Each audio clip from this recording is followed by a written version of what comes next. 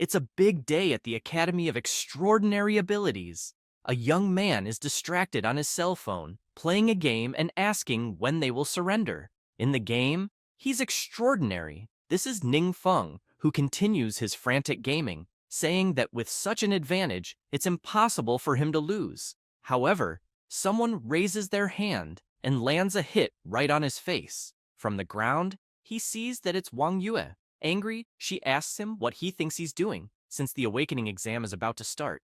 And isn't he going to prepare a little instead of playing games? He, smiling, asks if work and play aren't a great combination. Besides, he's already 18. At most, he'll awaken a common 2-star class.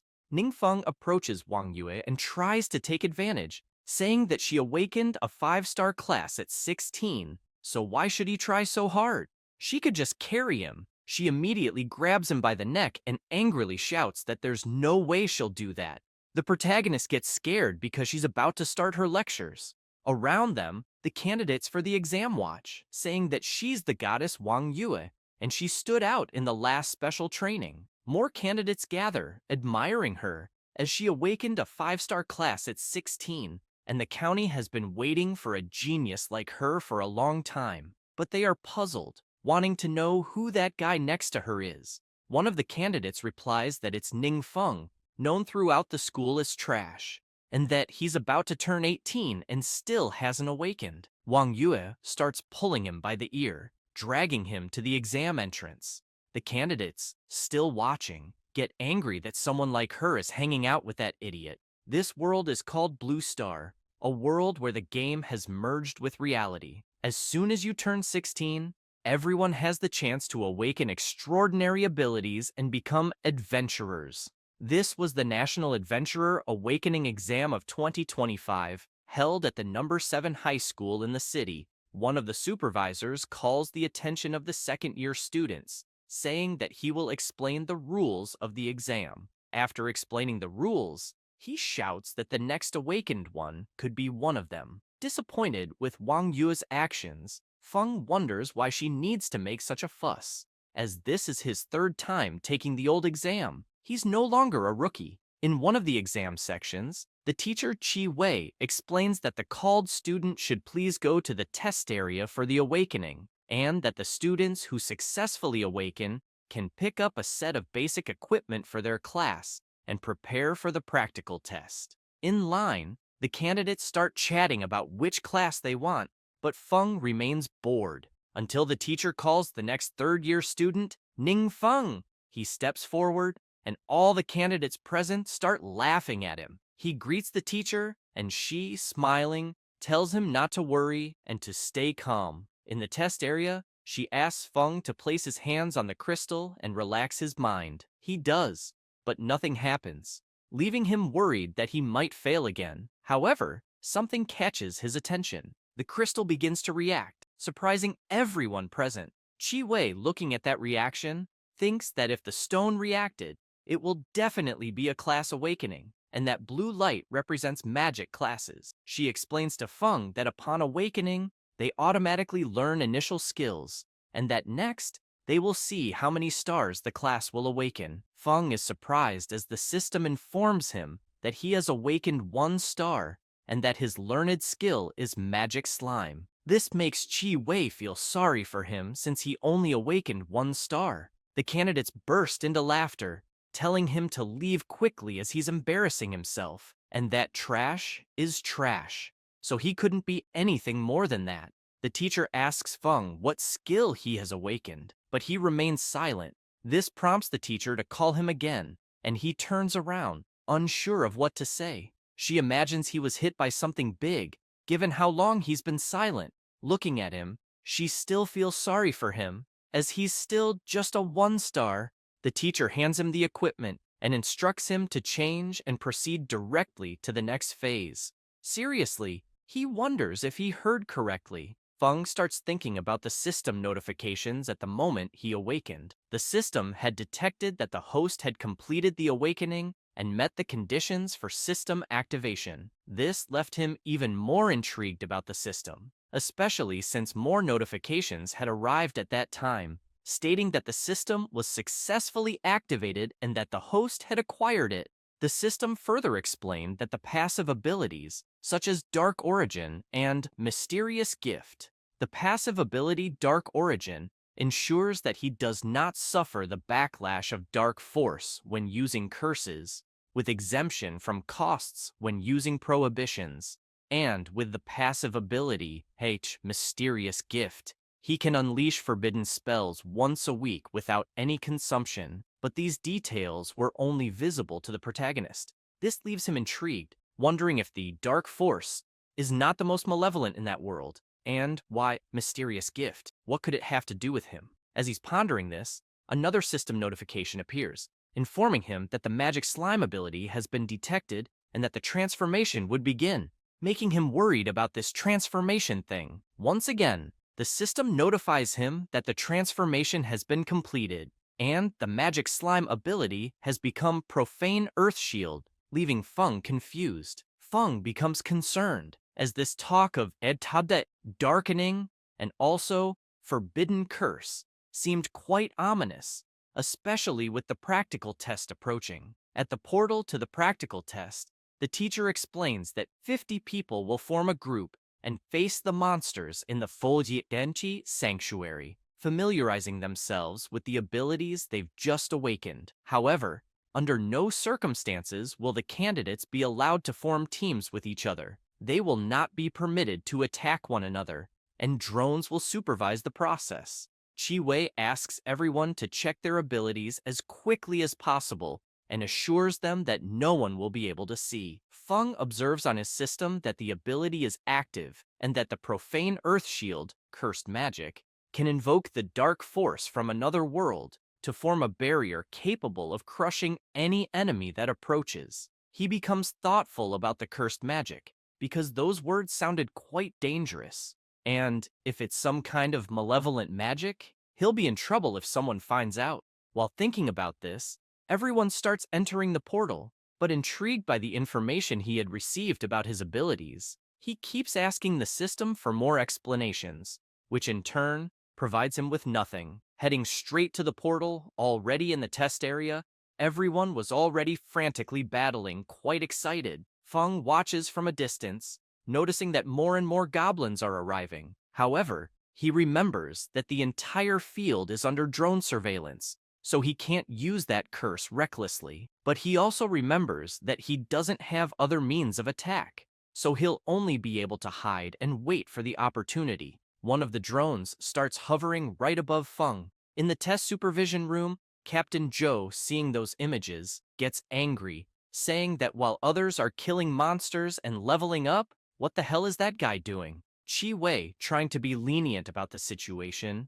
says that the young man awakened a bit late and that, moreover, his health is not very good, and his only activated ability is a defensive magic, so it's not suitable for individual combat. Hearing this makes the captain even more irritated, asking them to call Feng out, as there's no need for him to continue in the exam, since, anyway, he's just a one-star class and won't be a true adventurer. One of the people in charge of supervising the images coming from the drones interrupts him, asking him to take a look at something quickly. Zhou turns around, asking what's going on. Sweating profusely, the guy with glasses says he wasn't sure what had happened. It seemed that one of the drones had been attacked by something, and the transmission had been cut off. To make matters worse, he points to the radar, saying that the monitoring alert detected a power fluctuation far above the average in the sanctuary. Immediately, Captain Zhou shouts,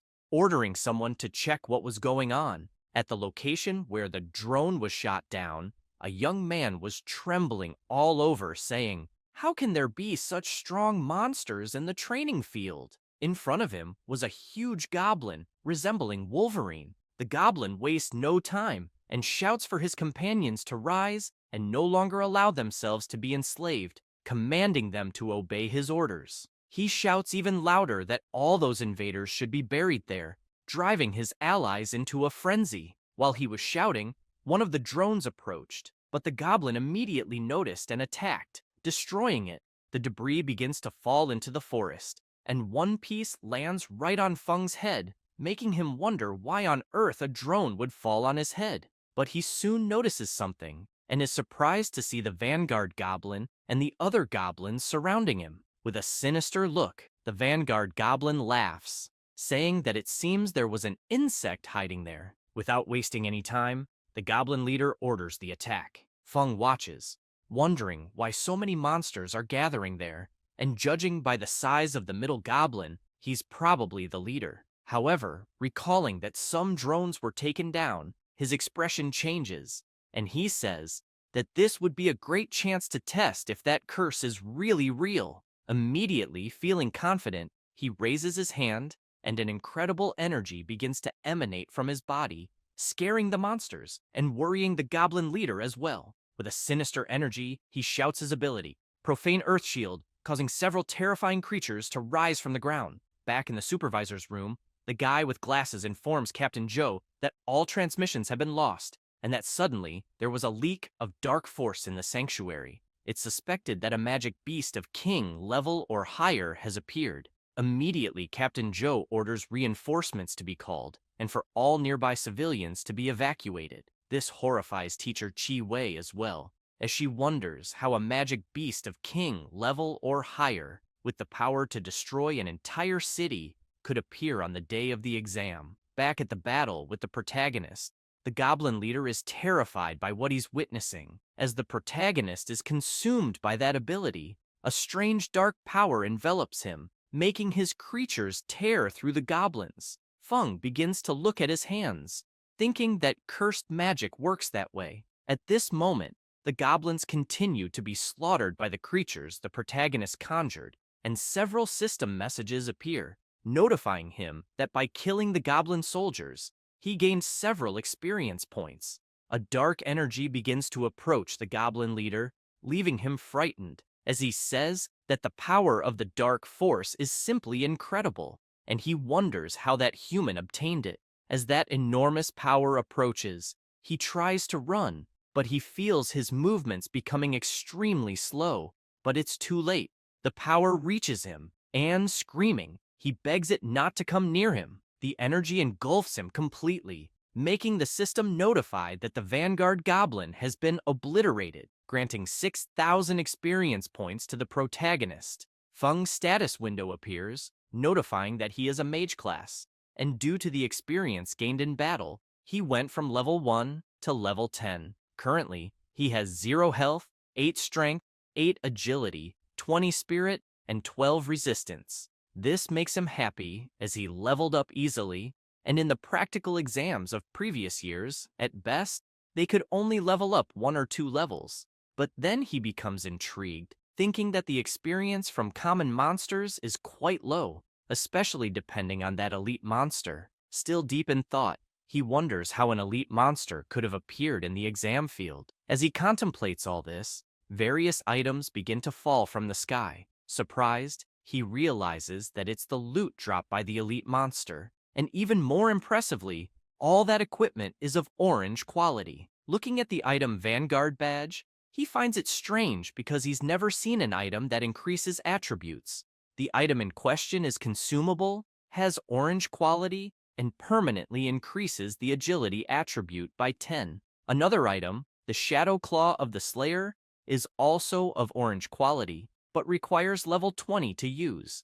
It grants an additional 13 strength, 16 agility, 10% attack speed, 5% critical rate, and 10% chance to activate combo, and it can be used 3 times. Feng is thrilled with the items, even though he can't use the claw yet, but he thinks he could get good money by selling them. Confident, he believes that now he can easily face higher-level monsters and finally start to prosper. Just as he's thinking this, the supervisors announce that all students must immediately abandon the test and use the teleport scrolls to exit, which makes him worry about what's happening. Looking around more carefully, he notices something. Feng turns in all directions, realizing that everything around him has been devastated, and he thinks that all those craters are the work of the dark force, which is terrifying. Once again, the supervisors make an announcement, and immediately he uses the teleport scroll,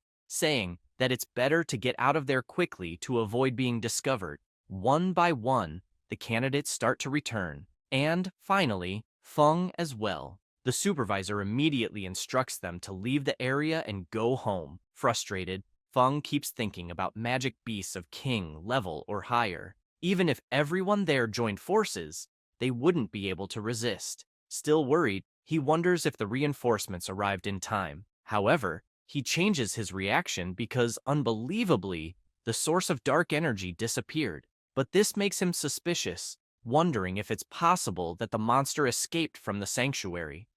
Chiwei continues listening to orders over the communicator, saying that this situation has gone beyond what they can handle and that no one should cause alarm. They must avoid large-scale disturbances and initiate the school's magic seal, leaving only one exit so that unrelated people can leave quickly. Feng approaches, calling for the teacher. She, sweating nervously due to the situation, asks the protagonist if he's okay. Unconcerned with what's happening, he says he's fine, but she shouts for him to return immediately because the school is temporarily closed, and he should not come back unless necessary. Away from the school, Feng and Wang Yue are talking. Wang Yue tells the protagonist that the teacher had a very strange expression, as if they were facing a mortal enemy. She mentions that rumors say a source of unknown energy was detected inside the school, and that the entire school has been isolated. This makes Feng wonder if it's possible that the unknown energy source has something to do with that elite monster. Disappointed, he thinks that just as he awakened, the school got shut down. Wang Yue becomes worried about him, thinking that the event had a big impact on him. She tries to cheer him up, saying that defensive magic can guarantee his survival, but they aren't suitable for individual training. Starting tomorrow, she says, he'll join them as part of a team. Trying to appear strong, he declines and thanks her, saying she shouldn't worry as he can train on his own. With a foolish expression, he imagines himself resolute with his power, but at the same time, he knows he can't expose himself because if they discover the forbidden dark magic, it'll be a problem. Wang Yue, serious, points her finger at him and says she won't accept his refusal and that tomorrow morning at 8 o'clock, they'll be waiting for him at the west gate. With that, she leaves, leaving the protagonist talking to himself. In shock, Feng thinks that woman acts like she's his wife, behaving that way. Sweating nervously, he wonders what he'll do now, and if it would be a good idea to come up with some excuse. But he decides it's better not to, as dealing with her personality is relatively difficult. As he thinks about this, an idea comes to mind, but he's not sure if it will work. Feng decides to head to the Yuancheng trading house. Looking at the huge building, he thinks that some weapons come with built-in abilities. He could buy equipment with the dark slime ability and pass himself off as a mage. Feng enters the store, hoping the system won't turn the built-in abilities of the equipment into curses. Besides, he can sell the drops from the monsters he killed. The sales clerk approaches him, asking how she can help. He replies that he would like to buy equipment with the dark slime ability, whether it's a weapon, clothing, or item. She asks the protagonist if he is a newly awakened student and explains that actually, low-level spells like dark slime aren't worth buying specifically. However, they do have high-level equipment there, more suitable for training, and she could show him some options. He simply says it's unnecessary, as he needs something temporary, so the equipment's grade doesn't need to be very high. She thinks it's all a waste of time and asks the new trainee to come help him. She leaves, stressed, saying that after all this fuss, it seems he's just a poor guy, so she won't even bother. Let the newbie handle it. The protagonist is left confused. The new trainee arrives with a smile and asks if he needs anything. The protagonist explains what he needs. She leads him to the items and starts testing them, starting with an iron arm, which gets him excited, then a heavy hammer, which he can't even lift off the ground. Feng tries on a ring and decides to go with it. The trainee asks if he's satisfied with the ring. He laughs and says it's great, thanking her for accompanying him all the way. Feng also takes the opportunity to ask if it's possible to sell items he got as monster drops. She replies that yes, it is, and she'll take him to the responsible department. She leads him to the identification room. Master Wang asks them to come in. The trainee informs him that the young man wants to sell battle items. The protagonist takes out the claws and asks for help in appraising the item and its value. Wang takes the claws and is astonished, as it's an orange-quality weapon focused on agility and doesn't require a high level, making it suitable for novice players. Additionally, it comes with 3 gem slots, allowing for attribute adjustments as needed, creating a more personalized effect. Wang, intrigued, says it's a good item and believes that several clients in his guild would be interested in it. He asks if Feng has any specific price expectations. The protagonist, pleased, simply says that the higher, the better. The analyst asks Feng to sit down, saying he'll make some calls to potential buyers, and asks Miss Yang to take care of him. She responds that he can rest assured. Wang, speaking with someone named Mr. Jiang, asks if he was looking for a good item for Jin Lang, as he has one available there. Feng sits down, and Miss Yang serves him tea. The analyst returns, informing the protagonist that the equipment has been sold and that the buyer is willing to pay 50,000 crystals. After deducting the 8% transaction fee, he would get 46,000 crystals. This leaves Feng and Yang speechless, as it's a large amount. They stand up, still in shock at the information. Wang says they can finalize the procedures right there, and that once everything is set, the crystal transfer will be quick. The protagonist asks for it to be done quickly and requests to see some more equipment. While the final preparations are being made, in another section, the attendants are talking. A black-haired one asks the girl who dismissed the protagonist if she doesn't like handsome men and why she left him aside. She, being snobbish, says that she likes handsome men with money and power, and that guy didn't even deserve to be in the same place as her. Some time passes, and from afar, the attendants notice the protagonist returning, asking if he was the client she didn't want to attend to. The one with her hair tied up says she heard that the young man sold a piece of equipment for 50,000 crystals.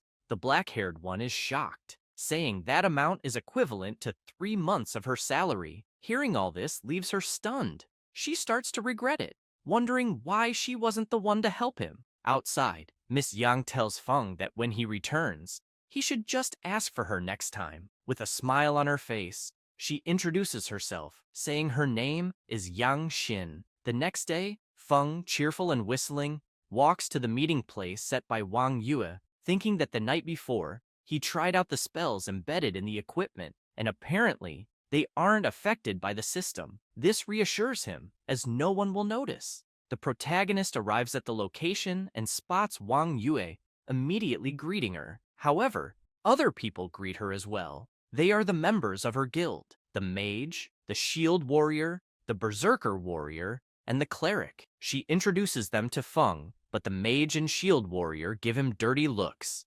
Intrigued by those looks, he wonders if he might owe them money. Zhao Cheng approaches Yue, asking if she's about to undergo a second transformation. Hearing this surprises Feng, as he realizes that every 30 levels, you can undergo a transcendence. He wonders if Wang Yue is about to reach level 60, as she really is a genius. Zhao Cheng takes out a potion, saying it's a gift. This item is an advanced agility potion, which permanently increases agility by 3, surprising his friends since the item is valuable. Zhao Cheng says the price isn't an issue, just a few tens of thousands of crystals, and that he and Yue don't mind, as the crucial point is that this type of advanced potion is hard to obtain, and his father asked several friends and spent a good amount of money to get one. Wang Yue immediately thanks him for the gesture and asks him to take the gift back. He finds this strange and asks if she isn't determined to enter the best university. She turns away, saying she doesn't need it, as they have other matters to attend to, leaving him talking to himself. However, he points a finger at the protagonist, asking if she really wants to waste time with that kind of trash. Immediately, she turns with a sinister look, telling him to be careful with his words. He smiles and asks what will happen if a 1-star isn't trash after all. Bored, Feng wonders why this guy keeps attacking him. Does he have some kind of problem? The cleric tries to defuse the situation, suggesting they leave, but Zhao Cheng shouts for them to leave him alone, saying that guy barely has enough money to buy a bottle of attribute potion. Feng mocks Zhao Cheng, saying that it's just a potion that adds 3 more attributes, so he should stop showing off. This enrages Zhao Cheng, and he asks how Feng dares to speak to him like that. The shield warrior intervenes in the conversation, saying that Zhao Cheng was speaking too loudly and asks if by any chance he has something more powerful. Cheng starts to smile, proposing a bet. If the protagonist proves he has such an item, Zhao Cheng will immediately kneel. However, if he can't prove it, Zhao Cheng will kneel and bang his head on the ground. At that moment, Feng takes out his item, telling Zhao Cheng to get ready, and asks Wang Yue to take it, as it was her gift. Surprised, she asks if it's the Pioneer's emblem, an item with an appearance that permanently increases attributes. She's never seen anything like it, leaving everyone there astonished, wondering how there could be an item that permanently increases attributes by more than 10. They suspect it must be a fraud. Confident, Feng simply says that whether it's a fraud or not, she should try it out and find out.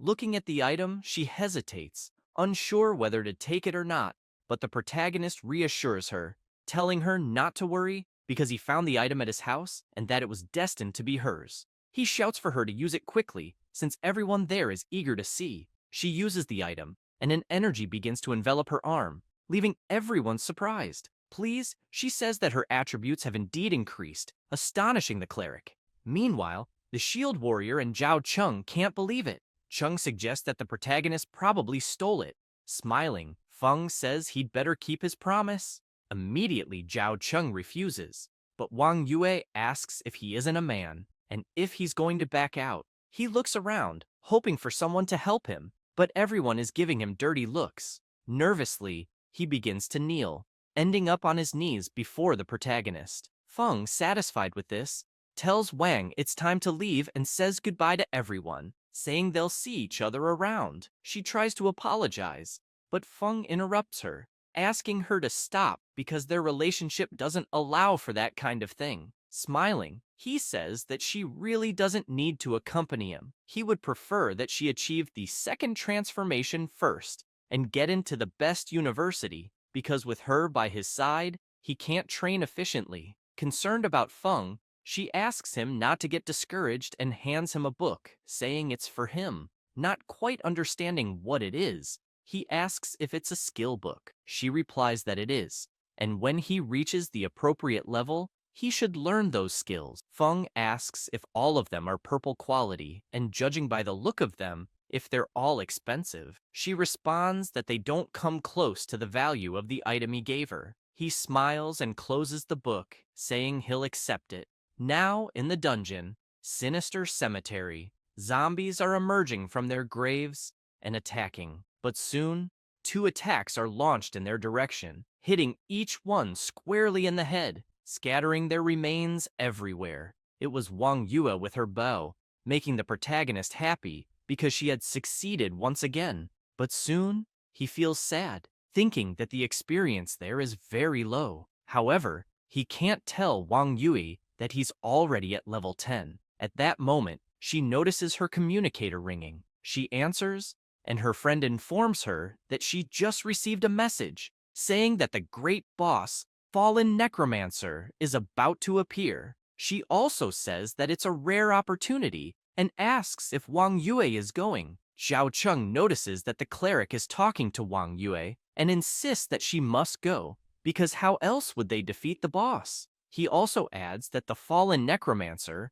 might drop rare items for mages, which is very important to him. She tries to downplay it so that Wang Yue doesn't hear those absurdities. Wang Yue thinks for a moment and looks at Feng, who tells her to go ahead, assuring her that everything is fine. After all, they're all in the same dungeon, and she can continue training later. She takes a deep breath and says that it's okay then, but asks Feng to proceed to the safe area and wait for her. He smiles and agrees. Quickly, she heads toward her group. Feng, with a sinister look, says that he's finally alone, and the possibility of that great boss appearing seems to indicate that it's his lucky day. Confident, he affirms that fortunately, he had already prepared for that day and learned 2 new skills. In any case, They can all be used once for free, so it's better to have as many curses as possible. The system notifies him that his passive ability, Mysterious Gift, will allow him to release forbidden spells once a week without any consumption. Feng begins to stretch, saying that with his current level, he only has 3 skill slots, and the skill books Yue gave him can only be used after level 15. In another part of the Sinister Cemetery, there are several monsters everywhere, and a guild observes from a distance. The tank warrior informs them that the great boss is appearing in the deep tower of the dungeon, and they need to kill everything along the way to get there. He asks them to be very careful, as the difficulty of that dungeon is high, and the monsters inside are very dangerous. As he says this, a huge flame passes right in front of them, leaving them frightened. The guild girl urges them to move quickly, because an adventurer team is already ahead of them. The tank warrior is outraged, asking how that's possible. Surprised, the mage says that it's Wang Yue and Zhao Cheng from the Sovereign Lion Guild. Even at the national level, they are considered new talents, truly deserving of their reputation. On the battlefield, they continue destroying everything. Zhao Cheng yells that the boss is definitely his, and asks if those fools think they can compete with him. Wang Yue, with her bow, keeps obliterating multiple targets at the same time, leaving her guildmates amazed. The cleric asks the berserker if he noticed that Yue had gotten stronger, and he replies that he definitely did, especially since her agility had increased by 10 points. Meanwhile, at the tower of the Sinister Cemetery, a portal begins to form. It's Feng, laughing, saying that it seems that this ability isn't just a high-level magic prohibition space, but also a teleportation ability. The ability Void Path, Cursed Magic, tears through space to enter the world of darkness, moving quickly to the target location, and lasts for an hour. At that moment, a dark aura begins to form, and the boss of that dungeon, the fallen necromancer, emerges with a sinister black aura. Feng jokes, saying that the necromancer is late. At the same time, the necromancer fires a powerful attack at the protagonist, causing a massive explosion. The dust begins to settle, leaving only the mark of the impact. The fallen necromancer, enraged, yells at the protagonist, "How dare an adventurer without fear? How dare you appear alone?" As he says this, Feng appears from the portal right behind the necromancer, using the Void Path ability. With a piercing gaze, he says that he doesn't want to share the loot with others. Immediately, he uses his other ability, Celestial Firestorm, Cursed Magic, which summons a violent rain of fire from the sky, dealing damage over a wide area. Immediately, a rain of black meteors begins to fall on the fallen necromancer, causing a massive explosion. The dust begins to settle, and Feng emerges from it, satisfied, because the system notified him that he had killed several monsters at once, including the fallen necromancer. The victory earned him 50,000 experience points, taking him straight to level 30, which makes him happy, because now he can undergo his first transformation. He starts walking to pick up the dropped items, imagining that the loot is truly generous, and that he can use the gem and the jewels. Although the skill books Yue gave him aren't exclusive to mages, they are still worth good money. The dropped items are Darkstone, a material type,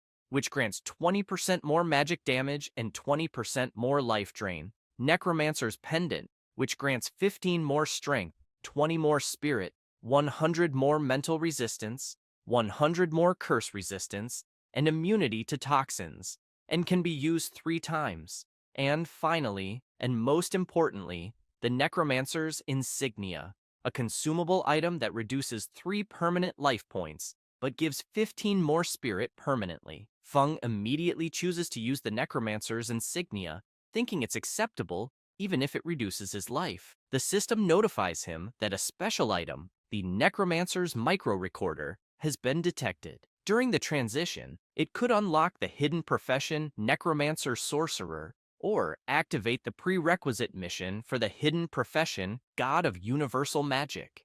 This makes him happy, imagining that hidden professions are quite rare and are usually innate, not something that can be prepared for in advance. However, He finds these micro-recorders strange, wondering if they are the key to activating hidden professions. He starts shouting that he will become a god of universal magic, but accidentally uses his celestial firestorm ability again, causing several black meteors to fall. Even in the area where Wang Yue's guild was, the meteors rained down across the entire battlefield, leaving everyone there worried, wondering what the hell was happening and where that power was coming from. Immediately, they are told to stop advancing and to retreat.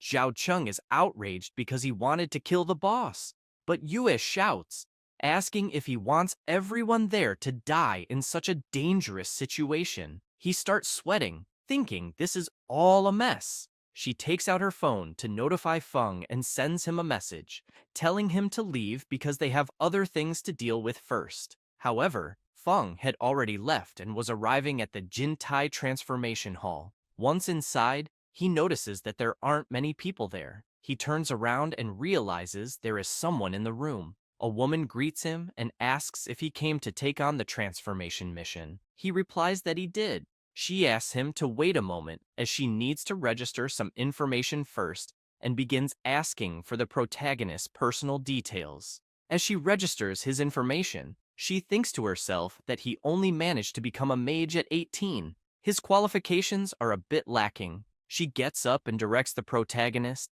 indicating that the mage transformation sector is just over there. In the transformation sector, she explains that he can follow the process instructions and informs him that she'll be leaving. If he needs anything, he should call her. He thanks her. As she returns to her desk, she notices someone waiting for her.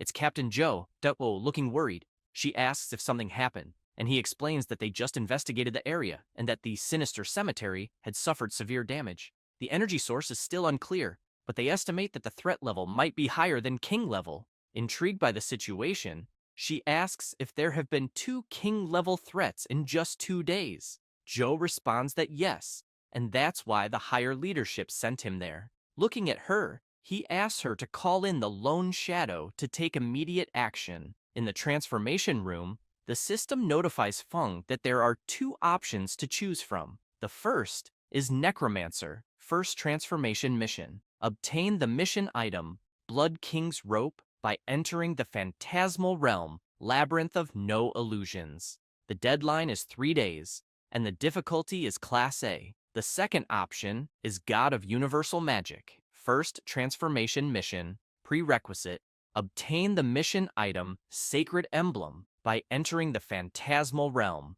Temple of the Resplendent Sun. The deadline is 3 days, but the difficulty is Class S. Feng, intrigued, asks why there are 2 options, and also notices that God of Universal Magic is just a preliminary mission. Even so, he decides to accept it, receiving a system notification saying that the successful completion of the transformation mission is verifying the corresponding information again. After choosing his mission, he decides to leave. As Feng descends the stairs, he reflects that it really is a hidden class.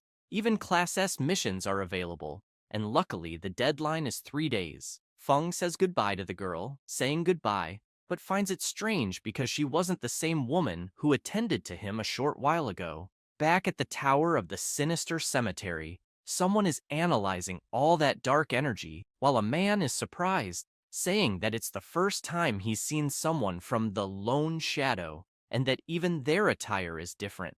Captain Joe asks him to keep quiet because the existence of that organization is secret. He begins to explain that the members of the Lone Shadow have a military hidden class that allows them to use dark power to fight, especially designated for special missions. This person is Jing, the same one who led the protagonist to choose the transformation mission. But she starts to feel something strange, saying that the dark power is powerful. Even though it has dissipated significantly, it still affects her. Jing explains to the two that they didn't find any clues. In fact, it seems the person responsible disappears after causing damage, making it impossible to deduce their objectives. Concerned about the situation, Captain Joe says that there have been frequent reports of anomalies in some secret areas recently, which could be a sign of some crisis. He asks if there could be any connection with this issue. She responds that it's hard to say, but she would consult the superiors and request reinforcements. Joe asks if the county is concerned, considering they were going to send the famous Lone Hurricane from the Lone Shadow. The guy with glasses approaches and asks if she can confirm whether the cause of the damage is a monster, and if there's a possibility it could be a... Jing interrupts him, wanting to know if he was suggesting that the cause of the damage could be someone like her, a mutant. Quickly, he apologizes, saying that wasn't what he meant. She explains that the hostility levels there have already surpassed the king level. Trying to control such a massive dark power is something the human body simply couldn't withstand. Worried, he lowers his head and asks if there's an abnormally powerful monster hiding in Chenglai, capable of causing a catastrophe at any moment. Jing responds affirmatively, saying it seems to be hiding in the shadows, and they need to find it as soon as possible. Meanwhile, at Feng's house, he's in his room, saying that the darkness is strangely comforting. He sits down, imagining that he's reached level 30 and gained 4 more skill slots, and that he will start by learning the 2 books Wang Yue gave him. A system message arrives, notifying him that the possible fusion detection of the skill's arcane shield with the curse Impure Shell was automatically executed, and that the passive skill Guardian of Impurity has been learned. He places his hand on the system panel to view the learned skill information, and the system informs him that the passive skill, Guardian of Impurity, automatically activates when attacked, absorbing 100% of the damage emitted by the impure shell, with a limit equivalent to the damage caused by the impure shell. The impure shell will gradually regenerate after the attack ends. Feng is pleased to know that curses can fuse with low-level spells to create new effects, giving him another form of defense. Normal damage is ineffective against him. He begins to wonder what the other book does. The system informs him that there's a detection of the skill Falling Meteor, with a possible fusion with the curse Impure Shell and Celestial Fire Rain, automatically executed. The passive skill Master of the Elements, Earth, has been learned, increasing the effects of all Earth spells by 20%.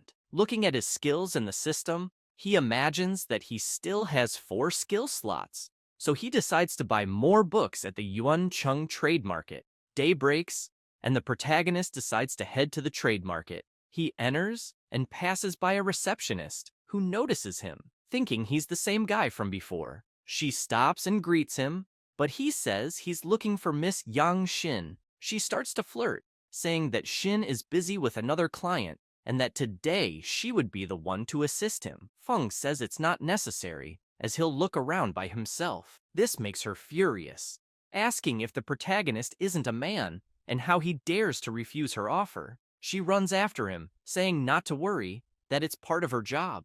At that moment, someone comes running, calling out the protagonist's name. It was Xin. Feng asks if she had finished her work. Tired and out of breath, she explains that she wasn't busy, just eating something, and a colleague informed her that he was there, so she came running. Feng apologizes for interrupting her meal and says he'll invite her to dinner later as compensation. Embarrassed, she says, how could she accept such an offer? The other receptionist just watches the conversation, furious at being sidelined. In Wang's office, he places the 2 books on the table, saying that he'd like to request that they sell them to him, and he'd also like to buy some mage skills. He says there's no problem at all and asks Miss Xin to accompany him. Wang is intrigued by the protagonist, because last time he took an orange weapon, and this time they're purple skill books. He starts to take an interest in his background, thinking it would be best to send someone to investigate. Night falls, and they are dining, having a great time. Feng raises his hand and shouts for the bill,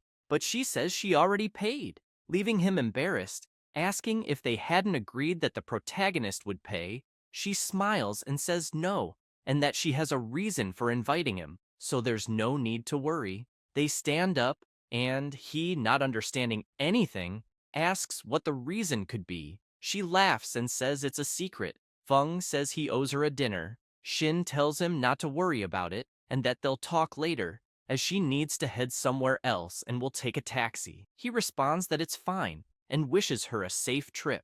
Inside the car, the taxi driver asks where she's going, and she replies that it's to Municipal Hospital Number 2. She begins to imagine her father in the hospital and thanks the protagonist, as she earned a good commission. Smiling, she imagines that she'll finally be able to pay for her father's medical expenses that month, which makes her really happy. However, at that moment, something happens. The taxi driver crashes into something, and a claw pierces him, spraying blood everywhere, leaving Shin horrified by the scene. At that instant, a portal appeared in the sky, and several monsters began to pass through it.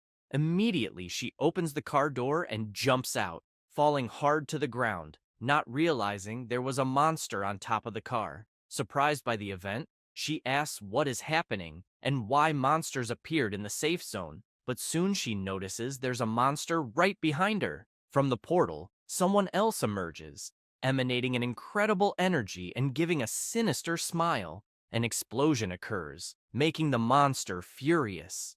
It was Shin, disappointed with her attack, as that monster was clearly stronger, and she was just a level 1 mage with a 1-star attribute. Without wasting time, the monster charges at her, ready to kill her, but Joe arrives at the last minute and decapitates the monster's head. He asks how she is, and tells her that if she can move, she should find a place to hide. She replies that she's fine, and will immediately look for a safe place. Joe observes the surroundings and asks if everything there is corrupted, explaining that the secret realm has begun to merge with reality, and he had never seen such severe decay before. Looking at the monster's head, he imagines that these creatures aren't something a common person with only 1 star can face. Remembering what the guy with glasses said about there being an incredibly powerful creature hidden in that domain that could bring destruction at any moment, he starts to consider that this might be possible. However, he notices a huge hand coming toward him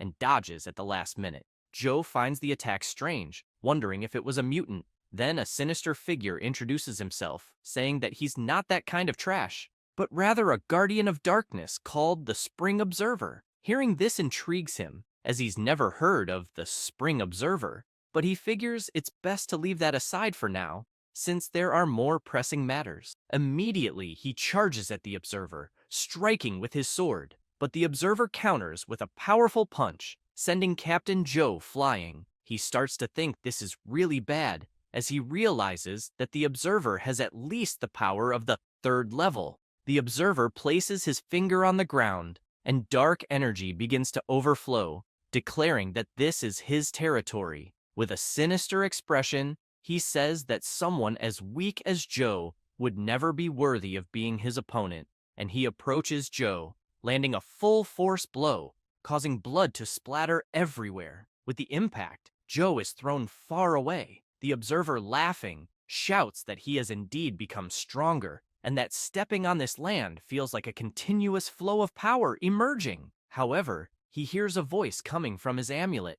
saying that he is an insignificant human and should not get caught up in his own vanity. Quickly, he apologizes. A dimensional rift appears above him, emitting a voice that says weakness is his power, and that if it were present, he would be nothing more than crawling trash on the ground, just like all his companions. Hearing this paralyzes him, leaving him in shock. Something begins to emerge from the dimensional rift, gradually taking shape until a sinister entity emerges from it, making the Observer kneel, trembling, as he hears the entity say that he must prove that he still has some value. She orders him to use the people of that city as sacrifices for her dominion in that world. Trembling, he says he understands. At that moment, someone pulls back a curtain. It was Feng, who is surprised to witness something in front of him. He looks around and sees that a battle took place there, notices a monster in front of him, and imagines that he only went to the bathroom,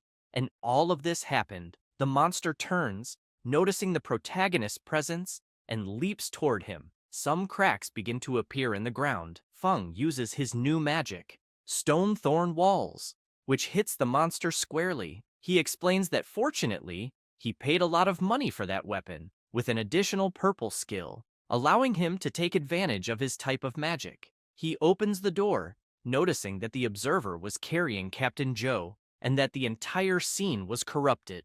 With a sinister look, the observer drops Joe to the ground, bleeding, telling him to wait, as there's still a little worm that escaped. The observer jumps and goes all out toward the protagonist, who wonders what that thing is. He grabs him, but notices something strange. Looking at Feng, he realizes that the protagonist is enveloped in dark magic and finds it very strange. How did he manage to block his attack? The entity that possessed him begins to be fascinated by that powerful black shadow power. And, looking at the protagonist, it notices that his power is far beyond the ordinary and feels drawn to him, because his aura is more terrifying than death itself. Feng imagines that this guy seems strong and wonders if by chance he would use some forbidden curse in the city. He opens his eyes, releasing the energy he was concentrating, completely shattering the shell that enveloped the observer's arm. Immediately, the entity releases its mental control over the observer, causing him to scream for it to return. However, the entity simply says that the user he's calling is out of service and that he should handle it himself. The entity starts to return to the portal. Several creatures awaited it at the portal as they were closing the doors until, finally, they close. The observer says that his strength and power are fading away. Feng notices this with a sinister look and begins to imagine that the mutants are those who, during the awakening process, acquired the hidden shadow class. They are capable of using the power of darkness, possessing much greater strength than normal classes of the same level. However, at the same time, once they lose the protection of the power of darkness, they go insane. Seeing that the observer was about to start losing his mind, Feng uses his stone thorn ability, finishing him off completely, and comments that they are really difficult to deal with. Tired, he takes a deep breath, imagining that, luckily, he was able to focus entirely on his attack without worrying about defense. Worried, he thinks he needs to pick up the items that fell on the ground first, before anyone notices, and then get back home as quickly as possible. In another part of the city, Jing and an assistant are walking through the chaotic scene. The assistant says that the monsters have retreated and that the field distortion has also disappeared. Jing becomes thoughtful as two destruction spells, distortions invading reality, always appearing suddenly and disappearing in the same way.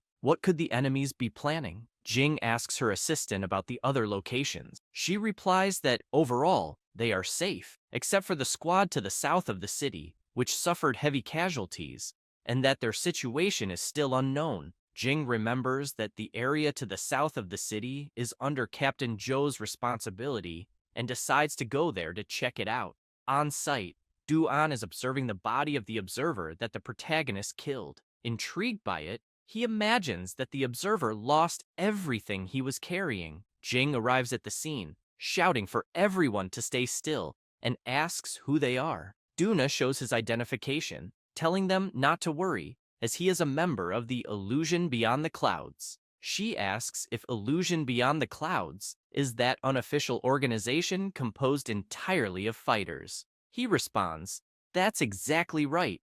Jing mentions that she heard they usually operate in secret, so why would they be there? He turns around, saying it's because of him, pointing to the body trapped by the stone thorns, explaining that the body used to be his companion. However, he betrayed the organization and helped invade reality through the distortion, directing monsters to attack the camp. Except for a few, everyone was killed. Jing, intrigued, asks if the invasion stopped because of his death. Duna points to his former partner and asks if they killed him, but she replies that no, and worse, they don't know who did. He explains that the entity likes to hide in the distortion because it's very cunning. He has searched for it many times, but it always escapes. Jing informs him that Captain Zhou has the power equivalent to 3 transformations, and even so, he was completely defeated. Both, intrigued by the situation, start to consider that there might be someone that powerful in Sucheng. When Jing sees Du-an leaving, she asks where he's going. He replies that he's going to look for something. At Feng's house, he's very happy because the things the observer left behind include 2 sets of orange armor from the fighter class. The first item is the Yang Wei Eternal Radiance chestplate, which requires level 120 to use.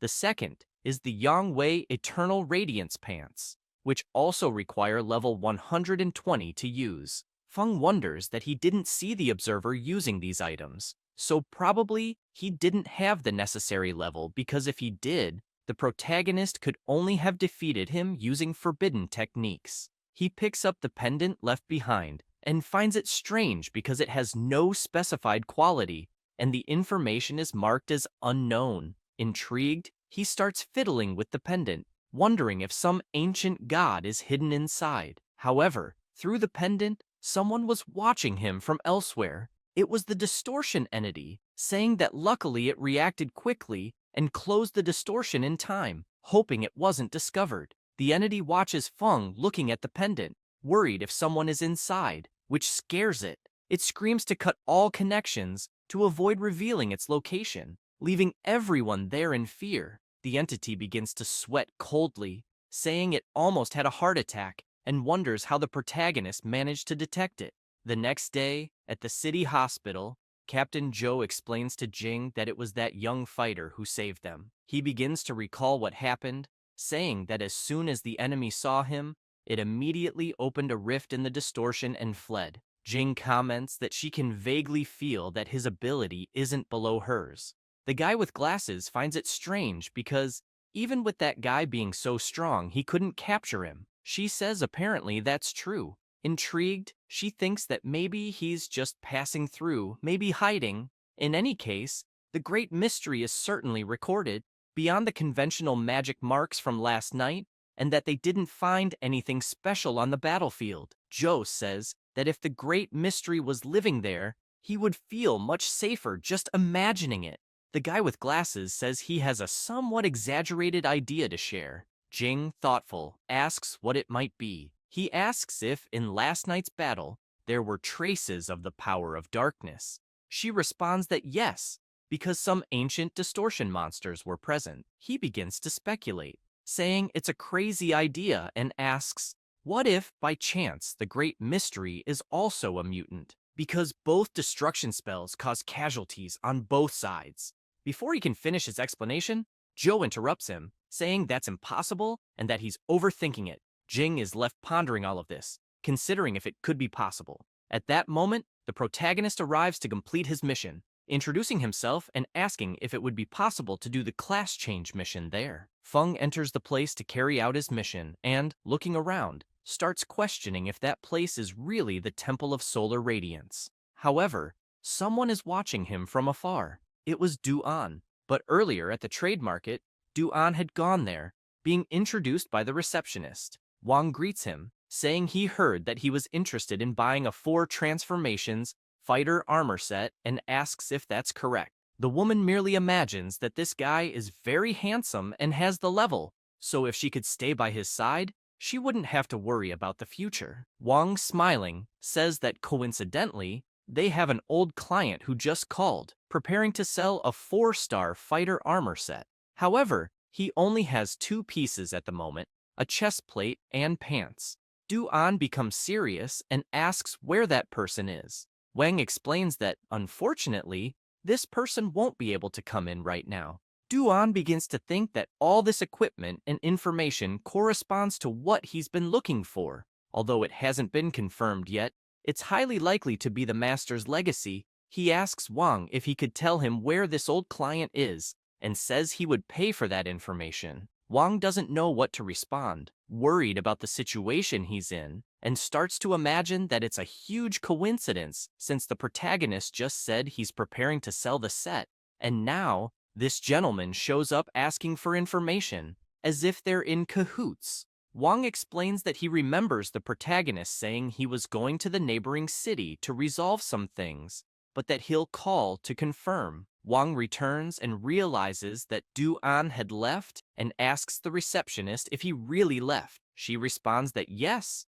she even escorted him to the door. Seeing Wang's concern, she asks if something is wrong. He replies that earlier, he did some research on the protagonist's background. His parents were from a common 2-star class but disappeared in an accident when he was young. Since then, he's been alone, studying at City School 7, and only awakened at 18, still being of a common one-star class. Hearing that explanation surprises her, as she thought he was more impressive, but it seems like he's just an ordinary guy. Wang explains that he always found him suspicious, with a poor appearance, and now he's going to be exposed. She asks where he got the items he was selling in the shop, imagining that a one-star class wouldn't be able to get such good things. Wang says that's the problem. Although he's friends with the daughter of the Wang group, the group didn't help him much. Thoughtful, she begins to remember Du An, who had a serious expression, and asks if Feng could have stolen that set. Sweating coldly, Wang says it probably wasn't stolen, but very likely wasn't obtained legitimately either. However, this time, it seems he's bothered the wrong person. She begins to imagine Du An beating up the protagonist, as a 4-star level person is high level, even in Beishan province. Returning to the present, Du An continues observing the protagonist. Looking at him, he's impressed that someone so young was able to repel a distortion invasion. After all, even masters like his were defeated by distortion bosses. But according to the information, the master's set might be in the protagonist's hands, and if it's not him, it must be someone behind him. Either way, it's better to be cautious. Finally, Feng arrives at the Temple of Solar Radiance, observing everything that's happening there. Duan, watching the protagonist use his power, imagines that he's starting to change his clothes, and depending on the clothes, he might get a rough idea of his power. Feng finishes changing his clothes. Duan becomes indignant, thinking that it was just ordinary clothes, looking more like those of a newly graduated student, and wonders if it could be a disguise. He imagines that, considering the protagonist's age, the novice disguise wouldn't attract much attention, as it would be easy to blend into the crowd. If the protagonist is trying to hide, he might escape, but to avoid alerting him, Duan decides not to follow too closely. As a precaution, he decides to mark him with a mental tracking ability, which allows him to mark the target in his consciousness without being detected. Looking at Feng, Duan decides to use his usual appearance. Observing the surroundings and seeing where the protagonist was going, Duan thinks that the monsters there aren't that strong and wonders what Feng is doing there. Upon entering the castle, something catches Feng's attention. A monster was about to attack him, and without wasting time, it launches an energy blast toward the protagonist. However, due to his passive ability, Feng defends himself automatically without taking his hand out of his pocket, leaving Duan surprised by that. Indignant, Duan wonders what ability that is, and if, by chance, it's an absolute defense that can't be broken at all. He notices that the monsters were avoiding Feng as he walked normally, and wonders if that guy is even normal. Feng stops in front of a huge statue, leaving Duan intrigued, wondering if he will face the boss alone. However, the protagonist finds it all too much, as no one is around. The statue begins to sweat nervously in front of Feng. Duan, indignant, wonders why the statue wasn't moving. The protagonist decides to walk around it, thinking that the statue wasn't the mission guide. He stops in front of a large hall, saying that was probably the place. However, the mission boss appears, flying in front of the protagonist. Feng watches him, but the six-winged seraphim uses one of his abilities to observe Feng and immediately flies away. Feng watches the boss fly off, wondering what had happened. Duan, in shock, wonders if that could be the hidden boss, and how he knew.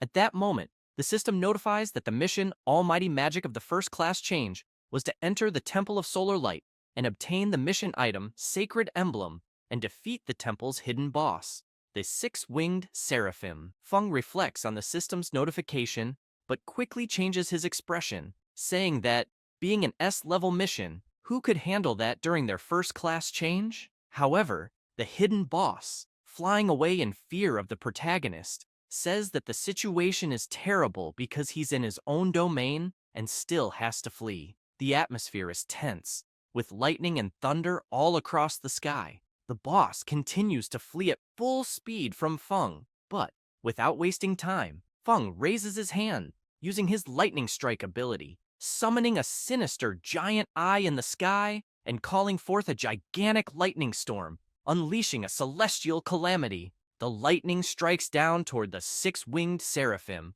obliterating him instantly before he even has time to react. Due to the immense destructive power of the attack, not only was the boss eliminated, but a large part of the temple was destroyed as well. Dwan can't believe what he just witnessed. Observing the surroundings, he says he's never seen such a destructive spell before, and that the strength of this guy is definitely beyond that of his master. He wonders if Feng could be one of the 8 legendary transformed ones.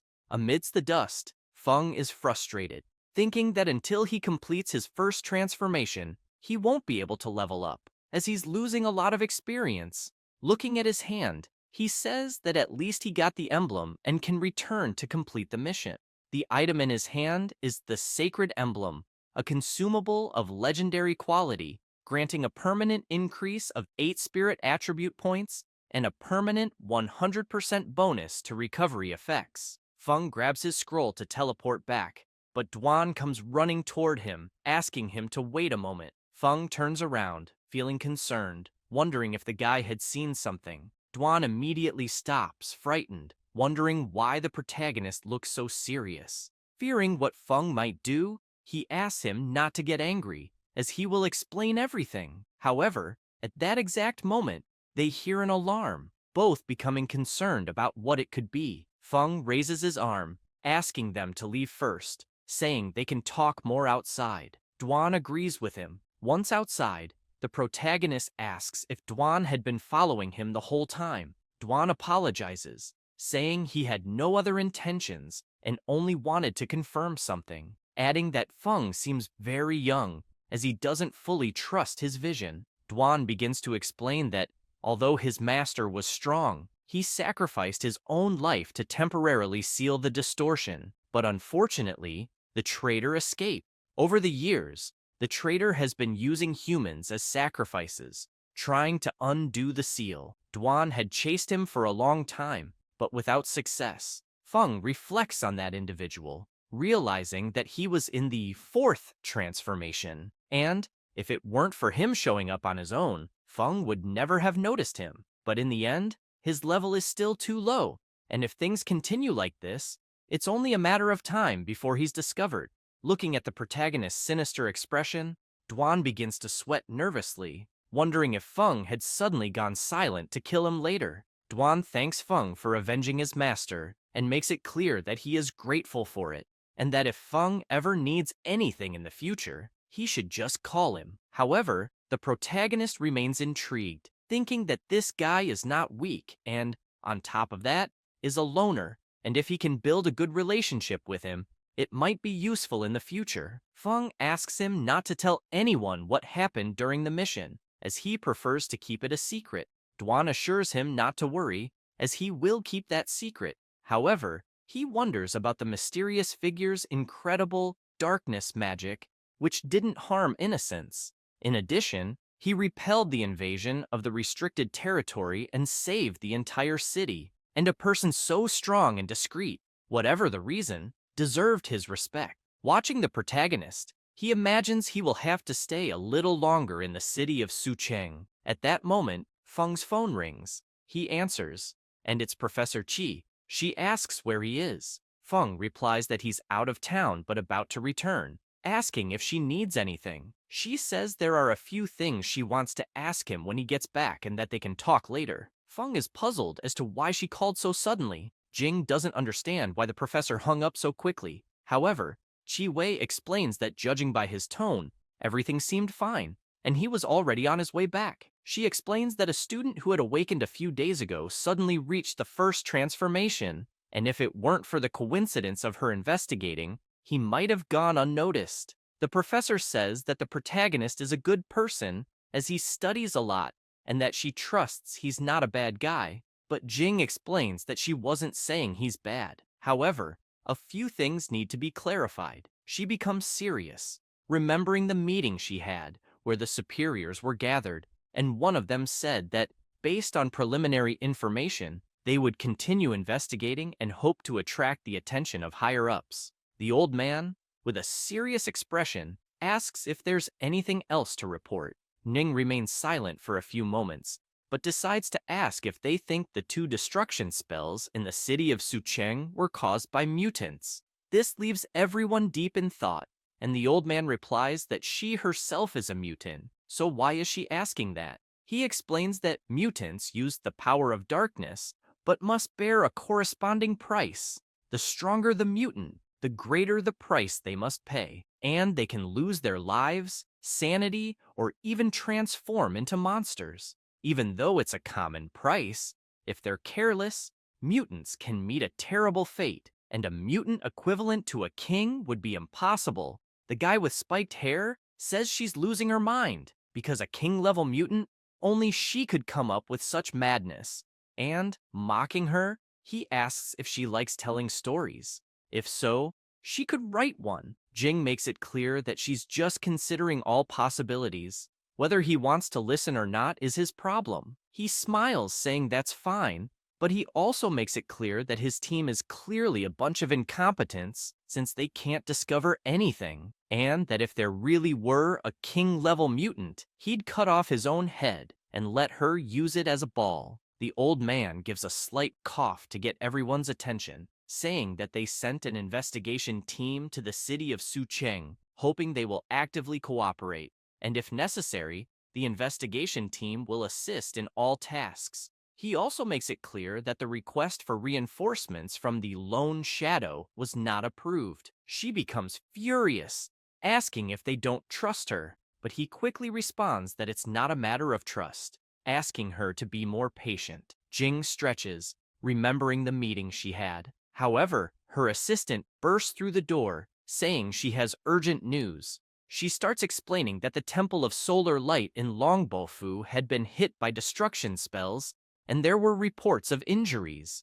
Chi Wei, worried, says that Feng was checking the area, and the registered training location seemed to be. However, Jing interrupts her, saying that the place was precisely the Temple of Solar Light. Smiling, she says things are getting interesting. In the city of Longbofu, a shield was active over the city. Many people were concerned about some events, asking if the shield was functioning properly, and if they had heard what had happened at the Temple of Solar Light. A guard tells them not to worry, as the shield was at a superior level at that moment, and would isolate the power of darkness from the outside, not affecting the city area. Feng grows worried because the commotion he had caused ended up drawing too much attention, directly triggering a high alert. He hopes the alert will be deactivated so he can drive home. However, a black fissure appears above the shield, revealing a demonic face. Shortly after, several demonic monsters come out of the rift, and one of them asks if this is the human world. Looking at the shield, it wonders why they activated it.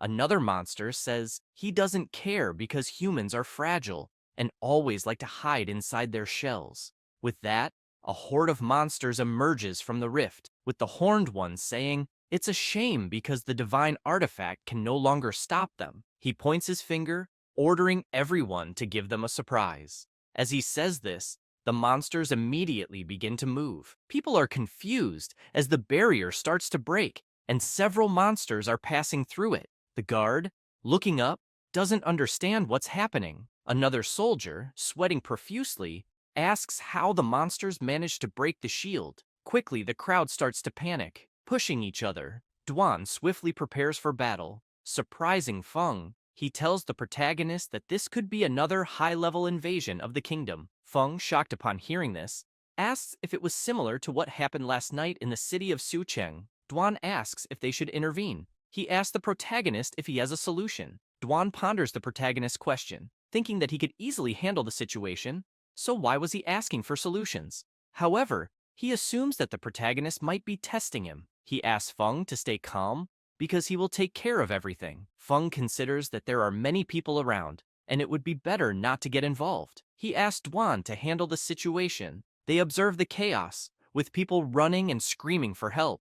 The horned demon lands on the ground, letting out a malicious laugh. However, one of the soldiers shoots several arrows at the monster, shouting for it to die quickly. The monster simply deflects the arrows as if they were nothing. Soon after, another warrior jumps onto its back, but the demonic monster counters, slashing him and throwing him far away. One of the soldiers becomes desolate, wondering how that was possible since they couldn't even scratch it. The monster starts walking, saying he's disappointed because he thought there would be someone strong among the humans. He says this as he approaches the people, who freak out as he gets closer, begging for help. He stops in front of a poor little girl, preparing to kill her, attacking her, and saying that everyone there is truly useless. However, his attack is blocked. It was Dwan with his dagger, leaving the monster confused and giving the girl time to run away. The demon becomes furious because someone was interfering with his killing. With a sinister look,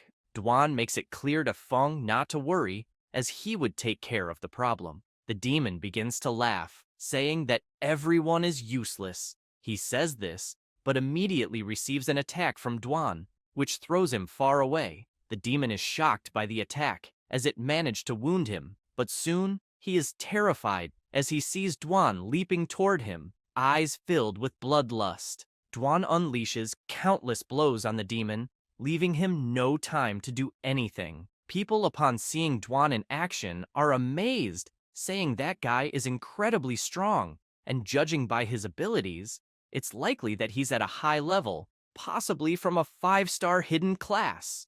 Dwan walked calmly as the demon exploded behind him. At that moment, Dwan was at level 137, and his class was a mystical warrior, a 5-star hidden class. Feng, in his thoughts, is also amazed, thinking that Dwan was incredible and seemed to have something special about him. After Dwan finished off the monster leader, the remaining creatures began returning to the rift, while the soldiers shouted for everyone to seize the moment and counterattack immediately. Dwan approaches Feng, asking if there was anything else he could do. The protagonist, smiling, gives him a thumbs up, saying everything is fine and complimenting him on the excellent work. The people watching from afar comment that Dwan is a formidable fighter, noting that the protagonist was showing respect to him. They wonder if he might be the son of some great family, as he was accompanied by a bodyguard. Dwan extends his hand, offering the items dropped during the battle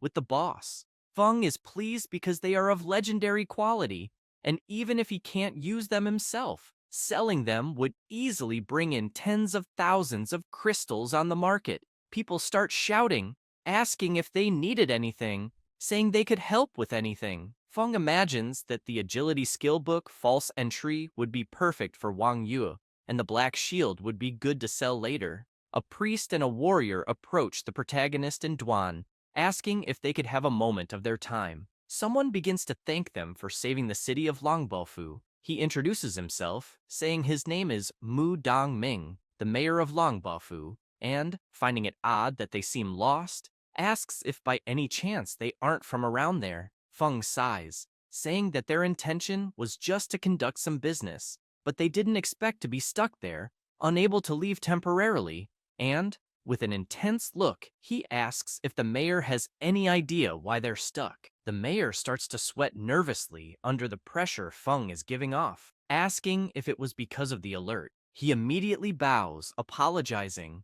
blaming the department for the mistake and for causing them trouble. Feng tries to explain, asking the mayor not to worry, as it had nothing to do with them, and in fact, it was his own fault. Dongming turns and asks for someone to bring the flight scroll he had just bought, saying he would give it to them as compensation for the inconvenience. Feng is surprised by this, as the flight scroll is a great item, being hard to come by, especially in a small city like Longbafu, and, even though it can only be used once, it provides quick and convenient long-distance travel. The mayor takes the opportunity to say he has a rather embarrassing request. Things haven't been very peaceful there in the last few days, and he asks if they could stay in Longbafu a little longer, since, as they've noticed, the city's defense is weak. The mayor places a hand on his head, saying he regrets it, but he is out of time and won't be able to grant the request. However, he imagines that the class change mission has a 3-day limit. If they delay there, they won't be able to complete the first change ever again. But, looking at the protagonist, he imagines the crushing look in his eyes and says, it's fine, that they'll leave it for another time. One of the mayor's bodyguards returns, saying that the scroll is ready. Dongming informs Feng that this is the supreme black card of the Yuan Cheng Trading Guild, just a small token of gratitude and respect. Feng, looking at the card, is amazed, thinking that he had heard the supreme black card from the Yuan Cheng Trading Guild is issued only to a very limited number of influential individuals who have many privileges. It's no wonder the mayor could buy the flight scroll, as his position must be quite significant. Duan accepts the gift, and Feng expresses his thanks. The mayor, feeling embarrassed, hopes they accept the gift. If not, he'd worry about being at fault. He emphasizes that if the city of Longbafu is ever in danger, they can ask for their help. The protagonist responds that yes, it's no problem, as long as he has time. Everyone is happy, celebrating, as the city of Longbofu would be safe. Immediately, they use the scroll and fly away, pleased because the scroll was truly effective. Meanwhile, in the class change room in the city of Qinyu, Wang Yue's guildmates are happy, as she and Zhao Cheng were leaving. However, as Yue steps out, she notices something. She sees two trails pass by her. Yue is thoughtful about this, but Zhao approaches, asking what happened. Intrigued, she replies that she just saw two people flying, and she thinks one of them could have been Feng. He starts laughing, saying she must be mistaken, as a flight scroll costs thousands of crystals. How could someone like him afford that? Besides, what would he be doing there, since he had just awakened? Quickly, she turns around with a piercing look, warning him that if he talks badly about Feng again, he'll regret it.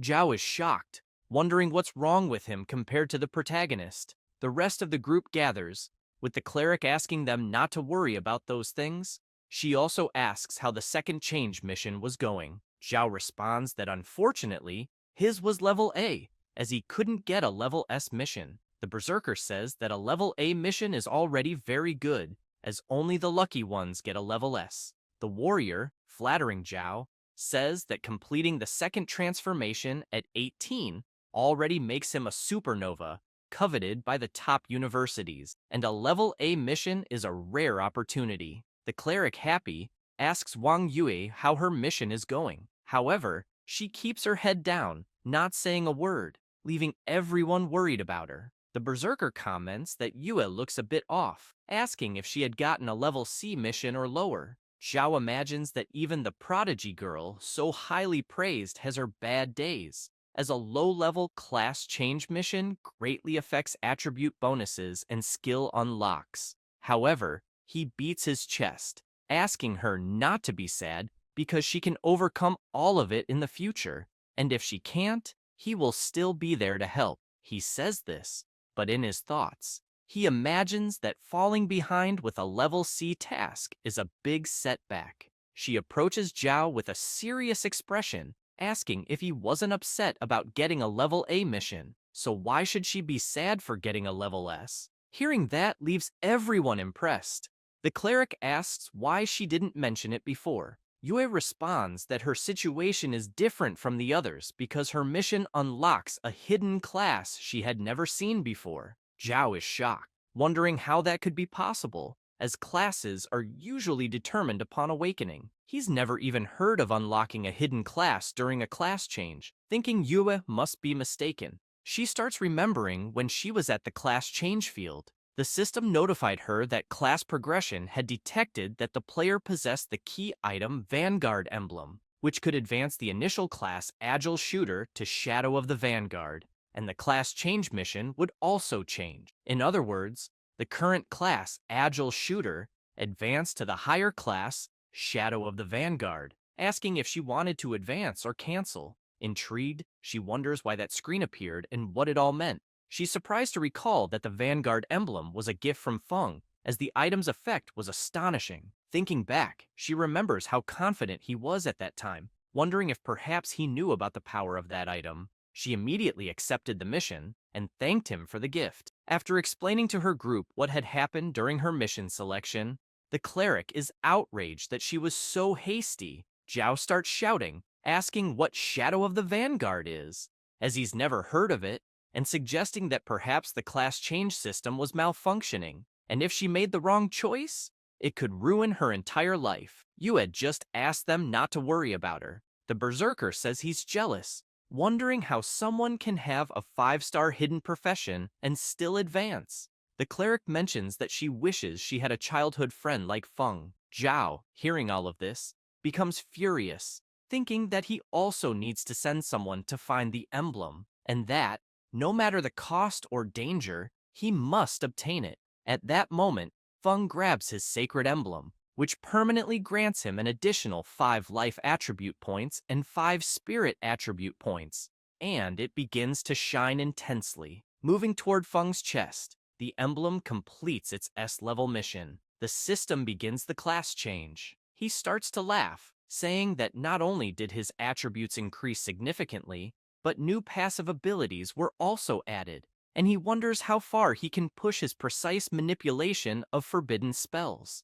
The system notifies him that he has acquired the passive ability, Domain of Darkness. His control over the power of darkness has greatly increased, allowing him to manipulate forbidden spells with precision. Outside, Duan is still waiting for the Prota when a person appears. It was Jing, intrigued by Duan, wondering why he would be with Feng, as it seemed like he was guarding Feng's entrance.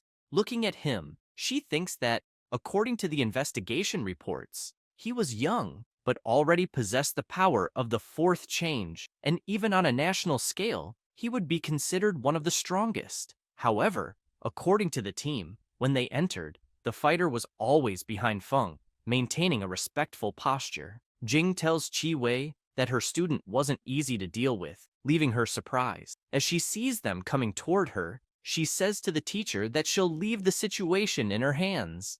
Qi Wei reassures her, saying she will confirm with Feng, as she believes he won't be an enemy. Feng and Duan continue walking, chatting casually, until they hear the teacher call him, making him turn immediately. Noticing teacher Qi Wei, he asks if, by any chance, she had said she wanted to discuss something. She responds affirmatively, saying there are some things she'd like to discuss with him. Duan says he'll wait, addressing him as Sir, which embarrasses the Prota, as the teacher didn't understand this Sir. Feng tries to play it off, asking her not to mind that, saying Duan was just joking. With a serious expression, she asks Feng if, by any chance, he has already completed the 1st change. He is shocked by the question, remaining silent, unsure of how to respond. He thinks that, although he didn't expect to hide his power for long, it was discovered very quickly, since the teacher has always been very attentive to him, one of the few people he can trust.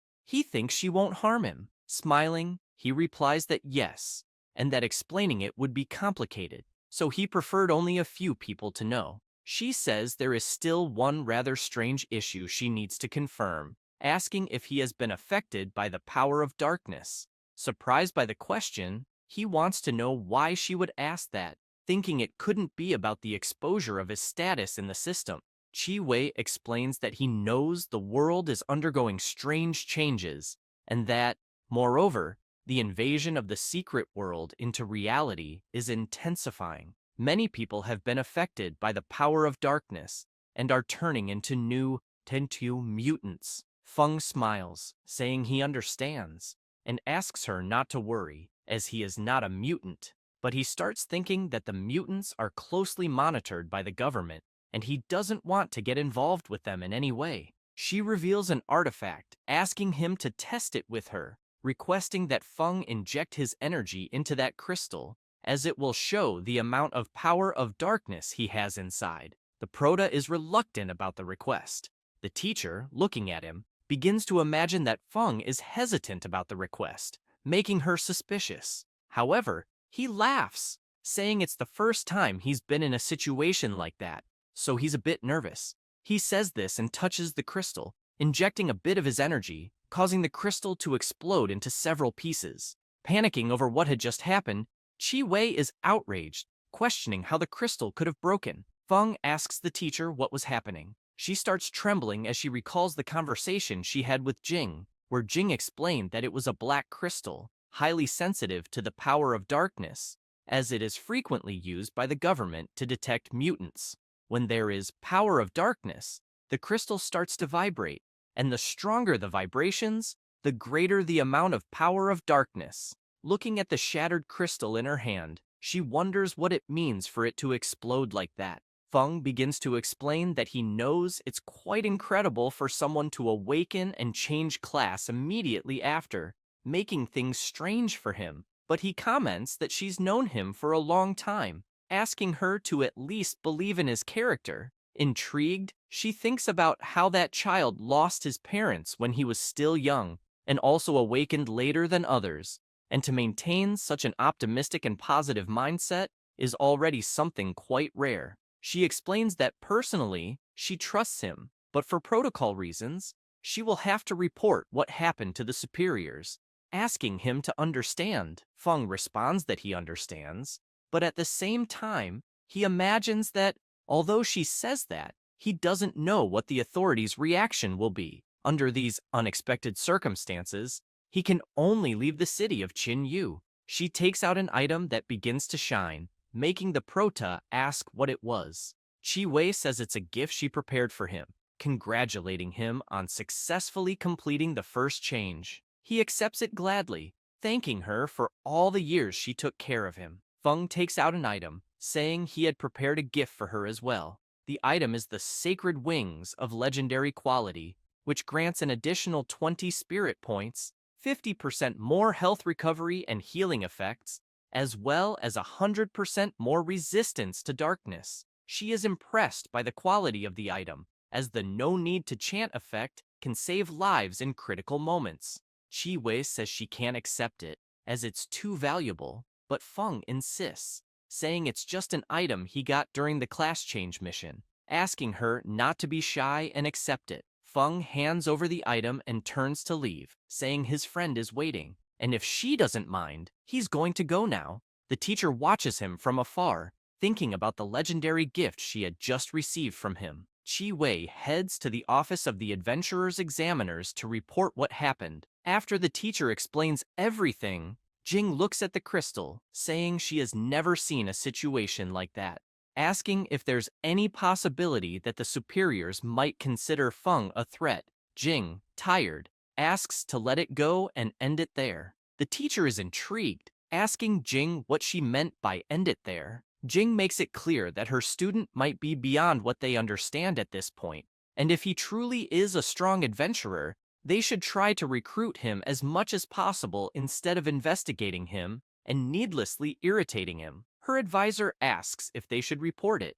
Jing replies no and requests to stop the investigation into Feng immediately. All related information should be kept highly confidential. Chi Wei immediately agrees, thinking that Feng is young and without much background. Protecting him this way is more than appropriate. Jing, still intrigued, responds that since Feng doesn't want to expose his secrets, they should shift their attention to Duan. Currently, they need all the talents they can recruit, and one more strong ally wouldn't hurt. Back at Feng's house, Duan, calling the prota Sir, notices that he seems a bit upset. Feng, slumped on the couch, replies that the teacher just sent him a message saying that they canceled the investigation on him. Duan asks if that isn't good news. Looking like a living zombie, the prota responds that he's worried about how he'll train in the future, as every time he destroys a domain, it always attracts a lot of attention. He's even drawn the attention of the authorities, and if he continues, eventually, he'll face a lot of trouble. Duan becomes irritated, thinking that it's not easy being a great leader, as even his problems seem different from those of ordinary people. He had never imagined that destroying a domain would be like that, and if he hadn't seen it with his own eyes, he wouldn't know how to react. He gets an idea and asks Feng if it wouldn't be possible to train in unregistered domains, which gets Feng a little more excited. Duan explains that recently, with the world's changes, many new domains have appeared. Some of them aren't managed by the authorities due to a lack of resources, while others are occupied by evil forces. Immediately, the prota perks up, saying that could be a great solution, and quickly asks if Duan has information on these domains. Duan replies that he currently has information on 2 of them and can look for more if needed. Relieved, Feng thanks him, thinking that acting like an ordinary person will surely be more effective than acting like a student. And, looking at his supreme black card, He thinks about selling his loot at the trade market and resting a bit. After all, improving his use of curses shouldn't put him behind others. A while passes, and night falls. Dwan quickly returns to the hotel, thinking that he had spent too much time at the Prota's house and didn't have time to look for another place to sleep, so he decides to stay another night there. Upon entering, he is greeted by a man in a suit. Dwan asks who he is. They sit down, and the man in the suit introduces himself as Zhang Ji, the mayor of Qinyu City, thanking him right away for helping during the domain invasion last time. He then asks if Dwan is interested in living in Qinyu City permanently. Dwan responds affirmatively, saying he had been thinking about it lately. Ji is pleased to hear this, saying it's great because it would be an immense pleasure to have a strong warrior like him in the city. Handing over a special adventurer certificate issued by the city with high privileges, he makes it clear that if Dwan ever needs anything in the future, he just has to let them know, and they will do their best to help. Dwan takes the certificate and looks at it. The mayor begins to sweat nervously, worried because he had heard that other cities had tried to recruit Dwan before, but were all rejected. Qinyu City is small, so he hopes Dwan won't disdain it. Dwan puts the certificate away, thanking him right after, saying he will indeed accept it. Quickly, Ji grabs his hand, saying that there is no need to thank him. It is he who should be doing that. Dwan thinks that, in the future, the Prota might use it, deciding to keep the certificate for now. Satisfied with this, the mayor imagines that Dwan is a 4-transformation strong man. With him there, the city will be safer. Trying to gain some favor with Dwan, the mayor asks if by any chance he is looking for a place to stay, as he will arrange one immediately if he is. Dwan just thanks him. At that moment, the Prota continues playing his game, achieving a victory, saying he played so much that he didn't realize it was already late, deciding to sleep. However, he notices that the class group is still chatting at this hour, deciding to take a look to see what they are talking about. Reading the conversations, he imagines that his classmates awakened when they were 16 and wanted to take the university entrance exam, but they first need to reach the 1 advancement level or higher. He never imagined that he would surpass all of them in such a short time. Right after, he notices that they are mentioning his name, saying he is just playing. He is astonished at this, as the guy is another fan of Miss Wang, wondering if he is stalking his feed on his account, because what does he have to do with this? He also notices that the teacher scolded the guy right after, telling them to mind their own lives and not worry about others. Feng bursts out laughing, saying that Teacher Chi is really cool. However, something catches his attention in the group's conversation, noticing several comments about the secret realm invasions. People were worried about it, wondering if they should be concerned. Feng becomes worried upon reading those messages, remembering what he heard about the world changes from Teacher Chi and Dwan. He recalls the time he fought the invasion monsters, where some of them managed to escape because if they hadn't, he would certainly have killed them. He imagines this and immediately goes to sleep. At that same moment, in the world of distortion, the boss sneezes, feeling worried because out of nowhere, he started feeling fear. The next day, at the Chung Trading Exchange, Shin returns to work after recovering from the battle she had with the distortion monsters. Quickly, her colleague shows up, asking why she is there since she hasn't even fully recovered from her injuries yet. Shin replies that she wasn't hurt that badly, and that she is fine at the moment. Her colleague responds that she talks big, then asks if she is eager to get back to university. She turns around, shouting that it has nothing to do with it. However, her colleague finds it a shame because the Prota turned out to be a reckless thief who dared to mess with someone from the 4th change. Shin starts shouting louder, asking her to stop talking nonsense about Feng because he would never do such a thing. Her colleague begins to laugh, saying that Mr. Wang ordered an investigation into the Prota's background, making it clear that Feng is just an 18-year-old nobody who awakened to a 1-star job and that his parents died early. Therefore, he doesn't have the means to acquire high-class items. After all, someone from the 4th change was after him, and if he's not a thief, then what else could he be? She says this, but is soon startled as a stone spike appears in front of her, falling to the ground afterward. It was Feng, using his ability, apologizing because she was too insolent and almost made him lose control. She turns, surprised that he is there, and quickly yells for the guards because he had used magic inside the Chung trading exchange. Shin runs to him, urging him to leave before the guards arrive. Feng simply asks her not to worry. She explains that the influence of the Chung trading exchange is enormous. An ordinary person cannot afford to offend them because, if they catch him, it will be a big problem. At that moment, several people start appearing. They are the guards and Chief Wang, asking the protege how he dared to show up there. Feng becomes serious, saying he heard they were investigating him behind his back and had labeled him a thief. Wang makes it clear that whether he is a thief or not,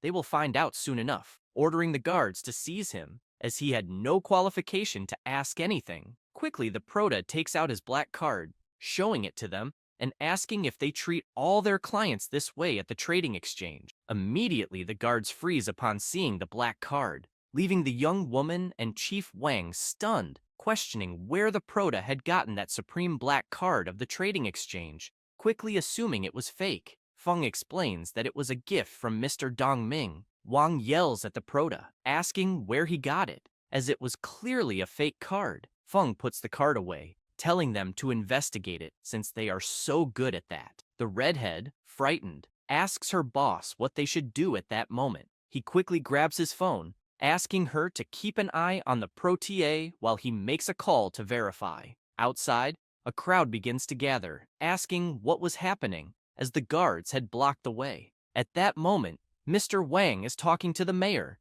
and Dong Ming asks him if, by any chance, someone was investigating the membership card he gave to the prota, and what was going on, leaving Mr. Wang instantly scared upon hearing that. Sweating profusely, he tries to explain that it was nothing, just a misunderstanding. However, he becomes even more worried, imagining that the mayor's father is one of the founders of the trading exchange, so he cannot anger him in any way. He then wonders how Feng met Dong Ming. However, the mayor starts shouting indignantly, asking what he meant by a misunderstanding, making it clear that Feng was a very difficult conquest for him. He asks if, by any chance, Wang had offended him. Not knowing what to answer, Wang explains that he hadn't offended him at all, asking Dong Ming to calm down because he would resolve everything properly. The mayor gets angry, slamming the table, suspecting that Wang had offended Feng, asking how he dared to do such a thing, and telling him to wait, as he was on his way immediately. Wang, after finishing the conversation with the mayor, starts crying, wondering where the hell Feng met Dong Ming, wanting to know about the relationship between the two. But soon he has an idea, remembering Duan, thinking that he must call him immediately, informing him that they found the fighter set, because if he comes for a confrontation, even Dong Ming will have to respect him a little. Some time passes, and the prota is sitting with Shin in the waiting room. However, the mayor and Duan appear together, running toward them. Asking what they were doing there, Shin is surprised because it seemed like the mayor and Duan knew the prota. Both, furious, turn to the woman, leaving her extremely scared, asking why they were looking at her like that. But soon she notices Mr. Wang, all dejected as if he had been defeated, then asks what happened. However, he can only reply that it was all over. Dong Ming turns to the prota, asking if, by chance, he didn't want them to apologize. Feng thinks it's unnecessary, as neither of them would care to apologize since they couldn't redeem themselves. Immediately, the mayor points his finger at the two, telling them to leave at once. Both are shocked by this. Wang quickly slaps the woman, saying that all of this happened because of her. Dong Ming, outraged at that scene, asks the guards again to remove them. After that, they head to a VIP room. Both sit down, and Shin starts serving tea. The mayor watches her, thinking that Feng has a good impression of the girl, feeling relieved because they didn't completely ruin the trading exchange's reputation. Shin, looking at the prota, thinks that he is amazing because he was smiling and chatting normally with the important people there. Smiling, Dong Ming tells Shin that she was wronged, asking her to work hard because in the future, the trading exchange will compensate her. Embarrassed, she thanks him, saying that she will indeed work hard. Feng apologizes to the mayor because on his account, he came from very far away. Dongming asks him not to say that, as the prota's problems were his too. If it weren't for him and Shin, the city of Longbofu could have been left without the prota to defend it. Remembering that he had noticed Feng looking at the rare items catalog, he then asks if he needed something. He starts laughing, saying that he was indeed looking for something, asking if he had ever heard of the final relic. Surprised by what the prota just said, he asks him what he means by final relic. This also leaves Duan intrigued about this final relic. Feng is surprised they don't know, saying it was nothing, as he saw someone mentioning it on the internet the day before and thought it might be something interesting. Remembering that the day before, he had taken the skill book he had received from the teacher. This skill book is called Spiritual Energy Powder. It is used by mages to temporarily replenish skills during combat. Intrigued by the book, as he doesn't know what kind of forbidden spell it will become, he says this while a glow emanates from the book, but he soon decides to learn the skill from the book, with an intense glow appearing on his forehead. At that moment, the system informs him that he has learned a passive skill, Absolute Darkness Convergence. It absorbs the residual dark energy from the final relic, transforming it into his own energy. He is immediately intrigued, wondering what this final relic is. He has never heard of it, and the system did not provide further explanations, leaving him wondering what he should do. However, he feels tired and sleepy, thinking he should sleep and leave this matter for another time since he won't use it at the moment anyway. Recalling that day, Dongming says that it was a rushed departure that time, asking them to go to Longbofu City as he will cover all the expenses there. He says this, quickly grabbing his flying scroll, using it to return to the city, while the two watch him fly away. Feng invites Duan to eat something, but he asks the prota to eat at his place. At Duan's house, the prota is surprised by the size of the house, asking if the mayor was really paying for it. Duan explains that they said that anyone above the 4th change level who wants to stay in Chinyu City would receive special treatment. He then asks the protier if he would like to move there, as Duan can find another place. Feng sits on the sofa, saying it's unnecessary because he will make some money and even buy a house there, making it clear they will soon be neighbors. Duan tells Feng that if he needs money, he can lend it to him, but the prota quickly interrupts, saying he doesn't need his money. He imagines that he recently sold equipment and accumulated plenty of crystals, which he can exchange for money to buy a mansion, so it wouldn't be a problem. But he soon thinks that he would have fewer crystals available, and if he needs them later, it will be complicated if he has already bought the house. He decides then that he will wait a bit. After chatting for a while, the tea arrives, and the prota immediately starts drinking it, feeling relaxed as it was excellent. Duan explains that they have a dedicated chef there and had even called him, letting him know they would be arriving soon. The prota is pleased with that since it was quite convenient. At that moment, Duan's phone starts ringing. He answers, greeting the mayor of Chinyu City, but Zheng quickly says that there is something that might be a bit of a nuisance for him, informing him that the investigation team sent from above is looking into the recent disasters that occurred in Chinyu City, and, as such, would like to get some information from him. Duan is surprised by this, and, looking at the prota, imagines that the investigations might affect Feng, so it's better to ask what he thinks first. He then tells the mayor that he is busy that day. Zhang replies that it's all right, asking Duan to let him know whenever he is free in the coming days. After explaining to the protier the matter the mayor mentioned, Feng asks what this investigation group is, as he has never heard of these people. Elsewhere, a sinister warrior appears, saying that the city is strange because they are talking about a mysterious great boss. In the meeting room, several important people are gathered, asking if anyone there knows this mysterious great boss.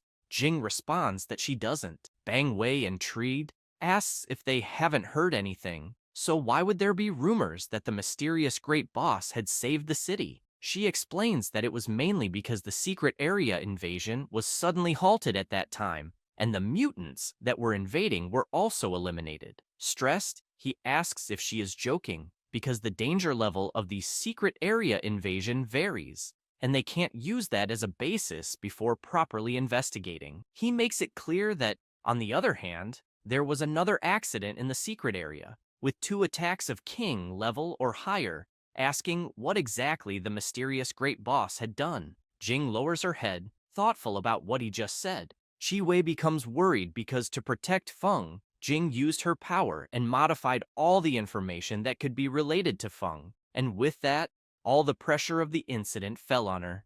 At that moment, Mayor Zhang burst through the door, informing them that he had just called Duan, but he said he couldn't attend the meeting because he was busy. Bang Wei becomes furious, saying that he hates those adventurers who are out of control, as a watchdog without a guild acts like the world belongs to them. He slams his hand on the table right afterward, asking to be put in charge of the investigation. After the meeting, he goes to the secret area. As he approaches the portal, he is stopped by 2 guards who are there. Smiling, he greets them, introducing himself and saying he is part of the investigation team and was there to enter and carry out some investigations. The guards quickly say there's no problem at all, and that with him there, they feel more at ease, asking him to enter right afterward. After passing through the portal, he notices several traces of dark energy, saying that although it's not the first time he's been there, seeing the level of destruction, he can't help but be impressed, wondering what kind of force is needed to completely destroy a secret area. Looking at the remnants, he imagines that even the residual dark energy is so pure and powerful, because no matter what kind of nonsense this mysterious great boss is, in the face of such an existence, it's like an anthill before an elephant. He immediately becomes ecstatic, shouting that this place is truly worthy of anticipation. Saying this, he raises his hand, making a sinister demon appear right in front of him, as if he were controlling it. He then lets out a malicious laugh, saying that it was indeed king level,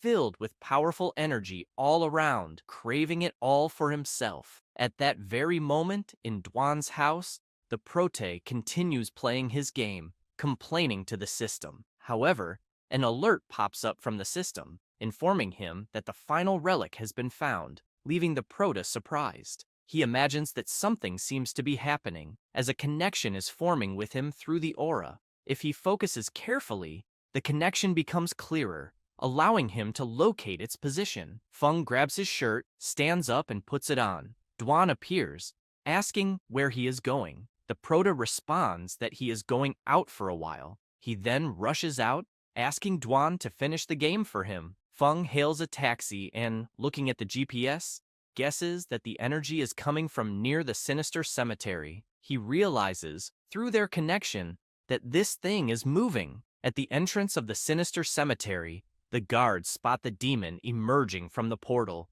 notifying their superiors via radio that an unknown monster has appeared there. They both start trembling, asking what the hell that thing in front of them is, as Bang Wei had fused with the monster, calling for help because they couldn't move. Due to the monster alert, blockades were set up to prevent any accidents. The guards asked everyone to stop, as there was danger ahead. At that moment, the taxi driver tells the Prote that, unfortunately, they can't pass the blockade. He responds that it's fine and that he'll get off right there, paying the driver afterward. He notices that the thing had temporarily moved away. At the entrance of the sinister cemetery, the demon continued its rampage, destroying everything, while Bang Wei called for help. However, Jing suddenly appears, along with Professor Chi Wei and another person, charging toward the monster. But they quickly stop, horrified by what was right in front of them, asking what the hell was happening. Some time passes in the sinister cemetery after the battle. Jing is in Chi Wei's arms, who is trying to heal her. She tries to say something but can't due to her injuries. The professor imagines that, thanks to the equipment Feng had given her, she managed to reduce the cooldown time and use the support spell faster. However, the situation is still critical because not even Jing, who is strong, could stop the creature. Jing starts to stand up, trembling all over, asking where the creature was. Chi Wei explains that it had headed toward the city center, but Mayor Zhang had already called for help from Kang Na, though he didn't know how long it would take him to arrive. and it might be too late. Jing takes a deep breath, imagining that Kang Na is as strong as she is. So, alone, he won't be a match for the creature. The only hope left is for the person who is pursuing it. This will be the last chance. Elsewhere, the creature is destroying everything in sight, furious.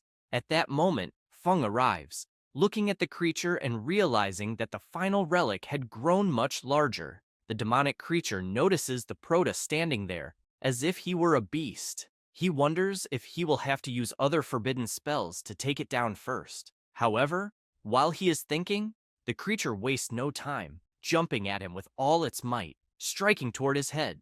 The Prota remains motionless, waiting until the last second to act. He uses his dark shield immediately afterward, blocking the creature's attack. It starts to break out in a cold sweat, wondering if this is even possible. How could he possess such incredible power? At this moment, a system message appears, informing him that the final relic has been detected and asking if the Prota wants to absorb it. Feng wastes no time, accepting immediately, as he needed close physical contact to absorb it. He releases a terrible power toward the creature, absorbing it immediately while it screams in pain. With the absorption, various memory fragments and places were assimilated, gaining an additional 100 total attributes. Feng is pleased because, even for a 3-star class, leveling up from level 0 to the Buiwi third transformation doesn't grant so many skill points to distribute so generously. However, he grows concerned, as it seemed that, in addition to the absorption, he had taken in something else, since he was seeing some strange images in his head. At that moment, Duan appears, asking the Prota what had happened there. Feng simply gestures toward the fallen creature, saying that it appeared out of nowhere and he killed it immediately. Duan, looking at Bang Wei, knocked out on the ground, says that it seemed like the Prota was also responsible for defeating him. He is intrigued by the chaotic scene around them, thinking that the mayor just mentioned that there was a monster invasion. He wonders if they were members of some evil sect, and although he understands that the Prota managed to eliminate the monster, he can't explain what happened to the energy around them, as it doesn't seem to be the result of a powerful spell. So, how did the Prota do it? Feng, smiling, pats Duan on the shoulder, asking him to handle the aftermath there, as he arrived just in time. Duan simply responds that he understands, telling him to leave it to him. After that, Feng takes off flying at full speed, leaving Duan astonished at the Prota's speed, wondering if he wasn't a mage, because that speed surpasses many combat classes. Shouting to Feng right afterward, he says that he truly is incredible. Some time passes after the confrontation with the creature, and in Yanbian prison, Bang Wei is incarcerated, having confessed that he tried to control the creature. Jing explains that he discovered the creature in a secret dimension by chance, and managed to control the power of darkness for himself. Taking advantage of the investigation, he injected the power of darkness into the secret dimension, but the creature went out of control. The mayor is pleased, saying that it's great because apparently they have the mysterious great boss maintaining the city's security. Jing smiles, as does Professor Chi Wei, because her student is doing an excellent job. The mayor turns to Duan and asks if, by any chance, he had met the great boss. He replies that he did, as he was lucky enough to encounter him once, leaving the women surprised by what he just said. Zhang asks Duan if he could do him a favor. If the mysterious great boss is willing to settle permanently in Qinyu City, they will do their best to meet all his needs. Duan explains that the great boss is discreet and rarely shows up, so it might be better to forget that idea. He recalls that, thanks to him and the Prota, they managed to shift the situation to this mysterious great boss who doesn't exist. In other words, without evidence, they cannot investigate. The mayor laments, as it really is a pity. Strong people like the great boss are admired by many. Duan makes it clear that the mysterious great boss has relatives in Qinyu, so he will take special care of this place, asking them not to worry. However, in return, he does not wish to be disturbed. Jing is intrigued by what Duan just explained, but she understands everything in the end. As for Professor Chi Wei, she wonders if, by chance, The great boss is a relative of Feng. After all this, at the Prota's house, he is taking a bath, thinking that the so-called final relic is actually the remains left by the demon kings who died in these secret dimensions. He imagines that the additional images he saw earlier in his mind are actually memory fragments of the demon kings during their lives, which were absorbed along with the relic. He then becomes intrigued, as he has no interest in becoming a demon king, wondering what purpose these fragments would serve. However, he soon thinks of something, imagining that they could actually be useful. He reflects that, under the accumulation of the power of darkness, these secret dimensions experience periods of strengthening. If the invaded time and space cannot withstand it, the world will face chaos. It is clear that in their time and space, the training path of the awakened is not complete, with only a few managing to reach the fourth level. Moreover, the professions of the awakened do not seem to have reached their most ideal form yet. He becomes worried as the information extracted from the Demon King's memory does not seem very good. If things continue that way, humanity will have only one fate. Even if he protects himself, he will not be able to live in a world full of monsters. But fortunately, they were not the only ones to suffer from the secret dimension invasion. In other times and spaces, some managed to repel the invasion successfully. If he can collect more fragments, selecting the useful experiences, it will be very effective. After all, these experiences are beyond current knowledge, and improper handling could lead to unpredictable consequences. Suddenly, his phone rings. Feng answers, laughing, and asks Yue if she has something important for him. She invites him to dinner that evening, making it clear that he must not miss it because they were celebrating. She had managed to complete her S-Class mission, and the transition to the Vanguard Shadow class was complete. Feng immediately accepts, saying that how could he refuse the invitation, especially since it was she who was inviting. This makes her happy to hear. She asks him to check his phone because she will send him the location. After sending the location to Feng, she and Zhao leave the transformation area,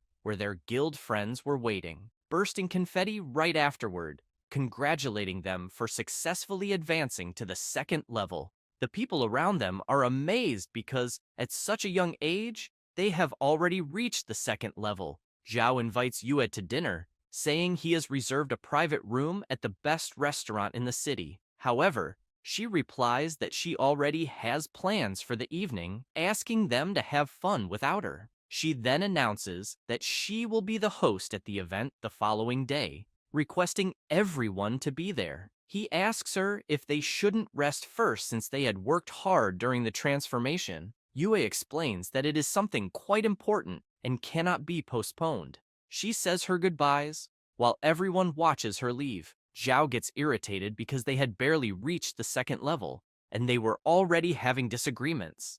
The cleric tries to calm him down, asking him not to speak like that because Yue is that kind of person. She must have something really important to do. Annoyed, he asks everyone there if they aren't tired of running after her, leaving them surprised by his question. Zhao explains that now that she has successfully completed the transition to S-Class, she has also awakened a new hidden class, making it clear that the distance between her and everyone there will only grow. The cleric is shocked by what he just said. While everyone watches Yue walk away, Zhao comments that he fears that one day she will completely disconnect from the guild. Some time passes, and night falls at the restaurant where the protagonist and Yue had arranged to meet for a celebration. Feng is amazed upon seeing the roasted lamb, saying that the restaurant wasn't expensive and that all their food was delicious, urging her to try it immediately. Still delighted, he says that being there was only possible because he followed her. Yue quickly thanks him for giving her the emblem, as it had helped her a lot. While he devours his lamb, he becomes intrigued by what she said and asks if the emblem had activated a new hidden class. However, he begins to imagine that in the Demon King's memories, they discovered that the awakened and their professions in that time and space hadn't reached their ideal form. He wonders next if emblems are one of the ways to achieve that state. Yue asks the protagonist if, by any chance, he knows where those emblems came from. Feng starts laughing, saying he wasn't very sure about them. She becomes frustrated upon hearing that, saying it would be great if they could buy them, as she would give one to the protagonist and the other members of her team. He feels happy, imagining that his friend is still the same, as whenever something good happens, she also considers his interests. Yue asks him not to worry, saying she will handle the emblem issue, and asks the protagonist not to give up on training, as in such a dangerous time, having extra self-defense skills is always useful. She makes it clear that once she finds an appropriate emblem for him, he might also activate a new class. Feng starts teasing Yue, saying that it's hard to train alone, as having her as a friend to protect him was already enough. Quickly, she is shocked, shouting at him to stop joking around, as she was talking about a serious matter. After saying this, she suddenly feels a discomforting pain. Feng becomes concerned and asks what had happened. She puts her hand on her arm, asking him not to worry, as she had gotten slightly injured while completing a mission. Immediately, the protagonist offers to heal her. However, she responds that she had already been healed, making it clear that it was an S-class mission, explaining that the boss dealt a lot of damage and she would need some time to recover. Feng is intrigued, wondering how difficult an S-class transition is. At that moment, the protagonist's phone rings. He answers, and someone asks if he was Ning Feng by any chance, but he doesn't respond, instead asking the caller what they wanted and who they were. He then imagines that the person had an aggressive tone in the way they spoke. However, the caller says that the protagonist doesn't need to know who he was, just asking him to answer where he had obtained the emblem. Feng quickly becomes fed up with that guy and leaves him talking to himself. Yuen notices her friend became stressed and asks what happened. He responds that the caller had asked where the emblem came from. She is startled upon hearing that, explaining that she hadn't told anyone outside about the emblem. The protagonist simply picks up his delicious lamb to eat, asking her to let it go and to eat and drink in peace. However, he notices that the guy still hadn't hung up. Picking up the phone again, he hears the guy shouting, asking how the protagonist dared to leave him talking to himself, making it clear that he would pay for what he had done. Feng listens to all that nonsense, then becomes serious, imagining that Yue is nearby, so it would be better not to do anything to draw attention, and he hangs up the call immediately. After eating and chatting a lot, the two leave the restaurant happy. The protagonist puts his hand on his stomach, saying he was too full and had never eaten such good lamb. She feels happy to hear that, but soon becomes concerned, asking if he wanted a ride. He smiles, saying it wasn't necessary, and bids farewell shortly after. After returning home, he opens the door, feeling drowsy from eating too much. However, he becomes startled, noticing that his house had been ransacked and was completely messy.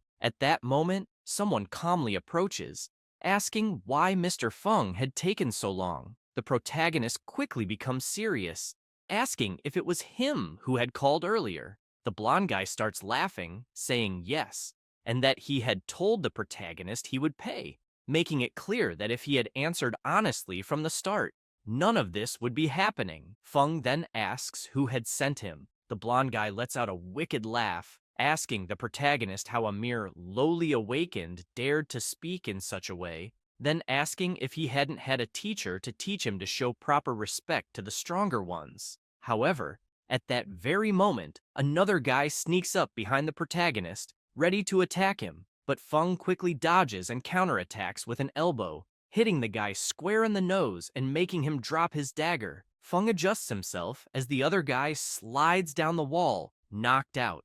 The blonde guy is quickly terrified, wondering what the hell had just happened. The protagonist starts laughing, telling him to show some respect and calm down. However, he begins to sweat profusely, worried, realizing that the information clearly said the protagonist was just a one-star novice. Then, he wonders how a 3-star assassin had been defeated by a mere mage with bare hands.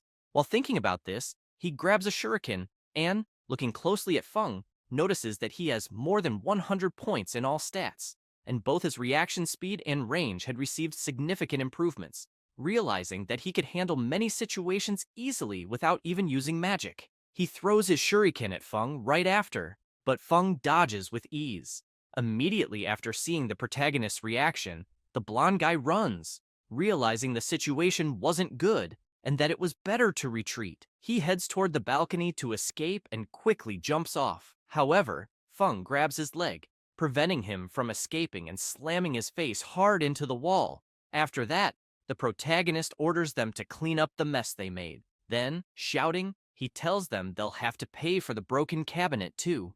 After cleaning everything up, the blonde guy says they've finished, informing that all their belongings, including their clothes, had been placed on the table. Feng crosses his arms, saying everything is fine, but he wants to know who sent them there. With his face all battered, he explains that it was Master Zhao Cheng of the Sovereign Lion Guild. He said that the protagonist had a special emblem that was unique and couldn't be found anywhere else, which is why he had hired them to gather information about it. Feng is immediately intrigued, wondering if that Zhao Cheng was the same mage from Yue's guild. As if that were the case, it wouldn't be surprising that he would do such a thing. He then gets excited, with a sinister expression, imagining that he won't be gentle with him, as he still had a forbidden spell he hadn't used, and he would use it especially on him. Immediately, the protagonist activates this ability, which involves the shadow ritual,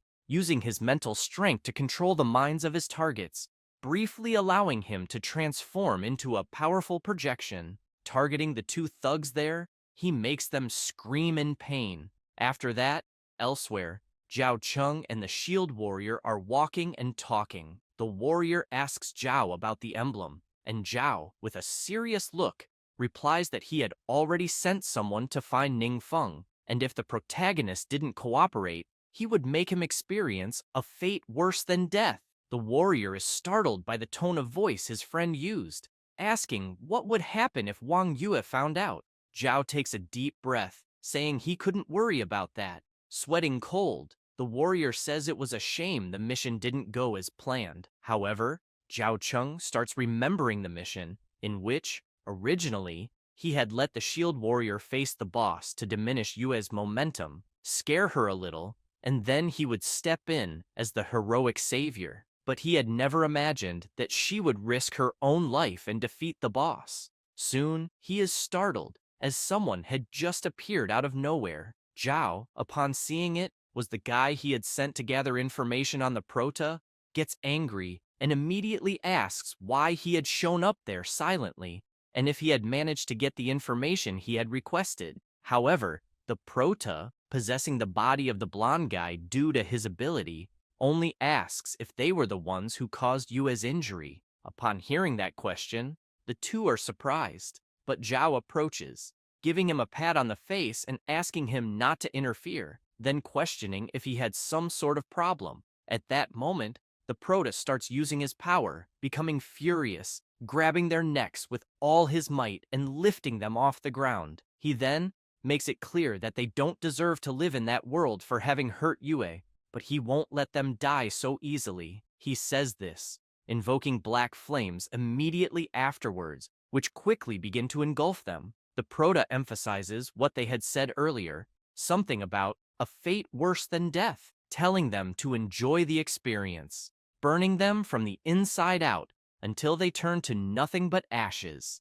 With that, he starts burning the blonde guy's body too, figuring that if they all turn to ashes, there would be no evidence, making it a good way to disappear without leaving any traces. However, he notes that this time things are a bit dangerous, as his home is in a common neighborhood, and he won't be able to prevent the entry and exit of high-level awakened individuals. Although he doesn't need to worry about them with his power, he can't stay at home 24 hours a day. He reflects that he originally planned to access the Demon King's memories and gather some important information, but luckily, he hadn't started yet. As if he were discovered by the awakened, it would certainly cause major problems. After thinking all that through, Feng starts stretching, saying he will stay at Duan's house first, since he is an awakened of the fourth transformation, strong, and the security in the housing area is of a high standard, much better. After saying that, some time passes, and Feng arrives at Duan's house, explained to him what had happened earlier. Duan becomes furious upon hearing everything, asking the protier to rest as he will investigate to see if there is anyone else conspiring against Feng, as attacking him directly was an unforgivable audacity. Feng takes a deep breath, asking Duan to stay calm, as there was no need to rush into anything, and then asks if he knew any reliable alchemists.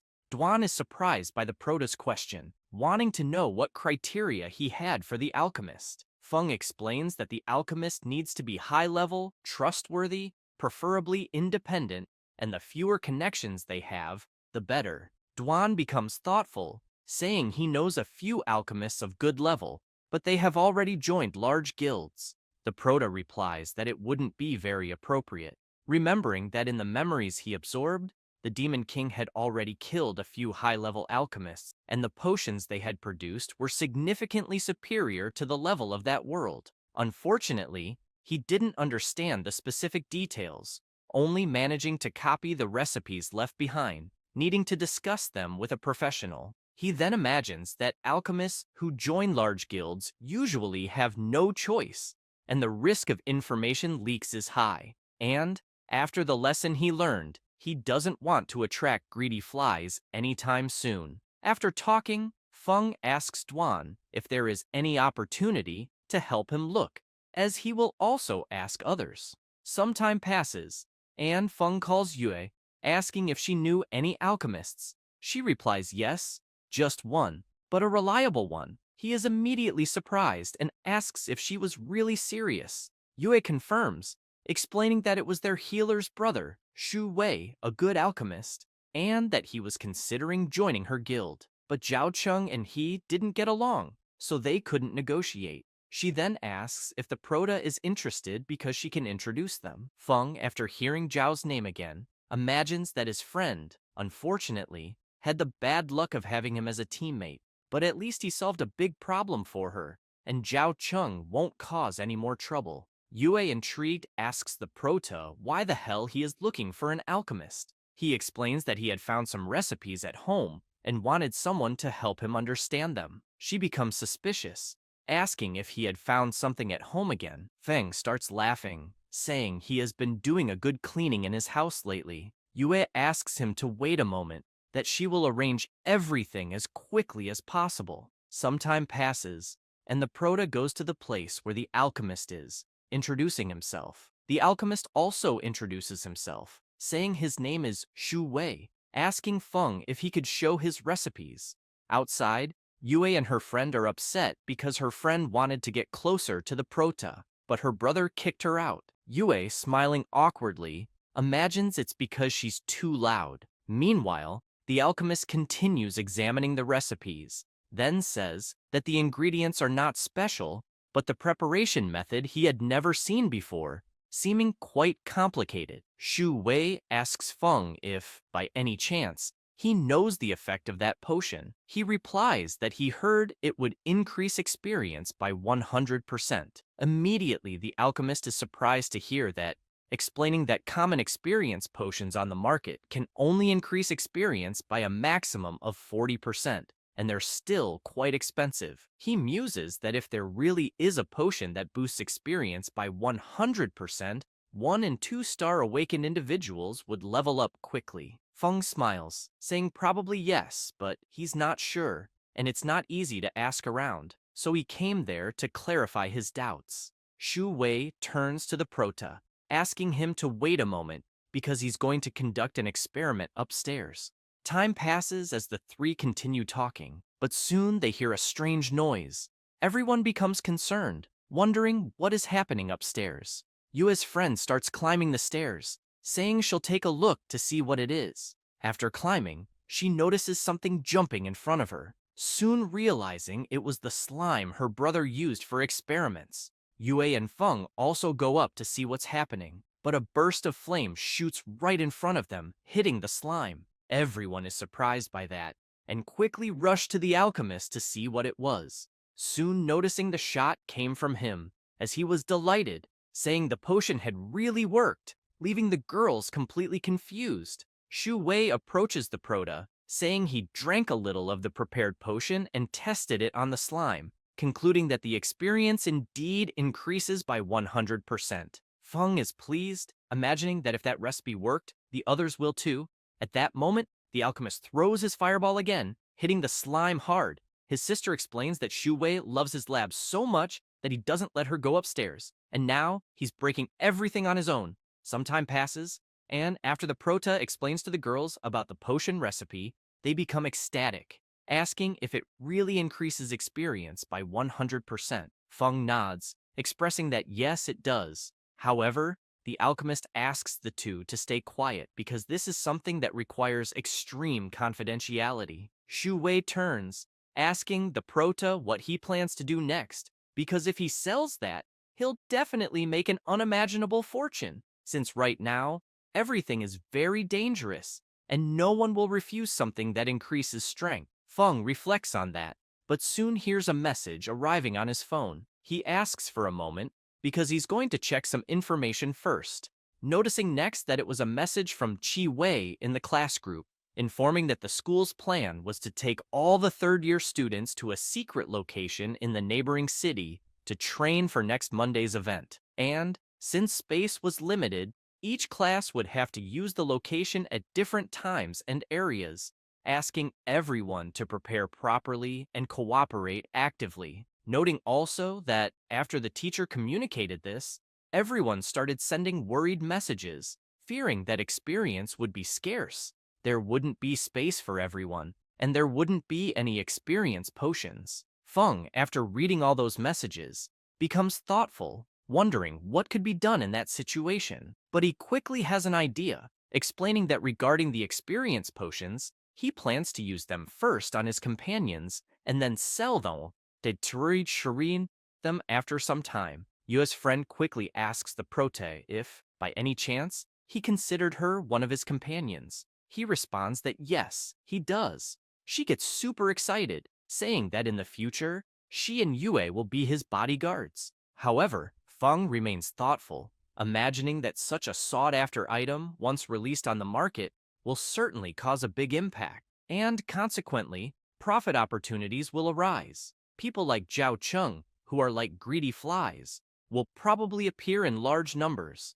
To keep the peace and calm, it's better to first nurture the people around them to support their power, because when someone has bad intentions, it will be time to act. Right after, the prota remembers Yue's guild berserker and asks if his name was really Zhou Jiangshu, as the experience potions could also be considered for him. The two are pleased to hear that. Yue's friend says that, in fact, last night, the berserker was worried, thinking he wouldn't be able to get into the same university, but now he will be reassured. Feng imagines that Zhou Jiangshu is quite talented, and Yue's friend, being a cleric, is also good, so the two will be of great help. Shu Wei approaches the prota, asking if he can call him brother, and if, by any chance, he has more recipes. The prota replies that yes, he does, handing another one to the alchemist, who quickly starts reading it. He begins to sweat nervously, feeling disappointed with himself because he has never heard of the ingredients listed. He recognizes only 2 ingredients from the recipe, but fears he won't be able to prepare it with his current level of power. Immediately, Feng becomes intrigued, thinking that, after all, these are recipes from a different world. If they can use some of them, it would already be great. At that moment, Yue suggests that as soon as the first experience potions are ready, they should call the berserker and Shu Wei to train together. She pats the prota on the shoulder afterward, saying he should go too. This makes him worried, and he starts playing dumb, but Yue interrupts him, asking him to relax, as the city just sent out a notice allowing guild teams to go out for training, so he could go with them peacefully. They quickly start discussing which day to schedule the training. Shu Wei makes it clear that he'll calculate because if they want enough potions for everyone, they'll probably be ready by next Monday. Yue says that's perfect, and will schedule it for next Monday, thanking them right after. The cleric replies that there's no need to thank them since her brother wasn't doing anything anyway. Meanwhile, Feng looks a bit clueless because no one had consulted him. Time passes, and Monday arrives. The prota is already at the meeting place, telling Yue over the phone that he has already arrived. She just asks him to wait by the roadside because they will be there very soon. Meanwhile, a school bus passes by where the prota is standing. The people inside are from his class at school, and they ask if the guy standing there could be Ning Feng, their friend, until, looking closer, they realize it really is him, and that, apparently, he won't be training with them that day. Quickly, they start laughing and mocking the prota, but soon they decide to change the subject because to them, it wasn't worth talking about someone as useless as Feng. It was better to sleep so they could arrive rested for the training. Time passes, and several people are at the entrance to the secret area. Feng's school class also arrives at the location, noticing that there were a lot of people there. A student asked the teacher, Chi Wei, when they would be able to enter. She replies that probably in about 2 hours. The students, upon hearing that, become impatient, asking if they really had to wait all that time. Chi Wei responds that yes, they did, because they were in the second group. However, one of the students notices Feng up ahead and quickly calls his group to see if it was really him. They are immediately impressed, as he was with the goddess Wang Yue and her guild, Sovereign Lion.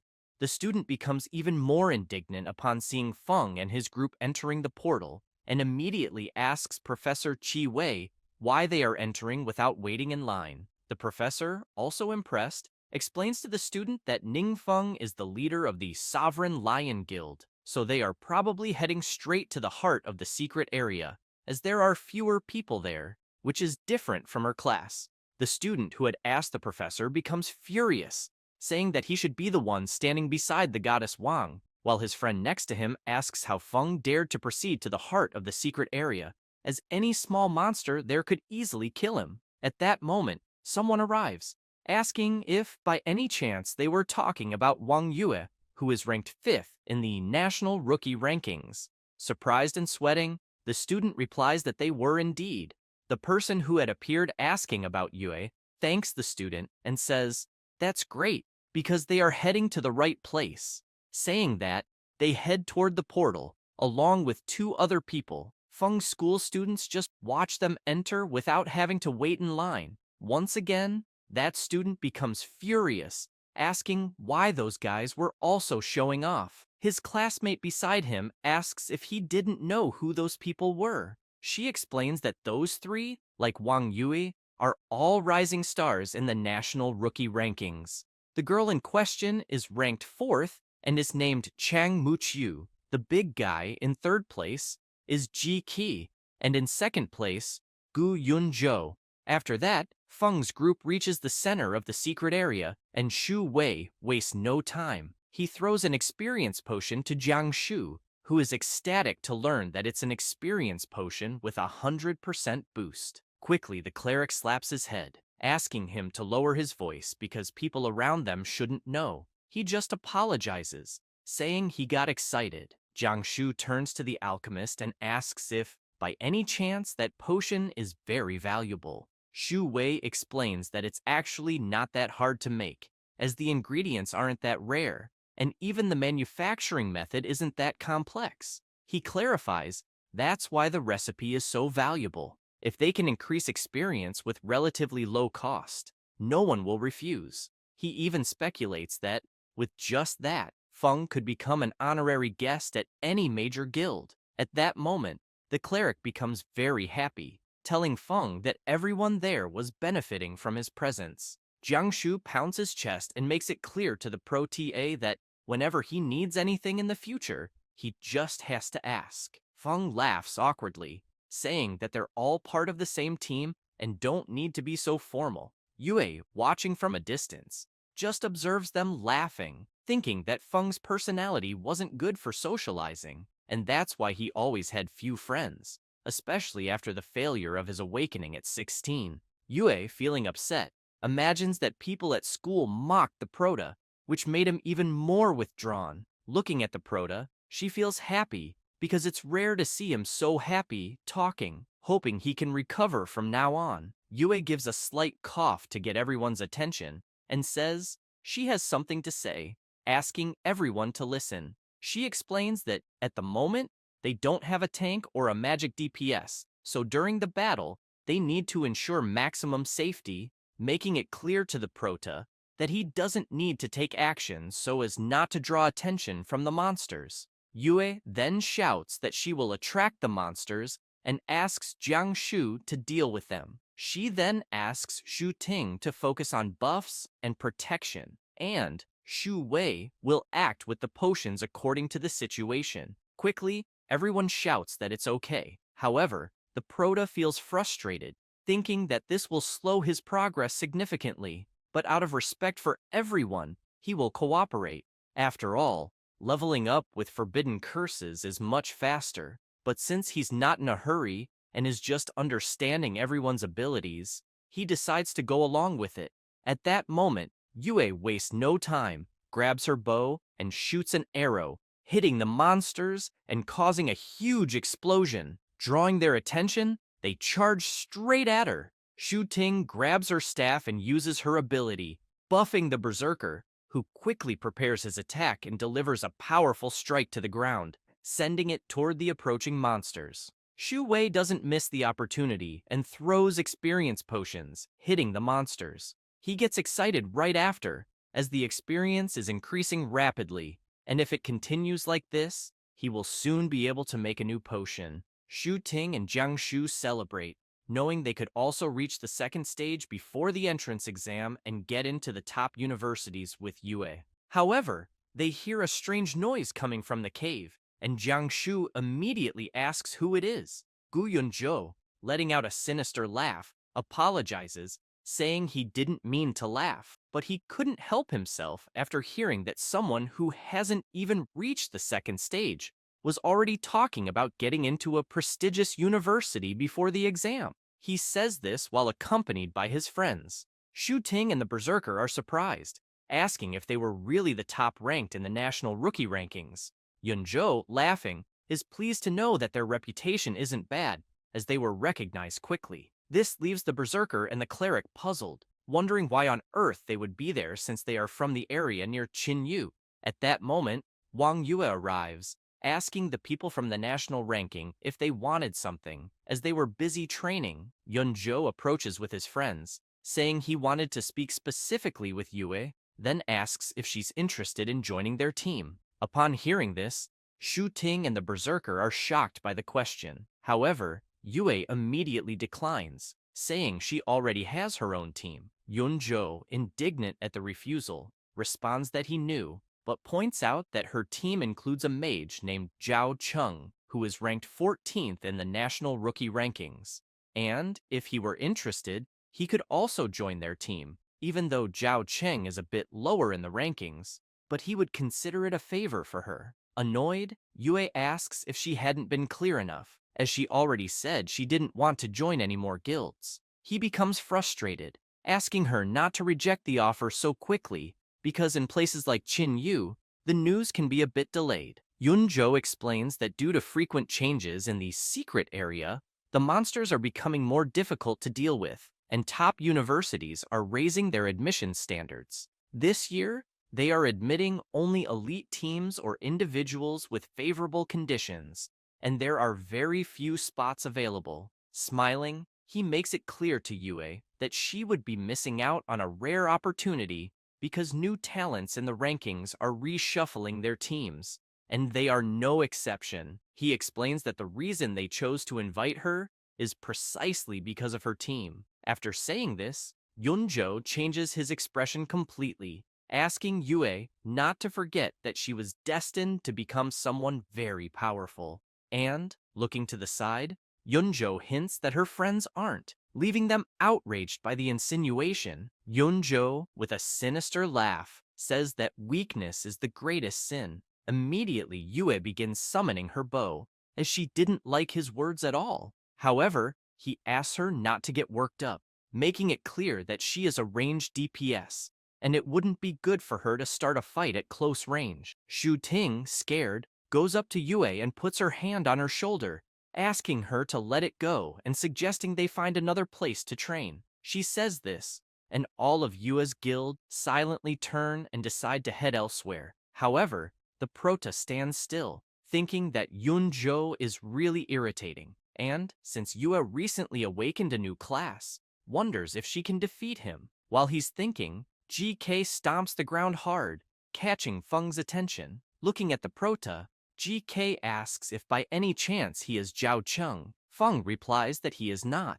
With that, GK lets out a sinister laugh and tells the prota to get out of there immediately, as he's nothing but useless. Hearing this makes Feng furious. However, the berserker steps in, asking GK not to be so disrespectful. This angers GK, who asks if by chance the berserker wants to die here, throwing a punch immediately at him, which the berserker blocks. However, he's shocked by the strength of GK's strike. Soon, Jiangshu cannot withstand GK's punch and takes the full blow. Concerned, Yue runs towards the berserker, asking if he's okay. But Yunzhou steps in front of her, preventing her from passing. She immediately asks him to move, startling him with her expression, but they soon hear the berserker telling them to stay out of it. Kneeling on the ground and in great pain, Jiangshu realizes he's in trouble, as it seems the punch broke a few of his ribs. He thinks that GK must be a cruel guy. He quickly gets up and tells Feng to back off, thinking that he can't let the protagonist get dragged into the fight that's coming.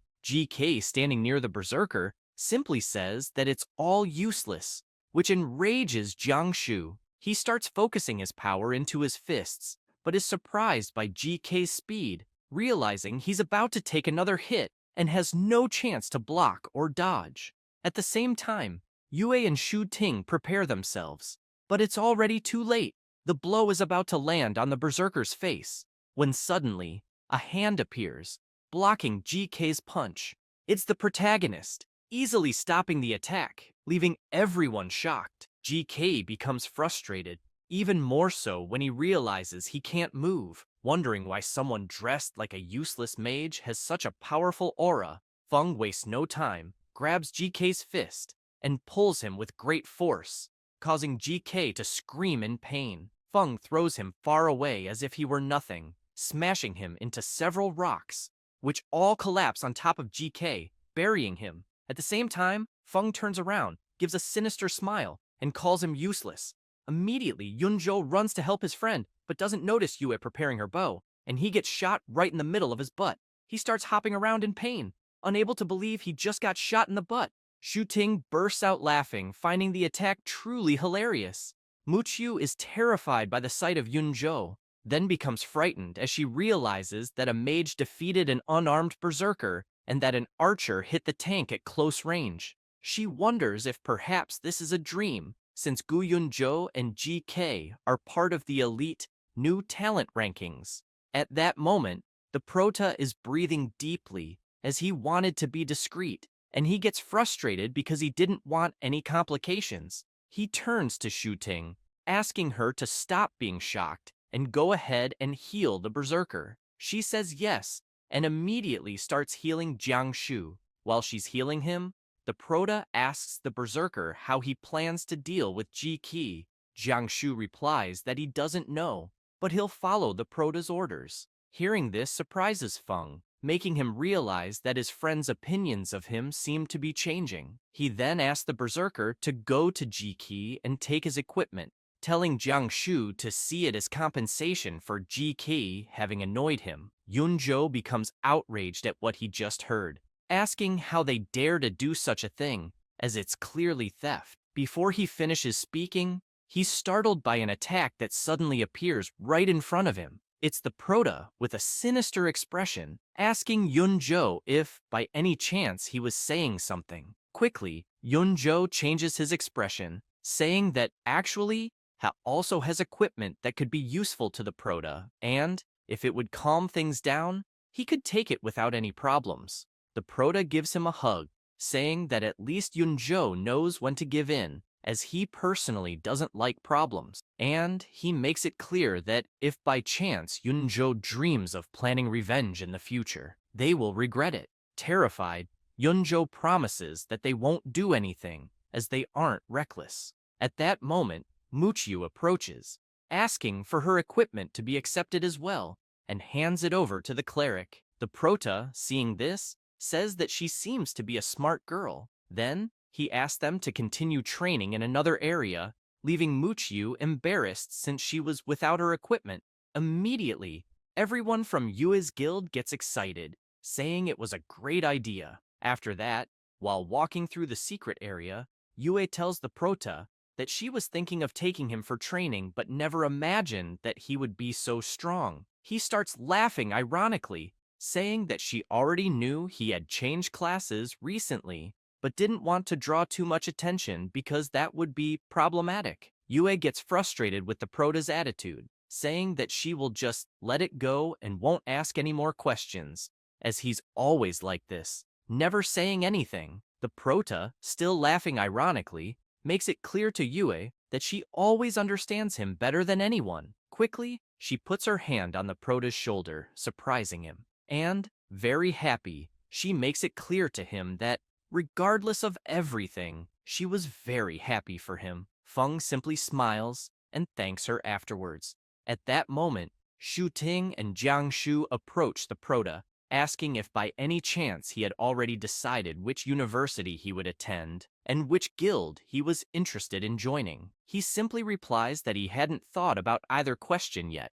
They continue talking while Shu Wei asks everyone to wait for him. However, Feng becomes intrigued, imagining that both the university and the guild are places with strict management. A mistake could reveal his biggest secrets. Thinking that it might not be a good idea for him to join either. He ponders this, but soon the Prota changes his expression, shouting to everyone that they can still go deeper into the secret area and speed up leveling up, as Yue can simply attract more monsters at once, and he, as the tank and main DPS, will take care of most of them, asking the others to handle the rest, which gets everyone excited by the Prota's enthusiasm. Content, Feng imagines that even though he can't use high-level magic, using attribute buffs and passive abilities might be enough. Some time passes, and the Prota goes to Duan's house, who is surprised to see him, saying that he finally returned. Feng is disappointed because he had worked hard for a few days and only gained 1 level,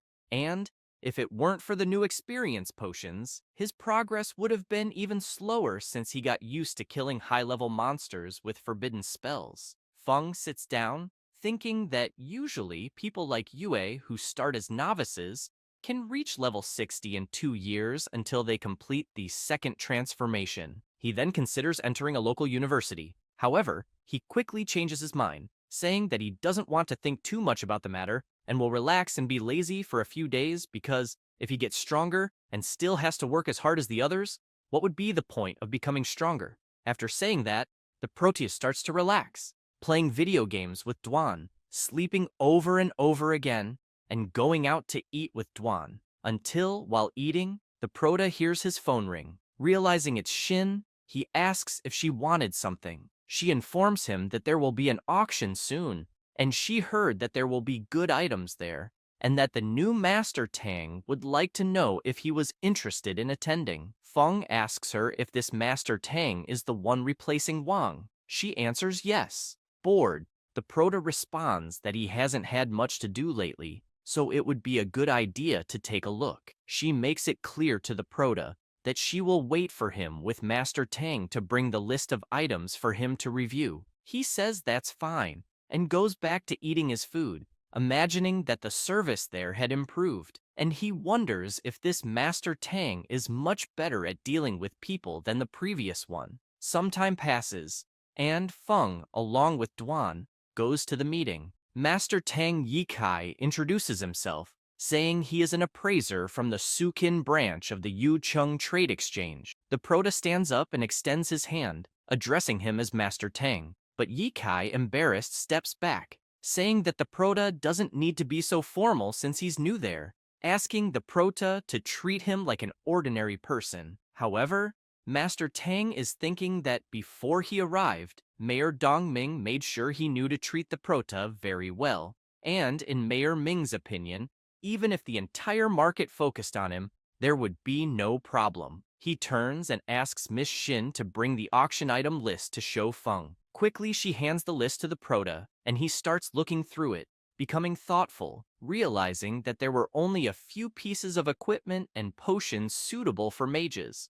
none of which would be useful to him. As the Prota rapidly examines the items, Mr. Yiki becomes concerned because it seemed like Feng was reviewing the items too quickly and didn't seem to find anything to his liking. He starts wondering if he might have underestimated the Prota's abilities. Then, something catches Feng's attention, leaving him seriously concerned. Noticing that something had caught the Prota's eye, Yikai approaches, saying that Feng has a good eye because the item he was looking at was definitely something great. Yikai, pointing to the image of the item, says it's an experience potion that can increase experience gains by 100%, a very rare item, perfect for leveling up quickly. Feng remains silent for a moment, remembering the conversation he had with Shu Wei. Duan is also shocked to see what the item was, catching even Master Tang's attention, who is confused by the whole situation. Suddenly, Feng becomes serious,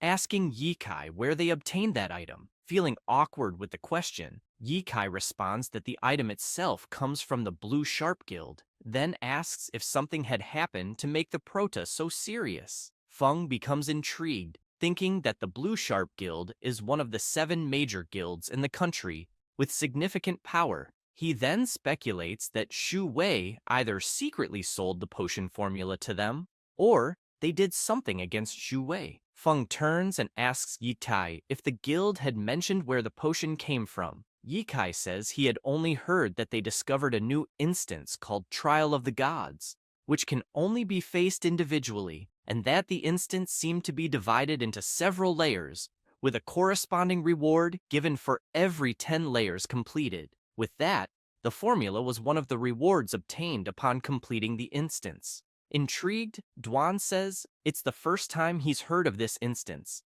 then asks if it was also one of the instance mutations, because according to official requirements, before exploring an instance, it was necessary to register with the specialized county, and basic information could be found on the dedicated website. Feng, thoughtful, starts wondering if, by chance, Shu Wei had encountered any problems, then considers that this Trial of the Gods seemed like an incredible place. However, at that moment, a system message arrives, notifying him that he has acquired the mission, Trial of the Gods, asking him to use the power of the Trial of the Gods for personal benefit, with a time limit of 60 days to complete it, and the punishment for not completing it would be the elimination of the host. He becomes excited, as this is the first mission the system has given him, imagining that it will probably be something very interesting. Feng thanks Yikai but regrets, saying that this time he won't be participating in the auction.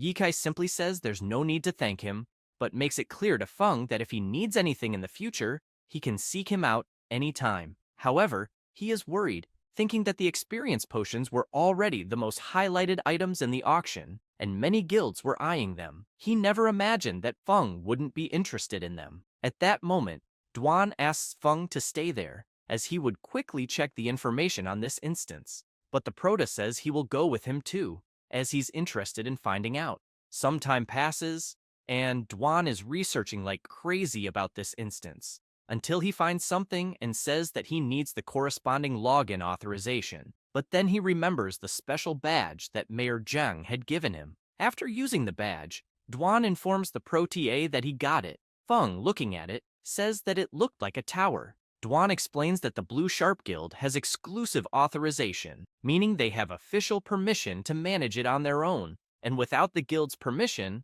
outsiders cannot enter in any way. Feng imagines that these specialized instances of the major guilds are basically like that, but since the mission had already been issued and if he doesn't complete it, he will die, he starts thinking about other possible ways. After talking with Duan, the protagonist decides to head to the location of the god's trial. Using his teleportation ability, he observes the area, wondering why there were still sentinels there so late. He imagines that the Blue Sharp Guild has shared a lot of information about the test instance on their own forum to attract stronger players to join, which helped him understand a bit more. He thinks that if he uses stealth abilities to enter, they will never notice. With this thought, he smiles and then jumps, teleporting behind the sentinels without them noticing, heading straight for the rift. However, an explosion occurs, leaving the protagonist shocked, as the blast throws both him and the sentinels far away. Meanwhile, at another location, one of the people in charge of monitoring the instance area asks if they saw the large explosion that just occurred there. Another person yells that they will immediately inform the president. Elsewhere, at the protagonist's house to be exact, his ability begins to manifest until he suddenly appears and crashes into his bed. Covered in blood and screaming in pain, he wonders what the hell had happened there, thinking that he had only touched the entrance to the instance when suddenly, a powerful energy gushed out, completely breaking the purification barrier he was using. Worried, the protagonist desperately wants to know what had happened until a system notification appears, giving him an important warning that the system resisted an investigation, suffering 3% damage, which accumulated 3%. Then, another notification comes in, informing him that another 4% damage was inflicted on the system, accumulating a total of 7%. Feng can't believe that even his system took damage, wondering what kind of exploration ability that was. However, more and more notifications arrive, one after another, totaling an accumulation of 34% damage. Back at the instance area, several people arrive to investigate what had happened. A priest begins healing the guards injured by the explosion and informs the president that they were only stunned and their bodies showed no signs of injury. One of the guards starts to wake up and calls for the president. He approaches, asking what had happened. This person is He Shiyu, president of the Blue Sharp Guild. The guard explains that he doesn't know for sure, but mentions that the door to the trial of the gods suddenly exploded, and he fainted afterward. Shiyu, concerned, says that there were previous reports of this kind of situation, wondering if there had been any mutation in the instance. A mage, after hearing what the president just said, approaches and suggests that perhaps they should use that to investigate. He replies that it seems they have no other choice. Saying this, the mage quickly begins to use her ability, Temporal Zone. Concerned, the president thinks that, fortunately, this instance has a special spell embedded in it, which not only can record images within and around it, but also rewind time to investigate. He imagines this while the mage's ability rewinds time, leaving him shocked as they witness a shadowy creature emerging through teleportation. Then they notice another deity, calling the shadowy creature a malevolent god, and asking how he dared invade their territory in such a way, attacking him and hitting the mysterious shadowy creature. They are shocked to hear the name Malevolent God. At that moment, they see the other deity, furious inside the rift, saying that the mysterious person had escaped again, and that they needed to find him at all costs, because they couldn't let him destroy that world. They become even more frightened by the story of world destruction. Afterward, some time passes, and Shiyu shows the Temporal Zone abilities images to all the guild presidents present. Liu Yingzhen says that, based on the images recorded by the Blue Sharp Guild, this is their first confirmation of the real existence of deities. He emphasizes that although the identities of the deities are unknown from the spells they cast, it is enough to reach the level of forbidden enchantment from legends.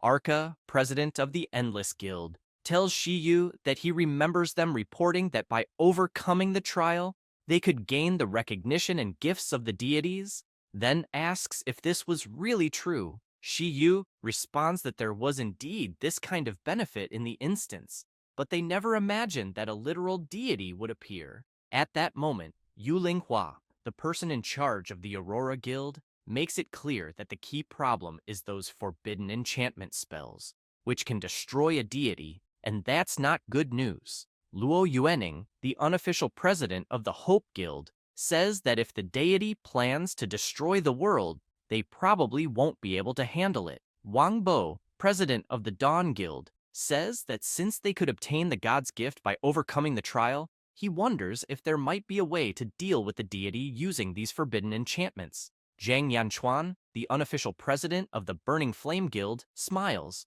saying it might be worth trying. Meanwhile, Shi Yu feels intrigued, thinking that everyone there is always keeping an eye on the trial of the gods, as if they want to take advantage of the opportunity to blackmail him. Suspicious, he says that if they all want to take part in the trial, he won't oppose it, but makes it clear that the creatures and objects in the trial of the gods are extremely powerful, and with everyone's current strength, they wouldn't be able to overcome them. At that moment, everyone falls silent for a moment. Soon, Ying Zhen asks Lao Feng if he has any ideas. He simply responds that what ideas could he have and what could he do, then asks everyone if they weren't supposed to be skilled. Ying Zhen tells him not to get mad, as he was called back because something big had really happened. Furious, Lao Feng says that, in everyone's eyes, besides protecting themselves against them, the mutants, there would be something else to report,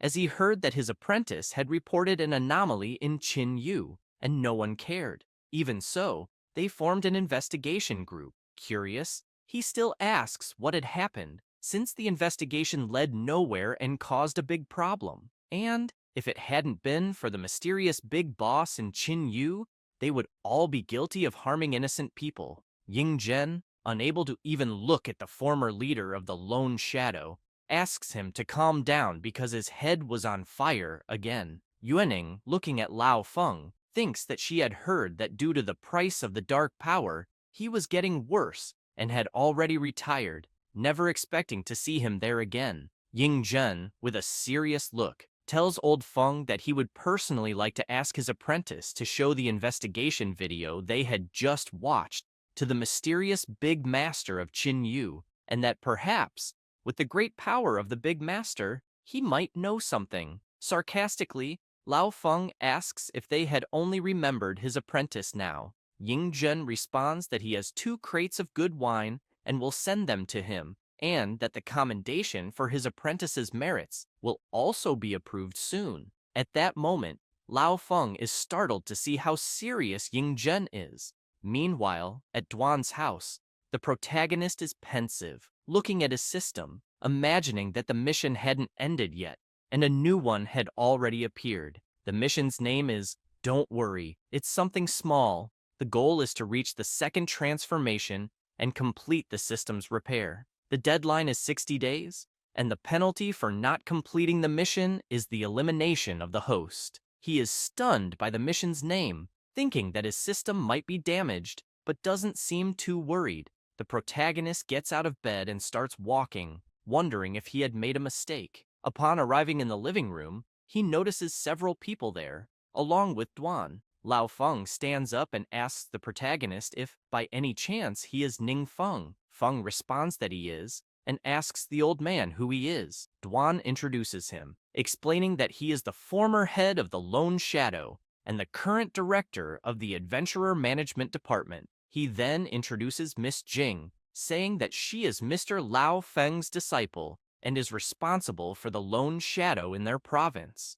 Duan explains to the protagonist that they are there to ask for help from the mysterious Great Master. Wasting no time, Lao Feng asks the protagonist if, by any chance, he is the Scarlet Flame Death God, leaving him startled. However, the old man starts laughing, saying he was just joking. The protagonist, looking at the old man, senses a sinister aura, thinking that he must have many merits, as he had participated in the development of several large secret areas and dismantled many evil adventurer groups. Being called the strongest mutant, almost all members of the Lone Shadow keep their identities extremely secret, but Mr. Lao Feng is an exception, as his presence alone is a threat. For the young, the old man is definitely one of the top 3 idols, and anyone who has a chance to talk to him can brag for a lifetime. Lao Feng says it's a pleasure to meet the protagonist, but he didn't bring anything special for him. He heard that Ning Feng was about to take the college entrance exam and then shows a box, saying it contains 5 million crystals and 200 bottles of advanced experience potions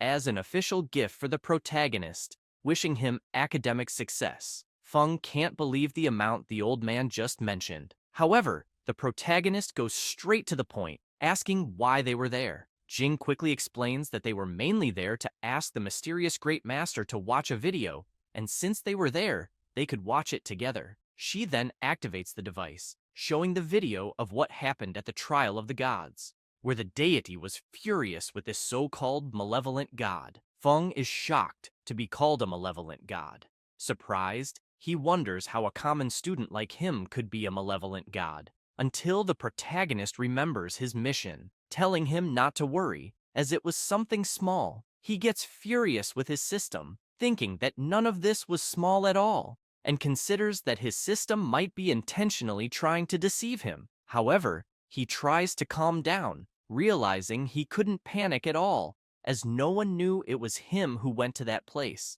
so they would never be able to identify him. Feng, looking at both of them, says he understood and would send the video to the mysterious Great Master, and any news that came up, he would inform them immediately. Lao Feng thanks the protagonist and says they will head back and wait for updates, and that if they need anything, they shouldn't hesitate to contact Miss Jing. She hands her card to the protagonist, and as he takes it, he immediately realizes she was the woman from earlier in the transformation room, feeling frustrated, thinking it's no wonder he was discovered so quickly. After leaving Duan's house, the old man tells Jing that the protagonist is just as they said, a good, polite, and sensible person. He makes it clear that the official intention is to do whatever they can to bring the protagonist to their team if the opportunity arises.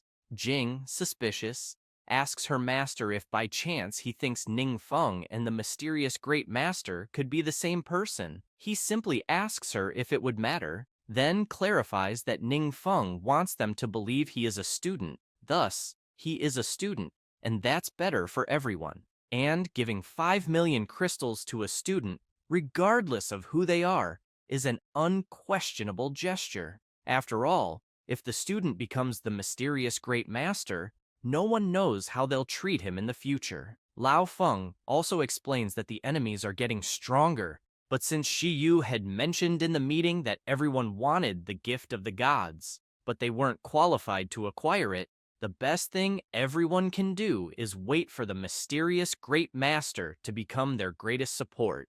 Back at Duan's house, the protagonist is deep in thought, drinking his coffee, thinking that earlier, his system had detected damage in the tracking ability, possibly from some god investigating his whereabouts. He then remembers that this being was able to destroy his absolute defense with a single blow, indicating that this being had reached the level of forbidden magic, making them a very dangerous enemy. Feng becomes worried, thinking that his priority at that moment is to complete the 2 missions from his system. Repairing the system is obviously the priority, as he needs it to block the god's search. But the mission past the trial also can't be neglected. If he can't use the enemy's power, they could become a threat. Quickly, the protagonist asks Duan if by any chance Mr. Lao Feng had provided any more information. Duan replies that he had, and that he would quickly organize it for the protagonist. Showing the information from Old Feng, Duan explains to the protagonist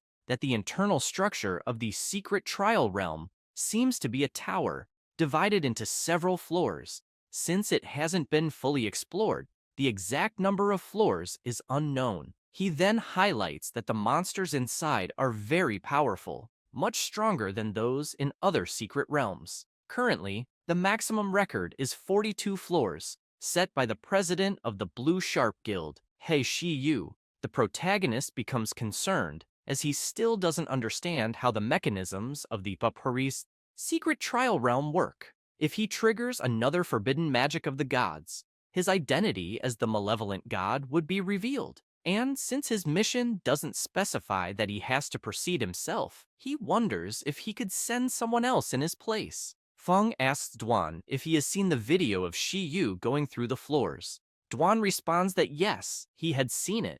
The protagonist, with a serious look, asks Duan how many floors he could reach. Duan, intrigued, says he might be able to get through 35 floors. Feng isn't surprised, as he expected it. Shi Yu is close to the 5th transformation, and his power is greater than Duan's. However, since Duan is someone he trusts, he'll be happy to send him to participate in the trial, and he considers preparing special training for Duan. Some time passes, and Old Feng is shocked, not believing what he's hearing. He asks Jing if the mysterious Great Master really intends to send someone to the Blue Sharp Guild for the trial. She explains that was Dwan's answer, and he also requested to use the Lone Shadow's training room for a special training period. The old man is intrigued, asking Jing because as far as he remembers, Dwan hasn't reached the fifth transformation yet. She confirms this. He begins to laugh, saying this will be very interesting, leaving her confused. But he quickly explains that the day before, the presidents of the 7 great guilds challenged the secret realm of trials, then asks her to guess what happened. She doesn't know what to answer, but he quickly replies that they all failed, making it clear that even old Liu Yingzhen couldn't get through. Jing is stunned, not believing it, saying that President Liu Yingzhen is one of the strongest in the country, and if even he couldn't pass, who could? At that moment, the old man gets so excited that his head bursts into flames, just like Ghost Rider, saying he's eager to see the result of Dwan's trial, as he is trained by the mysterious Great Master, wanting to know how far Dwan can go. However, the old man realizes his head is on fire again, scaring his apprentice. And looking at her master, she thinks those flames are the price he pays, constantly burning away his life. Worried about him, she wonders if there's really no way to help him. Some time passes, and the protagonist and Dwan are gathered in the training room with Jing and old Lao Feng. At that moment, Captain Zhou is amazed at the scene he's witnessing, as he's never seen people from the 4th and 5th transformation. Meanwhile, Jing's assistant says she heard that President Liu from the Guild of Power also wanted to go, but was stopped by Mr. Lao Feng. Zhou starts to recall when he was angry seeing the protagonist for the first time, and begins to cry, relieved that he hadn't offended him back then, knowing he would have been doomed. Jing makes it clear to Dwan that as long as enough information is provided, the training room can simulate various combat environments, but only warriors of the 4th transformation or higher can use it. Dwan hands a device to Jing, explaining that all the information is on it. The protagonist, meanwhile, is happy, explaining to Mr. Lao that it's his first time there. Lao Feng says they have even better facilities. After this, Jing goes to the planning room and immediately connects Dwan's information device. She's impressed because Dwan detailed even the weaknesses of the monsters, thinking the most amazing thing was that the layers President Liu had just cleared were also included. Feng gives an ironic smile, thinking it's obvious since that secret realm was invaded by the Demon King, so all he had to do was extract the information from his memory. And who better than the Demon King to know the monster's weaknesses? The old man approaches Dwan and asks if he would mind if they also watched. Dwan replies that he doesn't, then asks them to feel free to offer advice. Lao Feng simply says they won't give advice because they're also there to learn, then curiously asks if the mysterious Great Master really said that the malevolent god would destroy the world. He asks with a sinister expression, leaving Jing terrified by the question. Dwan remains silent for a few moments, and soon remembers when he was at home, scared, asking the protagonist if the malevolent god really intended to destroy the world. Feng feels awkward with that question, realizing Dwan doesn't know he is this so-called malevolent god. However, the protagonist wonders if he should tell Dwan the truth. Even though Dwan is trustworthy, he couldn't risk being revealed. Wondering what to do, Dwan responds to old Lao Feng that he had asked the chief that same question, and he had answered with only 8 words. Both of them are curious to know what it was, asking what the chief had said. At that moment, Dwan repeats the chief's words, saying, "As long as I'm here, that won't happen." Lao Feng starts laughing, saying that was simple and full of confidence, very much in the chief's style. Jing, sweating nervously, asks what kind of awakened being the chief is to not even worry about the gods. Meanwhile, the protagonist is quite pleased, thinking he had used the right words without leaving any hint of suspicion. The old man shakes Dwan's hand, thanking him, and telling him that from that moment on, the secret realm of trials depended on him. After that, Feng and the old man go to a room to watch Dwan's training. Some time passes in the training area, and at this moment, Dwan is forcefully thrown against the wall, surrounded by several monsters. He lifts his head and prepares again as the monsters advance toward him. Dwan shouts, gathering energy, and then finishes off the monsters, though he is left quite exhausted. The protagonist, noticing this, asks Dwan if he'd like to rest for a bit. Dwan sits on the ground to catch his breath and tells Feng not to worry, as he'll just take a quick break and try a few more times. He imagines that he's been given a unique opportunity by the protagonist, so he can't disappoint him. Jing, impressed by Dwan's performance, comments that those monsters had already surpassed the fourth transformation limit, and says that if it were her, she definitely wouldn't have been able to pass the trial. Meanwhile, old man Lao Feng grows serious, remembering that he heard Jing mention that the protagonist awakened at 18, but took only a few months to complete the first transformation. Seeing how the protagonist achieved this feat, he considers that perhaps there's a miracle awaiting Dwan as well, as the chief might be able to break the current combat system and allow Dwan to reach a power comparable to a gift of the gods. Feng feels concerned, as he oversimplified things by thinking that knowing the monster's weak points would be enough to pass the trial, overlooking that humans have limits, just like equipment and skills. Even knowing the monster's weak points, if he can't reach them, it's all for naught. Looking at the exhausted Dwan, the protagonist considers that if Dwan fails the trial, he'll have to complete it himself. With little combat experience, the only thing he can rely on is forbidden magic, but that might pose a great risk of exposure. Then, he informs Mr. Lau and Jing that he'll be leaving, explaining that classes at his school will resume next week, and he needs to prepare. They respond that it's fine, and ask him to let them know if he needs anything. After leaving, Feng becomes thoughtful, imagining that before classes start, it's better to try to increase his level. It would be great to get some powerful skills or equipment to replace Dwan's. He goes to an alley and takes a scroll in his hand, thinking that to leave there without being tracked, his best option is still the flight scroll. The protagonist raises his arm to use the teleport, recalling that he had asked the trade market to buy a batch for him, thinking that this will suffice for a while. Then, he flies off. Upon arriving at his destination, Feng looks around for the rift until he locates it and feels pleased, as it's one of the two wild secret realms Dwan mentioned and is not yet under official control. However, upon closer inspection of the area, he notices signs of battle there, but the protagonist quickly brushes it off and heads towards the portal to see what awaits him. Meanwhile, near the portal entrance to the secret area, someone was stepping on the head of an adventurer. It was a group of mutants from the evil clan. The big guy asks his chief if he saw the flash that appeared nearby. The masked man remarks that it might have been a flight scroll. One of the clan members wonders if, by any chance, the person with the scroll was there to exterminate them. The masked man, chief of the evil clan,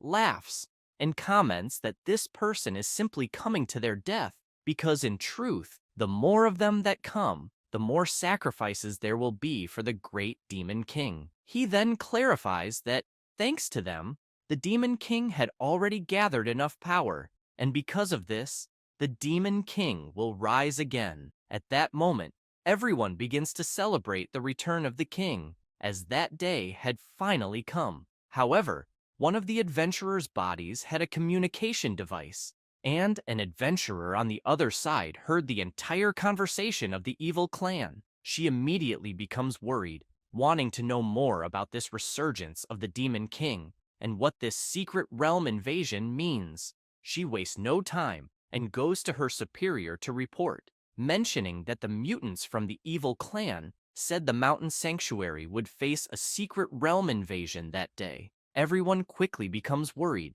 commenting that the invasion of the secret realm will immediately corrupt the nearest city, meaning it will be in mortal danger, and they ask what they should do. The captain, sweating nervously, clarifies that Squad 4 had already been completely annihilated, and even if they went to them, they wouldn't be able to stop the invasion. He grows even more concerned, imagining that the monsters inside the sanctuary are very powerful, and that the magical shield won't be able to contain them. He turns and orders everyone to return immediately to warn the authorities so they can evacuate the population as quickly as possible. One of the adventurers, worried about his captain, asks what he will do. He explains that he'll stay to inform them of the situation in advance, because even with plenty of monitoring equipment, they won't know the exact time of the secret realm invasion. A member of the captain's squad remarks that they can't leave him there alone, but he shouts,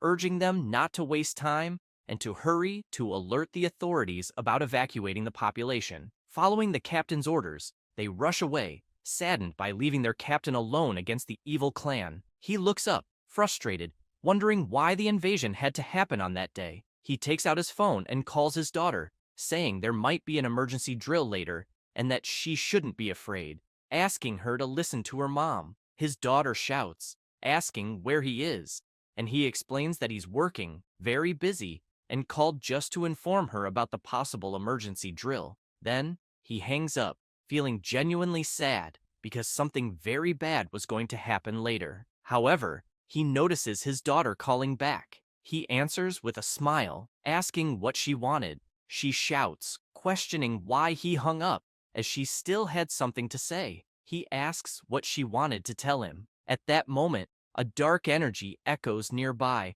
as his daughter shouts, congratulating him, making him cry immediately, unable to believe all this was happening on that day. Meanwhile, the adventurers, rushing to alert the authorities, notice the dark power echoing and wonder if the invasion of the secret realm has already begun. They turn, worried about the captain. However, he was crying deeply as he found himself in a terrible situation, already near the entrance to the secret realm. The evil clan is awestruck by the power coming from inside the secret realm, thinking that surely the demon king will bless them even more. Meanwhile, inside the secret realm, the protagonist had frozen everything with his extreme cold ability. This skill, extreme cold, is a forbidden magic that summons an infinite ice disaster, creating a wave of cold that sweeps through the world. Feng begins to walk through the area and strikes an ice coffin, laughing and commenting that the monsters here yield a lot of experience, and that, with this, he quickly leveled up to 37 and can now learn a new skill. However, the protagonist hadn't noticed that one of the monsters he had frozen with his ability was precisely the Demon King the evil clan was waiting for. He opens his system and observes the skills he could learn, making his decision shortly after. Some time passes, and something begins to emerge from the portal of the secret area. The entire evil clan kneels and salutes the great Demon King. A person begins walking out of the portal. It was the protagonist, with his carefree manner. However, both the protagonist and the evil clan stare at each other, and Feng quickly becomes startled, wanting to know what the hell was happening there. Meanwhile, the evil clan leader is even more frightened, asking where the Demon King was. Little did he know that the Demon King was already dead,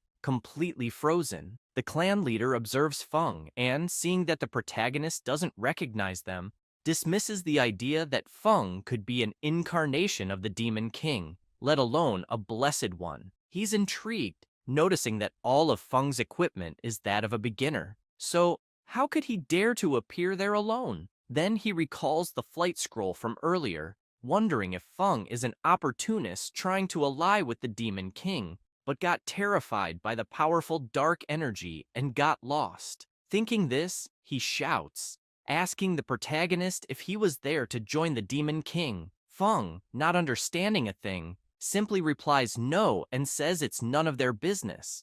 The evil clan leader becomes furious, asking if the protagonist knows who he is, and introduces himself as Gu Zhao, an A-level wanted criminal with over 100 lives in his hands.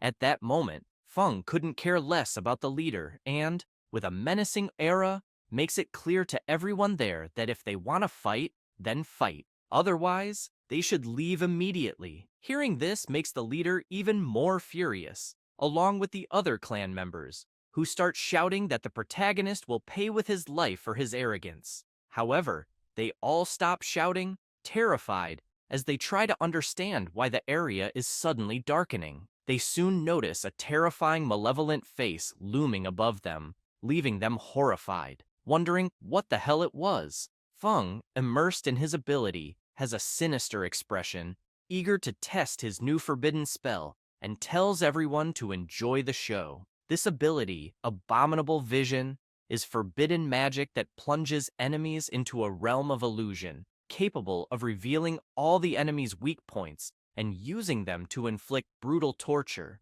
With this, Feng analyzes the clan leader, noticing he has an injury on his shoulder caused by prolonged use of inappropriate skill equipment, which damaged his left shoulder, reducing his strength by 5%, agility by 5%, and the effect of his skills by 20%. Feng finds all this incredible, as the ability is extremely detailed, revealing weaknesses with precision. He concludes that with this ability, all enemies' weaknesses are exposed. He then decides to test it, striking Gu Zhao's shoulder, who screams in pain, horrified, unable to understand what's happening. The protagonist, seeing this, imagines that in the illusion world, he can repeatedly attack the weaknesses of trapped enemies, like a demon toying with a defenseless prey, concluding that his ability is called Abominable Vision.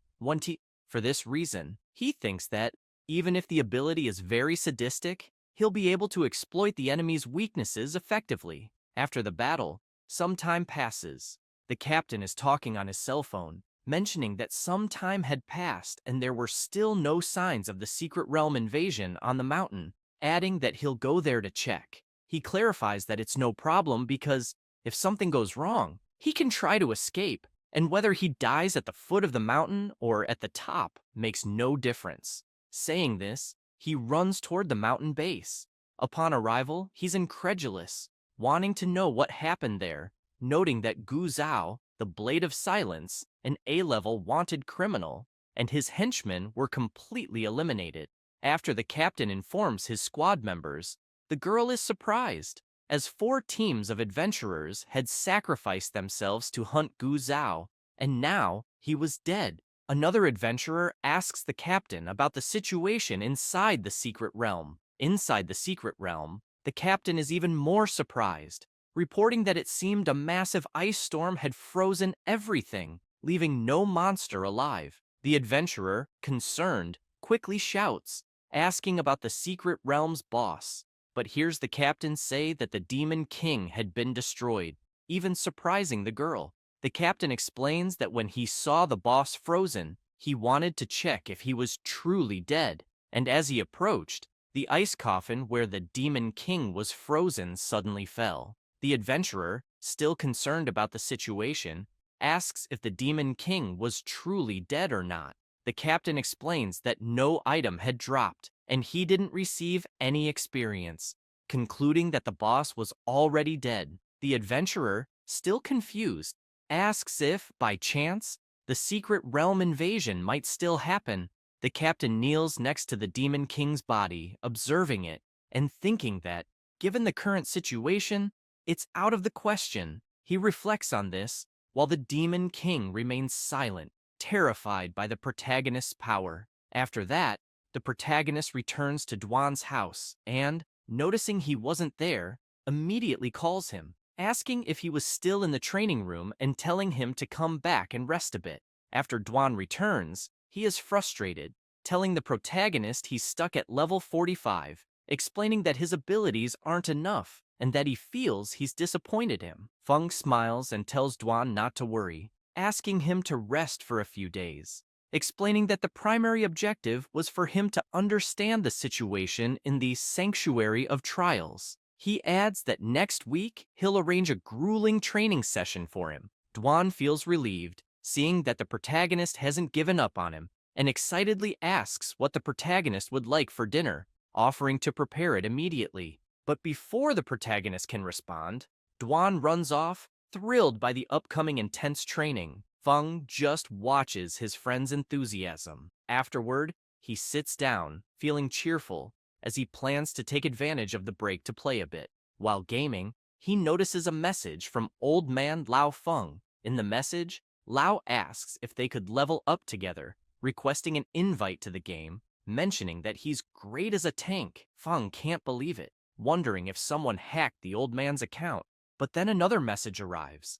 This time, an audio where Lao Feng confirms it's really him. The protagonist is delighted to know it's indeed the old man, never imagining he enjoyed games. After playing together and winning the match, Feng tells Lao that he played very well and was skilled. Lao Feng explains via audio that he usually plays with his grandson, though now he doesn't play much since his grandson is busy with university entrance exams, adding that the protagonist and his grandson are the same age. Feng sends an audio message to Lao Feng, suggesting they play as a trio when they get the chance. The old man agrees, saying it's a deal.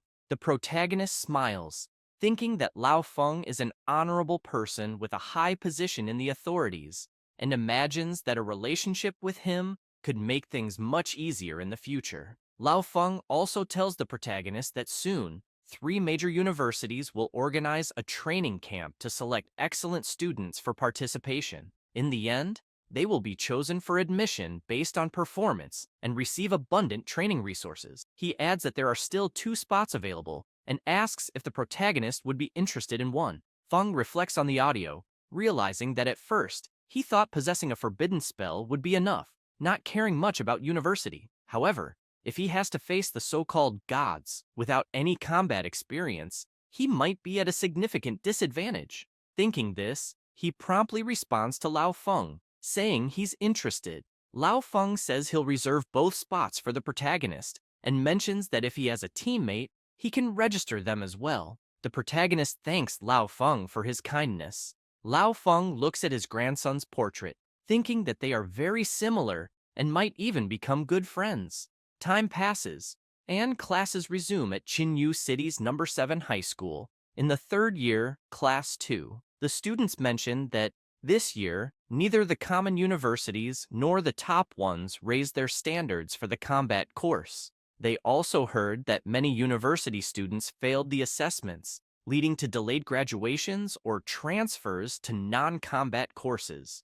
One of the protagonist's classmates gets angry and asks if, by any chance, 3-star awakened individuals are the same as 1 or 2-star ones. He says this while pointing at the protagonist, who was drooling in his sleep at his desk. Just then, teacher Chi Wei enters the classroom, announcing that they'll have a new classmate and asks everyone to get along with her. All the boys are instantly fascinated and smitten by her. Chang Muqiu, feeling embarrassed, greets everyone and introduces herself. Feng immediately wakes up, remembering that Muqiu was the girl who caused trouble in the secret realm last time. After Muqiu's introduction, everyone becomes excited, asking if she isn't ranked 4th in the national rookie ranking, and if she didn't come from a prestigious school in the big city. She approaches the teacher and asks if she could sit next to the protagonist. Teacher Chi Wei thinks it's a great idea and agrees. Feng watches as Muqiu comes to sit with him, then looks ahead,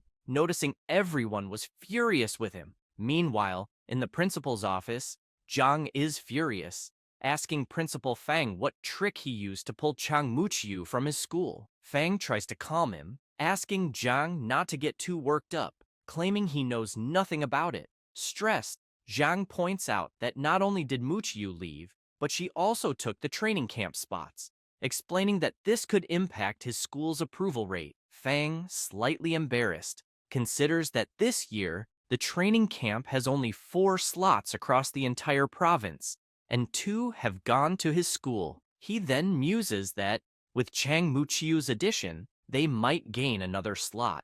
Quickly shifting his expression, he realizes it's no wonder Principal Zhang rushed over to complain he's in serious trouble. However, they hear someone knocking at the door. Director Fang calls for his assistant, who opens the door, announcing that someone wanted to see him, as they couldn't reach him by phone. The principal asks who it is, but clarifies that he's in the middle of an important discussion with Principal Zhang, which is why the person couldn't reach him, as his phone was on silent. Jin Jing informs them that the visitor is from the Adventurer Management Department, Mr. Lao Feng. Both principals are stunned to hear who it is. The old man enters the room, greets Principal Fang, and introduces himself. Both principals are still in disbelief at the visitor's presence, thinking that Lao Feng is a significant figure they'd only seen on TV. Lao Feng turns and introduces his grandson, saying his name is Feng Rui, who steps forward and greets everyone. Fang, sweating profusely,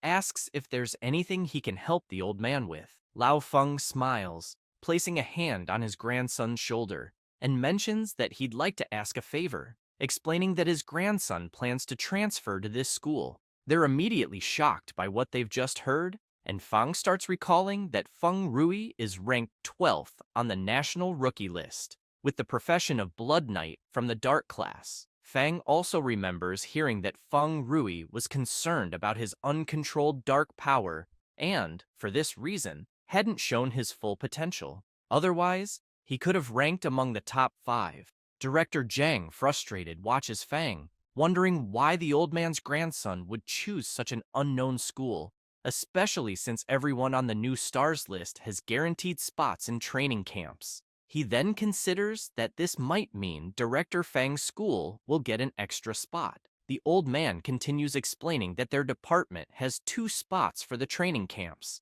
which they intend to assign to outstanding students. Director Fang is pleased to hear this, but Director Zhang is left open-mouthed, unbelieving what he just heard. In disbelief, he thinks that in a province like theirs, which is falling behind others, there are only 3 or 4 spots in total. Fang turns to Director Zhang and mocks him, apologizing that he won't be able to accommodate him anymore as he's busy, which leaves Director Zhang furious. However, Fang wastes no time and asks his assistant to escort Director Zhang out. The old man and his grandson sit on the couch, and Director Fang cuts to the chase, asking if it's really true that the 2 spots are for Ning Feng from 3rd year class 2, since, if he's not mistaken, the Prota has only recently awakened. He then asks if Ning Feng can really go to the training camp. Lao Feng merely replies that it's up to the department, and the director needn't question anything. Fang is slightly embarrassed and makes it clear they'll cooperate fully. However, he's intrigued, imagining that the Adventurers Management Department is responsible for overseeing adventurers independently of the 7 great guilds, with immense power. And, with Lao Feng's influence, whoever gets his support will have a bright future. Next, he wants to know how the Prota managed to connect with the old man. Meanwhile, in the Prota's classroom, he is confused, as even his friends from the Sovereign Lion Guild have been transferred to his school, and he immediately asks them why on earth they were transferred there. The cleric, as cheerful as ever, mentions they just wanted to be closer to him. She explains that she heard the school tried to contact Zhao Cheng too, but he turned down the spot. She adds that's why the spot was given to her, and that the big boss also gave a spot to her brother. At this point, Wang Yue and Mu Qiu exchange intense glances. The berserker is excited to meet Lao Feng's grandson, and Rui smiles, saying the pleasure is his, and that he hopes to have the support of the Prote and everyone. Mu Qiu, feeling concerned, realizes she's not the only one drawn to the Prota, and thinks she needs to try even harder not to be overlooked by him, recalling she had prepared a gift for him, but needs the right moment to give it. At that moment, the other students observe the Prota's group with indignation, wanting to know what kind of relationship Ning Feng had with these people, because even without the Prota,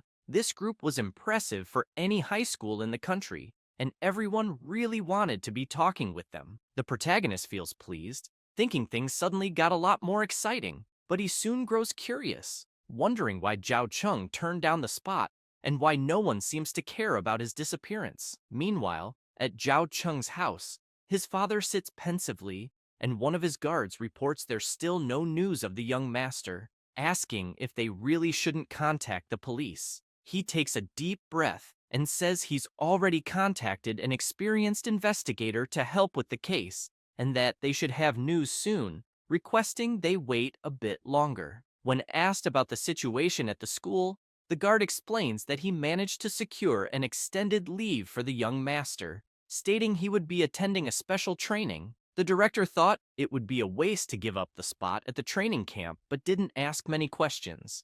The young master's father thanks him for the information and says he'll take a look at Xiao Cheng's room, requesting not to be disturbed unless necessary. He then heads to the room, climbing the stairs, and upon arriving, goes to a wall adorned with various images and taps on one of them, which opens a hidden door. With a suspicious expression, he enters the secret room and approaches a dark altar. Meanwhile, at school, Rui Feng takes out an orb and explains to the protagonist that it's a skill book, a drop he obtained some time ago that might be useful for him. Feng is surprised because it's a book for summoning the water element, thinking that summoner is quite a rare profession, so this type of skill book is also hard to find and very valuable. Muqiu approaches and mentions that she also has something for the protagonist. Feng is even more surprised as it turns out to be a blade enchantment book, a skill of the battle mage, another rare profession. Realizing that these skill books are challenging to come by, he then thinks that both skill books are excellent, but he still can't learn them. As before classes started, he went to the secondary secret realm to level up. When he tried to enter, the system barred him, notifying that the realm required a group of at least 5 people. Due to a lack of information at the time, he ended up wasting the trip and couldn't unlock a new skill bar. On the other hand, he considers that both books he just received are more appealing than school, since he also needs to form more alliances as future information sources. Feng smiles and thanks them both for their kindness, mentioning he doesn't have much to give in return. He then takes out some experience vials, explaining that there are 40 advanced experience potions, half for each of them. Muqiu comments that she heard it's an exclusive treasure of the Blue Guild, and that only carefully trained internal members have priority access. Rui Feng imagines that item fetches a high price at auction and is quite hard to find, yet the protagonist is casually handing out 40 vials. Both the old man Lao's grandson and Muqiu are shocked, concluding that such support should be kept close. Yue calls the protagonist and says she also has a gift for him. He turns around and asks her to tell him what it is right away, as he doesn't like delays. She laughs and says that it's actually a new potion, Shu Wei refined, and asks her to deliver to the protagonist. She shows him the shining potion, and Feng is surprised by it. After that, the protagonist arrives at Duan's house, and he quickly asks Ning Feng why he arrived early. Delighted, the protagonist explains that all students attending the training camp can organize their free time, and since there was nothing important at school, he returned early. Duan, intrigued, remembers that the protagonist had said he'd put him through hellish training that week, but hasn't mentioned it again, wondering if his master has forgotten. Feng takes out an item and informs Duan that the potion is for him, explaining that it's a new potion Shu Wei just prepared, called the Nourishing Potion, which can heal internal injuries accumulated over time. He then asks Duan to drink a vial as they are about to begin hellish training. At that moment, Duan is excited, thanking the protagonist and promising to give it his all. He says this and promptly drinks the potion. Feng asks Duan how he feels. He replies that he feels his body warming up and that the areas that used to bother him feel much lighter. The protagonist is pleased, thinking it's truly a great potion, as the last time he was hit by a curse, he was left with some internal injuries, and after drinking a vial, he was almost completely healed. He then informs Duan that it's time for hell training, urging him not to get nervous and just follow his instructions.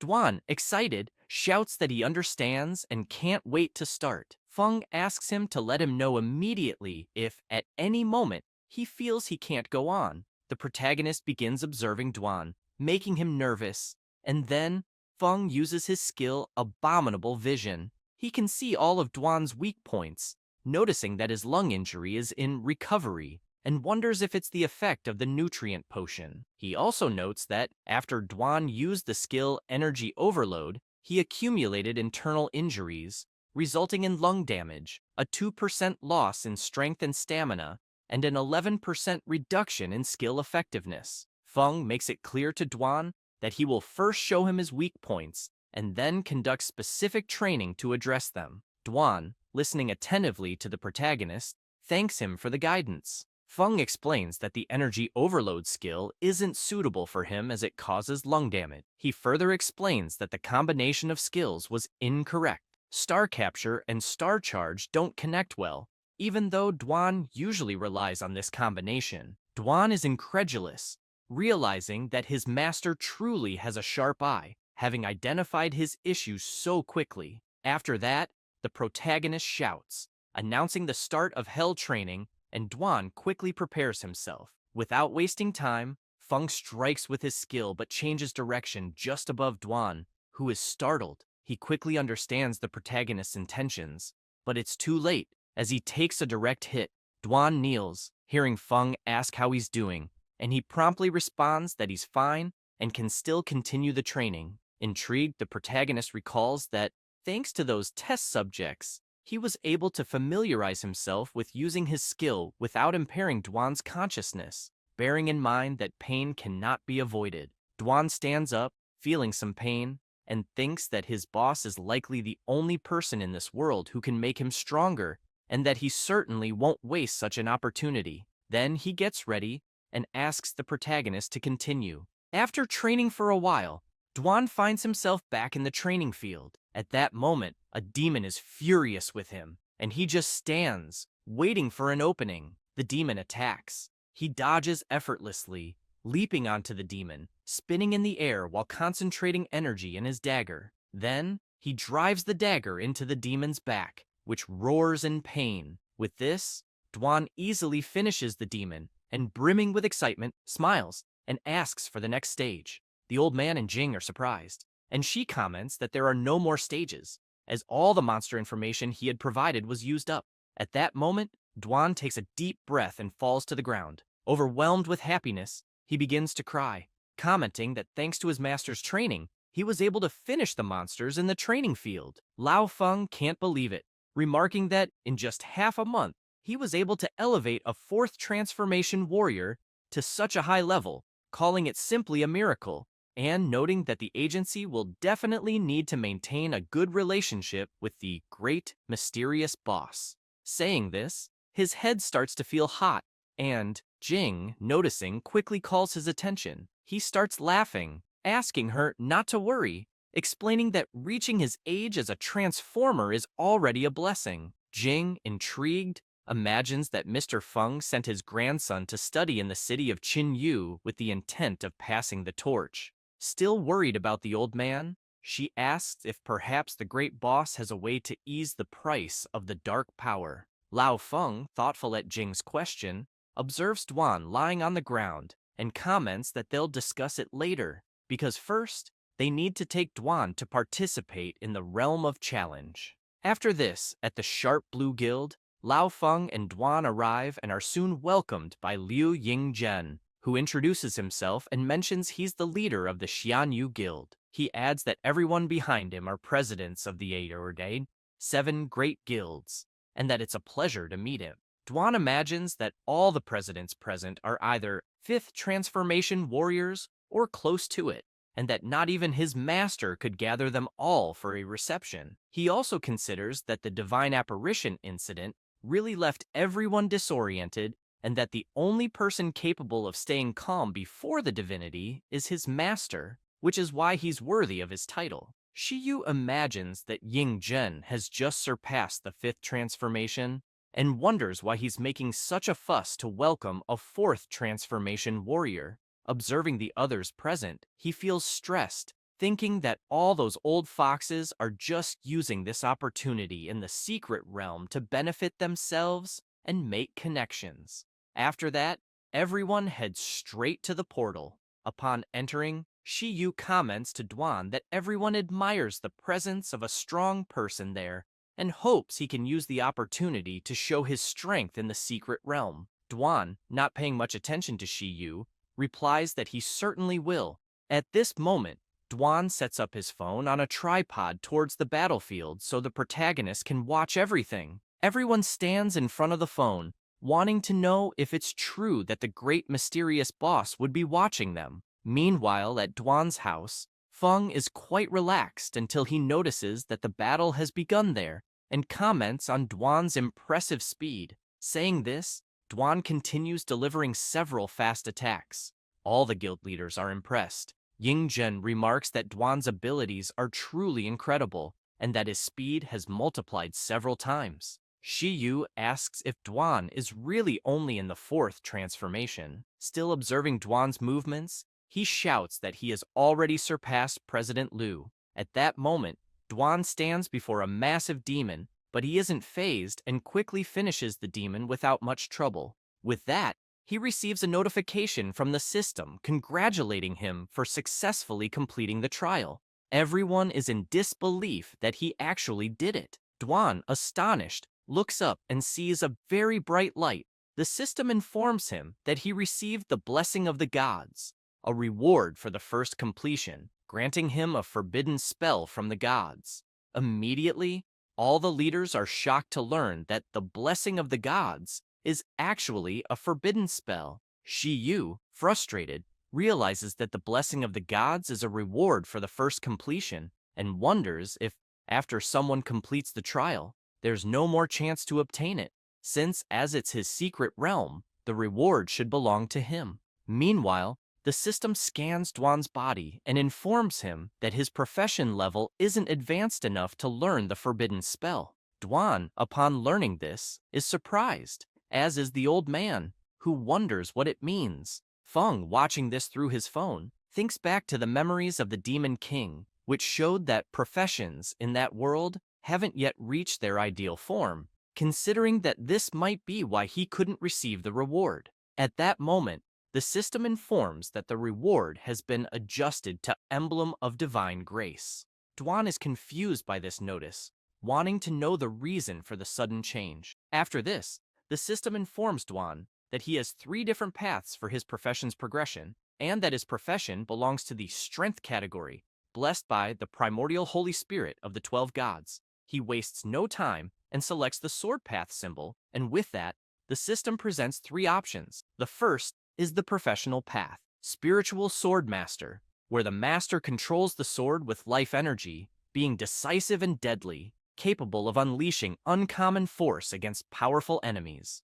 Next, there is also the professional path, Supreme Combat Saint, a profession that never uses external items, always pushing the limits of one's own strength, with each punch and kick possessing considerable power. And finally, the professional path, Celestial Warrior, specializing in using various types of weapons to defeat opponents and capable of observing and understanding enemies' skills during battle. Duan, after analyzing all options, considers that, since his weapon is a short sword, a type of dagger, it would be better to choose the Spiritual Swordmaster path. After selecting it, an emblem begins to appear, and the system quickly informs him that he has obtained the Emblem of Divine Grace, a high-quality consumable item, granting him an additional 4 points of permanent strength and 4 points of permanent endurance, as well as permanently increasing his vital energy recovery speed by 80%. The system further explains that the Emblem of Divine Grace is formed by divine power, containing the fundamental rules of the universe, and asks him not to fear and simply focus on absorbing it. Duan immediately concentrates and begins to absorb the emblem. Meanwhile, Yanchuan, alarmed, asks everyone to look up, as something was appearing in the sky. At that moment, a system message appears in the sky, stating that the God's Trial, Ruins of Laurel City, has been completed with a world-class difficulty level and a Divine Grace emblem drop rate between 0 and 1%. To make matters worse, the message wasn't only shown at the trial site, but to the entire world. People are shocked and quickly grab their phones to record it, eager to understand the meaning of those words that suddenly appeared. Feng goes to the window and notices that the system is notifying him about the God's Trial, asking him to complete the secret realm and use its power to his advantage. Meanwhile, at the trial site, the leaders are in a panic upon learning of the trial's world level, and Leader Arca mentions that people from other places have also seen the message, speculating it might have been a global announcement. Soon after, Duan exits the portal and everyone rushes toward him. Ying Zhen thinks Duan's strength can no longer be measured as a 4th transformation, believing that the entire global evaluation system will be revolutionized because of him. He promptly asks Duan if, by any chance, he'd be interested in joining the Xianyu Guild. Elder Arka comments that the Jiwu Guild offers extremely advantageous condition, guaranteeing total satisfaction. Not wanting to be left behind, Wang Bo asks if Duan would consider hearing the terms of the Xianjue Guild. However, Duan only smiles and apologizes, explaining that, at the moment, he isn't interested in joining any guild. After that, he returns home and, delighted, tells the protagonist that he succeeded and didn't disappoint his expectations. Feng laughs and congratulates him, commenting that Duan's own effort was also very important in completing the trial. After chatting for a while, they sit at a table, and Feng begins to sketch the emblem, mentioning that he couldn't see it clearly on his phone. Once he finishes the drawing, he shows it to Duan, then asks if the emblem of divine grace he mentioned resembles the sketch. Duan replies that it does, except for the design itself, but the shape is the same. Surprised, he immediately asks Feng if he also knows something about the emblems. Feng smiles and replies yes, explaining that he once obtained one after completing a mission and later gave it to his friend Wang Yue. Hearing this, Duan can hardly believe it, imagining that the protagonist can give away divine items as if they were nothing, realizing that his own efforts still seem far from enough. Feng, on the other hand, is intrigued, reflecting on what Duan mentioned about the emblem of divine grace being formed by the power of the gods. He wonders if, since he also possesses divine power, he'll be able to obtain an emblem in a common domain. However, he remembers another pressing concern, the matter of the 12 gods. Wondering if he will have to face them all, Duan further explains to the protagonist that, in order to obtain the divine emblem, the Guild of the Dead had already begun taking action, searching for more secret realms of trials, and that it would take a long time for all the guilds to become involved in this matter. Feng, intrigued, speculates that the system considered Duan's trial results as a mission completed, and then wonders if he could control those who pass the trial, thinking he could use that power for himself. However, he fears a potential issue, as the person who completes the trial might become an enemy. Feng also considers that the divine emblem is not his biggest concern. The real threat is that after passing through the realm of trials, one can learn forbidden magic, and if that magic falls into the hands of an enemy, it would certainly pose a danger to him. Exposing his existence to the gods would only lead to more problems. Feng takes a deep breath, reflecting on the numerous challenges he's faced lately, and wonders if there could be a way to ensure that all who pass the trial are part of his group, even though it seems difficult to achieve. At that moment, Duan catches the protagonist's attention, saying that he has something else to share but is unsure if he did the right thing. Feng, curious, asks what it is. Duan reveals that while he was at the Sharp Blue Guild, something happened. Shi Yu mentioned that it was somewhat embarrassing to say, explaining that according to their contract, the rewards Duan obtained in the Realm of Trials were to be handed over to the Sharp Blue Guild. Following this, Duan handed over the drops to Shu Yi, commenting that he couldn't hand over the divine emblem because it had already been absorbed. Upon hearing this, Shu Yi was furious, shouting for Duan to leave the divine emblem behind. Otherwise, he would not be allowed to leave. However, he quickly calmed down, realizing he only had the courage to say that in his mind. Soon after, all the leaders were astonished by the rarity and high levels of the items. Shu Yi, thrilled with the forgetfulness potion formula in his hands, realizes that it can remove a specific skill, leaving the skill slot empty again. As leveling up is difficult, skill slots are highly valuable, and one's skill choices can determine their future. Shu Yi concludes that with the potion, it's like having several new opportunities for choice. He then considers that, just like the high-level experience potion, this is another potion that could change the world. If they monopolize it, the Sharp Blue Guild will certainly attract more powerful people to join and soon surpass the official guilds. However, he's concerned about ensuring Duan keeps quiet and does not divulge the formula. With this in mind, he firmly tells Duan that, according to their contract, the potion formula must be kept in absolute secrecy and cannot be revealed to anyone. But before Shi Yu can finish speaking, Duan interrupts, and says that he had already seen that formula before, attributed to the great mysterious boss, clarifying that it was the exact same formula, because even if he doesn't reveal it, the boss could also produce it. Everyone is surprised, unable to believe what Dwan has just said. Frustrated, Shiyu insists they conducted an investigation beforehand, confirming that the rewards for the first completion of the Realm of Trials are unique and had never been recorded before. He then asks if Dwan was implying that the great mysterious boss already knew the formula and if, by any chance, he had any proof of it.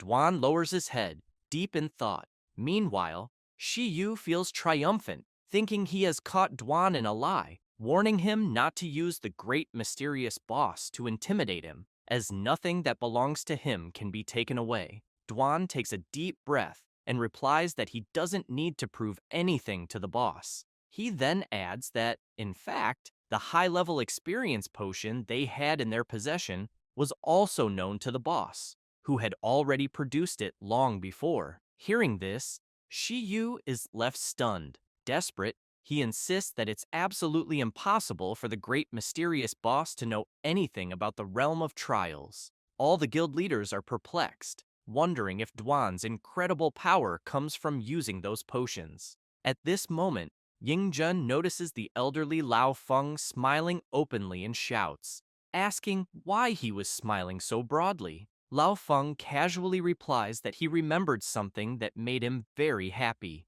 Yingjun, curious, immediately asks what brought him such joy, but Lao Feng simply responds that it's none of his business. Frustrated, Yingjun retorts that Lao Feng is being immature. However, the old man is intrigued, recalling how his grandson had mentioned that Ning Feng could easily get 40 vials of the experience potion from the great mysterious boss, because he didn't care about it. Lao Feng also reflects that his decision to transfer his grandson was indeed a great choice. Dwan approaches and remarks that if there's nothing else for him here, he will take his leave. Lao Feng turns and says he will return with him. With that, they both leave together. Lao Feng looks at Dwan and asks if, by any chance, the great mysterious boss has other potions. He then explains that his body is being corrupted by the dark force, and it's worsening every day. With a somber expression, he admits that he still wishes to live a few more years to spend time with his grandson. Dwan replies that he will ask his boss. Lao Feng thanks him sincerely, expressing deep gratitude. After explaining everything that happened to the protagonist, Dwan quickly apologizes for making decisions on his own. Feng reassures him not to worry, as to his knowledge, Dwan hadn't done anything wrong, so there's no need to apologize. However, the protagonist is intrigued by Lao Feng's condition and considers that, if it's for him, they should help if possible. The only concern is whether the nourishing potion will work on the old man's body. Feng smiles and instructs Dwan to find an opportunity to deliver some bottles of nourishing elixir to Lao Feng for him to try. Dwan agrees, saying he will gladly do it. After that, Dwan heads to Lao Feng's company, and upon arriving, asks Jing if the old man is there. She informs him that there was an important meeting, so he had to go to the main office. Dwan mentions he has some elixirs to deliver to the old man. Jing suggests leaving them with her, assuring that she will hand them over once Lao Feng returns later. Afterward, Jing heads to a room and rings the bell, puzzled as to whether Rui Feng is inside. Given that he had just arrived in Qinyu City and knew nothing and no one, she decides she might as well come back the next day. At that moment, a dark aura begins to seep from under Rui Feng's door. Inside, he is kneeling on the floor, trembling as the ominous aura surrounds him. Sweating profusely, Rui Feng starts hearing a sinister voice asking if he wishes to save his grandfather's life because it can help him, provided that Rui is willing to submit to it.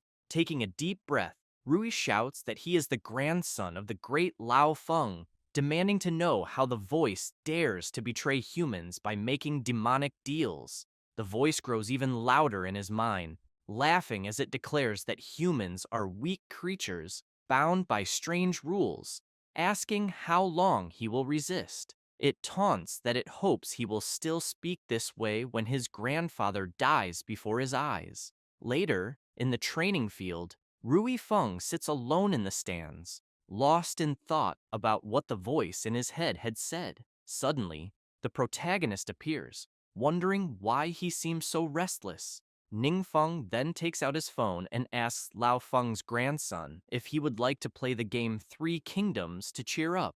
Embarrassed, Rui Feng apologizes to the protagonist, explaining that his grandfather doesn't allow him to play games at school. Feng smiles, reassuring him that it's fine and that they can play together when his grandfather returns. He also comments on how impressive Lao Feng's skills are. Rui then explains that his grandfather learned to play the game because of him. The protagonist, confused, asks, "What do you mean?" Rui Feng explains that when he was a child, his parents died on a mission, leaving him deeply shaken. He became withdrawn, spending all day locked in his room, becoming somewhat antisocial. Because of this, his grandfather, Lao Feng, didn't know how to console him until he remembered that Rui used to enjoy battle games. Lao Feng secretly learned how to play them. In Rui's darkest moments, it was his grandfather who stayed by his side, helping him emerge from his shadows, which is why Rui is deeply grateful to him. Then,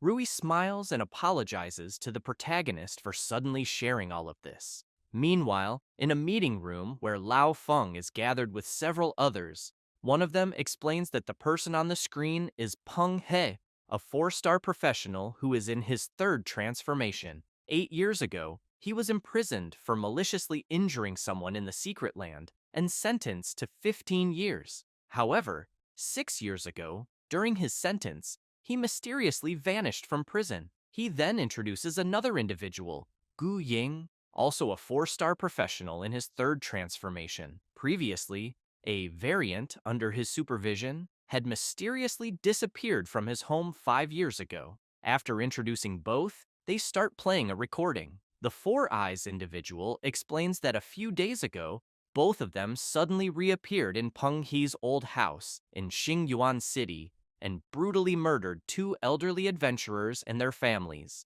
leaving no survivors. He hands some documents to Mr. Feng and explains that the two slain adventurers were members of the team that had captured Peng He in the past, suggesting that Peng He's motive might be revenge against Lao Feng's team. Worried, another person exclaims that, according to the records, the two dead adventurers were both fourth transformation experts. How could they have lost to two individuals in the third transformation and been helpless while their families were slaughtered?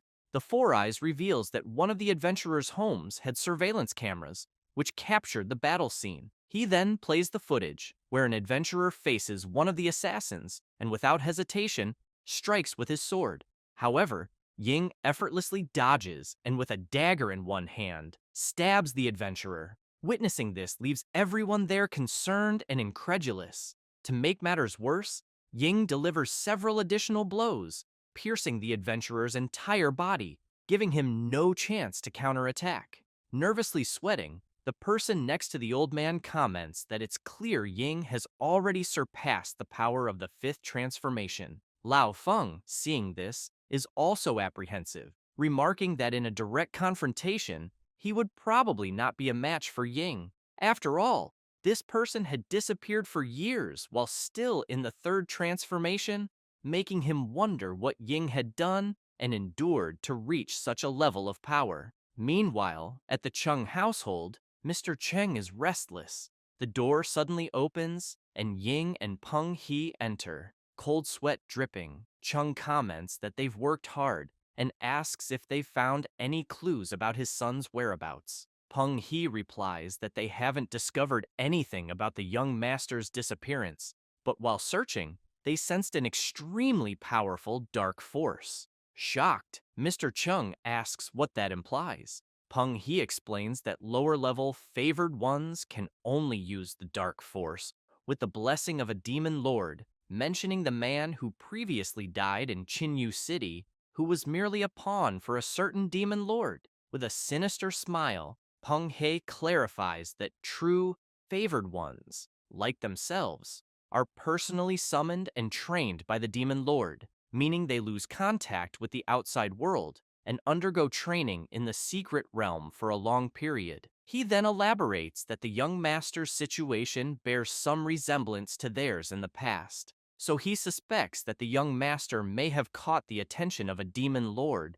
and was given the opportunity to train in the secret realm. In shock, Mr. Chung remarks that he only knows his son is performing some kind of ritual and wants to understand what Peng He is saying about it. Peng He replies that he's not entirely sure, but he inspected the dark room where the young master conducts his rituals and confirmed that the setup was correct. As long as his son continues with the sacrifices, given his potential, he should be able to attract the attention of a demon lord. Hearing this makes Mr. Chung excited, thinking he knew it would be like this, and that soon the Wang group will no longer be able to compete with him. Peng He hands a paper to Mr. Chung and asks if, after dinner, he could arrange a car to take them to a certain location. Chung, after seeing what the paper was about, asks if Peng He is looking for someone at that marked location. Peng He confirms this, and, along with Ying, with a sinister expression, makes it clear that they are going to visit a future disciple. Some time passes, and Rui Feng is thinking back to the time when someone informed his grandfather that his parents sacrificed their lives to seal the uncontrollable entrance to the secret realm, and that, thanks to them, the entire city avoided disaster. On behalf of all the citizens, they expressed their deepest gratitude and heartfelt condolences. After recalling this, Rui goes to the window and gazes at the stars until he hears someone knocking on the door. He approaches and asks who it is. Upon opening it, he sees two sinister-looking men and immediately asks who they are looking for. Peng He, with a wicked smile, asks if he is Feng Rui. The boy confirms, and Peng He asks to come in, saying they have some matters to discuss. Rui Feng turns serious and asks again who they are, thinking that these two seem quite strange and that there is a dangerous aura around them. Peng He, calling the boy Master, explains that they are there to check on him and makes it clear that from now on, he should call them elder brothers. Rui Feng is confused and asks what they mean by master. They mention that Rui Feng had met their master the previous night. Upon hearing this, he is shocked and, looking at them, notices a dark aura. It's the same aura that had spoken to him the night before. Without wasting any time, he equips his armor and prepares to strike them. However, he barely has time to react as his head is forcefully grabbed, and he is thrown against a wall, which shatters easily under Peng He's strength. Furious, the blonde one asks Rui how he dares attack his elder brother. The boy, equally enraged, struggles to remove Peng He's hand from his head, but he is soon struck hard in the stomach. Feeling intense pain and coughing up a lot of blood, Peng He lifts the boy's body and comments that the master had said he was being irrational and asked them to speak with him, explaining that their master holds him in high regard and is willing to grant him great power, which could even save his grandfather's life. Peng He tells him that if Rui agrees, he could become a great expert. Rui makes it clear to Peng He that there's no way he would ever accept that. Peng He shows disdain for the boy, but soon hears Ying reporting that he had searched the house and that Director Feng was not there. The blonde, frustrated, remarks that it's a shame because he wanted to greet the veteran. Trembling with rage, Rui begs them not to harm his grandfather. Peng He then releases the boy's head, causing him to fall face first onto the floor. Peng He says he's heard that sacrificing a loved one can unleash even greater dark power, and that old Lao Feng's life is now in the boy's hands. He gives him 3 days to think about it, stating that if he agrees to become their disciple, they will leave the past behind. With a sinister expression, Peng He explains that if he doesn't agree, in 3 days, it will be the date of his old man's death. Looking at a picture of Rui and his grandfather, he comments that it would be quite fitting for a gravestone. Meanwhile, in the dungeon of the savage tribe, a demon is furious and about to unleash a powerful attack with his axe.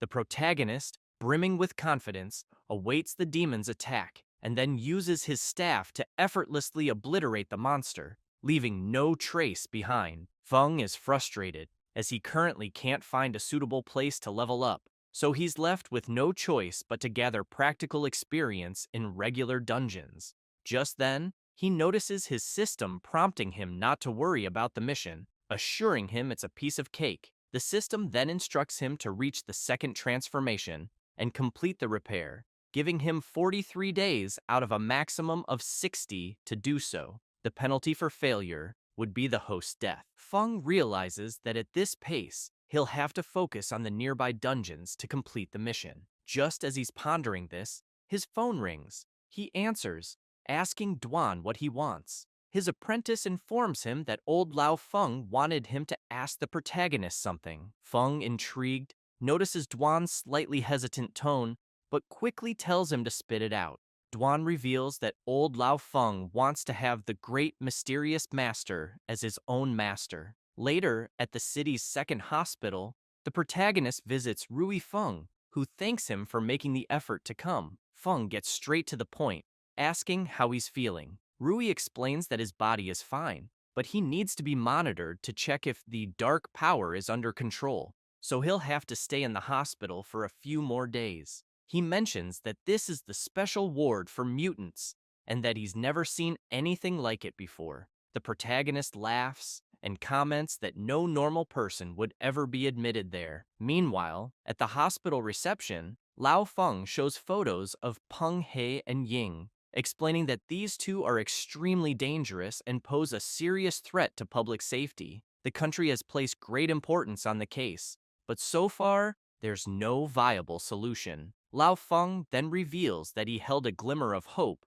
but didn't expect the mysterious great boss to actually agree to the proposal. Duan explains to the old man that his boss clarified that it wasn't about accepting the old man as a disciple, but rather about finding an opportunity to help him train. After all, his boss prefers a peaceful life and doesn't want to see evildoers getting away scot-free. The old man understands and asks if the boss has any requests. Duan explains that his boss wants an independent training space. It doesn't have to be large, just secret, discreet, and convenient for his use. Additionally, he mentioned that the old man could also undergo special training there. Lao Feng agrees and promises to give the mysterious boss a satisfactory answer as soon as possible. However, just then, they hear a noise, and Lao Feng turns around startled, immediately rushing towards his grandson's room. Meanwhile, Rui is fuming at Peng He and Ying. The blonde, holding a basket of fruit, smiles apologetically, saying it was all his fault for being rude that day and for putting Rui in the hospital, so he felt guilty and came to check on him. At that moment, the old man bursts in and immediately recognizes the two intruders, his fury igniting like Ghost Rider. Peng He, suspicious, asks if the old man is thinking of attacking him. Lao Feng stands there silently, saying nothing. Peng He smirks and tells the old man that if he's not going to make a move, then they should say their goodbyes. He reminds Rui Feng that he only has 2 days left to think over their proposal. With that, they walk past the old man, who remains silent. As they approach Duan, Ying spitefully spits on him. After that, they leave as if nothing happened, while Duan simply watches them go. The old man calms down and apologizes to Duan for the embarrassing incident, but Duan reassures him to stay calm, saying it wasn't his fault and there's no need to apologize.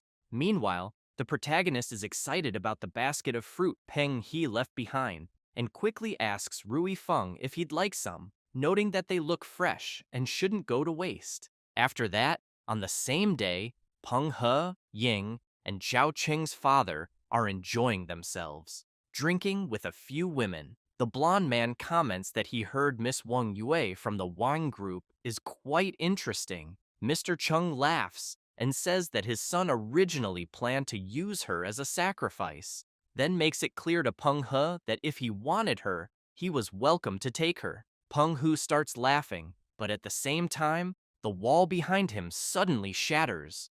Amid all the dust, 2 shadows could be seen. It was Ningfeng and Duan. Mr. Chung, furious, immediately asks who was there. Duan orders everyone to leave immediately, except for Peng He and Gu Ying. The blonde man looks at his friend and smiles, commenting that finally they had come for them. Ying wastes no time and leaps toward Duan with his lightning sword, striking immediately. However, Duan also acts quickly, drawing his dagger and effortlessly blocking Ying's attack. leaving him puzzled. Duan realizes that Ying has surpassed the 5th level, and thinks that, without the special training from his master and the blessing of the gods, he would have been defeated instantly by Ying. Peng He's friend is shocked, wondering how Duan managed to block his attack so easily, but he quickly considers that Duan only needed to block for a moment, giving the protagonist behind him the opportunity to strike. However, when he turns, Ying notices Ningfeng calmly sitting, opening a snack and eating it leisurely. This drives him mad with rage as he tries to understand why the other guy was standing there eating something. Duan doesn't waste time and strikes, telling Ying not to get distracted in a fight. Furious, Ying summons his battle outfit and charges at Duan. Their attacks collide, unleashing an intense energy. The people present watch the fierce battle, and the women begin trembling in fear, wanting to leave but too afraid to pass by them. At that moment, Mr. Chung turns and notices Peng He radiating a sinister aura. The blonde man, enraged, releases his power. Meanwhile, the protagonist, completely calm, comments on how delicious the melon seeds tasted. Peng He, indifferent, attacks the protagonist, who quickly rises from his chair and defends against the blow. Peng retreats and, with his powerful sword, unleashes even more power. He then summons his armor, making his presence even more intimidating. Ningfeng also prepares for combat and activates his passive ability, Killer Nature, a dark curse that, when simultaneously wielding magical melee weapons, continuously increases all attributes, potentially reaching a maximum increase of 100%.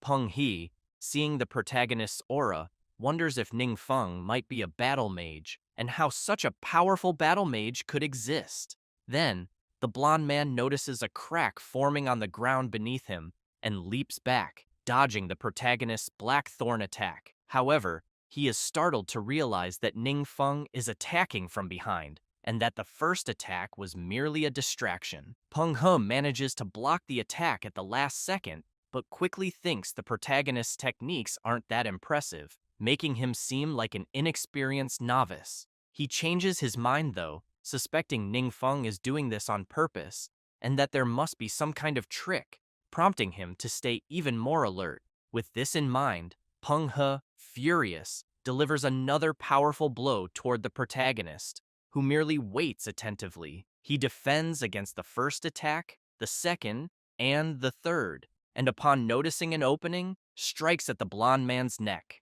Startled by the attack, Peng He manages to block it, but is unable to stop the protagonist from relentlessly striking his entire body. Furious, Peng He realizes something is off, suspecting that the protagonist is growing stronger with every passing moment in the fight. While being cornered, Peng He shouts, asking Ningfeng to wait a moment. The protagonist is intrigued by the request, but decides to stop and listen to what the blonde man has to say. Peng He remarks that he doesn't know who the protagonist is, but suggests they sit and talk, as both are powerful and have no need to fight to the death. Feng takes a deep breath and responds that his goal is simple. Peng, he dies and he lives. Hearing this infuriates the blonde man, who yells at the protagonist not to be so arrogant, claiming that in his master's eyes, Feng is nothing more than an insignificant insect.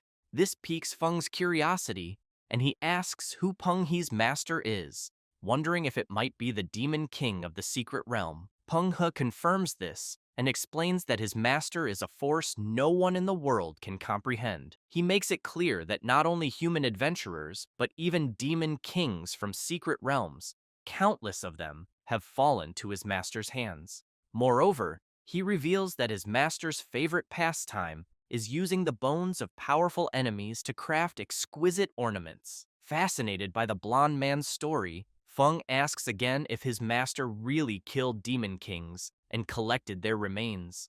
Peng He laughs and confirms. Hearing this excites Feng, who eagerly asks where Peng He's master is. Meanwhile, outside the building where the fight is taking place, Lao Feng's group is present. Jing comments that the battle is happening on the top floor, a property of the Zhao Corporation. He adds that witnesses who saw photos identified the residents as likely Peng He and Gu Ying. Lao Feng wastes no time and uses his detection magic, casting it toward the building and reaching the floor where the battle is underway.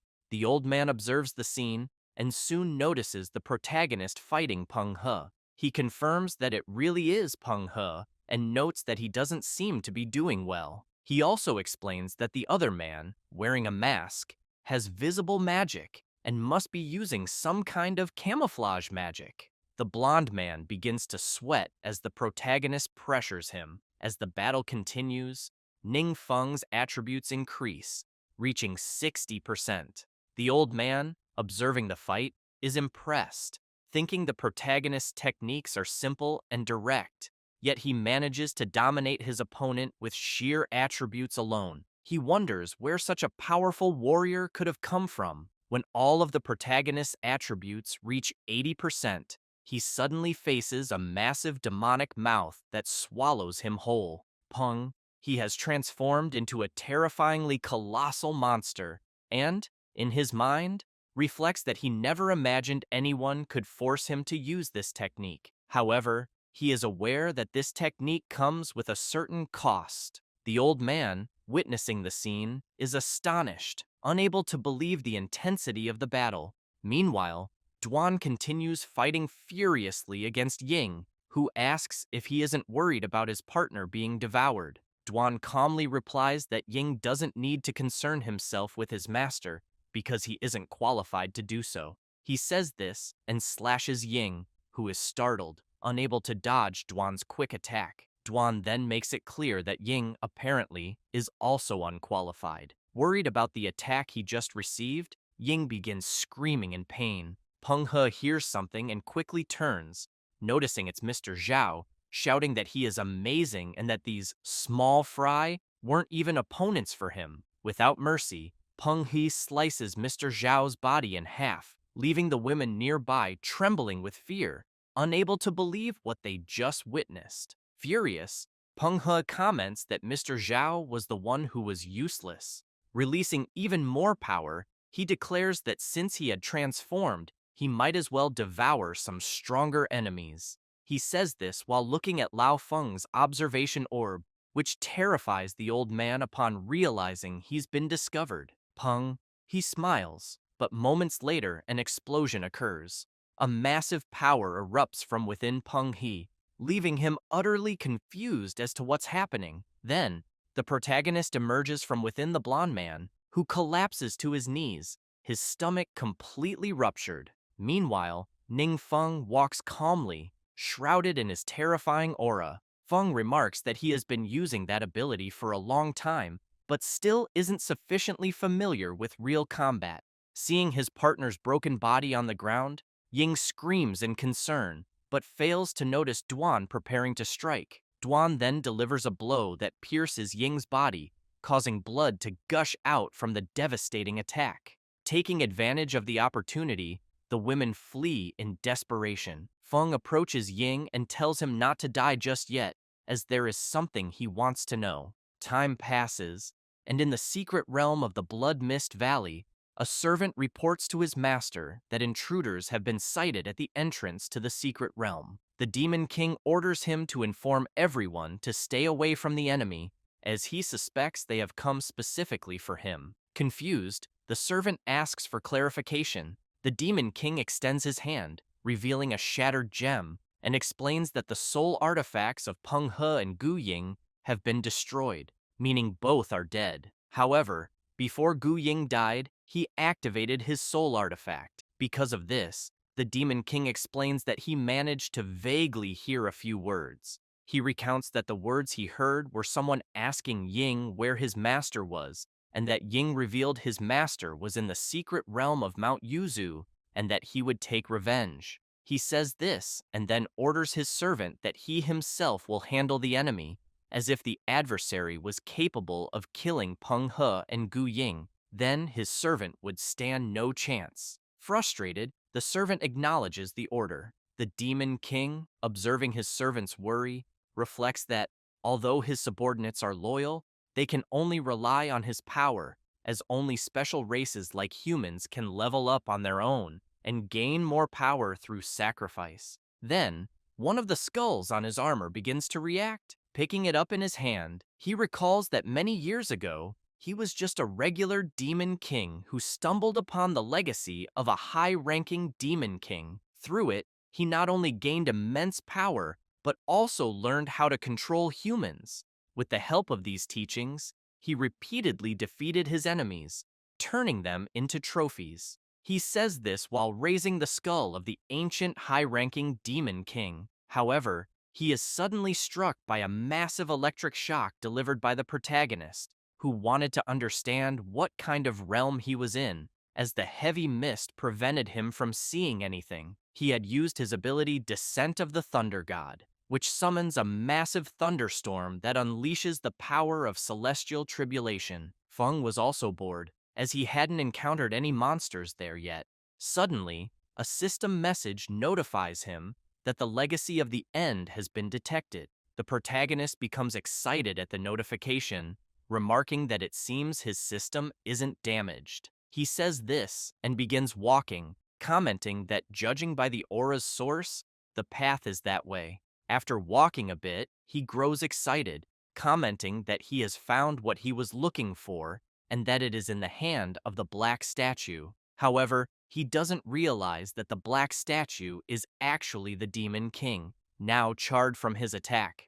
Wasting no time, Feng begins absorbing the fragments, wondering what had happened to the countless relics since there was only one. After absorbing it, the protagonist becomes thrilled, as all his attributes have increased by 100 points without using any abilities, and now he can crush most adventurers. Moreover, he has leveled up to 40 and can now learn new skills. With that, he picks up the skill book and becomes intrigued by the skill being a summoning curse, wondering if he could summon a great demon king or something similar, and whether this would make him even more of a god of evil. But he quickly decides to learn the skill first and see what happens later. The learned skill is Gate of Darkness, a forbidden spell that allows the protagonist to open a dark gate to summon a constant stream of dark creatures for 12 hours or a high-level demon lord for an unlimited period. Feng initially thought the skill might not be very useful, but upon realizing the potential of summoning a high-level demon lord indefinitely, he is surprised and finds it intriguing, deciding to test it when the time comes. Meanwhile, at Lao Feng's headquarters, Duan comments that those two individuals were very difficult to deal with, and that, for safety reasons, they left no survivors. Lao Feng expresses concern about not being able to gather more information, but thanks Duan and the mysterious Great Master, acknowledging they saved his life and that of his entire family, and he doesn't even know how to repay the favor. Duan smiles and replies that Lao Feng is very kind. Jing reflects that, fortunately, the officials were willing to trust the master's judgment and make every effort to show goodwill to the mysterious great master, while skeptical voices had been suppressed. Otherwise, he doesn't know how much damage Peng He and Gu Ying might have caused. Lao Feng then mentions that the country also places great importance on the matter, and that he heard the mysterious great master was looking for a training space. Because of this, several locations were approved immediately. He says this while handing over 2 envelopes, explaining that they contain all the information. He further explains that the training facilities are all carefully constructed by the country, offering an excellent environment and infrastructure. They also ensure privacy, free from irrelevant personnel. Duan suspects that the training space his master mentioned is just a cover, as the master doesn't want to reveal his true training methods. With that in mind, he retrieves the information and decides to let his master choose for himself. Afterward, Duan and the protagonist visit the training base. Feng is impressed by the size of the facility. As they enter, Duan explains that the location is a newly built adventurer base in the country, codenamed Area 51, which hasn't yet been put into use. He adds that Lao Feng made it clear that if the mysterious Great Master liked it, the base could be assigned directly to him. Feng, in disbelief, asks if all of this is truly his. Duan confirms it. While touring the training area, Duan explains that the building has 10 floors, with internal spaces that include training zones, office areas, leisure zones, and common areas capable of accommodating about 2,000 people. Upon reaching the rest area, Dwan points out that the infrastructure is highly complete, featuring an advanced set of intelligent control systems. Passing through the dining area and reaching the rooftop garden, Dwan assures his master that if he wishes, there's no issue with staying there for 1 or 2 years. Feng becomes excited, imagining that he can finally cultivate his own forces, as the location is perfect. Afterward, they meet with Lao Feng to finalize the arrangements.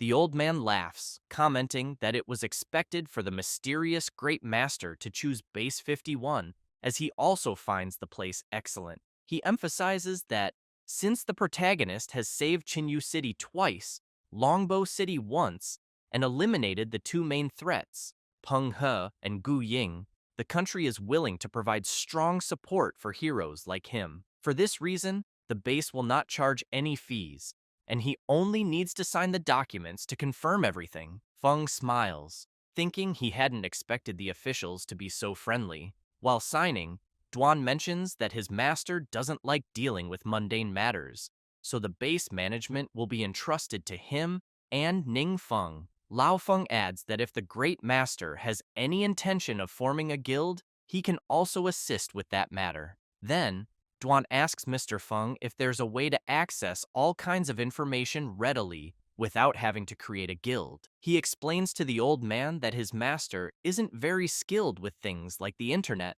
Lao Feng smiles and says that's easy to solve, explaining that for a national-level expert like the Great Master, their office can arrange a dedicated information channel. As long as the information isn't highly confidential, it can be synchronized and shared with the agency. Feng gets excited upon hearing this, realizing they're treating the mysterious Great Master as a national-level expert. Compared to him and Duan painstakingly gathering information, the agency's information channel will indeed be much more efficient. However, he keeps in mind that he won't rely on a single source of information, knowing he'll need to develop multiple channels in the future. Regarding the establishment of a guild, Feng feels there's too much to manage. Instead, he believes it would be better to transform the base into another model, especially with no shortage of high-quality resources. After finishing their preparations, they start walking, and Duan tells Lao Feng that the Great Master has organized his special training for the following week, promising to notify him in advance. The old man is pleased, thanks Duan, and also asks him to express gratitude to the master for his efforts. At that moment, Lao Feng hears his phone ringing. Upon answering, one of his staff members reports that they've uncovered some mysterious disappearances during their investigation, very similar to the cases of Peng He and Gu Ying. Furthermore, they fear that similar individuals might appear again in the future. Hearing this makes Mr. Feng deeply concerned, thinking that even with the Great Master's special training, he cannot fight the enemy alone. Taking a deep breath, he wonders if there's a way to train strong people quickly. That same evening, the old man visits his grandson's house. When Rui Feng sees him, he is delighted. Lao Feng notices a suitcase and immediately asks where his grandson is headed. Rui Feng, excited, explains to his grandfather that since the supernova training camp is about to begin, Ning Feng has organized special training for them. He mentions that he just received a call saying he needs to be at the training base in 2 days, so he's packing to avoid being late. His grandfather, intrigued, asks how many of them there are. Rui Feng replies that, including himself, there are 5. Without realizing it, Lao Feng gets excited and once again transforms into Ghost Rider, startling his grandson, who warns him that his head is on fire again. However, the old man reassures his grandson not to worry, explaining that he took some medicine Duan gave him. He insists he's clearly improving but admits that the power of darkness is still not easy to control. Noticing his grandson hadn't understood his earlier question, he rephrases it, wanting to know what kind of people Ning Feng had invited. Rui Feng explains that it's just a few good friends and that, aside from himself, The others have known Ningfeng for a long time. The old man gets excited upon hearing this, thinking that the great master will look after those close to him. Quickly kneeling down, he offers to help his grandson pack. Then, he advises him to listen carefully to Ningfeng when he arrives at the training camp,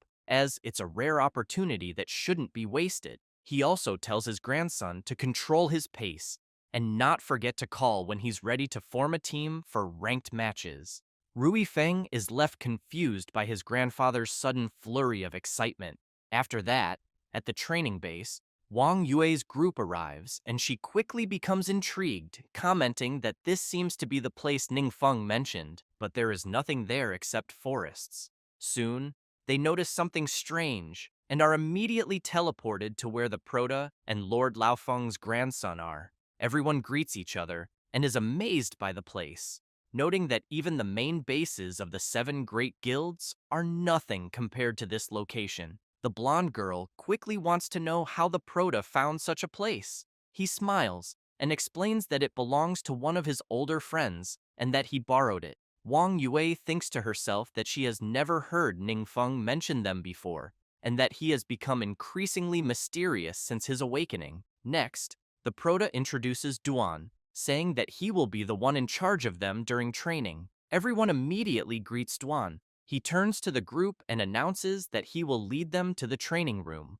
The berserker, suspicious, asks the Proto if he knows Duan well. Feng becomes irritated and makes it clear to them that the celestial phenomenon some time ago was caused by Lord Duan's passage during the trial of the gods, and that he is even stronger than the leader of the Yu Guild. Everyone is astonished and wastes no time heading to the training grounds, where they soon get excited and release their auras. Duan is impressed and wonders why they became so animated so suddenly. While in the training field, the Proto observes them and thinks that by casting a forbidden spell there to simulate the effects of a training room, they won't need to worry about exposure. Feng also considers that he needs to establish a guild, cultivate only the strong without limitations, and select members based solely on strength and determination, thereby creating an alliance. Wang Yue is the first to start and quickly focuses, but she is struck in the arm and screams in pain.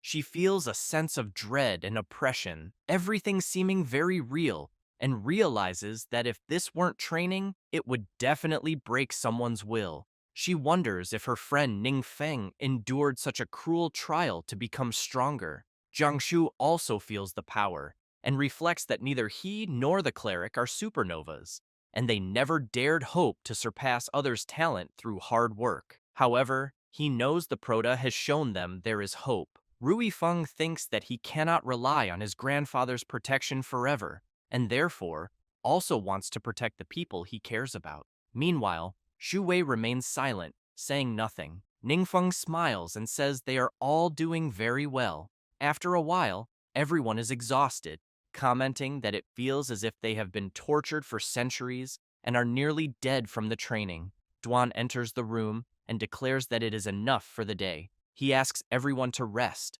and announces that he will lead targeted training the following day. Afterward, they head to a VIP room where they all gather. Wang Yue comments that although the special training is just beginning, the gains they have already achieved far surpass previous years. She emphasizes that it's simply impossible to identify weaknesses by relying solely on one's own understanding. Rui Feng reflects that the power of darkness in his body felt strange that day. Even when he gave his best effort, there were no signs of this power going out of control.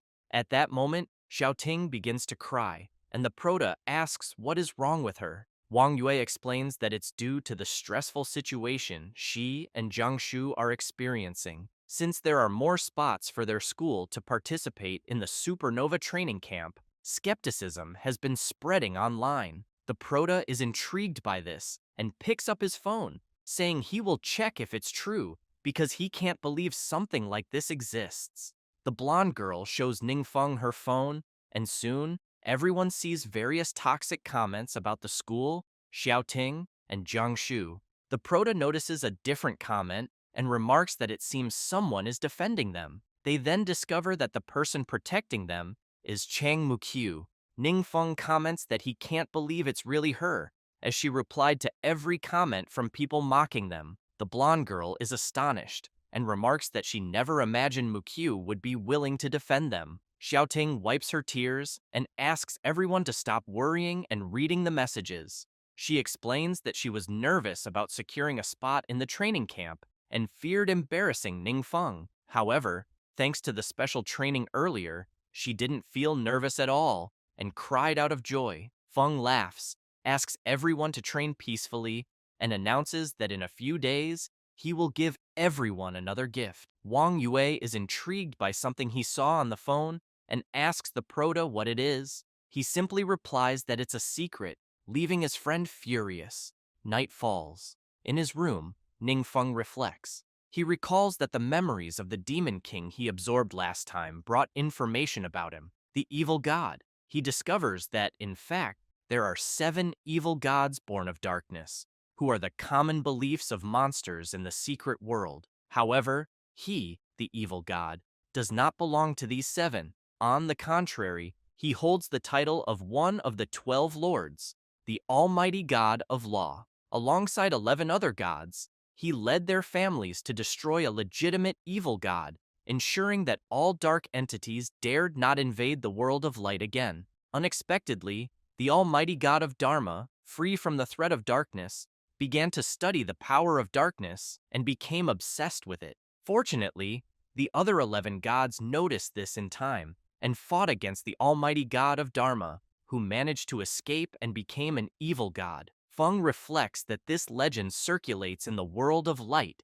and is widely believed. However, among the demons of darkness, there is an entirely different version of the story. According to the demon realm's legend, the dependents of the gods, free from the threat of darkness, gradually lost their sense of crisis, and their faith diminished. They stopped relying on the gods, enraging them because gods create their families solely to gain more power from faith. The proto imagines that the gods then began encouraging their dependents to attack each other, using them as instruments of pleasure and sacrificial offerings. Even the demons hidden in darkness began to emerge with the tacit approval of the gods. This would be the origin of the secret realm. In this context, only the Almighty God showed no interest in the amount of faith, refusing to participate in this game. However, Ningfeng knows that unexpectedly, one day, the war reached the Almighty God of Dharma's family, and due to a lack of defense, nearly the entire family was massacred. Furious, the god of Dharma demanded that the other gods stop this senseless farce, but he was insulted and ridiculed by them. Feng explains that the conflict between the two sides escalated until it culminated in a great battle. The Almighty God of Dharma, who had always been indifferent to the rest of the world, became involved in a fierce battle. It took 2 deaths and 6 injuries among the 11 main gods to force the god of Dharma to retreat. After that, no one knows exactly where the Almighty God went. Rumors suggest he entered an unknown dimension, neither of light nor darkness, and disappeared there. Fearing retaliation, the gods did everything they could to tarnish the image of the Almighty God while searching for his whereabouts. Ningfeng reflects that this god is truly on another level, as he fought against 11 gods at once, killed 2 of them, and still managed to escape unscathed. He understands why the system told him not to worry, considering that this confrontation seems small by comparison. The proto speculates that the title of evil god might be entirely fabricated. However, he regrets that his memories end at that point, and that he still doesn't know the final fate of the Almighty God. Even so, he thinks all of this might just be a legend, making it difficult to discern the truth. He concludes that his priority should be leveling up since risking his life isn't his style. He quickly prepares and flies off. Arriving in front of a portal, he imagines that the Adventurers Guild's access to information across the country is very convenient. After all, there, one can find many unknown secret realms. As soon as the proto enters a dungeon to train, several monsters rush at him. He grabs his staff and, with just one strike, easily defeats them all, gaining several experience points. While navigating his system, Ningfeng comments that the experience points from these monsters aren't bad, especially since the boss seems likely to drop something valuable. Before long, the Secret Realm's boss appears.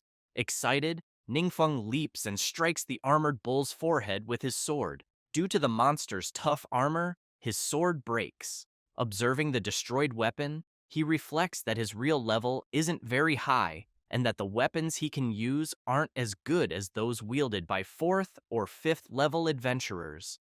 After continuous high-intensity combat, he didn't expect his weapon to fail so quickly. However, the Prota notices something and sees the bull mocking him. He discards the broken sword and unleashes his terrifying power, leaving the armored bull terrified. He then finishes it off. Feng is frustrated to see that he only leveled up from 43 to 47. He comments that the monster didn't provide much experience and, on top of that, cost him a sword. However, he figures that at least he unlocked another ability. He chooses the Wind Blade skill, which, when activated, creates a violent storm imbued with the power of darkness, corrupting all light. Feng knows that the more forbidden spells, the better. Otherwise, he'll always worry about lacking power. Still, he understands that relying solely on forbidden spells isn't enough. Without proper weapons and equipment, he can't defeat even a boss,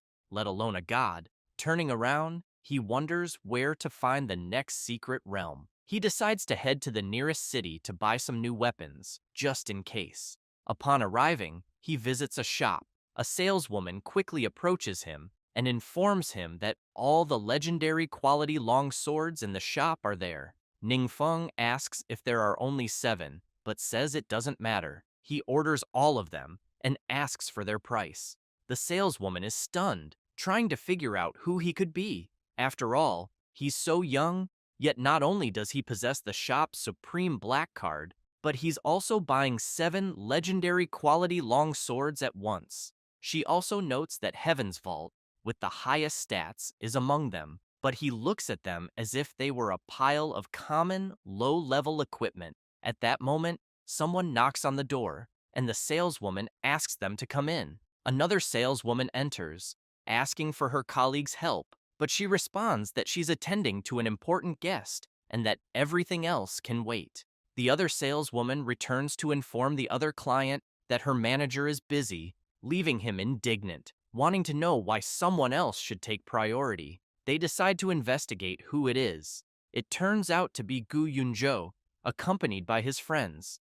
The saleswoman is terrified, realizing it's Gu Yunzhou, and fears that if a conflict arises, her job as manager will be at stake. Gu Yunzhou enters the room, and upon seeing that the Prota is receiving the manager's attention, is surprised. Feng, sipping his tea, asks who he is. Internally, Yunzhou is furious, as the Prota had once stolen all his equipment and doesn't even seem to remember. Yet, he introduces himself politely. Without much interest, the Prota remarks that he remembers him. Yunzhou smiles, calling it a great coincidence. However, he reflects that he once sent someone to investigate Ningfeng's background, but always encountered inexplicable resistance, as if someone were deliberately interfering. The information available online is all confusing. Some say Ningfeng is 18 years old and has just awakened his profession. Others claim he's the reincarnation of a god. Yunzhou thinks every comment is more exaggerated than the last, making it impossible to believe any of them. Feng looks at the swords and asks Yunzhou if there's one he likes.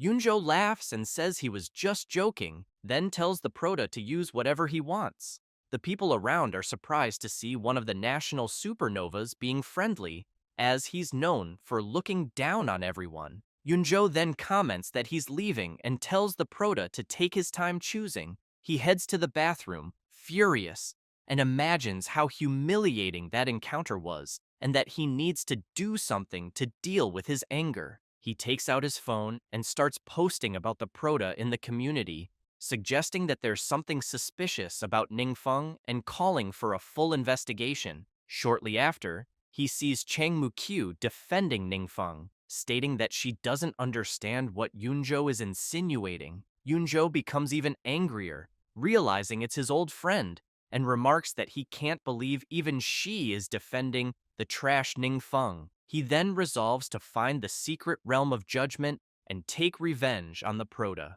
After Ningfeng finishes his purchases, the saleswomen thank him. He leaves, takes a deep breath, and heads to a secret realm. There, he easily defeats the boss. From realm to realm, he continues defeating bosses until he reaches level 60. Exhausted, he comments that he's finally reached level 60 and can now transfer his class. He reflects that he didn't expect leveling up without using forbidden spells to take so long. While walking through the dungeon, he finds an altar and reflects on how these monsters once worshipped various evil gods, all of whom were eventually destroyed by the 12 main gods. However, monsters are now constantly invading the human world with the goal of reviving the 7 true evil gods. The Proto knows, though, that some powerful monsters aspire to become evil gods themselves. Despite this, he also recognizes that the so-called main gods haven't protected humanity. Instead, they treated him, a false evil god, as a mortal enemy. Thinking this way, he considers that the monster's legend about the almighty god is likely true. To most gods, both humans and other races are merely toys for their amusement. Feng concludes that neither monsters nor gods are good. At that moment, the Proto's phone buzzes, and he sees it's a message from Shu Wei. He decides to return and complete his class transfer mission while he's at it. Back at the training base, Xiao Ting and Jiang Shu meet Shu Wei. She picks up a vial and remarks that the potion looks delicious. Her brother, alarmed, stops her and warns her not to drink it. He explains that this is called the Forgetfulness Potion, and says the potion will make anyone who drinks it completely forget a skill, just as he did. He warns his sister not to be greedy unless she wants to become an idiot.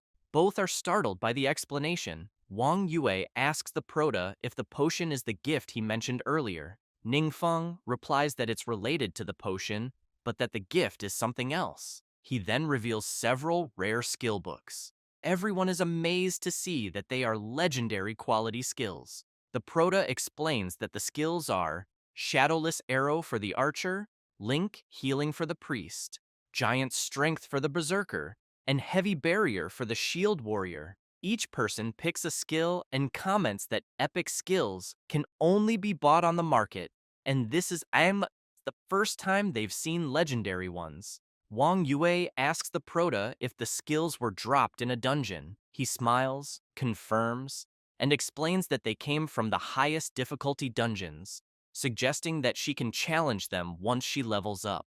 Rui Fang, intrigued, wonders about the difficulty of the dungeons that drop legendary skills. He then comments that the Proto's strength has already surpassed everyone else of the same age.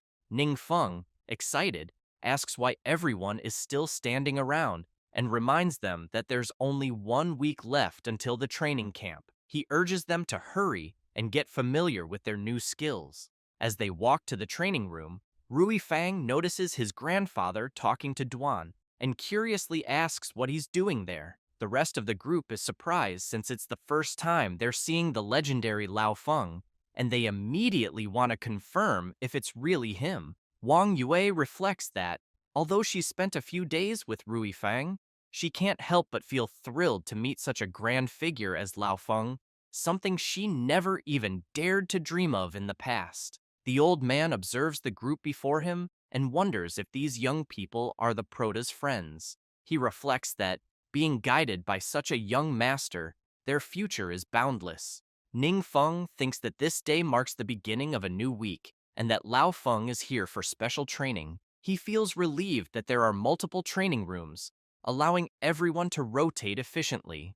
The old man then asks how his grandson has been doing lately and whether he's caused any trouble. The Proto replies that he hasn't, and adds that Lao Feng has arrived just in time to see the results of his grandson's training. He asks if the old man would like to watch, and Lao Feng happily agrees. In the training room, the monsters are enraged. The blonde girl starts by testing her new skill, firing a powerful arrow. Rui Fang activates his new skill, summoning an impenetrable shield. The berserker is consumed by a powerful fury as he unleashes his ability, and Xiao Ting keeps up, using her blessing to buff all her friends with her new skill. The old man comments that he's quite impressed with the young one's abilities, but asks Duan if they don't seem a bit rusty. Duan laughs and explains that it's because they've just learned these skills and aren't fully familiar with them yet. Hearing about the skill levels, Lao Feng is surprised and asks for more details. Duan explains that all the skills were dropped from high-level war dungeons. When the old man hears this, he becomes excited, almost as if he's transformed into Ghost Rider. He reflects that the officials have been organizing raids on high-level dungeons for a long time, but, unfortunately, without success. While there's been speculation about such loot, this is the first time he's seen a legendary skill. He asks Duan if this information can be shared with others. Duan replies that it's fine since it's not a secret and will eventually become common knowledge. Lao Feng reflects that these kids don't have very high levels yet, but time will take care of that. With the support of their masters, they'll soon surpass all the older generations. One step forward, always forward, he thinks. The future of the forces will rest on these young ones. After this, the Prota heads to the class change hall and greets Jing. He mentions that he's leveled up and is here for another class change. Jing, incredulous, is shocked, unable to believe it. However, he just laughs, as if it's something normal for him. As he walks to the room, Jing reflects that she had expected this. She knows Ningfeng is here for his second class change, something that typically takes others 2 years of hard work to achieve, but he managed it in just 2 months. Upon reaching the room, the system informs the Prota of his mission. He needs to enter the Blooming Ice Plains dungeon and obtain the elemental emblem item. Additionally, he must collect 20 transformation stones and 100 lost soul essences. Feng is surprised, questioning if he really has to gather 20 transformation stones for what is supposed to be a standard class change. He knows that these stones aren't dropped by monsters, but are excavated from crystal veins. Considering this, he decides it's best to ask at the trade house first. Soon, he heads to the Yuan Chung trade house. However, the vendor informs him that there has been a recent increase in people changing classes, and transformation stones are currently out of stock. He asks the Prota for 3 days, assuring him that he can obtain them within that time. Feng considers that 3 days isn't too long and decides to complete the emblem mission first. To save time, he orders the lost soul essences directly from the trade house. He mentions that he still has other matters to attend to and asks the vendor if he can handle this for him. The vendor replies that it's no problem at all. Ningfeng takes a moment to check if he has any additional items with him. He places what he finds on the ground, and the vendor begins to sweat nervously upon realizing that there are over a dozen epic class skills from various professions, along with several legendary grade pieces of equipment. Given the current national leveling frenzy, the vendor knows these high-quality items will sell easily. He imagines that his annual performance report will be the best yet. The vendor reflects that it's no wonder Mayor Dongming repeatedly emphasized treating the Prota well. Thanks to the mayor and the Prota, he believes he's about to strike it rich. Later, in the secret Icefield realm, several adventurers prepare to enter the dungeon. Someone mentions that they'll soon face the boss and will need a reliable DPS.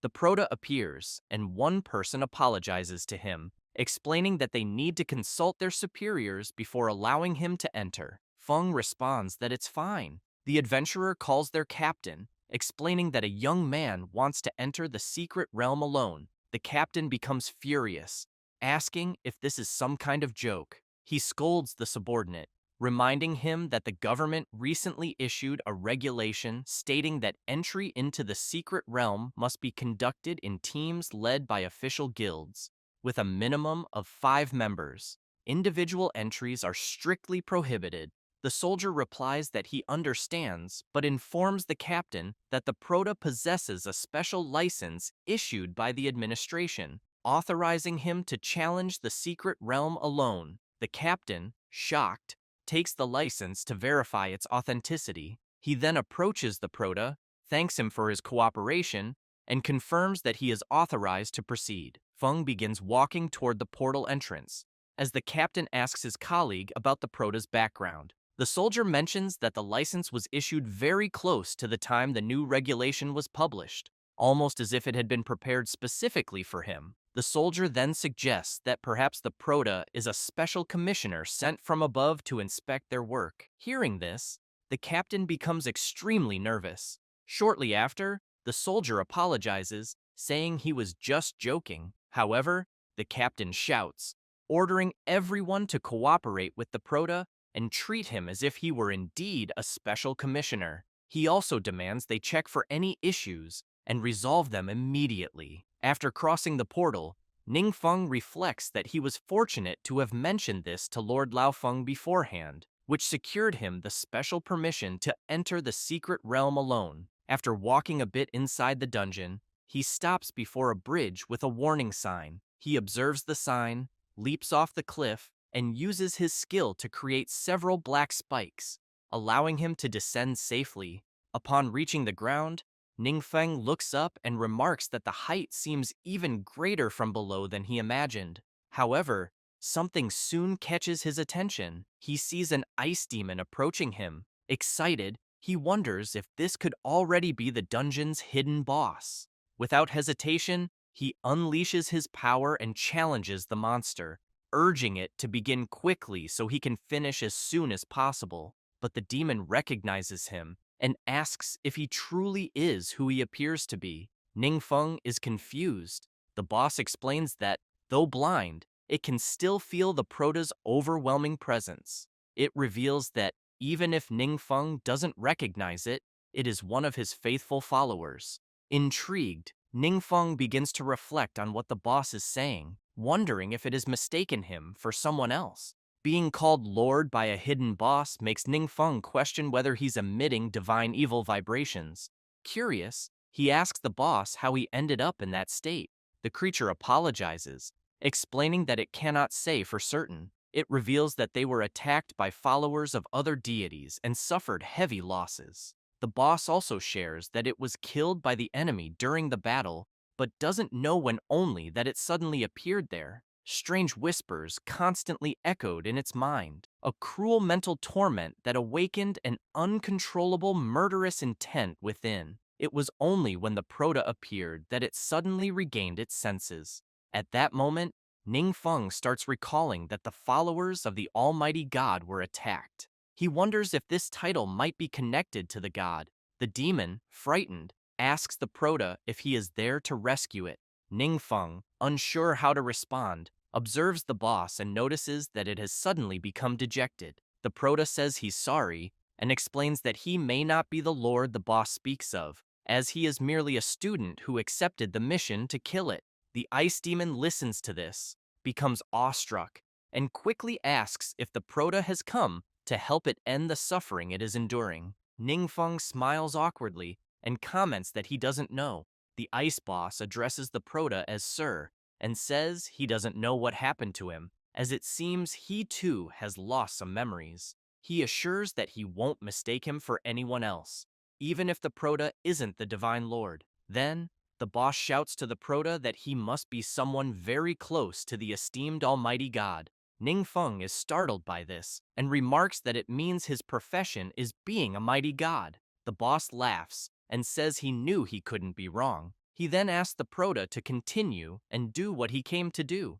Ningfeng explains that he needs to obtain an elemental emblem and wants to know if there's any other way to get it without eliminating him. The ice boss apologizes and says he doesn't know, but makes it clear that if the prota is worried about eliminating him, he shouldn't be. For him, death might be a form of relief. The prota reflects on this but asks the boss if there's anything he would like him to do. The ice boss responds affirmatively, saying it has been a long time since he last saw him. If the prota could talk with him for a bit, he would die without regrets. Ningfeng agrees, and the two sit down. The prota soon asks the boss to share more about what happened before. The boss recounts that, back then, the prota often transformed into a human and visited the mortal realm to play with them. They knew he was the Divine Lord, but everyone pretended not to and endured the pain of withholding the knowledge. Feng comments that it doesn't sound like something a god would do. The ice boss laughs and says the Prota is carefree and straightforward. In fact, they were very happy to be with him, and now there is no pressure. Then, the demon asks the Prota to share about his current situation. Ningfeng says there's nothing special, just that he has to go to school, level up, and play games in his free time. The Prota invites the boss to come closer, saying he will teach him how to play some games. However, the ice demon stands up and comments that it's almost time and that it was a tremendous pleasure talking to him. They look at each other, and the Prota promises that if there's a chance in the future, he will take him to play games. The ice demon agrees and says he'll be waiting for that. Then he disappears. Ningfeng stays silent, not saying a word as he looks at the items the ice demon left behind. Meanwhile, there's a meeting with guild leaders. Zheng Yanchuan comments that the mutant secret realm indeed seems to contain high-level abilities. However, with everyone's current strength, they haven't been able to conquer it. Arca asks if, in this case, it's possible to hire the mysterious expert to lead everyone in conquering the secret realm. Lao Fang clarifies that he already asked, and the expert has no intention of cooperating. Arca is intrigued and questions if, at such a time, the expert shouldn't stand with everyone, pointing out that he seems to act entirely in his own interest, without any restrictions. He then asks Lao Fang if he thinks that's acceptable. The old Fang firmly states that it is, and makes it clear to Arca that he will soon resign, allowing Arca to become the director. As for how to manage the mysterious expert, that will be entirely up to him. Arca feels embarrassed and tells the old Lao Fang that wasn't what he meant. However, Lao Fang becomes furious and says that when Peng He and Gu Ying appeared and threatened his family, everyone claimed there was nothing they could do. He was ready to die, but in the end, it was the mysterious expert and Duan who stepped in and helped him. So now, when it concerns his own interests, some people cannot remain still. Lao Fang makes it clear that the mysterious expert owes nothing to anyone there. Liu Yingzhen thinks that only old Lao Fang could say this, as everyone knows his character, and he would never have selfish motives. Otherwise, the room would be in chaos. Yingzhen asks Lao Fang if he's planning to face a high-level dungeon in a few days. The old man replies affirmatively.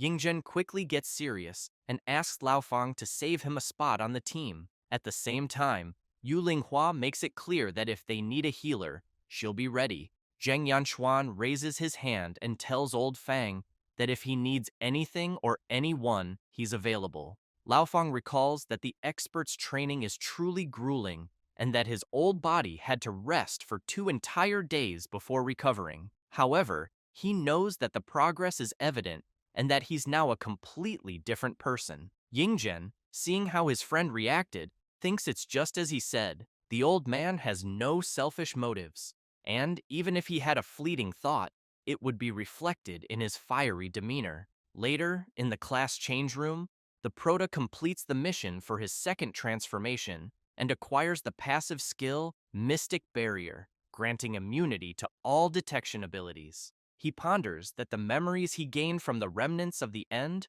were mostly correct. After all, the Almighty God isn't an evil deity at all. He just wants to live life on his own terms, much like the Prota.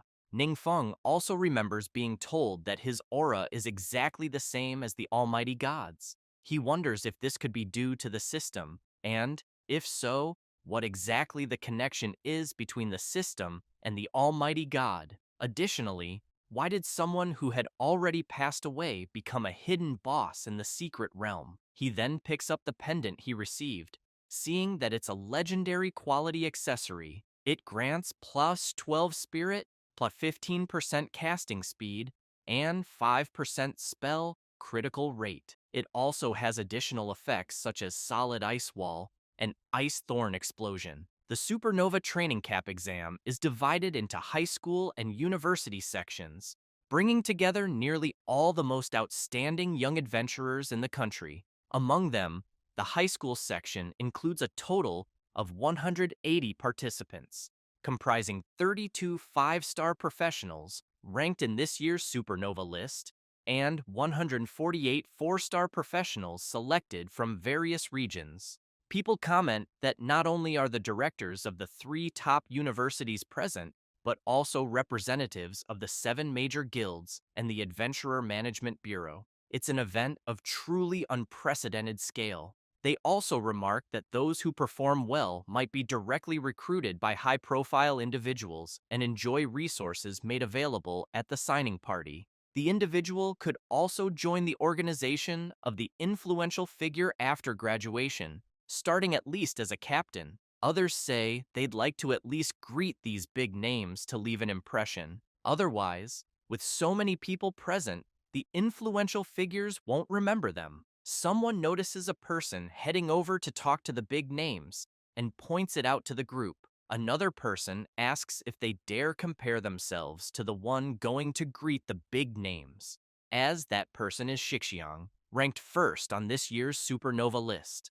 His brother is Shiyu, the leader of the Blue Sharp Claw Guild. The boy laughs and says he was just joking. He mentions that ever since Shixiang awakened, he hasn't leveled up alongside his peers, as everyone accompanying him has been elite members of his family's guild. The girl comments that comparing people can cause envy and notes that everyone there knows the god's judgment secret realm was conquered some time ago. Looking at Shixiang, the boy comments that the one who completed the conquest has the martial artist profession, the same as the blonde boy. He adds that it's said Shixiang received guidance from that strong individual, enabling significant progress. Furthermore, he had access to the high-level experience potion exclusive to the Blue Sharp Claw Guild, and his strength is probably beyond everyone's imagination. At that moment, a bus arrives, and someone shouts that the team representing Chinyu School has arrived. The boy immediately wants to know if they are the ones everyone is speculating about online.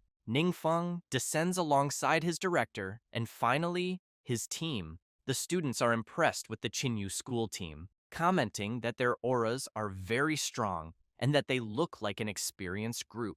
The director starts sweating nervously, thinking that everyone is staring at them, and the saying, "The taller the tree, the more wind it catches," comes to mind. He also notices that the gazes seem to treat them as imagined rivals. The Prota notices something and sees, through his system, several people trying to detect him, but thanks to his passive skill, Mystic Barrier, they fail. He figures that many people are interested in him.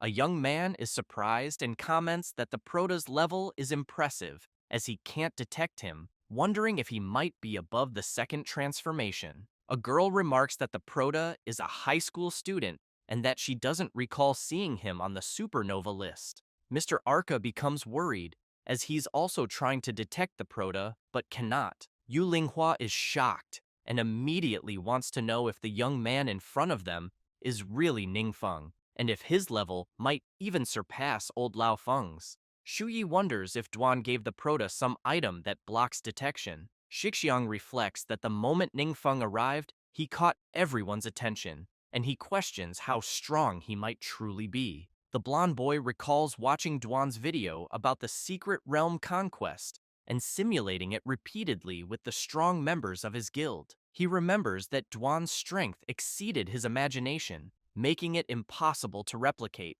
Shixiang considers that if Ningfeng's strength is also high, they must have a special training method, something he and his brother need. Lao Feng approaches Yingzhen and asks if he'll try to gauge the Prota's level. However, Yingzhen responds that he won't, as it would be too rude. Shortly after, old Lao Feng waves at the Prota's group, and he notices the gesture. The onlookers are surprised, seeing that Mr. Lao Feng is greeting the group. Yingzhen becomes furious and asks old Fang if he's that well known. Lao Feng laughs, saying he was just saying hi. Yingzhen firmly states that everyone is officially organized and that their conditions aren't inferior to theirs. He tells Lao Feng to stop, saying he's getting older by the minute.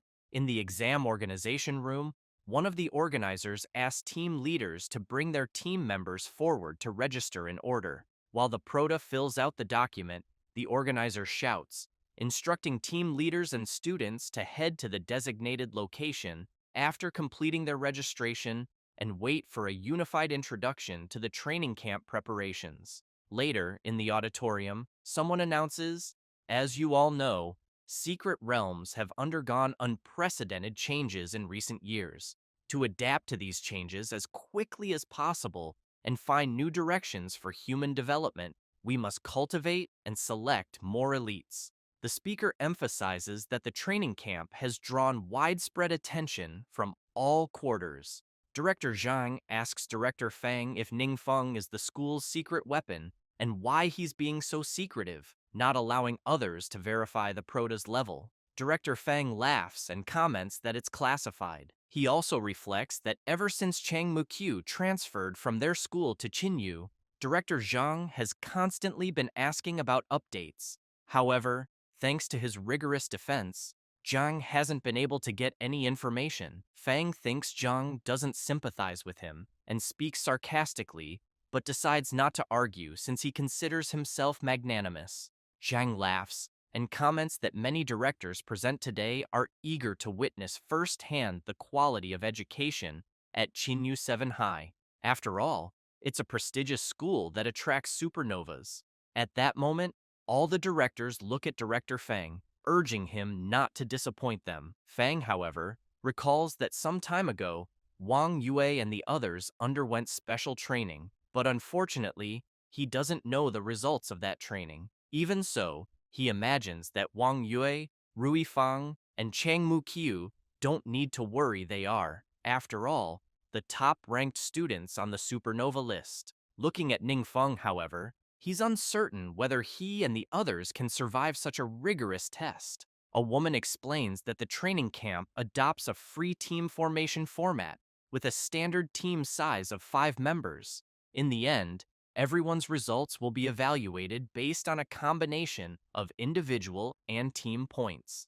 The top 10 students in the high school division's point rankings will train in the university division. She also highlights that before the official start of the training camp, all participants will be assessed through a secret realm. The condition for entering this realm is being below the third transformation. Next, a special team demonstration will be conducted for everyone. The audience becomes excited as Shixiang's team appears on the big screen. People quickly remark that it's no surprise, as only they could deliver a demonstration at such a grand event. All of them have led the supernova list over the past 5 years, being considered elites among elites. The temporary peak team then heads to the secret realm entrance. The white-haired young man comments that they should go easy on the others later and avoid putting too much pressure on the juniors. His friend, confused, asks what he means. He clarifies that many important people have come to the training camp and that this is a once-in-a-lifetime opportunity for everyone there. Though they're only united temporarily, if someone drags them down, they shouldn't blame him for turning his back. He then urges everyone to move forward. As soon as the temporary peak team enters the secret realm, the tension rises. The white-haired young man notices the strong miasma in the area. The blonde girl steps forward, saying she'll handle it. She uses her ability, but everyone quickly notices several spiders descending from above. The arachnids waste no time and charge at the adventurers, who, in turn, react swiftly and begin moving with impressive speed. As participants observe the temporary peak team in action, they're amazed by their quick movements. Looking at Shixiang, they note that he isn't lagging behind the others, making it impossible to claim he's just a high school student. Gu Yunzhou, watching Shixiang, grudgingly admits that he's no longer at their level. Lao Fang comments that he's heard the 5 youths on the temporary peak team have been training together recently and, if nurtured well, could soon begin conquering high-level secret realms. Yingzhen agrees, noting that they seem poised to reach elite status, advancing steadily with little rest. Soon, Yingzhen observes that they've reached the boss quickly. Shixiang smiles as his entire team charges at the boss. It doesn't take long for them to defeat it. The screen displays the information that the temporary peak team completed the conquest in 48 minutes and 18 seconds, setting a new record.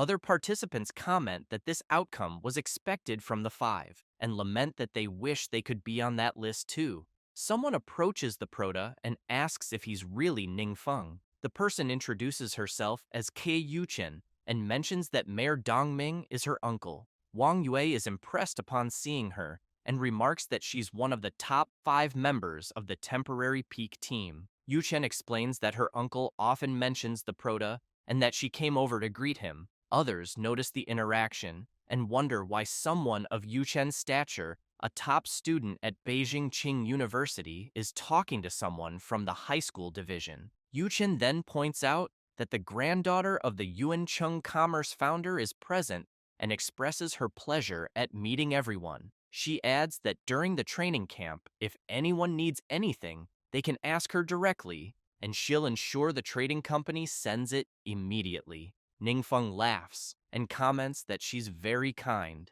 Xiaoting jokes with Wang Yue, telling her to keep an eye on the prota because every girl he meets is beautiful, and their family backgrounds and strengths are getting better and better. Yuchen considers that while her uncle mentions Ningfeng often, she still doesn't know much about his strength. She decides to take this opportunity to get to know him better. One of the members of the temporary peak team approaches and asks Yushen to join them in finding a place to rest. However, she replies that she doesn't want to go and prefers to stay and watch the exam unfold. Irritated, he asks what's so interesting about watching the evaluation, given that they are the strongest participants. Shixiang says he also wants to stay and watch, prompting the other members to relent and agree. As other teams carry out their evaluations, someone remarks that whenever 6 teams enter the secret realm simultaneously, everyone receives corresponding evaluation tasks. Final scores are calculated based on task completion.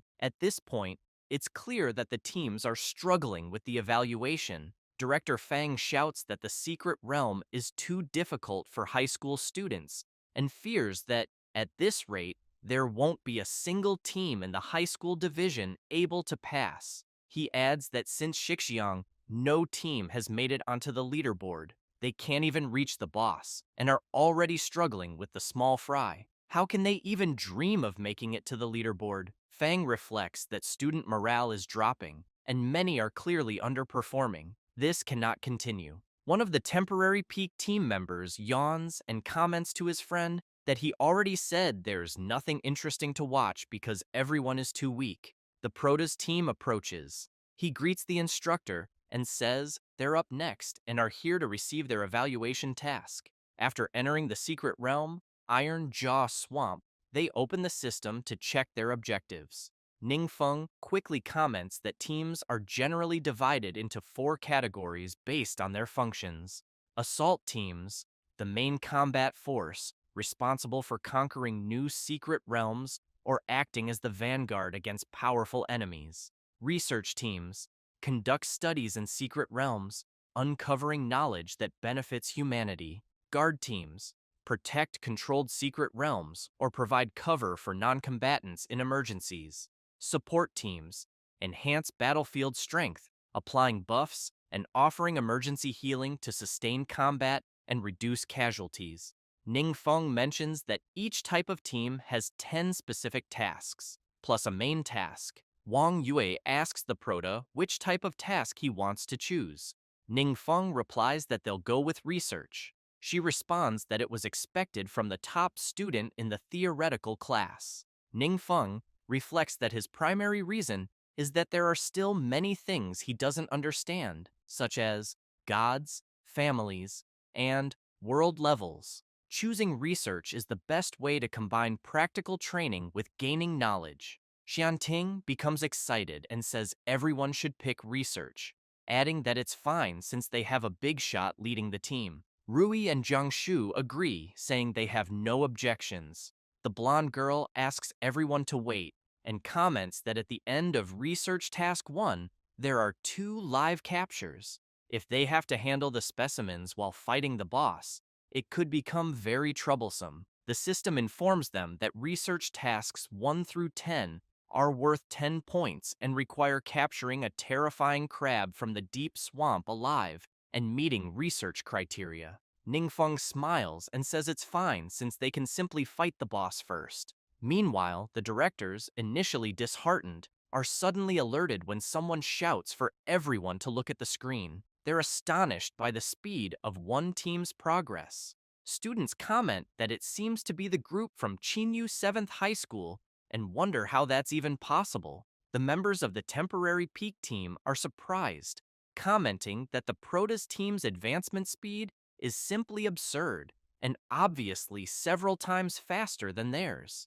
Yukin thinks this must be why her uncle Dongming speaks so highly of Ningfeng. Yingzhen, amazed as he watches the Protoss team in action, asks old Laofeng if the skills they're displaying are legendary level. Laofeng confirms, and Yingzhen, alarmed, asks if legendary skills are truly that powerful. Laofeng explains that it's not just about the skills. The kids themselves are exceptionally strong. Yingzhen remarks that the combination of abilities, timing of movements, and team coordination are all top-notch. Sweating nervously, he observes Ningfeng and notes that he doesn't seem to be using any high-level skills. Yet even with a simple attack, he completely incapacitates his enemies, demonstrating incredible strength. Director Zhang tries to talk to Director Yang, but Yang tells him to be quiet, saying there's no time for chatter since the Protoss team has already reached the elite monsters. They attack swiftly, and as soon as they defeat them, they advance to the next stage. Before long, the team regroups and reaches the final boss. Without hesitation, Wang Yue and Jiang Shu leap forward. The blonde girl prepares her powerful arrow, while the berserker wields his mighty axe. They attack the final boss and easily defeat it. The screen announces that the Protoss team has broken the temporary peak team's record, completing the task in 8 minutes and 14 seconds. The crowd is astonished by the result.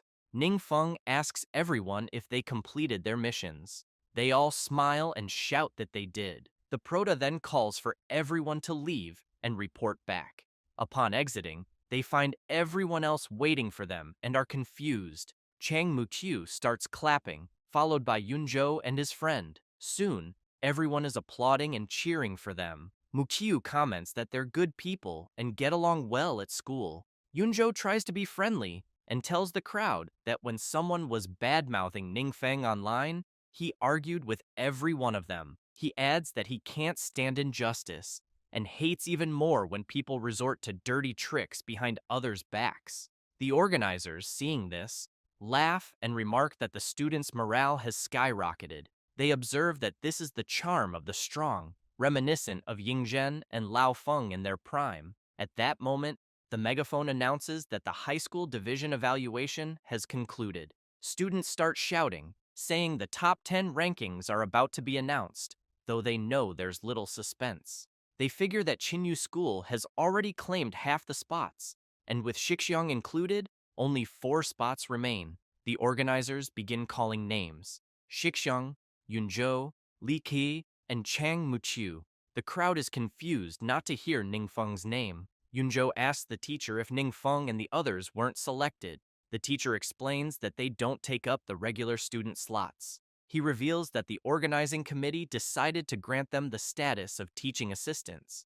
After this, the Protoss team follows one of the organizers, who asks Ningfeng if they're really the Sovereign Lion team, as he's there to escort them. He explains that the professor responsible for the research group will be absent for a few days, so he'll arrange for them to stay at a specific location. He adds that it's a lodge designated for teachers, offering an excellent environment, meaning they won't need to return to the student dormitory. When they arrive at room 604, everyone enters and starts settling in. At that moment, someone knocks on the door. It's old Laofeng. The blonde boy is shocked and wonders why a big shot like him is there. Then he sees President Yingzhen, followed by the other guild leaders, and starts losing his mind. Wang Bo thanks the blonde boy, who says it's no problem at all, but keeps wondering if he's dreaming, as he's seeing all the country's top figures gathered in one place.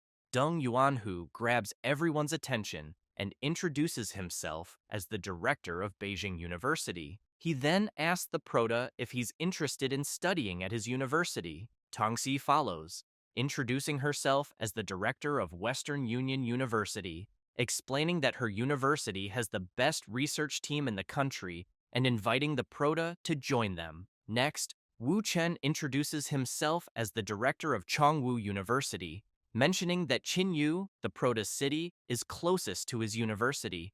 Ningfeng is shocked, thinking he's terrible at handling situations like this. Lao Feng notices the tension and quickly asks the three directors to calm down, pointing out that they're putting the kids in a tough spot. He suggests letting them participate in the training camp first and discussing these matters later. Embarrassed, the three directors agree, but silently resolve not to let the others take advantage of the situation. The prota continues chatting with them, and the next day, he wakes up yawning from lack of sleep. He's startled to see his friends up so early and looking exhausted. Jiang Shu, with dark circles under his eyes, explains that he's been bombarded with calls from his family since early morning, asking which university he plans to attend. He adds that he's heard the three major universities contacted them specifically. Rui, also sleep-deprived, complains that he couldn't sleep because of Jiang Shu's constant phone calls. Ningfeng turns to the girls and asks if they had any issues. Xiaoting, lazily, responds that Wang Yue is still on the phone. She shares that her father is so thrilled he's planning a 3-day banquet. Jiang Shu smiles and says his relatives and friends have been visiting non-stop, and his parents are finally receiving some recognition because of him. Rui comments that his grandfather supports him, so things aren't as chaotic, and he'll simply follow Feng's lead. Hearing about families, Ning Feng feels a pang of sadness, having no family to rely on. Just then, his phone rings. Answering it, he realizes it's Professor Qi Wei. She asks how he's doing in the training camp and whether he's adapting well. Qi Wei mentions that 3 major universities contacted her to inquire about Ningfeng's university plans. He laughs, commenting that she's the one who's been taking the calls. Qi Wei confirms and jokes that she knows he likes staying up late, so she decided to call at that time. Ningfeng is touched by her care and asks for her opinion on the matter. Later, the training camp organizers greet all the university students and the 10 high school students. The students begin murmuring about how monstrous this year's high school division is, with 5 students at the instructor level. What's even more shocking is that 3 of those 5 aren't even on the supernova list. The professor announces that the first stage of special training, Secret Realm Rating, will begin that day. He emphasizes that the secret realm they're entering hasn't been fully explored and may contain all kinds of lurking dangers. He urges everyone to follow orders and act within their capabilities. Before departure, he asks everyone to confirm their group tasks with their respective professors. Additionally, he informs the group that each of the 10 high school students will join a university team. Chang Mukyu approaches the professor, introduces herself, and asks which team she's assigned to. The professor points to the side and tells her she'll be part of that team. She turns to see she's assigned to Ning Feng's team. Later, inside the unknown secret realm, creatures begin advancing toward the prota's team. Ning Feng is focused, researching the monsters they are encountering, and discovers that they are a new subspecies of lizardmen, over 2.5 meters tall. Rui notices that the prota is distracted and blocks an attack from one of the lizardmen. However, another monster charges at Ningfeng, but he simply elbows it and easily takes it down. Afterward, Ningfeng sits on one of the defeated creatures and concludes that they weigh between 800 and 1,000 kilograms and that their scales provide high defense. Chang Mukyu reflects that they are already in the depths of the secret realm and have surpassed the fastest assault team. She also thinks that the group has fought exceptionally well so far, with experience points accumulating rapidly, as if Ning Feng is carrying everyone. Watching the group fight, Chang Mukyu notices that, compared to their first encounter, Wang Yue and the others have significantly improved. She wonders if by earning their recognition, she could reach the same level of skill. Ningfeng mentions that Professor Chi Wei said the research team at Western Union University is indeed very strong, but the management there is very strict, which might make it hard for him to adapt. On the other hand, the research team at Beijing University offers more freedom, which could be better suited to him. Wang Yue feels happy for her friend and comments that this level of consideration was to be expected from Professor Chi Wei's student. At that moment, Xiao Ting asks everyone to check the class group chat. They quickly become surprised by the content. It's a message where some students ask where Professor Chi Wei is, and someone replies that she is still in the secret realm and hasn't come out yet.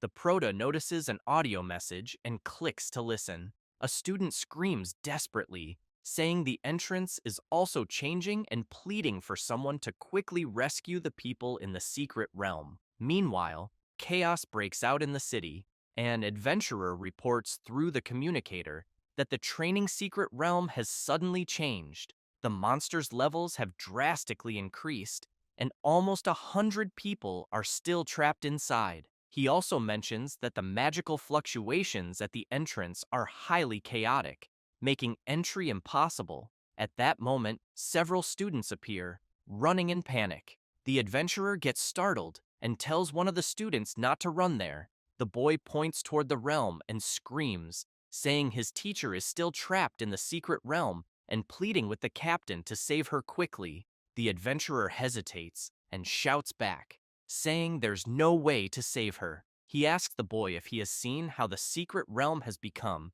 and explains that support has already been requested and all they can do is wait for the rescue teams to arrive. The student insists, yelling at the captain to do something because it was due to him saying there weren't enough support classes that Professor Chi Wei entered the secret realm. Now, the captain is hesitating and leaving the professor behind. Furious, the adventurer clarifies to the boy that it's her responsibility to get out. He asserts that if she cannot escape, it's her fault and no one forced her to participate in the rescue. The students are terrified by the adventurer's decision. At that moment, someone arrives calling for the students.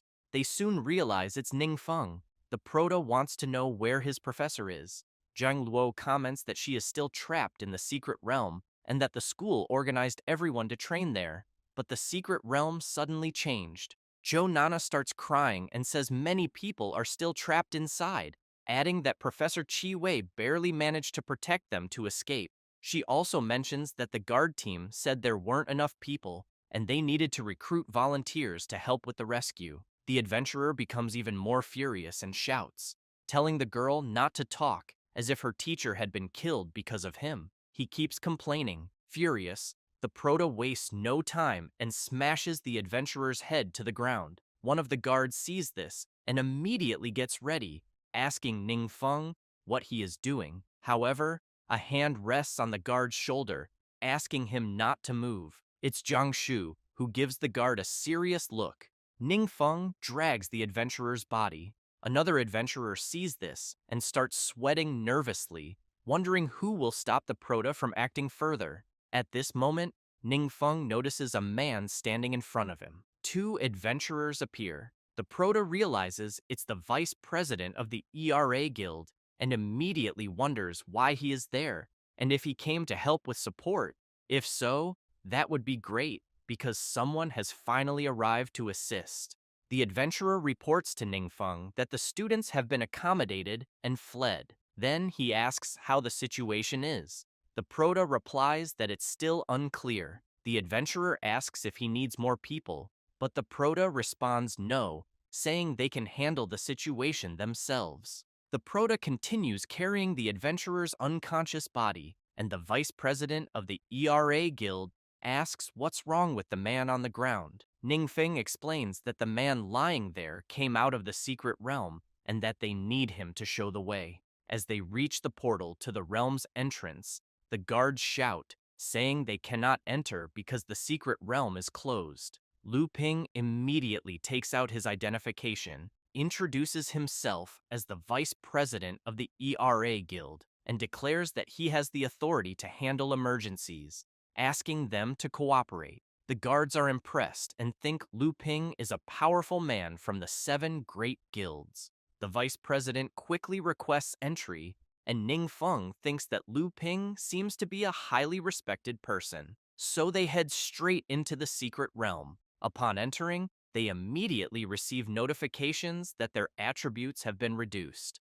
The mage, alarmed, comments to her captain that they are under the domain effect. This is a positive or negative state that continuously takes effect within a fixed range and usually cannot be dispelled. Lu Ping mentions that he knows this secret realm and that it didn't have the domain effect before. Therefore, it must have appeared after the change. Looking at the Proto, Lu Ping notices that he doesn't seem to be affected. However, Ningfeng concludes that his base attributes are high enough that, even under the domain effect, it won't be too serious. Nevertheless, he knows the others probably won't last long and hopes Professor Chiwei is safe. The Proto throws the man he was carrying onto the ground, and Lu Ping asks his partner to wake him so he can show them the way. The mage quickly uses her skill on the adventurer, who wakes up in a panic, screaming that the place where the others separated from him is far from the entrance, and that the path is filled with fierce monsters, making it impossible to cross.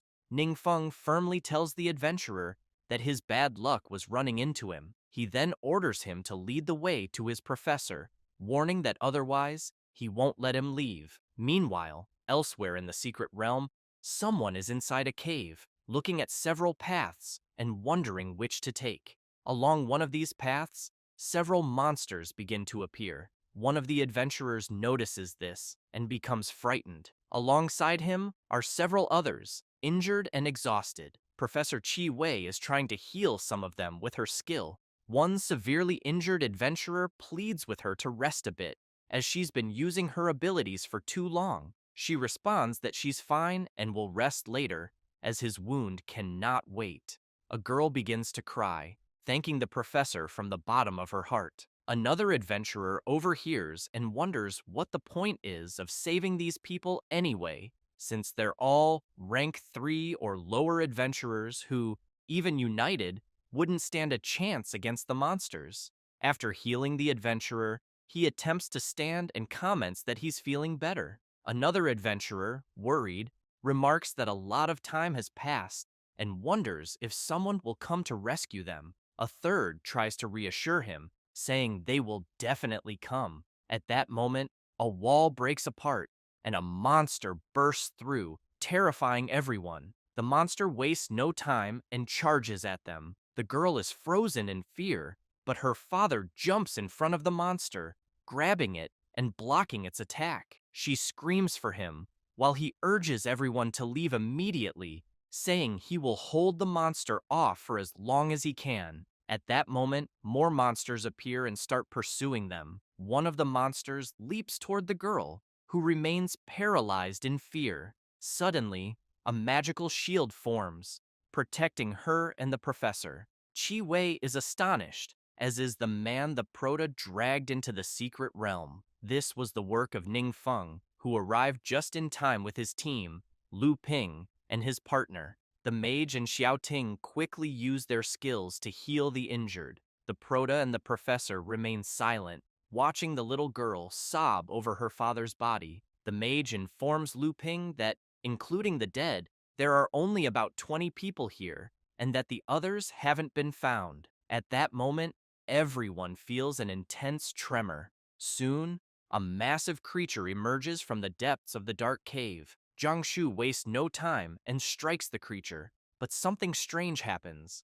The monster's skin regenerates rapidly. The berserker is stunned to see the creature's tentacle heal in seconds. They realize the creature is blocking the exit. One of the monster's tentacles quickly advances toward the professor and the girl, but Ningfeng effortlessly slices it apart. He then shouts, ordering everyone to follow him. Ningfeng continues striking the monster, blow after blow, without tiring. Lu Ping notices that the tentacle cut by the Proto has completely lost its ability to regenerate. At that moment, the adventurers see a light and shout, saying they're close to exiting the cave. They run desperately, but soon freeze in fear as the demonic octopus leaps in front of them. Lu Ping is shocked and shouts that the monster is enormous. Wang Yue is also stunned, but the Prota charges forward, telling her not to move. As he advances, he considers that the monster might be the source of the anomaly in the secret realm, and that defeating it will make things easier. However, he quickly spots a tentacle rushing toward him, forcing him to block it with his sword,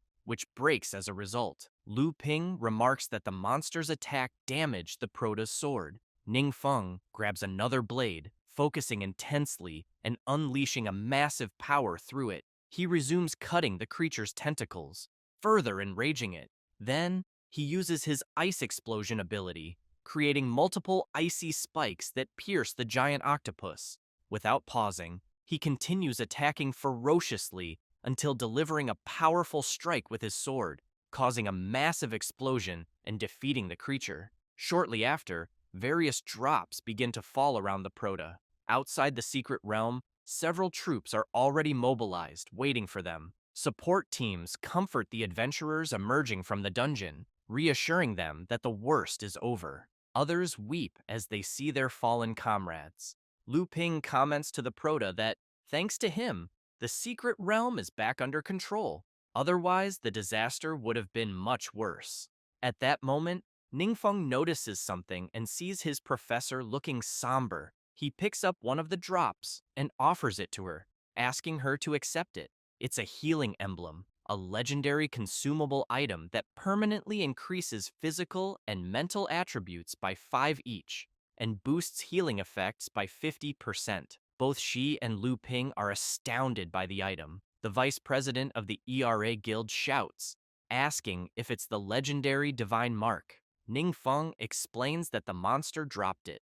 Lu Ping reflects that this is the first time he's seen anyone obtain the divine mark since the test realm was breached. He wonders if Ning Feng might truly be blessed. Chi Wei, overwhelmed, tells the Prota that she can't accept such a precious item because she's only a 3-star professional and it would be a complete waste for her to use it. Ning Feng laughs and asks what she means, urging her to accept it.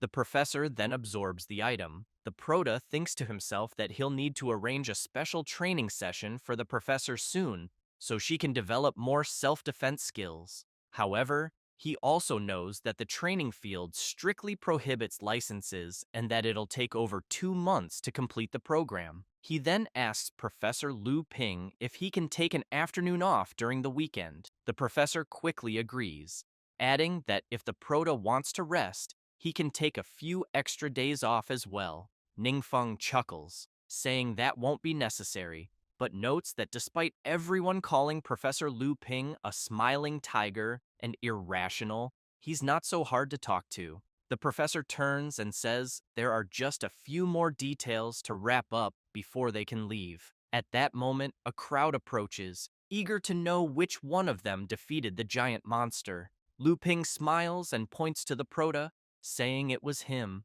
Ningfeng is startled as numerous microphones are thrust in his face, with reporters demanding a statement about the dungeon. They ask if he's a student, given how young he is, and if he can share everything that happened inside the secret realm. The Prota panics and freezes.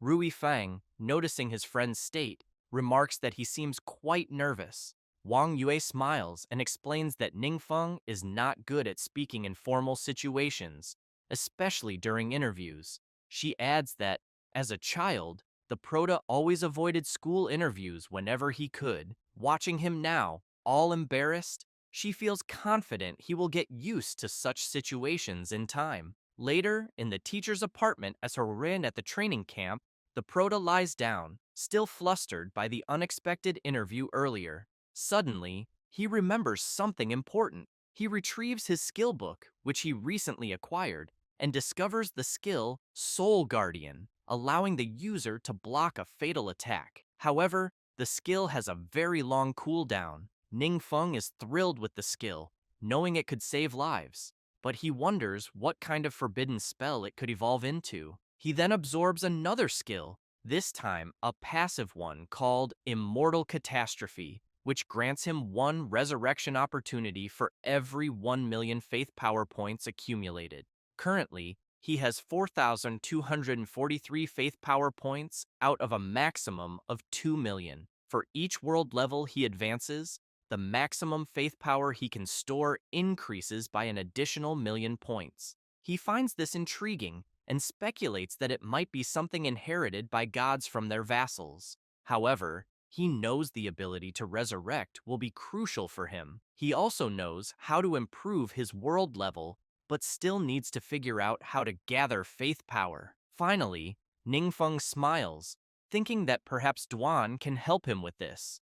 Meanwhile, in the city, many people are being attacked by a strange substance, and the perpetrator is sitting atop the victims. Two adventurers arrive, but quickly show fear. The old man Lao Fang also arrives and asks about the situation. The adventurers explain that the man ahead is named Tian Yu, who mysteriously disappeared 5 years ago and recently resurfaced.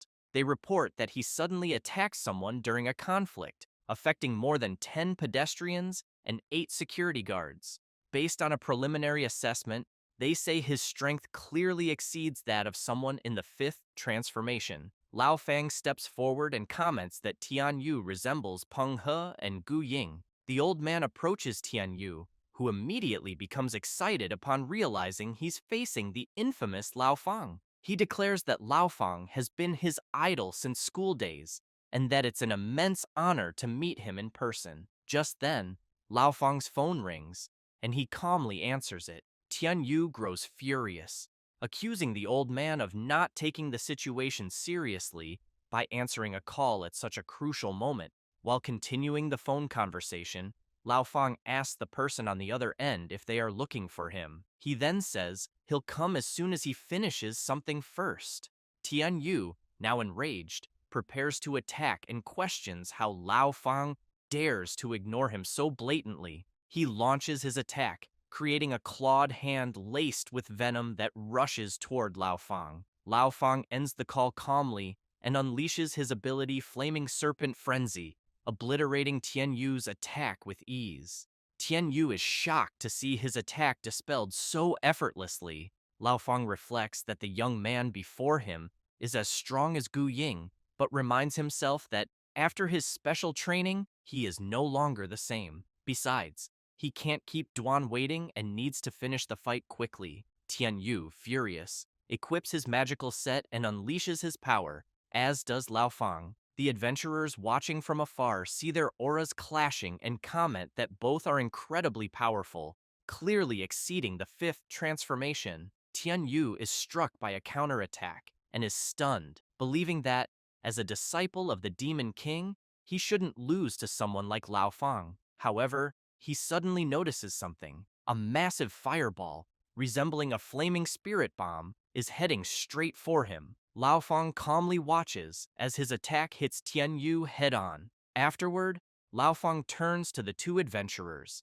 comments that he has something else to attend to first, and bids them farewell. Later, at the base, he meets with Duan, and they begin to talk. After Duan shares his intentions about the potions, Lao Fang is surprised and asks if Duan is truly willing to make the formulas for all high-level potions public. Duan confirms this, explaining that his master's words were clear. He wants to make the formulas for all high-level potions public and, if possible, leave the matter under the responsibility of the Adventurers Guild. Lao Fang reflects that the world is in a critical state, with dungeon danger levels constantly rising, while adventurers' strength lags behind. At the same time, to improve their skills, adventurers need to conquer even more dangerous dungeons, creating a seemingly unsolvable deadlock.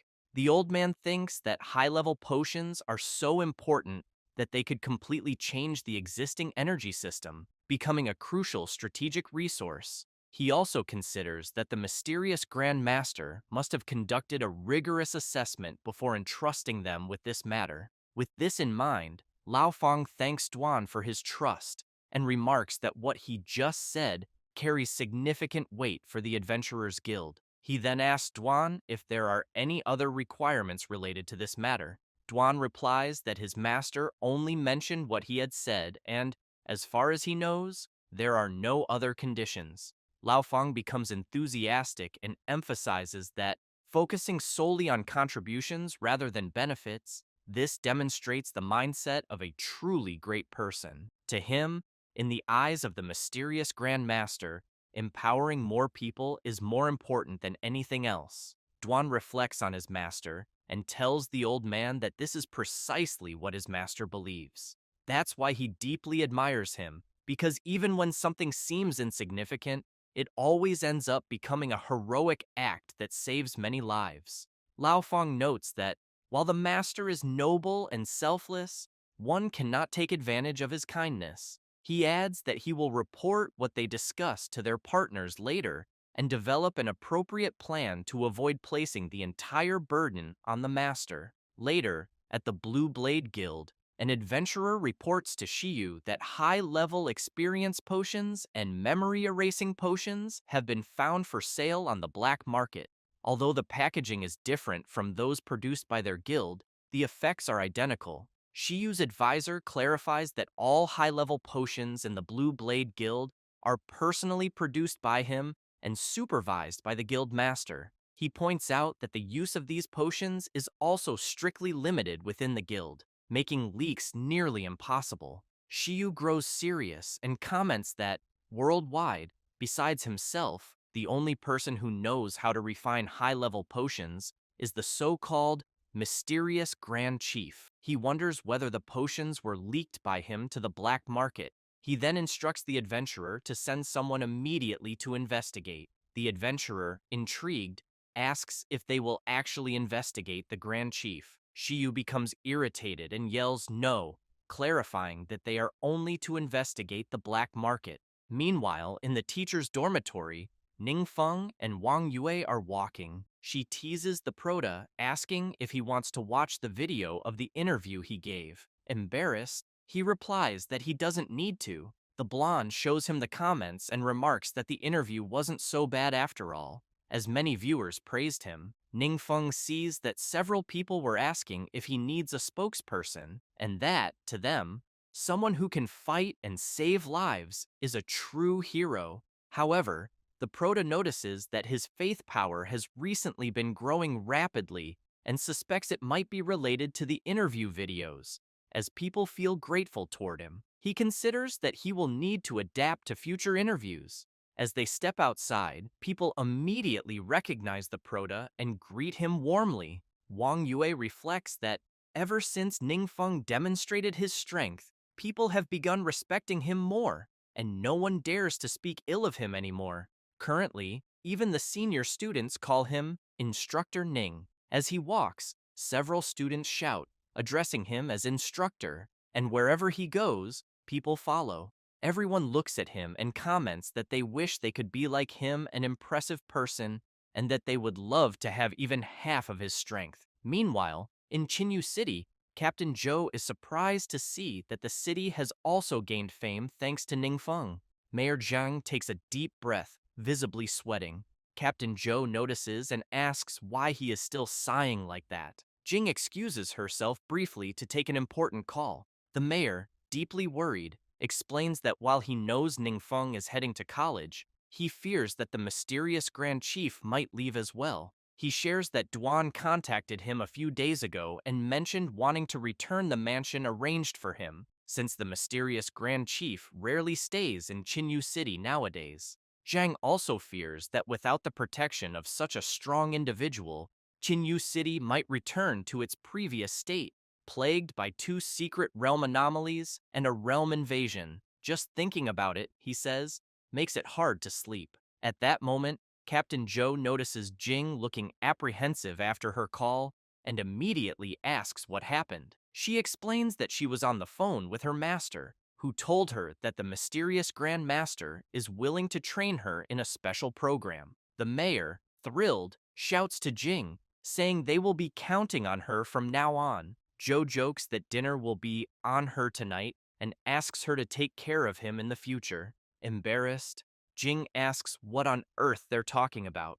In a meeting, the old man Lao Fang shares what the mysterious Grand Master has revealed. Everyone is astonished and asks if the old man is serious. He confirms, explaining that the mysterious Grand Chief is willing to make the formulas for high-level potions available to the entire country. Lao Feng then clarifies that he plans to propose to the higher-ups the establishment of an alchemy workshop in the country's name to collaborate with the mysterious master. Shuyi reflects that, since only the Blue Blade Guild currently holds the formulas, this puts enormous pressure on them. He concludes that if the country can produce high-level potions, both the price and quantity could be regulated, which would be great news for everyone. Shuyi hopes it turns out that way. He then points out that, while he unconditionally supports the production of these potions, he wants to know if there's a possibility that the master's motives might not be as noble as they seem. Yingzhen, confused,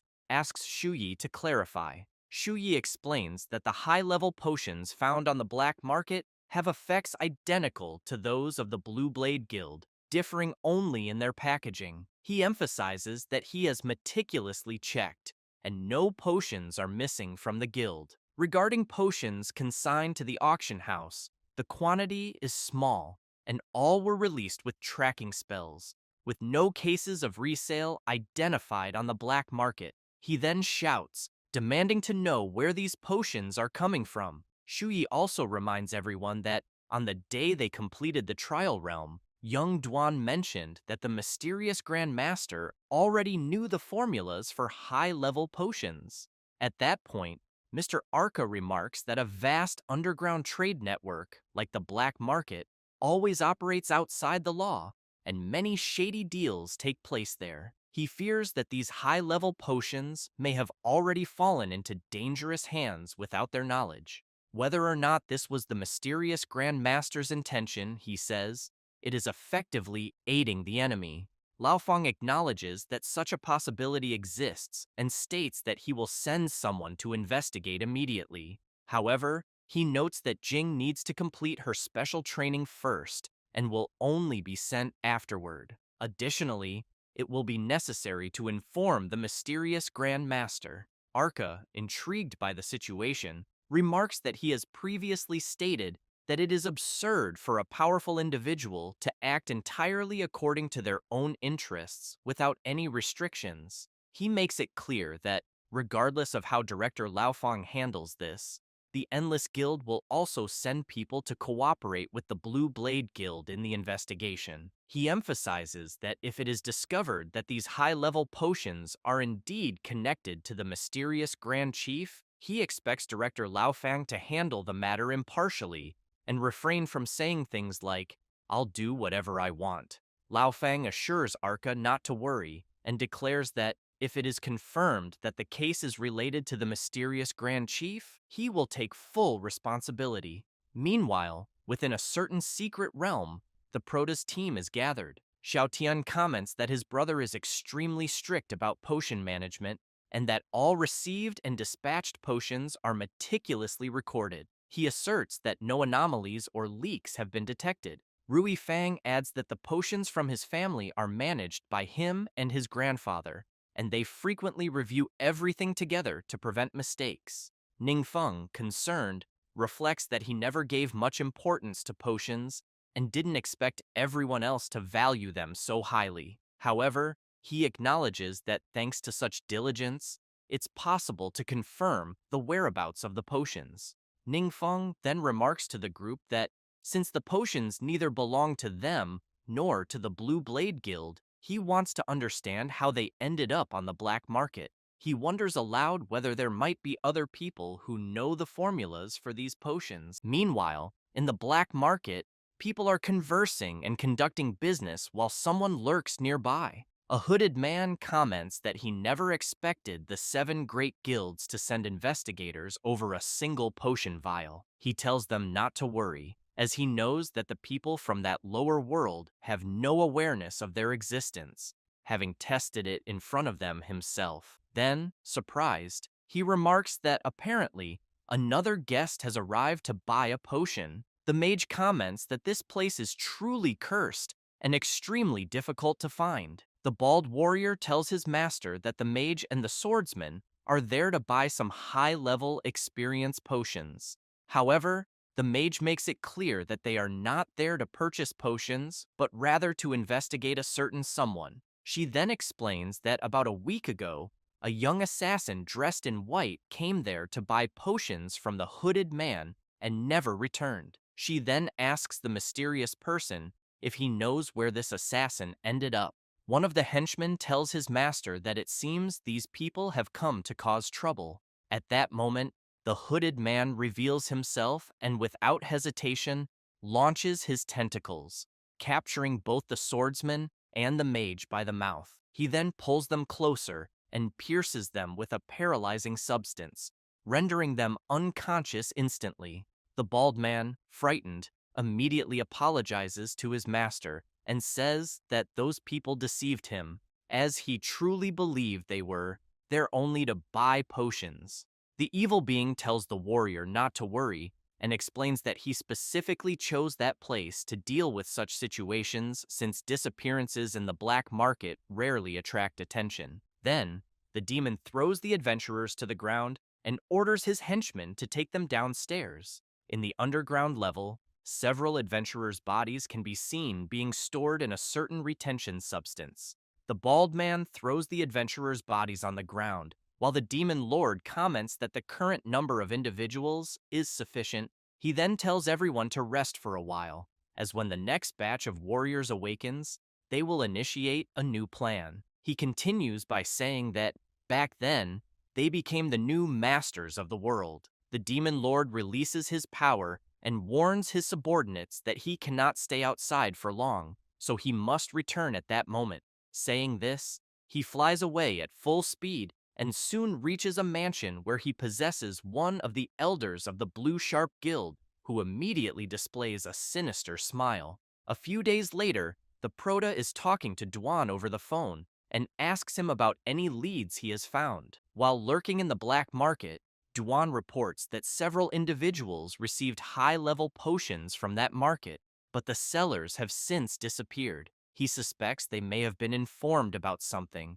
and thus went into hiding. The Prota says it's fine and asks his friend to just keep him updated with any new information. Dwan thinks that he can't even handle such a small task and feels ashamed to continue following his master. At that moment, he notices that Jing is calling. Answering the call, he asks if she has discovered anything on her end. As she walks through the crowd, Jing comments that she has not yet managed to uncover anything. Meanwhile, in a certain hideout, the bodies left behind by the demon lord begin to manifest. Soon, they raise their arms and stand up, forming a group of possessed adventurers.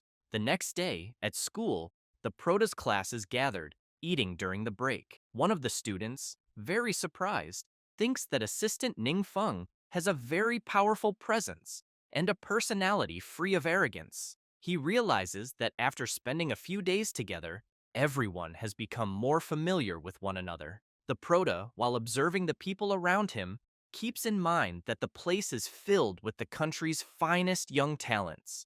Since his goal is to achieve world-class status and harness the power of faith, he knows he must secure their full support. At that moment, a girl asks the Prota if he has ever considered joining a guild, and whether someone as exceptional as him has already received many invitations. Feng smiles and makes it clear that, for now, he has no plans to join any guild. Taking advantage of the girl's question, an adventurer quickly asks the Prota if he is planning to create his own guild or if the Sovereign Lion Guild is already part of his. The Prota explains that the Sovereign Lion Guild belongs only to a friend, and that, for now, he is merely using it. One of the students hears this and thinks that, apparently, the Sovereign Lion Guild is just a small local guild with no national recognition. However, he knows that with such a group of elite talents, the Prota's future prospects are limitless.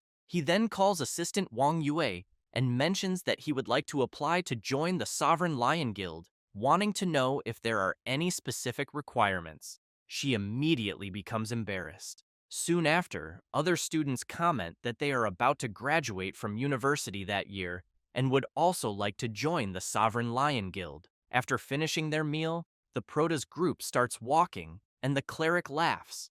commenting that after analyzing everyone's impressive resumes, she realizes that each one is more incredible than the last. She wonders if they might be becoming famous, just like the seven great guilds. Yue, still embarrassed, comments that what was supposed to be a simple, ordinary lunch somehow turned into a recruitment event. Ningfeng and Ruifeng laugh about it. The Prota then thinks that he had planned to scout for promising talents at the training camp, but the results have far exceeded his expectations. With Zhao Cheng out of the picture, Wang Yue now has full control of the guild, which could easily become his reserve guild. He also reflects that Zhao Cheng's disappearance is just his bad luck. Moreover, he recalls that first, Zhao Cheng's father was involved with Peng He and Gu Ying, and during the investigation, the authorities found an evil ritual altar in the homes of Zhao Cheng and his followers.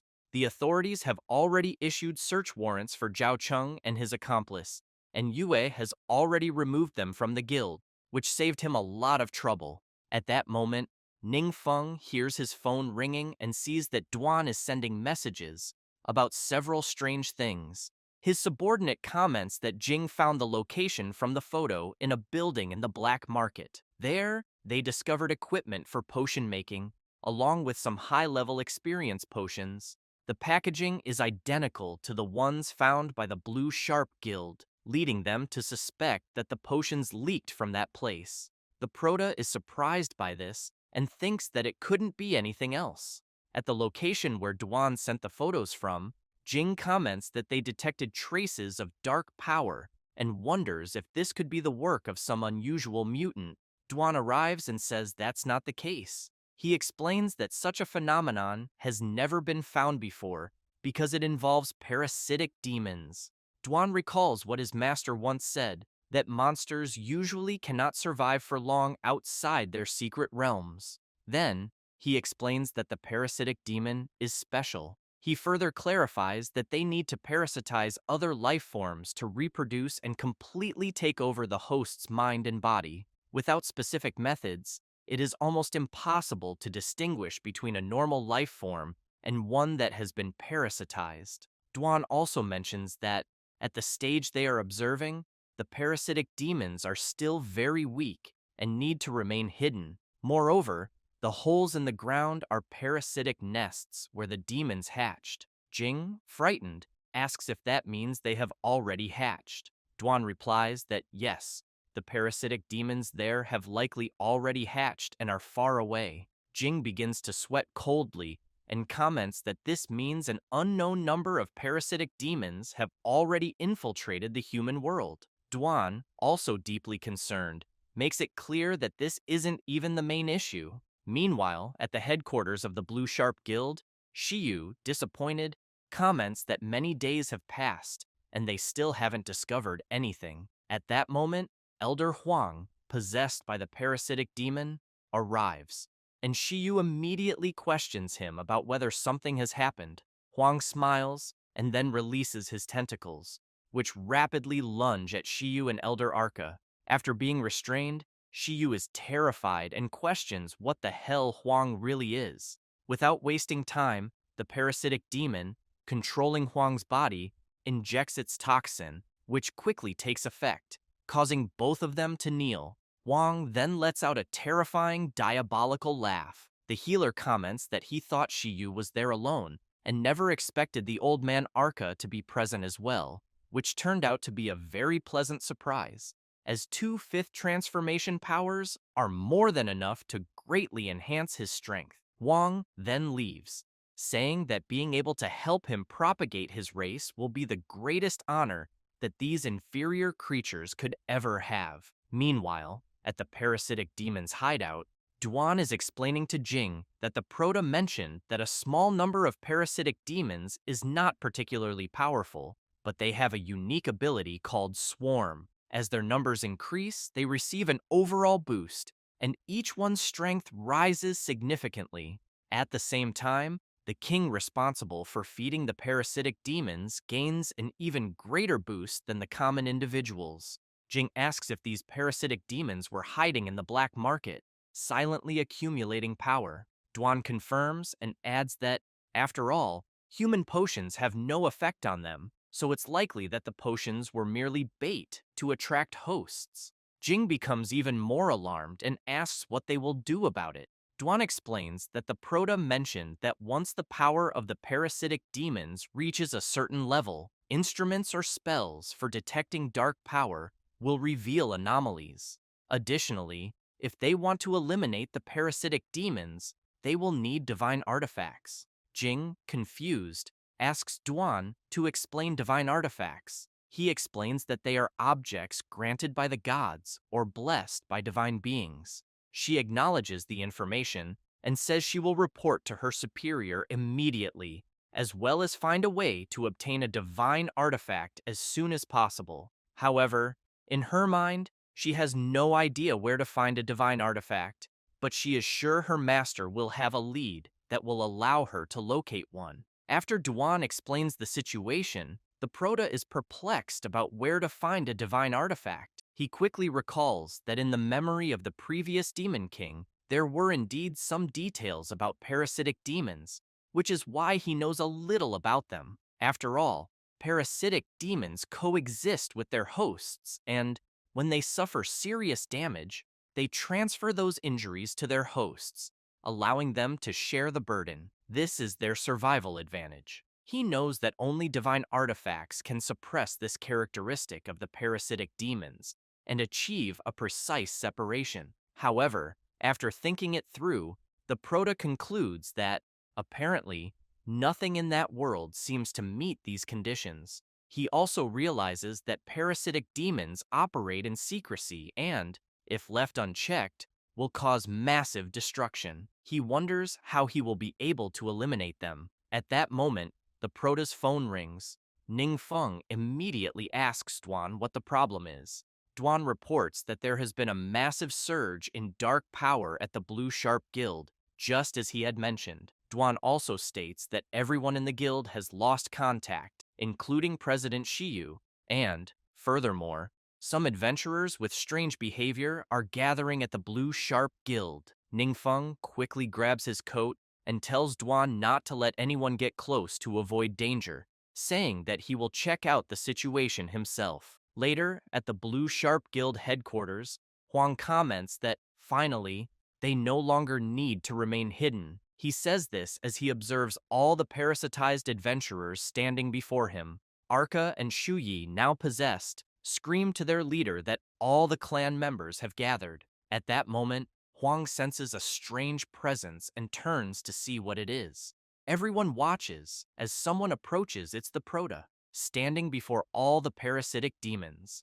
Ningfeng becomes serious, while Huang is shocked as he recognizes him from the video he saw earlier. He immediately wants to know what the Prota is doing there. The Prota notes that there are too many controlled people in that place, and using a destructive curse would only turn them into shields for the parasitic demons. He wonders whether the weapon he wields could be considered a divine artifact. Wang wastes no time and shouts, demanding to know why the Prota is there and why the others sent him. Feng remains serious and asks the healer if he is the king among them all. Huang smirks and asks if the Prota is there to join them. However, he then bursts into sinister laughter, making it clear that he will not allow humans from the lower world to follow him. He says he knows the Prota is very powerful and that, with his body, they could create even stronger warriors. Saying this, he immediately launches his tentacles at Feng. Without difficulty, Feng slices through all the tentacles. Wang is completely shocked, as he never expected this. The parasitic demon screams, admitting that Ningfeng is indeed strong, but insists that even with such strength, it won't be enough to defeat him. He claims that the gap between him and the Prota is as vast as that between mortals and gods. Holding his sword, the Prota thinks to himself that he already expected normal weapon attacks to have no effect. Huang believes that he has already confirmed that in this world, there are no divine artifacts, and that the Prota is merely wielding an ordinary weapon. Ningfeng begins to concentrate, and soon, a rift begins to open behind Huang, making him scream in alarm. The Prota has activated his ability, Gate of Darkness, which, when opened, can summon creatures from the infinite abyss of darkness for 12 hours. Alternatively, it can summon a high-ranking demon lord with no time limit. Huang lets out a sinister laugh and comments that it's no wonder the Prota possesses such extraordinary strength. Yet even so, he remains just a lackey of some demon lord. As he observes the Gate of Darkness opening, Huang taunts that the Prota feels he cannot win and is therefore summoning his master to save his skin. With a terrifying expression, he makes it clear that when a superior being forcibly enters a lower world, its power is significantly reduced, and that unless the evil god descends personally, he is invincible in that lower world. Ningfeng considers that a so-called high-ranking demon lord is essentially a trusted subordinate of the evil god, and that they often carry treasures granted by that deity, which are particularly effective against parasitic demons. He is curious to see what kind of creature will emerge, hoping that it won't be something too extreme. At that moment, terrifying red eyes begin to emerge from the fissure of the Gate of Darkness. Ning Feng is shocked as he sees a demonic capybara stepping out of the rift, leaving even Huang bewildered. The Prota, disappointed, wonders if this creature is truly a high-ranking demon lord. The capybara begins to walk forward, slowly approaching all the parasitized adventurers. Then, it leans forward and collapses to the ground. Huang bursts into laughter and asks what the hell that creature is, saying he can't even sense the slightest amount of dark power from it. However, he suddenly feels his body being pulled down, crashing face first into the ground. Following that, the demonic capybara, emanating a terrible aura, causes all the possessed individuals to collapse as well. Furious, Huang demands to know what is happening, as he is unable to move and feels as if an immense pressure has been placed upon him. The demonic capybara approaches, bites, and begins devouring one of the parasitic demons.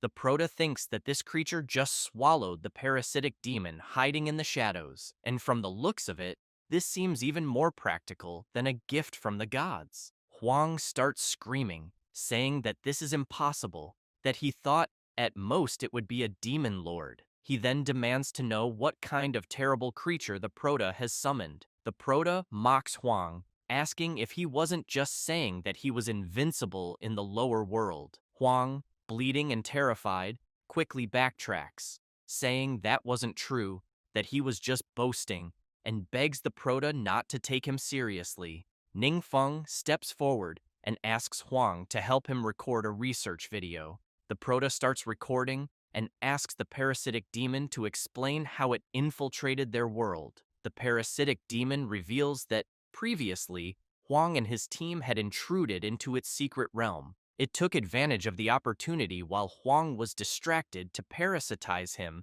and then entered his world. Ningfeng then asks what the parasitic demon was in its own world, wondering if it was a hidden boss. The parasitic demon confirms that it is exactly as the Prota described. It explains that at first, it was very weak and could only hide in the black market, where disappearances wouldn't attract the attention of any important figures.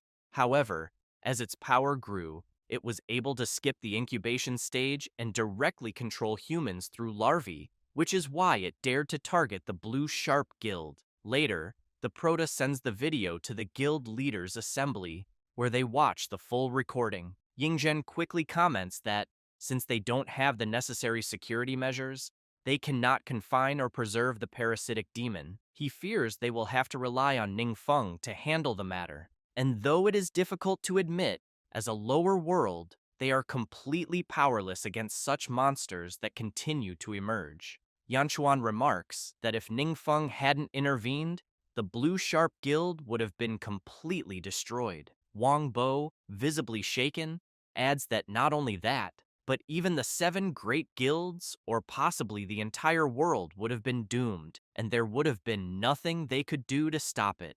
At that moment, Elder Lao Fang asks everyone not to be so discouraged, reminding them that, in the end, the mysterious Grand Master and Ning Feng have always been on their side. Now that the issue of the high-level potion has been resolved, and it turns out to have no connection to the mysterious Grand Leader, they can rest easy. Immediately, everyone raises their hands, stating that they have no objections and fully agree with Elder Lao Feng. Later, at the training center, Lao Feng informs the Proto that the government will establish a company dedicated to the production and sale of various high-level potions, with 80% of all profits allocated as shares for the mysterious Grand Leader. Feng is surprised by such a generous split and realizes he has nothing to worry about, as it is a very sincere offer. Lao Feng adds that, in addition, the nation will publicly commend the Proto for his recent heroic acts,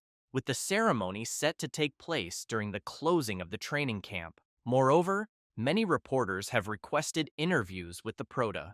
Ningfeng is excited, thinking that this opportunity is perfect for accumulating the power of faith and that he absolutely cannot miss it. The Proto then signs the document, agreeing with Elder Lao Feng. Later, Ningfeng mentions that he still needs to return to the training camp and will leave the demonic capybara in Duan's care, since the creature seems to only eat monsters. Duan replies that it's fine and that he will take it to a secret realm to find some food. Duan reflects that the Proto's demonic capybara was able to easily defeat a parasitic demon and that its strength might even surpass his own. This realization motivates him to train harder and become even stronger. The Proto places his hand on the demonic capybara's head and contemplates its ability, which seems to be some sort of demonic effect that completely crushes the fighting spirit of enemies. Under normal circumstances, it has no effect, so he sees no need to deliberately hide it. At that moment, the creature notices something on the Proto and begins sniffing the pendant he is wearing. Ningfeng notices this and thinks that the small creature seems to always be sniffing the pendant left by Hanin. He wonders if there could be some connection between them. While petting it, Ningfeng comments that since the creature is always so slow and lazy, he will call it Momo, meaning slow. Later, at the training camp, in the teacher's dormitory, the Proto is with his friends. Suddenly, he hears someone asking where the great hero is. Turning around, he sees a child approaching him. The girl immediately questions whether he is truly the great hero Ning Feng. He feels a bit confused about being called a hero. Rui Fang laughs and greets the girl, calling her Professor Ji. She looks surprised and says it's been a while since she last saw the grandson of old Lao Feng. Ning Feng and Jiang Shu are surprised to hear Rui Fang call the girl a professor. Rui Fang explains that Xie Yan is a distinguished guest professor at Peking University and an honorary advisor to the 7 great guilds. She was also a colleague of his father in the past. Many of today's theories and technologies regarding secret realms are based on her research. The Proto is quite impressed and comments that this is truly remarkable. Jie Yan clarifies that if they are talking about something impressive, Ning Feng is the one who truly deserves that title for having saved so many people. She also explains that she was conducting research in a secret realm, couldn't return in time, and only just arrived at the training camp the previous night.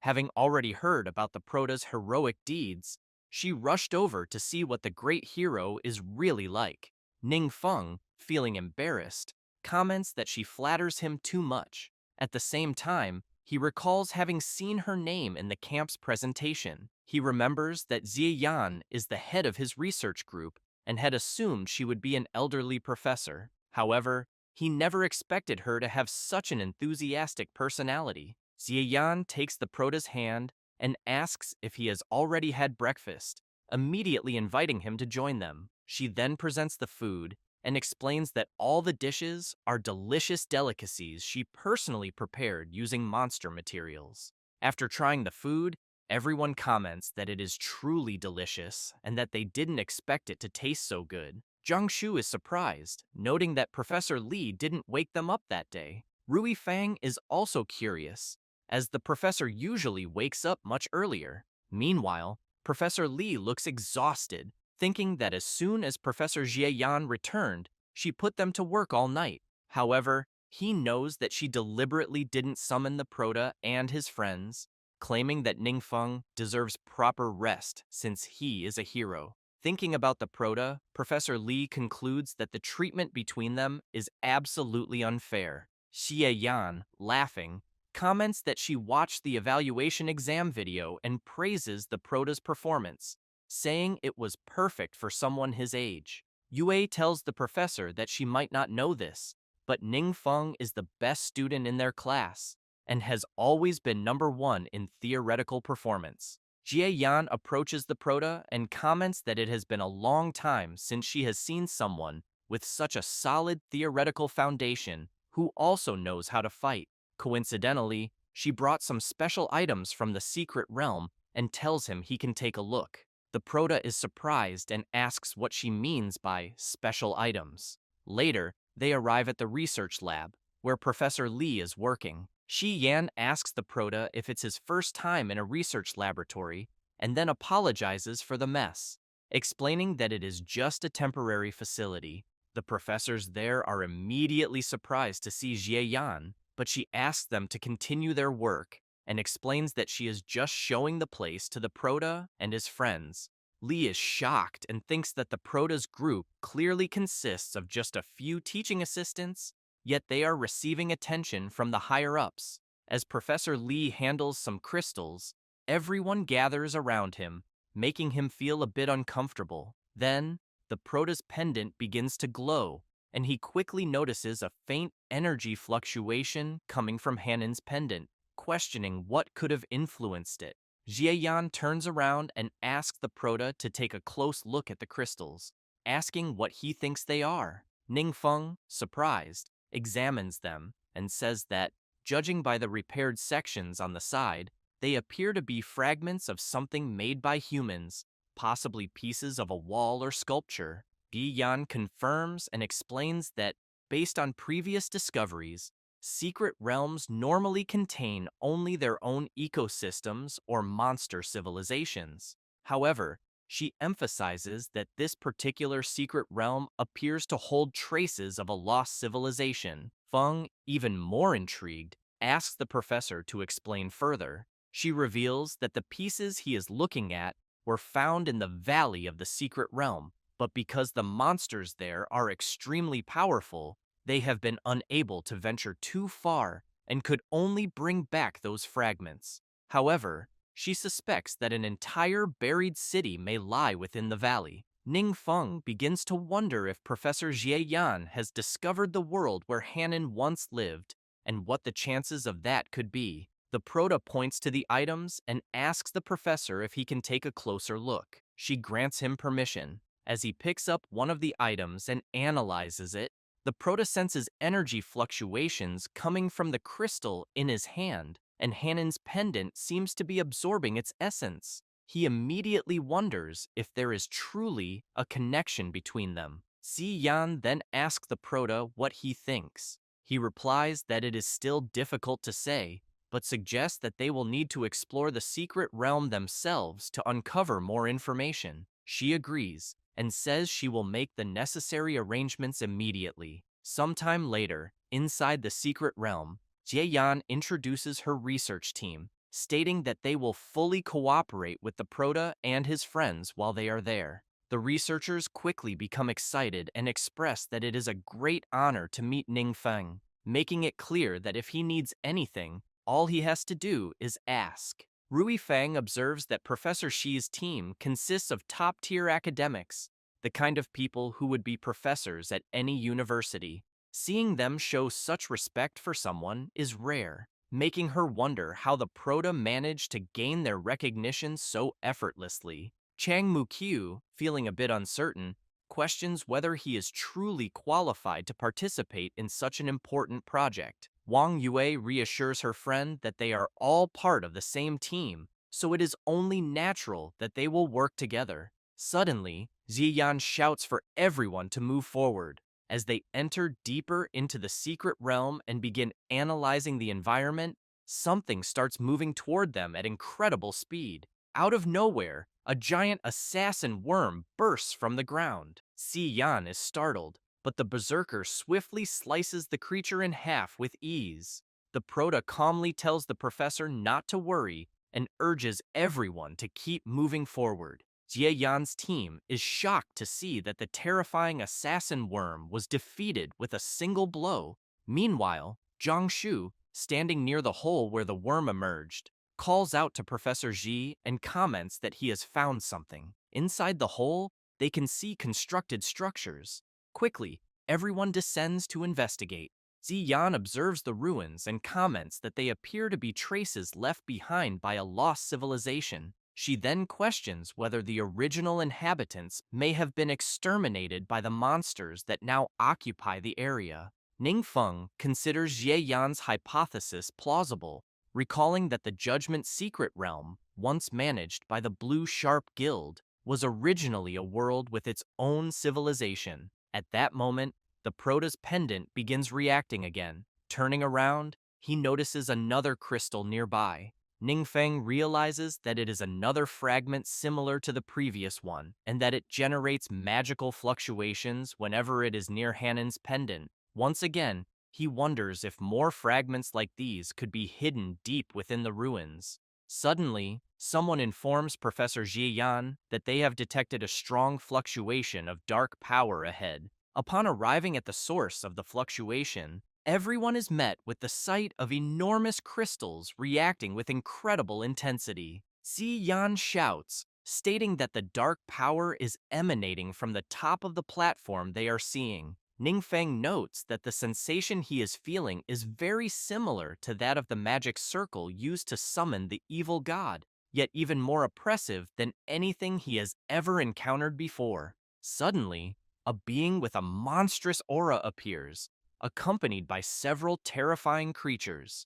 The demon lets out a roar, and immediately the goblin soldiers charge forward with full force. Zhang Shu tells Lao Fang's grandson that there are many monsters and that they are extremely fast, so they must be careful. Rui Fang responds that he understands and says they don't need to worry because they have the Prota covering the rear, so they can treat this as a test. The Berserker and Lao Fang's grandson begin effortlessly destroying all the goblin soldiers, preventing them from advancing. The demon chief notices this and becomes furious. Meanwhile, near the battlefield, the teacher and her subordinates are walking through the terrain, and she comments that the monsters seem endless. Xi Yan imagines that his subordinates must be under immense pressure, and that this might be too much for them. Wang Yue tells the Prota that she wants to try killing the demon chief, who is watching the battle from the peak. Ningfeng replies that there's no problem and asks her to advance with the others, leaving the rest to him. Then, he unleashes his power and easily eliminates the creatures charging at him. The teacher's group, seeing this, is impressed and questions if what they are witnessing is real, as Assistant Ningfeng is managing to hold off the endless wave of monsters all by himself. While unleashing his power, the Prota thinks that letting Yue personally command the battle is simply perfect, because Chang Muqiu, Professor Qi, and Lan's sister have all undergone his special training, and their strength should not be underestimated. He also knows that even without his presence, the team will not suddenly fall into disorder. Meanwhile, the monsters around the Prota begin trembling with fear and hesitate to advance. Teacher Ji's team sees this and comments that even the monsters seem afraid to face the Prota. Yue and her team charge toward the demon chief, shouting that he is right ahead and telling everyone to pay attention to healing and fortification. However, the boss immediately uses his skill, obscuring Sandstorm, and starts creating a sand vortex. But then he notices something, an arrow coming at full speed in his direction. He fails to dodge and is brutally struck. A few minutes earlier, at the entrance to the secret realm, someone arrives and sees the dead assassin worm on the ground. They immediately comment that, apparently, there are more people inside the realm besides them, and that these people may have found the entrance. Then, someone shouts, ordering everyone to advance quickly and find these people before they discover the heart of the world. At that moment, a voice announces that a life signal has been detected at the exit ahead, possibly belonging to enemies, and instructs everyone to prepare for battle. The voice tries calling for the Prota, and something begins to happen in the secret realm. The mysterious voice comments that this is bad because the secret realm is being violated, and it is starting to reject them. Several magical circles begin appearing throughout the secret realm. Wang Yue is surprised and asks the Proto if he heard something, as it seemed like someone was speaking. Ning Feng replies that he didn't hear anything,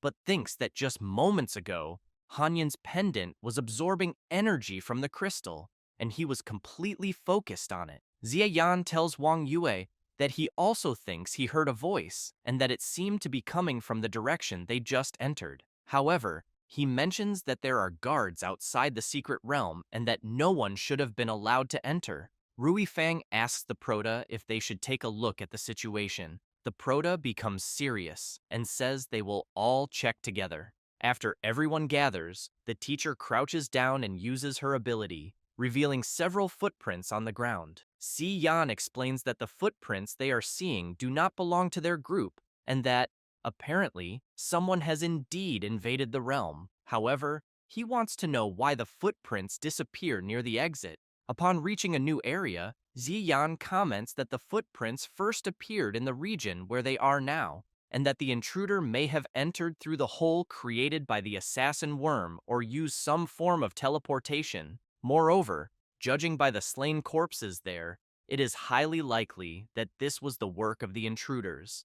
Later, after reporting to the leaders of the great guilds, they head to the secret realm. Yingzhen, analyzing the corpses, quickly concludes that the intruders' attacks were swift and clean, with no signs of prolonged battle, indicating that the invaders are exceptionally powerful. Additionally, even the items dropped by the monsters were left behind. Lao Fang becomes serious and comments that the intruders are extremely fast. He then explains that speedrun is a method for quickly clearing secret realms, involving the use of the most efficient combat techniques to eliminate monsters while collecting only the most important treasures, leaving everything else behind. He adds that this requires exceptional skill and coordination within the team. Wang Bu remarks that for a secret realm as difficult as the one they are in, he cannot imagine anyone other than Ning Feng's team accomplishing such a feat. Xie Yan asks Wang Bu if the adventurers could be from another world.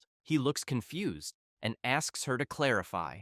The teacher explains that, although this is just speculation, it might not be impossible, as relics from other worlds have already been discovered within the secret realm they are in. So there could be more worlds like theirs, or even higher-level worlds capable of traveling between each other. Ning Feng is intrigued by this hypothesis and thinks that Zi's words might be true, as he has at least seen a different world in the memories of the Demon Lord, and simply never considered that worlds could cross into each other. The Proto also comments that if the other party arrives with friendly intentions, or if it is just a brief encounter, that would be great.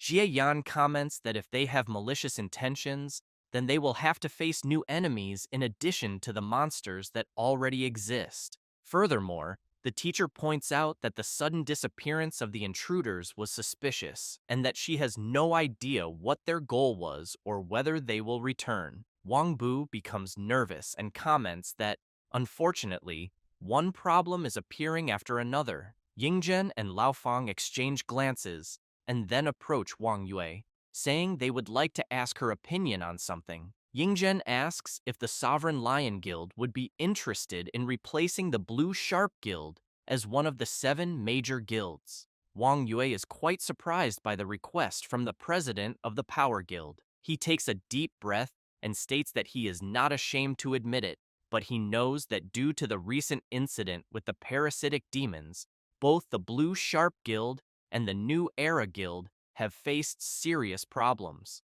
The president of the New Era Guild is voluntarily resigning, so they have not yet officially appointed a new president. As for the Blue Sharp Guild, a large number of members are leaving, and they are already requesting the guild's demotion. Wang Yue feels awkward and says that she is just a high school student and that the Sovereign Lion Guild is only a small guild. Yingzhen comments that there is nothing for her to worry about, as they have already discussed the matter, and all the presidents of the great guilds are happy to welcome her. Yue then turns and sees the Proto giving her a smile. Then, Ningfeng tells her to make whatever decision feels right for her and makes it clear that no matter what happens, he will always support her. The leaders understand that the Prota's promise alone is enough to solidify Miss Wang's position among the 7 great guilds, and that, given their relationship, issues such as being a high school student or having a small guild will simply not be a problem. Overjoyed, Wang Yue comments that she is willing to try and asks that if she does anything wrong, they guide her. The leaders laugh and tell her not to worry about that.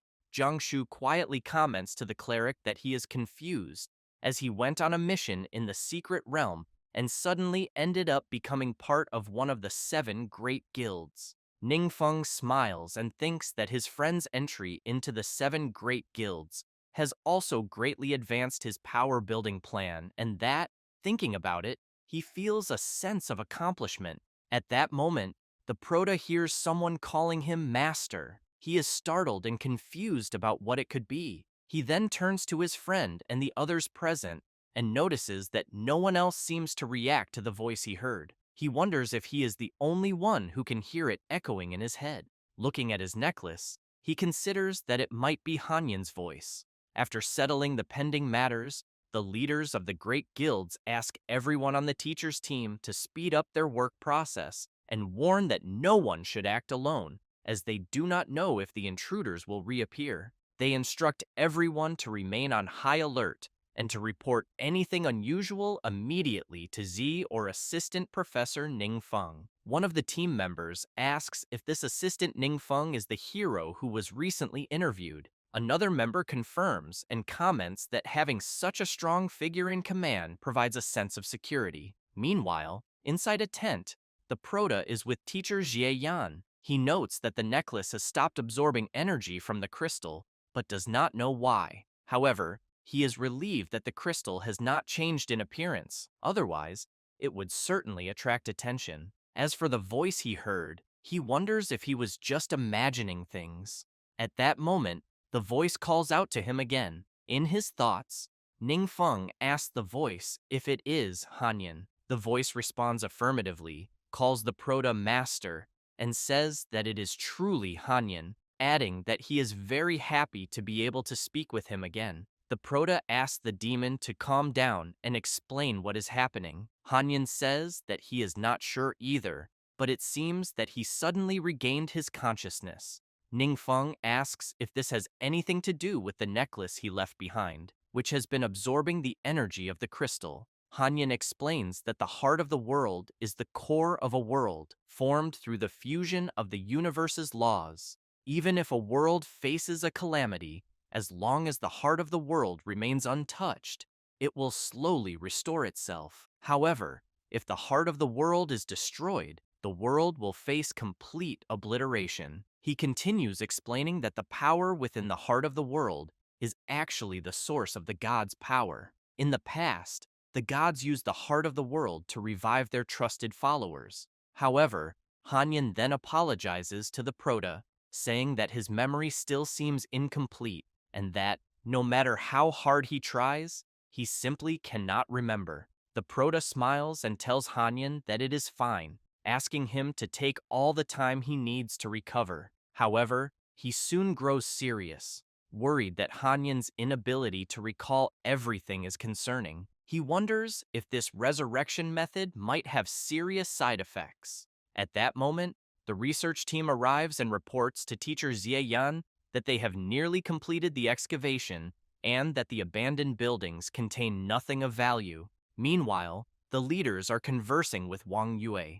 Yingzhen comments that, considering the possibility of unknown intruders being drawn to the realm, he proposes sealing it completely. Wang Bu agrees, stating that they should evacuate everyone as soon as possible and then permanently close the secret realm. Lao Fang smiles, calls Wang Yue president, and asks for her thoughts. She is startled by the question and is unable to respond. The old man Feng makes it clear to Yue that she is now part of the 7 great guilds, and that decisions like sealing secret realms require the approval of at least 3 presidents. She agrees with sealing it, and says that she shares the same opinion as Lord Yingzhen. After the decision from the presidents of their respective guilds, they proceed to seal the secret realm they are in. Sometime later, at the training grounds and in the teacher's dormitory, the Prota is taking a bath and singing a song. Suddenly, Hanyan tells Ningfeng that he is starting to remember the rest.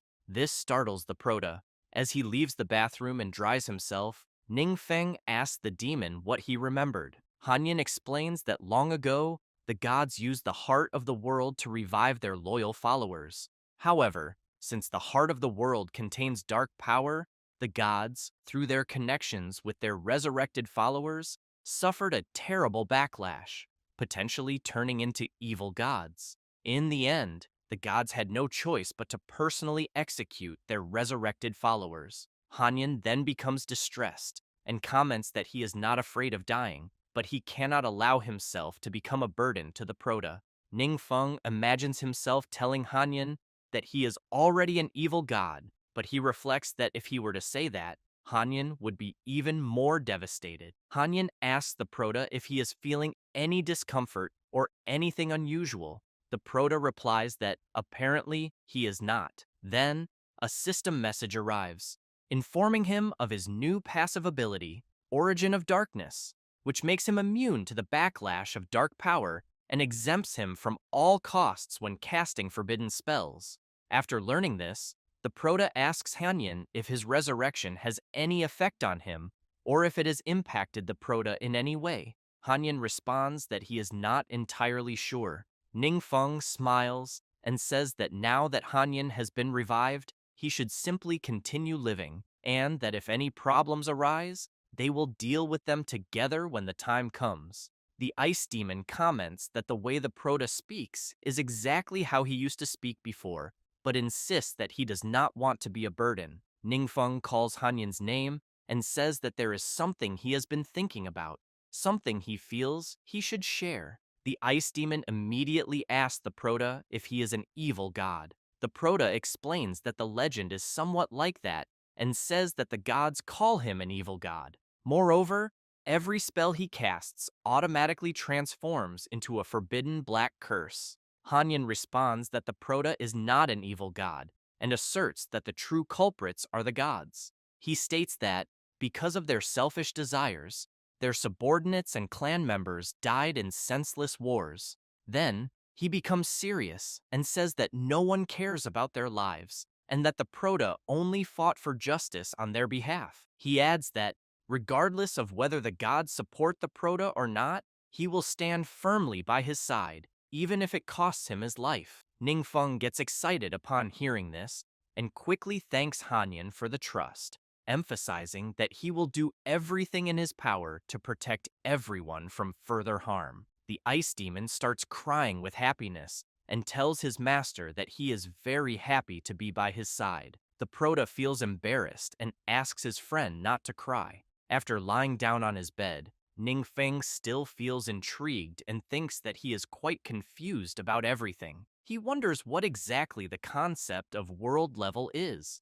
In simple terms, world level refers to how much the gods recognize a world. There are many worlds in the universe, but not all receive the favor of the gods. That is why, only when intelligent life is born in a world does it attract divine attention. However, the Prota knows that this is merely attention, as if someone accidentally discovered a slightly beautiful insect.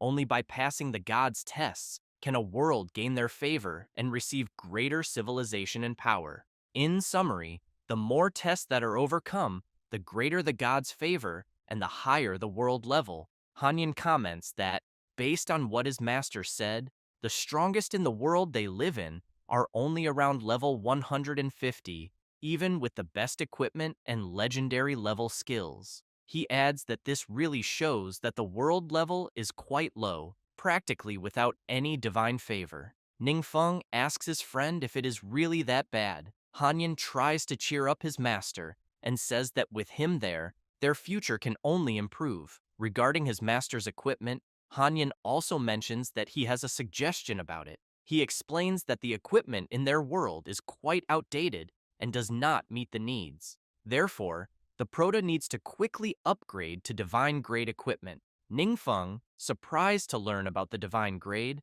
asks his friend to be more specific. Hanyan explains that divine grade equipment is usually created or refined by the followers of the gods, and then strengthened by their respective masters. Furthermore, these items can be continuously upgraded. After this explanation, the Proto remembers that Hanyan's necklace has a note indicating that it is upgradable. The Ice Demon confirms this and says that the necklace is the raw form of an ancient divine grade item. He explains that after the Proto reactivates the divine power within the necklace, the item will officially be upgraded to the divine grade. Ningfeng, surprised, wants to know how to do this.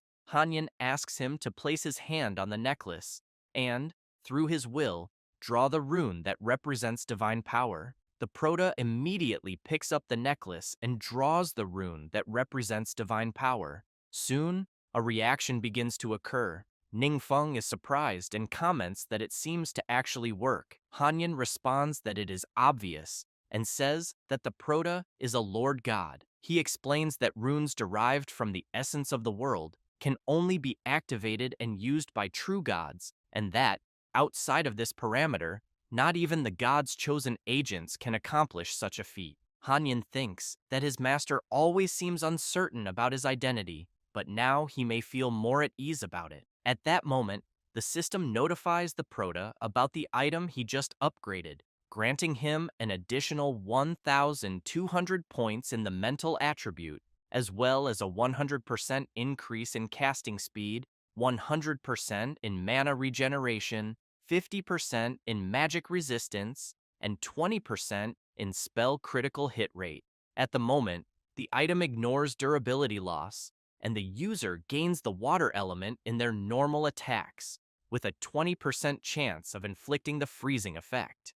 Additionally, they receive extra spells such as Ice Wall, Ice Spear Explosion, Ice Arrow, and Cold Tide. Ningfeng is very surprised and thinks that 1,200 mental points represent almost the total sum of his attributes so far. And that's not all. The necklace adds several powerful features.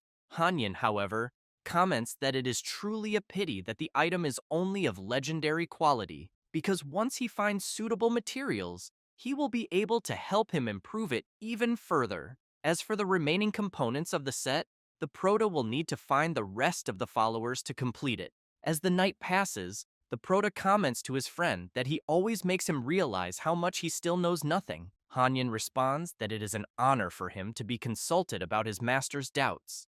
It doesn't take long for dawn to arrive. Hanyan quickly greets his master with a good morning, who, in turn, notices his friend and comments that he seems to be in good shape. Hanyan laughs and says that as long as he is by his side, he will always be full of hope. While brushing his teeth, the Proto reflects on the fact that, the day before, without realizing it, he talked with Hanyan for a long time. However, he knows that, unfortunately, his old world is different from the one he lives in now. So much of his experience is not applicable. Still, he is certain that Hanyan, as his assistant, remains reliable. Later, in some unknown secret realm, a terrifying monster is being slain by a freezing ability. Then, the creature falls to the ground, leaving some adventurers surprised. Ningfeng, pleased, imagines that the 1,200 mental point boost is truly incredible. Lu Ping calls out to the Proto and comments that what he is doing is frightening, as he is finishing off bosses with just one hit. Xi Yan crosses his arms and agrees with Professor Lu Ping. Ningfeng, a little embarrassed, asks the professor if there are other secret realms that same day. He replies that there are not, and explains that they are already ahead of other ongoing groups, and that, at that moment, they were faster. Furthermore, he mentions that the committee is practically pulling their hair out because of this. The Proto is intrigued and asks the professor to explain further. Lu Ping states that the Proto knows that all the training camp participants are the best among the best. Since they finished early, the members voluntarily went to the camp's secret realms in search of more information and training. At the moment, their group's levels and strength are higher than those of the other groups. Because of this, students from the other groups signed a petition requesting the start of group rotations for the next month. Jie comments that other professors wouldn't care about this. Lu Ping explains that if it weren't for the committee holding them back, the other professors would have already joined their group. Some professors even put their names on the students' petitions but got caught. Yan starts laughing and says that it's okay, guaranteeing that no one will steal Assistant Professor Ning Feng. At that moment, Hanyan calls his master and talks about his magic. The Prota is startled and quickly asks if something is wrong with it. Hanyan, a bit embarrassed, replies that there is no problem at all. He just thinks that his master's spellcasting techniques seem to use various ideal conditions to control the spell's effect within a necessary range. The Prota laughs and says that with a few more nighttime conversations with him, he will be able to improve them even further. The next day, the Prota is in the classroom. The professor explains that, according to the problem's description, the total damage caused by ability 1 can be divided into two parts: fixed damage and continuous damage. The fixed damage is expressed as MA. Meanwhile, the continuous damage component needs to consider the successive triggering situation. The total damage of the first continuous trigger is MIBT. With each subsequent trigger, the continuous damage after the second activation increases by C points per second. Hanyan calls his master, saying he doesn't understand anything. Ningfeng smiles and says that this is his favorite subject, called Tactical Actuarial Science, and that it involves more than just combat scenarios. It also covers mathematics, physics, biology, and topography. The Prota further comments to his friend that, perhaps because the world level is still very low, people do not have many better options. That's why they are forced to make the most of any available resource, such as using limited mana to cause maximum damage, developing more uses for restricted abilities, and even turning a fleeting opportunity into a victory in an almost hopeless battle. Ningfeng knows that not everyone needs to fully understand such theories, but he recognizes that the training system they have is built on these foundations and has indeed cultivated many exceptional adventurers. Hanyan, very surprised, comments that if his master approves of such a thing, it must be extraordinary knowledge, and because of that, he will study hard as well. At that moment, the bell rings, and the professor says, "That's enough for the day," and dismisses the class. While walking with Wang Yue, they run into Shixiang, who is surprised to see the Prota. Ningfeng asks his friend if he is one of their classmates, but wonders if Shixiang is there to see him. After all, during their time in the training camp, Shixiang barely spoke to him and never paid much attention to him either. So, the Prota wonders why the blonde guy seems so nervous. However, Shixiang bows and says he is there to thank the Prota, as if not for his intervention, his brother and the Azure Sharp Guild would not have survived. Ningfeng, feeling awkward, responds that it was just a mere coincidence and that he didn't need to come from so far just to thank him. Shixiang recalls that, because of his brother, he always kept his distance from the Prota and looked down on students who were close to him. Now, looking back, he realizes that the fool was himself, because if he had approached the Prota earlier, the Azure Sharp Guild wouldn't be in that situation. Ningfeng, intrigued, wonders if Shixiang has something more to say, as he knows they have no real connection and therefore doesn't know what they could talk about. The blonde guy takes out an item and says that to show his gratitude, he has prepared a small gift. He emphasizes that it's not much, but hopes the Prota will accept it willingly. The item begins to glow intensely, leaving the Prota and Hanyan surprised, as it turns out to be another fragment of the heart of the world. Ningfeng then recalls when his friend explained that, in general, when a world is destroyed, fragments of the heart of the world may end up scattered everywhere, and that if the Prota gathered such fragments, he could reopen the entrance to a new world. Ningfeng comments that Professor Jie must have used such a method to unlock the secret realm, although, at the time, she didn't fully understand the principle. He also concludes that perhaps the intruders of that secret realm were after these fragments. Hanyan confirms and explains that the heart of the world is a critical resource in higher worlds, which is why the intruders were specifically searching for these fragments. However, since the Proto was the first to conquer the secret realm, the intruders were rejected by the laws of the universe and sent back to their original worlds. Shixiang mentions that the fragment is a prize his brother obtained from the secret realm and that he never used it recklessly. Additionally, Professor Xi mentioned that the Proto recently cleared a similar secret realm. For this reason, he believes the item will be in better hands with him. Ningfeng firmly holds the fragment, thanks the blonde-haired boy, and says he really liked the gift. Later, near a secret realm, the Proto comments that this is the place indicated by the fragment he received.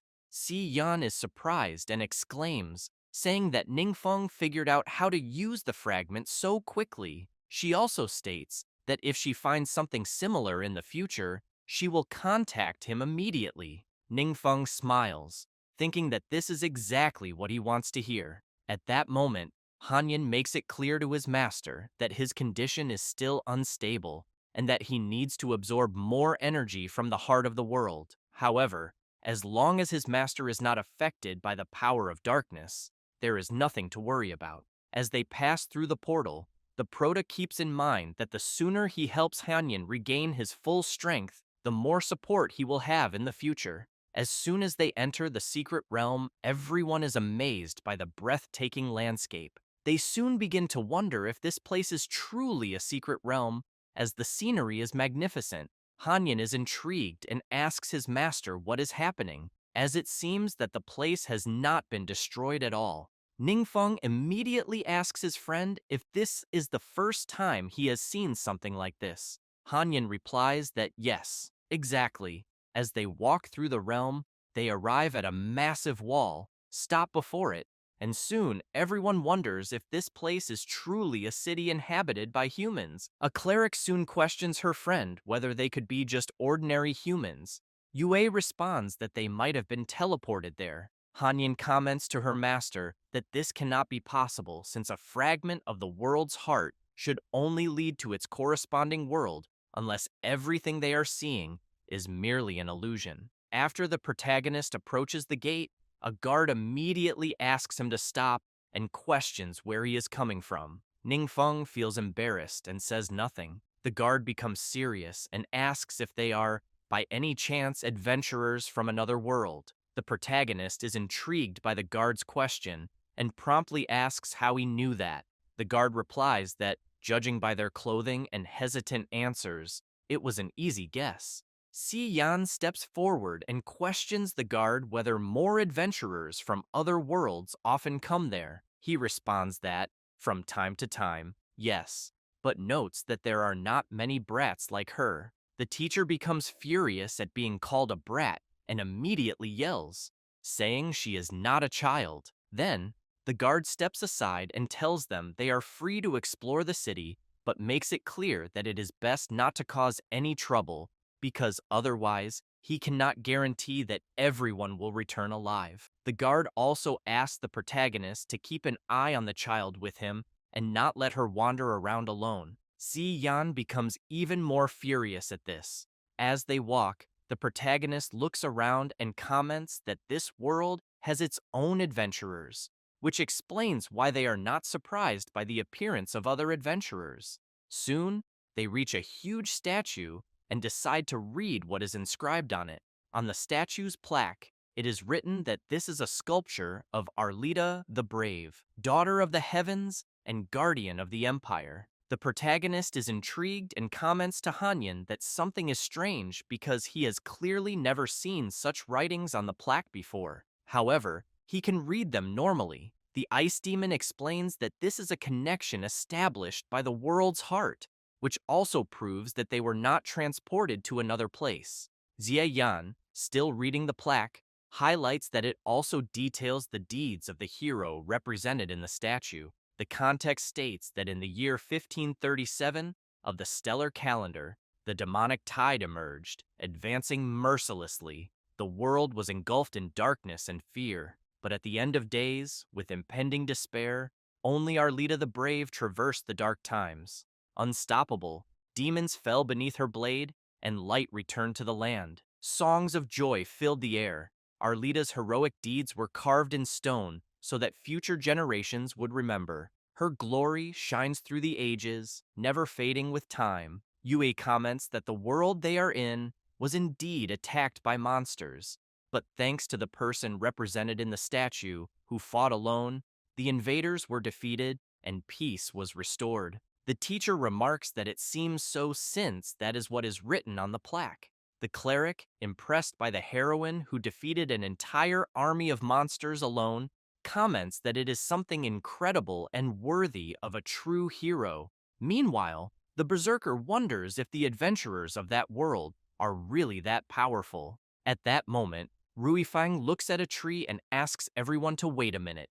Quickly, Jiangshu rushes to his friend and asks what happened. Lao Fang's grandson says that while everyone was looking intently at the statue, a word appeared on the tree, telling everyone to run, and then it disappeared. The protagonist also approaches and asks Ruifang if he really saw the word run appear on the tree before simply vanishing. He replies that he did and insists he is not seeing things. Suddenly, the protagonist realizes something. Observing the people of that world, he senses that something is not right. At that moment, something starts happening to the statue, and then several monsters appear. The protagonist immediately makes it clear to everyone that everything they had been seeing was merely an illusion, but wonders how they managed to do such a thing since he did not sense the presence of any undead. The creatures waste no time and charge at him. He grabs his sword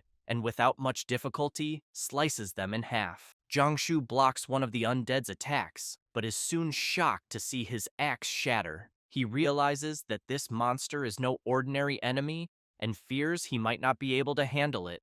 The undead takes advantage of the opening and charges at the berserker. However, the attack is blocked, and Jiangshu sees the undead completely frozen. This was the work of Hanyan, who, moments earlier, had commented to the protagonist that the undead adventurers present there seemed to be from a higher level world and feared that the protagonist's companions would stand no chance against them. Ningfeng quickly questions his friend about what they should do at that moment. Hanyan says he can use the remaining energy to temporarily manifest and help them defeat the enemies. The protagonist is pleased and says he will leave everything to him. His friends are startled upon seeing the ice demon. However, the protagonist quickly asks them not to be afraid and explains that Hanyan is an ally of his, summoned from another world. Hanyan waves and says it is a pleasure to meet everyone and that they will be working together for a while. He then moves to the front line of the undead adventurers, raises his staff, and uses his ability, creating several ice stakes that immediately start striking the undead. Yue is impressed and comments that the ice demon's magic is simply incredible and that his power is far beyond legendary level abilities. However, someone with a dark energy appears and easily shatters the ice stakes. Arlita the Brave emerges. Ziyan quickly shouts and warns everyone that the person who just arrived is none other than the woman from the statue. Arlita comments to the ice demon that he seems like a strange mage to be the strongest among them, but makes it clear that, against the edge of her blade, his strength means absolutely nothing. Hanyan tells her not to talk nonsense and says he is not the strongest there, but that to deal with her, he alone is more than enough. Arlita becomes furious and, while unleashing her terrifying power, questions the mage whether he really wants to fight a warrior alone and which god granted him such courage. Hanyan mocks her, saying it is exactly as she said. The warrior grows even more enraged and remarks that Hanyan is just another fool who blindly believes in gods. She then asks him if he truly thinks these so-called gods care about him. The ice demon looks at the protagonist and sees that he is smiling. However, Arlita wastes no time and lunges at him, shouting that he is a fool for daring to look away in the middle of a fight. Hanyan begins to use his power, and an icy aura spreads through the area. As she advances, Arlita notices that her speed has slowed and wonders if it is some kind of water magic-based deceleration effect. However, she does not allow herself the luxury of pondering and quickly channels her power into her weapon, breaking Hanyan's ability. While questioning whether the weapon on the warrior's arm is the source of her power, the ice demon channels his freezing magic. He then unleashes his ability Endless Ice Ray, combining it with Glacial Explosion and Frost Fusion, launching everything at Arlita. She, in turn, thinks it is impossible since she wields the divine weapon Godfall. However, upon feeling a mark on her chest, she finds it strange.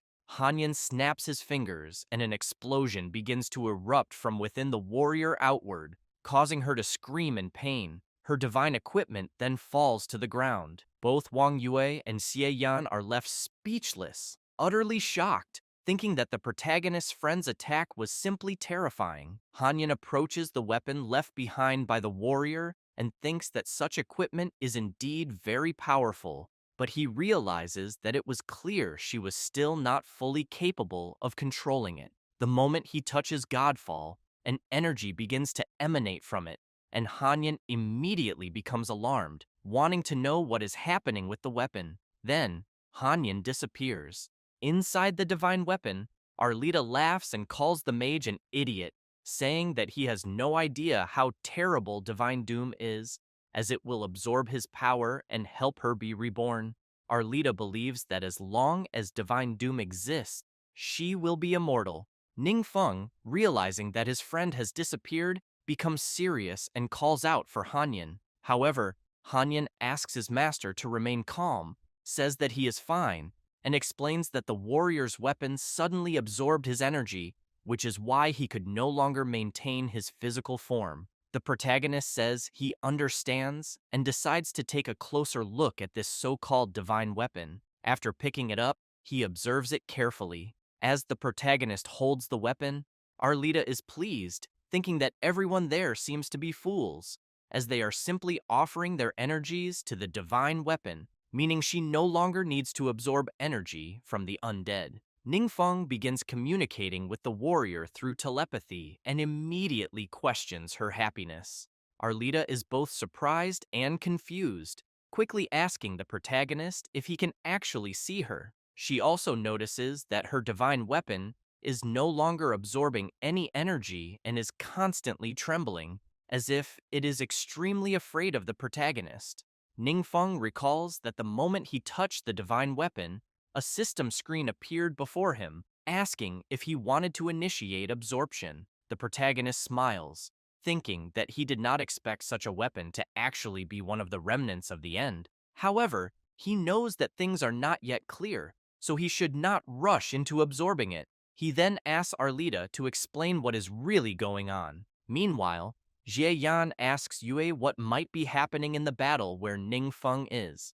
Yue notices that all the undead around them have stopped moving and finds this very strange. Back on the battlefield where the protagonist is, Arlita explains that, as he can see, the country was once beautiful, and although monsters invaded, they had always protected the nation from harm. After eliminating the monsters, she told her team that they had all done a great job. However, she then noticed one of her friends acting strangely and decided to ask what was wrong. Kalan turned to her and asked if she could not see it. There was a box right in front of him that read, "A god is watching you." The other members shouted that they could not see anything. Arlita, shocked, shouted back, asking if he had really been recognized by a god. Kalan remained surprised by the system screen that had appeared before him. As Kalen continued fighting, new messages appeared, stating that God was pleased with his performance and that he had received divine recognition. He was then given the option to choose a god's blessing.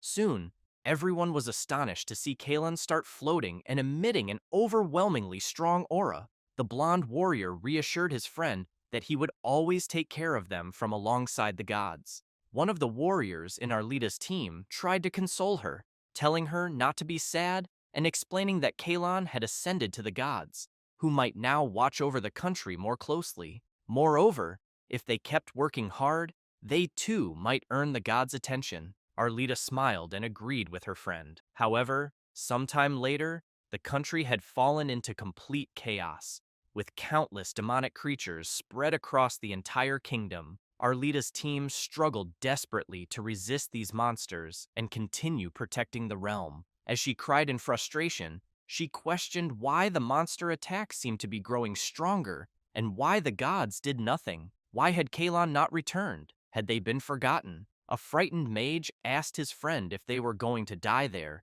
trapped in that endless hell. Arlita became serious and responded no, saying that they still had one last hope.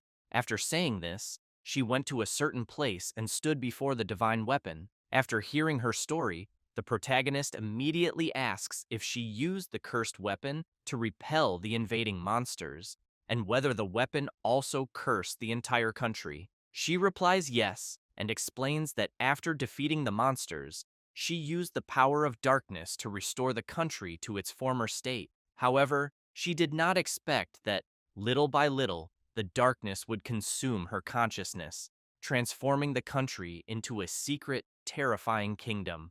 Arlita also reveals that, since then, adventurers from other worlds occasionally come there to explore, only to be turned into undead by her. While holding the divine weapon, the protagonist reflects that the power of darkness comes with an extremely high price in the end. He then notices something and turns to see what it is. Right in front of him, someone steps through a portal. That someone is none other than Kalon, Arlita's former friend, who immediately greets the protagonist and states that the gauntlet Ning Feng is holding belongs to him, asking if he could return it.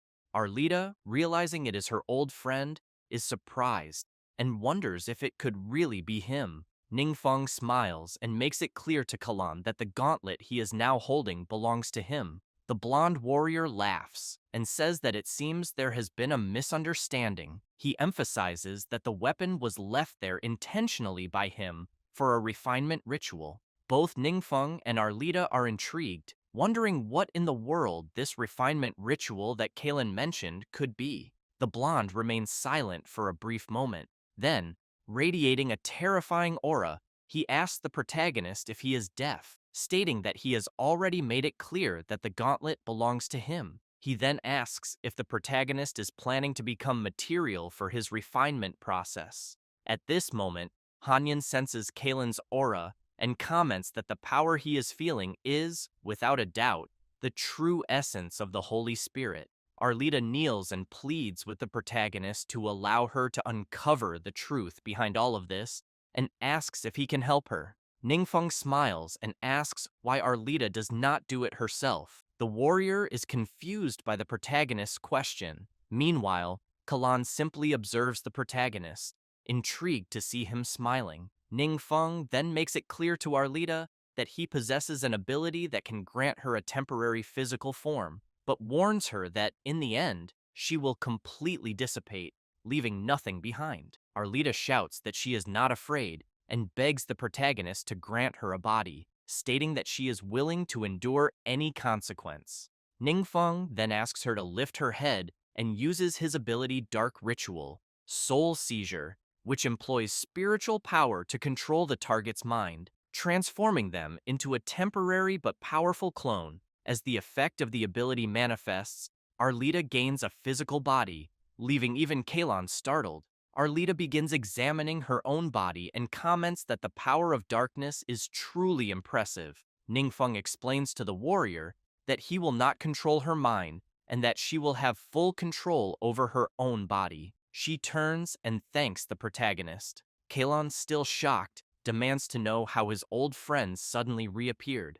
Arlita immediately begins channeling power through her divine weapon and tells her friend that she did not fully understand what he said before, so she asks him to explain it properly this time. Kalan asks Arlita if she is being controlled by some evil god and what the protagonist has done to manipulate her. However, Arlita wastes no time and charges at him with full force. Kalan tries to defend himself, but due to his friend's overwhelming attack, he coughs up blood and is sent crashing into the ground. Arlita points her weapon at Kalan and demands that he explain why he did not appear when the monsters invaded the kingdom. why he decided to show up only now, and what he means by refinement ritual. Still on the ground, Kalan yells that he did not abandon her and begs her to trust him. He then explains that, at that time, he was in the middle of another trial, something crucial for him. When he realized what was happening in her kingdom, it was already too late. The blonde emphasizes that Arlita would not understand the hardships he has faced since leaving the world he once lived in. Even though he is currently one of the most powerful beings in the world, before a god, he is nothing more than a mere failure. He tells Arlita that she must understand this pressure and helplessness. Arlita, now serious, demands that he stop dodging the question, ordering him to answer immediately. Is he truly after her divine weapon? Kalan stands up and shouts, saying that he simply left a magical mark on Godfall. When the divine weapon disappeared, he was able to sense it. He then pleads with his friend not to blame him, as he only seeks to grow stronger with Godfall. Otherwise, one day, the god will surely abandon him. He then reveals that when he placed his mark on the divine weapon, Arlita was already dead, along with all of their friends. However, in his thoughts, Kalan calls his friend an idiot, thinking that if not for God's power, dealing with them would have been far too easy. But he knows he is being threatened by a great evil, so he begs his god, asking that, for the sake of his loyalty, he not be abandoned and instead receive divine punishment to annihilate everyone there. Before he can react, his friend attacks him savagely, making him cough up a great amount of blood, leaving Wang Yue and Xia Yan utterly shocked by the sudden turn of events. Arlita then approaches the protagonist, kneels, and thanks him for giving her this opportunity, saying that she and her people can finally escape their endless nightmare. Ningfeng picks up the divine weapon and declares that he wants to know the location of the heart of the world in this kingdom. He then asks Arlita to help his companions while she still has time, as they have many questions to ask. The warrior tells the protagonist that she used to believe it was a great honor for Kalan to have been chosen by the gods, but in the end, they were forgotten. It was only then that she realized the gods do not pay equal attention to all worlds. Later, before departing, Arlita states that no matter what Kalan has become, he is still a person from her kingdom. So she asked to be allowed to free him once and for all, so that he may go in peace with her. At that moment, the protagonist turns and sees his friend looking troubled. He immediately asks if something is wrong. Wang Yue comments that she was just thinking that, even with the god's blessing, Arlita's world could not escape destruction, so she wonders if they will one day face the same fate. Ningfeng smiles and tells her that this will not happen, asking her not to worry. He also reminds her that he is still waiting for her to take him somewhere to eat good food. Yue smiles and assures him that it will definitely happen. She then asks Professor Yan if they can finish their meal before returning. The professor agrees and mentions that she is also feeling a bit hungry. Yui then decides to explore the area to see if she can find some local specialties. Meanwhile, still within the kingdom, a rift suddenly begins to form in the sky, and someone emerges from it. It is Kalon, radiating immense power. He comments that he has arrived a little too late, but at the very least, he can still remember the vague appearance of the other person within that body. He then recalls the protagonist and wonders if that person could truly be the legendary omnipotent mage. Regardless, Kalan knows that the protagonist is still within this kingdom and that there is no escape for him. Sometime later, a meeting is being held with the leaders of the major guilds. Wang Yue and Lu Ping are feeling quite apprehensive, as this is their first major meeting as representatives of their guilds. Linghua comments that, according to Professor Shi's report, it is possible that the gods select certain chosen ones across different worlds, granting them power and even allowing them to ascend to a higher realm. However, this power exists solely to make more people believe in the gods. In the eyes of such gods, the chosen ones are nothing more than mere tools and pawns. Yuning makes it clear that even if someone is a favorite of the gods, there is still the very real danger of being destroyed. She concludes that, In the end, everyone must rely only on themselves. Linghua then adds that, in their recent expedition, the enemy's strength greatly exceeded their expectations. However, they only managed to overcome the challenge thanks to Ningfeng. Even so, she knows that in the upcoming battles, they will likely face even stronger, seemingly invincible enemies. And although the protagonist is on their side, if they continue to rely solely on him as their only hope, placing everything on the shoulders of a single young man, she cannot help but feel guilty. At that moment, most of the guild leaders lower their heads, realizing that they are demanding too much from Ningfeng. However, Yui raises her hand and politely asks for permission to speak. She then states that everyone present is aware that the protagonist recently summoned a powerful being from another world. This being studied tactical actuarial science, compared their strength to that of the monsters, and finally reached a conclusion. Yue becomes serious and reveals that, by normal standards, their world should have perished 30 years ago. All the leaders immediately become alarmed by Wang Yue's shocking revelation. Outraged, Linghua demands to know what exactly Wang Yue is trying to say. The blonde explains that more than 80 years ago, secret realms merged with reality, and humanity suffered an unprecedented blow. It was during that time that adventurers began to emerge among humans.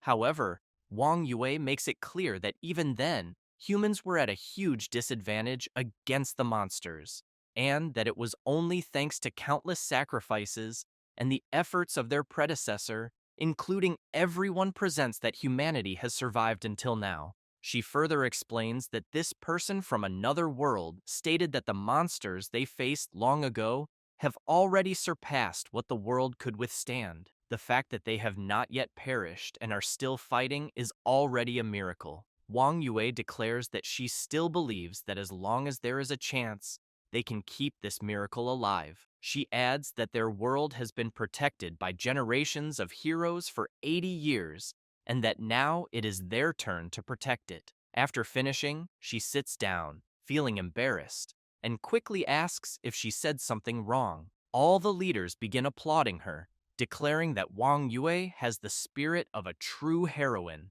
Yuaning smiles and comments to leader Yingzhen that choosing Miss Wang was indeed a wise decision, saying that she feels as if she has regained the fighting spirit of her youth. Wang Bu then asks Yan Chuan if, in other words, these monsters have become difficult to defeat because they have already exceeded the limits of everyone present. Yan Chuan laughs and says that he is not entirely sure, but after hearing Madame Wang Yue's words, his spirit is once again burning with fury. Yingzhen states that he believes everyone agrees with President Wang Yue's opinion. He then announces that the next topic to be addressed is how they should confront the gods in the future. After all, this incident has taught them a great lesson. The gods are not necessarily the hope they once believed in. Meanwhile, Kalan is now in the protagonist's world, wondering how an omnipotent mage could possibly live in such a place, a lowly world that rarely attracts attention. Soon after,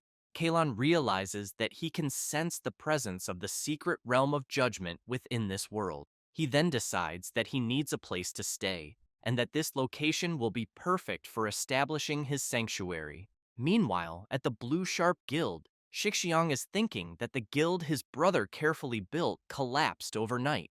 Because of this, he must work hard to become stronger and help the Blue Sharp Guild regain its glory. However, at that moment, he is surprised to see a portal appearing before him. Kalan steps out of the portal and comments that there really is someone there. Shixiang becomes nervous and immediately wants to know who the blonde guy is and what he is doing there. The blonde guy asks Shixiang not to be afraid and says that he is the master of that secret realm and also the one everyone calls God.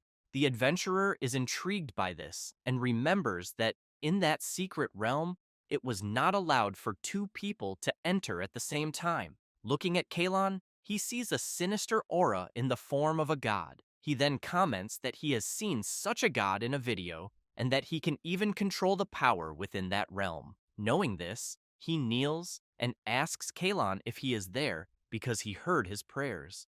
Kalon laughs and says that prayers are for the weak, and that Shixiang must prove that his strength and faith are worthy of his blessing. Shixiang pleads for him to feel free to give any order, and he will do his utmost to fulfill it. Kalon keeps in mind that the omnipotent mage is an intelligent being, and that, until he understands his true nature, he should not act recklessly. Since the power of an incarnation is much weaker than his true form, he knows he can use some helpers. Then, Kalon tells Shixiang that his first task is to find Ningfeng. He is shocked to hear that name, but quickly remains silent. Kalon says he never expected him to know the omnipotent mage, and, because of that, spares him a lot of trouble. Shixiang apologizes and says he does not know him well enough to provide much information. Kalon responds that it does not matter, and that, from that moment on, Shixiang is responsible for monitoring him and must immediately report any unusual activity. He then becomes serious and makes it clear to Shixiang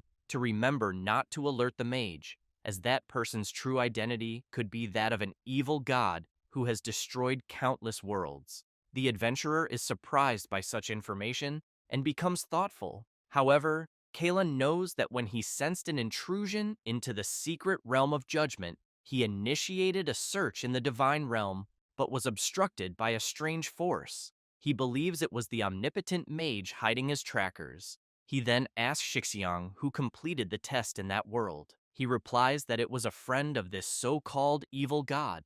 Kalan says it is a pity because such an honor should have belonged to Shixiang, but was stolen by the evil god's claws. However, he tells him not to worry and emphasizes that he can help him reclaim that honor. For that, he only needs to swear loyalty. Shixiang wastes no time and shouts, swearing loyalty to God. Later, Shixiang and the Proto meet, and the blonde guy immediately tells Ningfeng that such a person claims to be the avatar of the true primal spirit, and specifically sent him to secretly gather information about him. The Proto thinks that he believed incarnations could only exist for a brief time. Hanyan explains that gods usually rely on their followers as incarnations because their shared minds prevent rejection, allowing them to exist longer. Ningfeng is shocked and tells his friend that he thought gods were like him, capable of using anyone as incarnations. The Proto then questions Shixiang if he is not afraid of being discovered by such a god.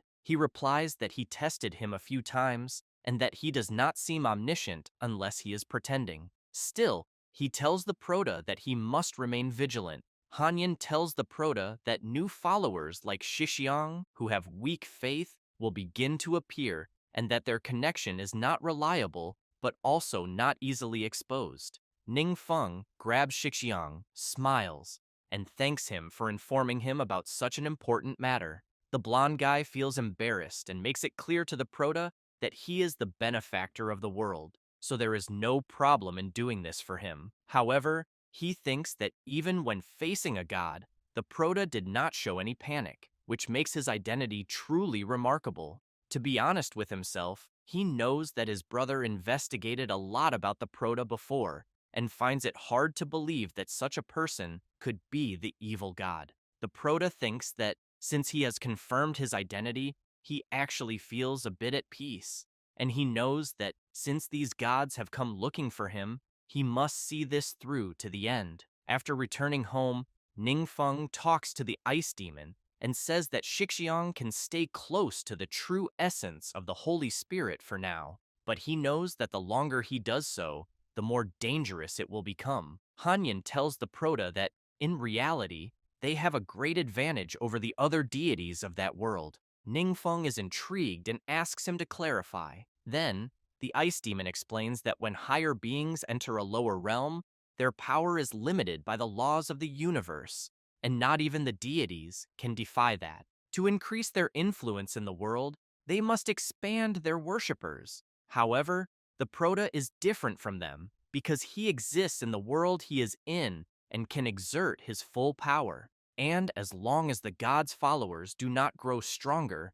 they will not be a threat to the Proto. He emphasizes that the secret realm of judgment is under divine protection, and that the attack the Proto experienced there actually crossed time and space. directly colliding with the divine realm of the true essence of the Holy Spirit. If the true essence remains hidden within them, there will be nothing they can do, so it is better to find a way to lure it out of the secret realm of judgment. Ningfeng tells Hanyan that he understands and that they will make a plan based on the approach he just discovered, sharing all the information he has with him. He then thinks that, according to his friend, the world he lives in is more like his home. He knows that he has mastered dozens of forbidden spells, so dealing with this level of battle should not be a problem, but there is one ability the enemy possesses that concerns him. That ability is the pressure of the strong, which releases a powerful mental pressure, temporarily disabling any target weaker than the user. The greater the level difference, the longer the target remains incapacitated. Ningfeng knows that, according to the description, it is a control ability that relies on level suppression to be effective. However, his actual level is low, and if the enemy finds a weak point, he may not have time to cast a forbidden spell. So he thinks, to be safe, I need to learn a spell that can resist mental attacks. But he knows that such spells are extremely rare and difficult to find. Then, he stands up and tells Hanyan that he wants to return to the base for a while and asks if he is sure the base will not be exposed.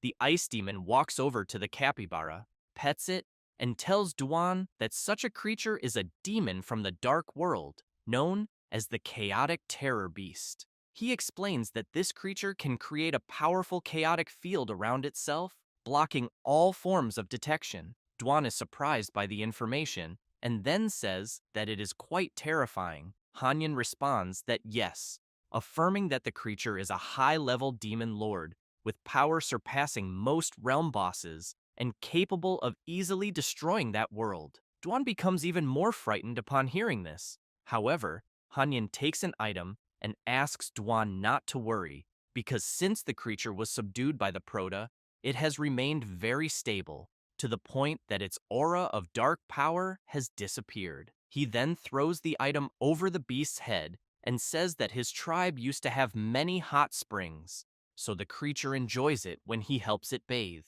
In this way, they have become very close, and perhaps Duan could try the same later. The adventurer, still frightened, thinks about how he could also achieve such a thing. He had the feeling that he was strong, but upon learning such things, he completely changes his line of thinking and realizes that Hanyan clearly possesses a formidable presence as well. At that moment, the Proto arrives and tells Duan that the item he is holding is a reward he received from the test realm, so he asks him to use it. It is a skill book containing the technique Shadowblade Storm, which allows the user to instantly enter a rapid state, spinning 2 daggers like a storm and delivering multiple high-damage strikes to surrounding enemies. During the skill's duration, all of the user's resistances increase by 100%. Along with the book, there is also the Indomitable Battle Spirit Bandana, a legendary quality item that grants plus 35 strength, plus 50% attack speed, and plus 10% critical hit rate. Additionally, when someone attacks the user, there is a chance to activate a special effect, summoning a clone of the battle spirit to assist in combat for a short period. Duan becomes excited and shouts, thanking the Proto for his kindness. He then makes it clear that he will strive to become stronger and turn into an unstoppable weapon for his master, and that, if such a deity dares to oppose him, he is willing to lay down his life to protect the Proto. Ningfeng thinks that, thanks to the precedent set by Arlita's secret realm of judgment, everyone's attitude toward the deities has changed. For example, when Duan heard about the arrival of the true Holy Spirit of Essence, he did not show any hesitation. Thus, Ningfeng knows that, in this way, it will not be so easy for the gods to confront him. The Proto picks up another orange and places it on the beast, thinking that the dedicated line of the base has the best security measures, and he will check if he can find any spells to resist mental attacks or related information. Meanwhile, in the secret test realm, Kalan is observing a city through a portal and thinks that this world looks familiar. He knows that the humans there are extremely weak, almost powerless during the previous monster invasion, and because of this, the gods became disappointed and stopped paying attention to that place. After observing for a while, he is certain that no deity has provided any assistance to the humans, including the omnipotent mage.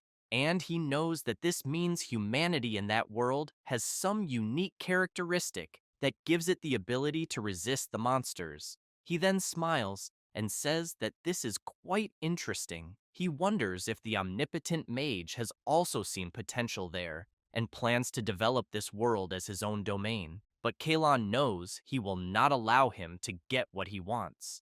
At that moment, Shixiang arrives trembling, completely wounded, and struggling to speak. Kalon immediately questions him about how his mission is going. Shixiang apologizes and says he is still stuck on the 15th floor. No matter what he does, he cannot get out of there. Kalon becomes serious and asks if he really died 100 times on the same floor. Shixiang responds that he has and apologizes. He then feels fear due to Kalon's aura, who in turn turns away and tells Shixiang not to be afraid, saying that he is not blaming him. He explains that, in reality, this is a test for him. Shixiang is impressed with the ability of the immortal spirit that he acquired, continuously dying 100 times on the same floor in the test realm. Now, when the user's health falls below 15%, he ignores all negative effects from injuries for 10 seconds, and his attack power increases by 30%, along with his defense also increasing by 30%. Kalan laughs and explains that those noticed by the gods can take on test missions given by them, and if the mission is completed, it grants a permanent achievement that can enhance oneself. Some unique achievements can even lead to a complete transformation. He then lets out a sinister laugh and tells Shixiang that this is just the beginning and that he can grant him things that far exceed his imagination. Hearing this leaves the adventurer very surprised, and he thinks that he must inform the Prota as soon as possible. Meanwhile, in the secret realm of the labyrinth of the spirit's thought, the Prota thinks that according to the information he found, there are 2 or 3 secret realms in China that have abandoned spells capable of resisting mental attacks, and the realm he is in is one of them. Several creatures are desperate at this moment, screaming and warning their lord that the battle mage is acting alone and attacking again. The creature becomes furious and thinks that if it does nothing,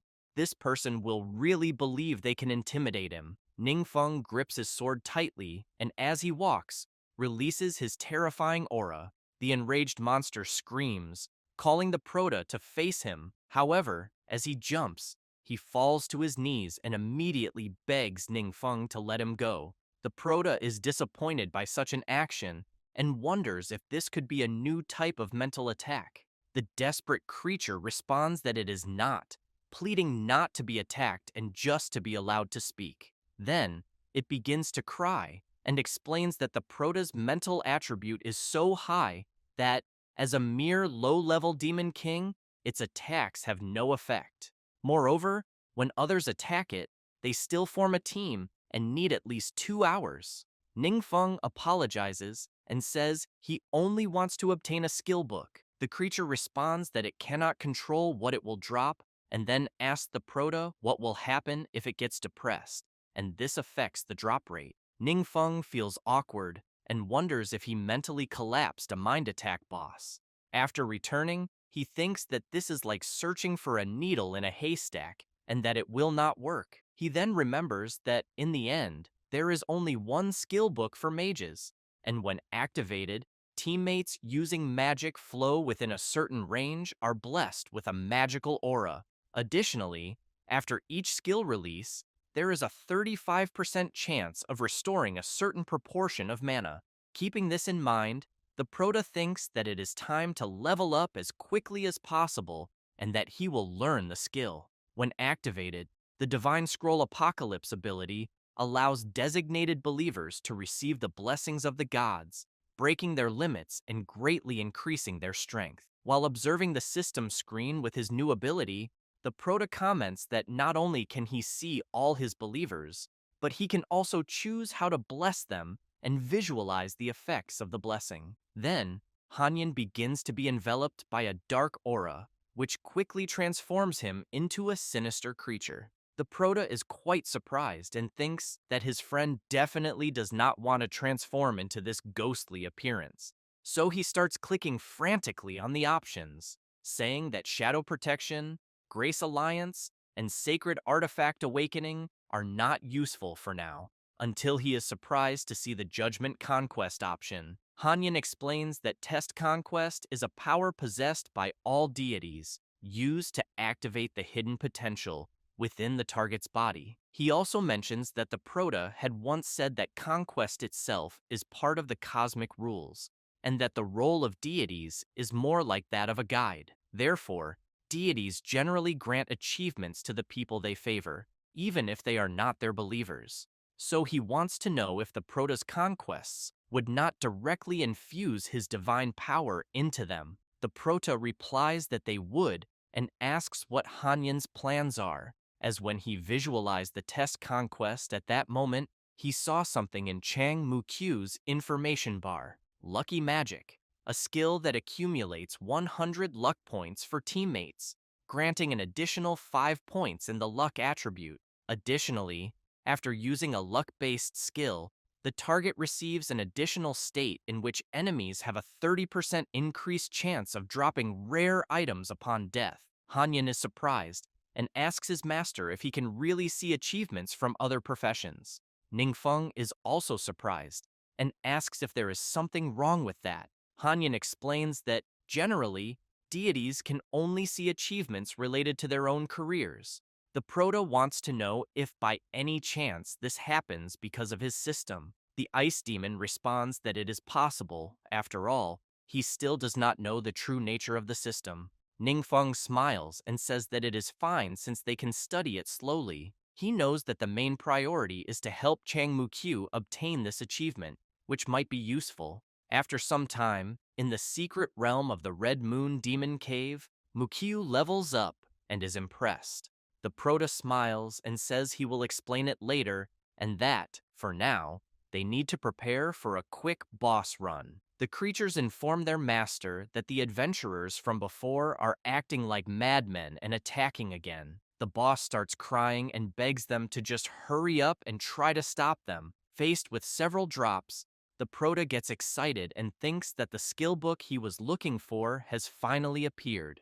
After some time, in the classroom, Xie Yan shows on the big screen that this is the secret realm they explored last week, and that it was also their first encounter with the legend of the gods. She then thinks that the 7 great guilds have decided not to make any public statements about the gods, and will only inform everyone about the harvest from that secret realm. With Arlita's experience, she believes that people will now have more thoughts about the gods, and, afterward, they need everyone to understand that humanity has already overcome incredibly powerful enemies on its own. Hanyin comments to his master that allowing believers not to rely solely on the gods, but to have faith in their own strength, is something that only he, his master, could do with such magnanimity. Shixiang observes the Prota and becomes concerned. At that moment, the teacher informs everyone that they can take a 15-minute break. Shixiang immediately calls the Prota and says that there is something he would like to ask in private. After moving to a less crowded place, Shixiang asks the Prota if he knows about judgment achievements. He responds that he does. Shixiang is surprised and thinks that this was already expected from Assistant Professor Ningfeng, and that perhaps the people around him have already received such achievements. At that moment, the adventurer is startled by a strange sound. The Prota explains that it is not a unique achievement, and that, although everyone has a chance to obtain it, its epic rarity is still very good. Shixiang realizes that the Prota's tone is very relaxed, and that he does not seem to care about the true essence of the Holy Spirit, even granting such an achievement. Perhaps, in his eyes, this does not even count as a blessing worth considering. He then wonders about the people who follow the Prota and how many benefits they have already received, feeling a slight sense of envy. While observing his achievement, Shixiang admits that he is actually a bit concerned that this might be some kind of method to control him, which is why he wanted to confirm it. Ningfeng reassures him and explains that it has no negative effects, recommending that he simply continue using it. Hanyan comments to his master that it seems like Shixiang is a bit shaken and that, originally, he wanted to test his master, but in the end, he was subdued.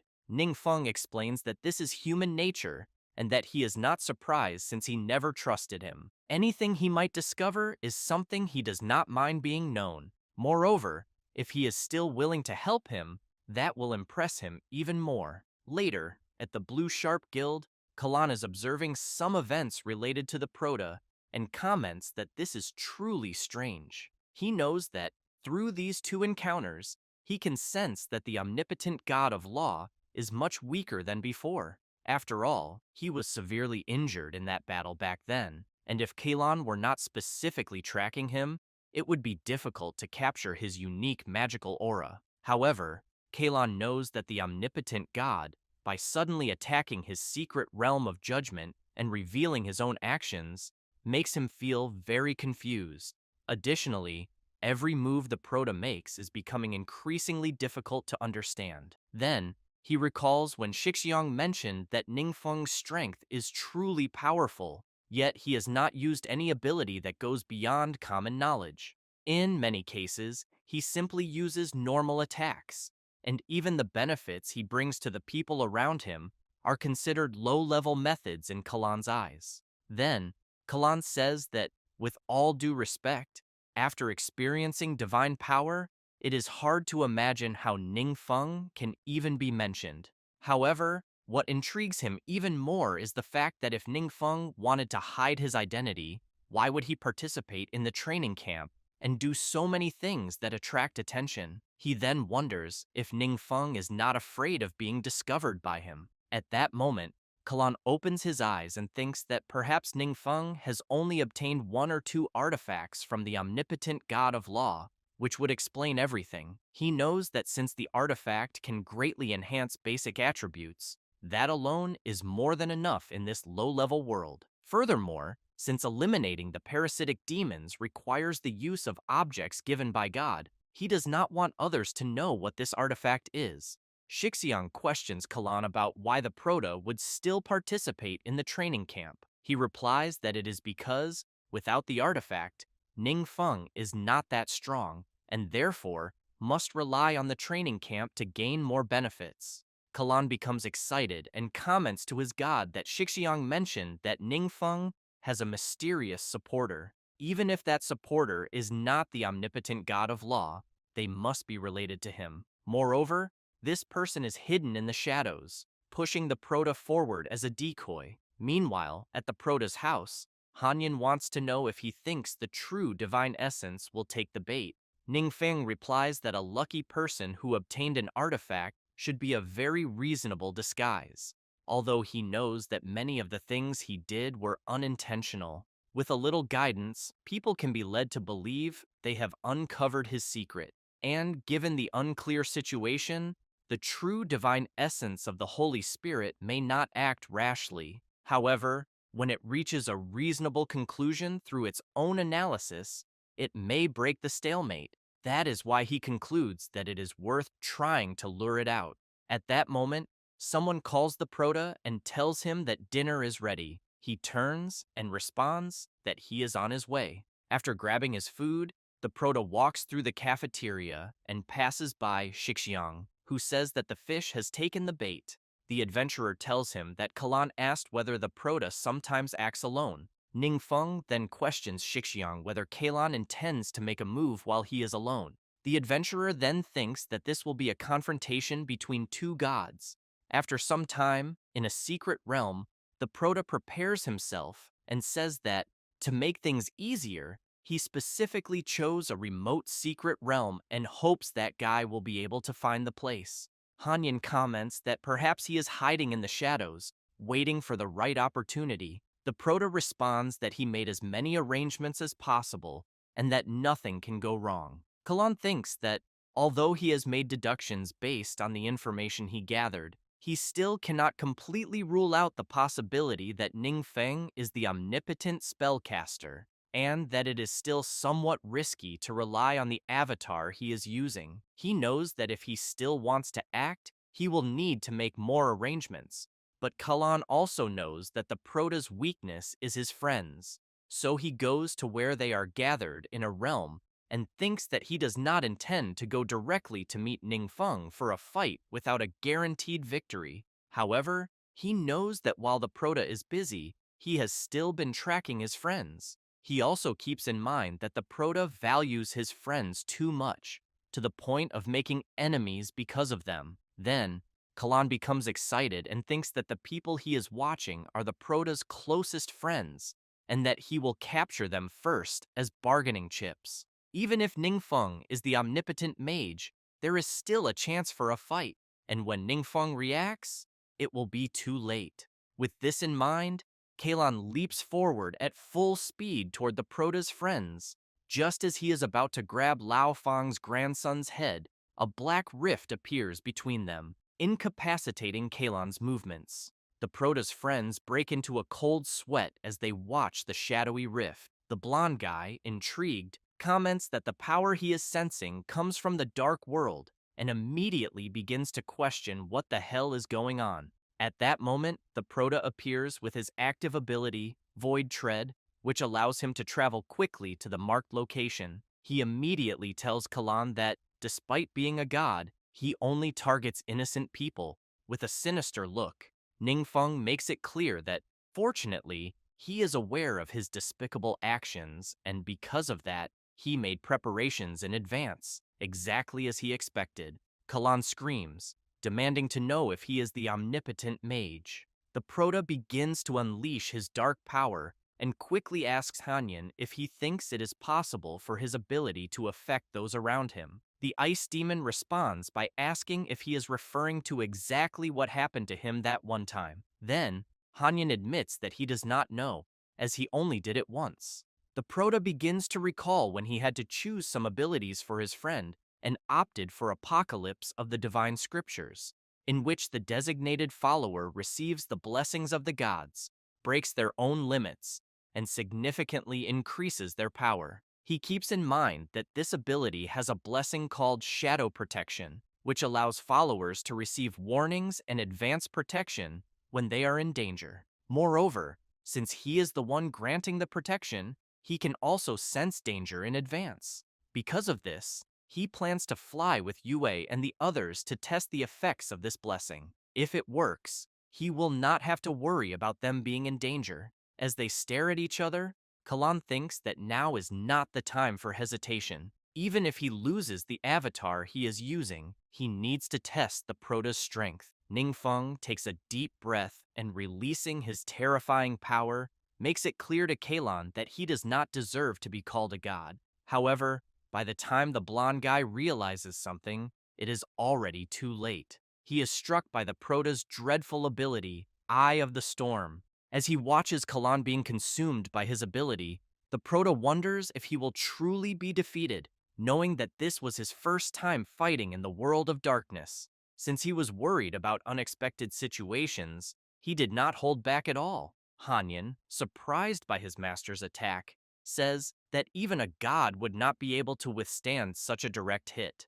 The ice demon still recalls witnessing something similar once in the secret realm of judgment, where he was caught off guard and directly struck by a forbidden curse from the true Holy Spirit. Incredibly, he merely drank a healing potion and fully recovered. At this moment, the Prota seems to have become an incomparably powerful god. The Prota comments that he never expected the true essence of the Holy Spirit to borrow Kalan's body and directly invade his world. Therefore, he hopes that this time he can suppress it and buy some time to continue growing stronger. Meanwhile, at the glorious monument in the divine realm, controlled by the true essence, the soul of the Holy Spirit returns to its original body, which immediately lets out a scream and falls to its knees. The guards rush to his side, asking if he is well and if something has happened. Furious, he yells and orders everyone to leave immediately. The being of true essence believes that what just happened is impossible and wonders whether the omnipotent mage can truly control the power of darkness, as he had never sensed any trace of such power in him before. He then reflects that not even the seven evil gods had used the power of darkness on such a scale. The true essence of the Holy Spirit grows worried and considers whether the omnipotent mage has mastered what they have been relentlessly pursuing. If that is the case, he knows he must contact the other gods immediately. However, he is also aware that he cannot let them see him in his current state, as some may take advantage of the situation. Aware of this, he grows even more furious and begins to destroy everything around him. Later, at the Blue Sharp Guild, a Gleam steps out of the carriage. It is Shiyu who looks around and comments that, after being isolated in the hospital for so many days, he can finally return. Then, he turns and asks Shixiang if anyone provoked him while he was away. He replies that they did not, and mentions that, although many people have indeed left the guild, most remain subdued. As they walk inside the guild, Shiyu makes it clear to his younger brother to ignore those who left, as, in any case, the secret realm of judgment still exists. Therefore, he asks Shixiang to work hard, as they will grow again in the future. The blonde boy begins to sweat coldly and wonders if he should tell his brother about the appearance of the true essence of the Holy Spirit, knowing that he would likely love the idea of earning a god's favor and becoming his most trusted warrior. Shiyu is surprised to see what happened to the secret realm of judgment and immediately wants to know what the hell occurred. Later, Shixiang calls the Proto and tells him what happened. He, in turn, asks if the secret realm of judgment has truly been sealed. The blonde boy, upset, says that his brother has just returned and suffered a major blow, as he was counting on that realm to rebuild the guild. Hanyan tells the Proto that the realm of judgment is an extension of the divine realm, the main base where gods spread their faith across different worlds, and that abandoning the realm of judgment voluntarily likely has only one reason. After the true essence of the Holy Spirit fought against the Proto, it completely severed its connection with this world. In other words, it admitted defeat. Shixiang is surprised by the explanation and says that, in that case, the Proto is the true essence. Ningfeng responds that, for now, it seems so, and he believes he has won. The blonde boy begins to sweat coldly and feels a certain relief, knowing that, thank God, he did nothing to betray Assistant Professor Ningfeng. Thus, he believes that the professor will think well of him. Then, the Proto tells Shixiang that he has helped him a lot, and that if he ever needs anything in the future, he just has to let him know.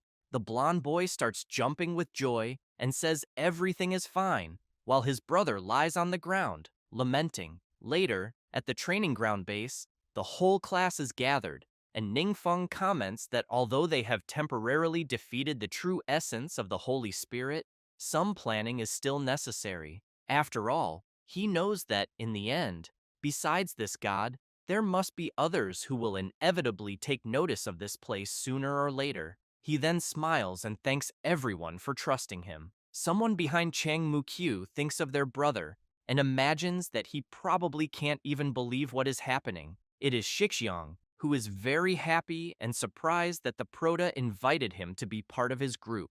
It doesn't take long before everyone heads to a meeting room. Wang Yue is deep in thought after discovering that all those previous inexplicable incidents, caused by the so-called mysterious Grand Chief, were actually the work of Ningfeng, her childhood friend. The old man, Lao Fang, knows that the Proto has never harmed an innocent person. On the contrary, many lives have been saved thanks to his help.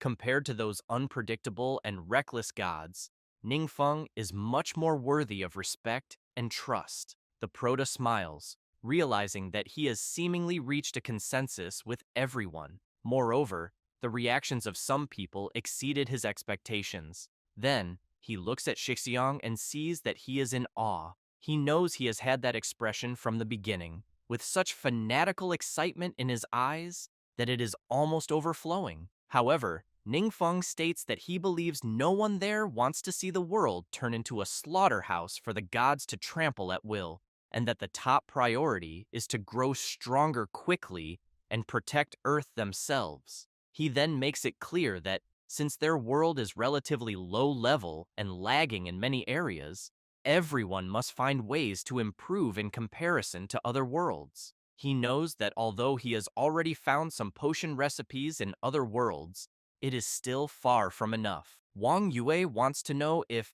besides potions, emblems, achievements, and high-level skills, there is any other method. Ningfeng recalls that a few days ago, he absorbed Arlita's magic weapon, God's Doom, and gained new memories.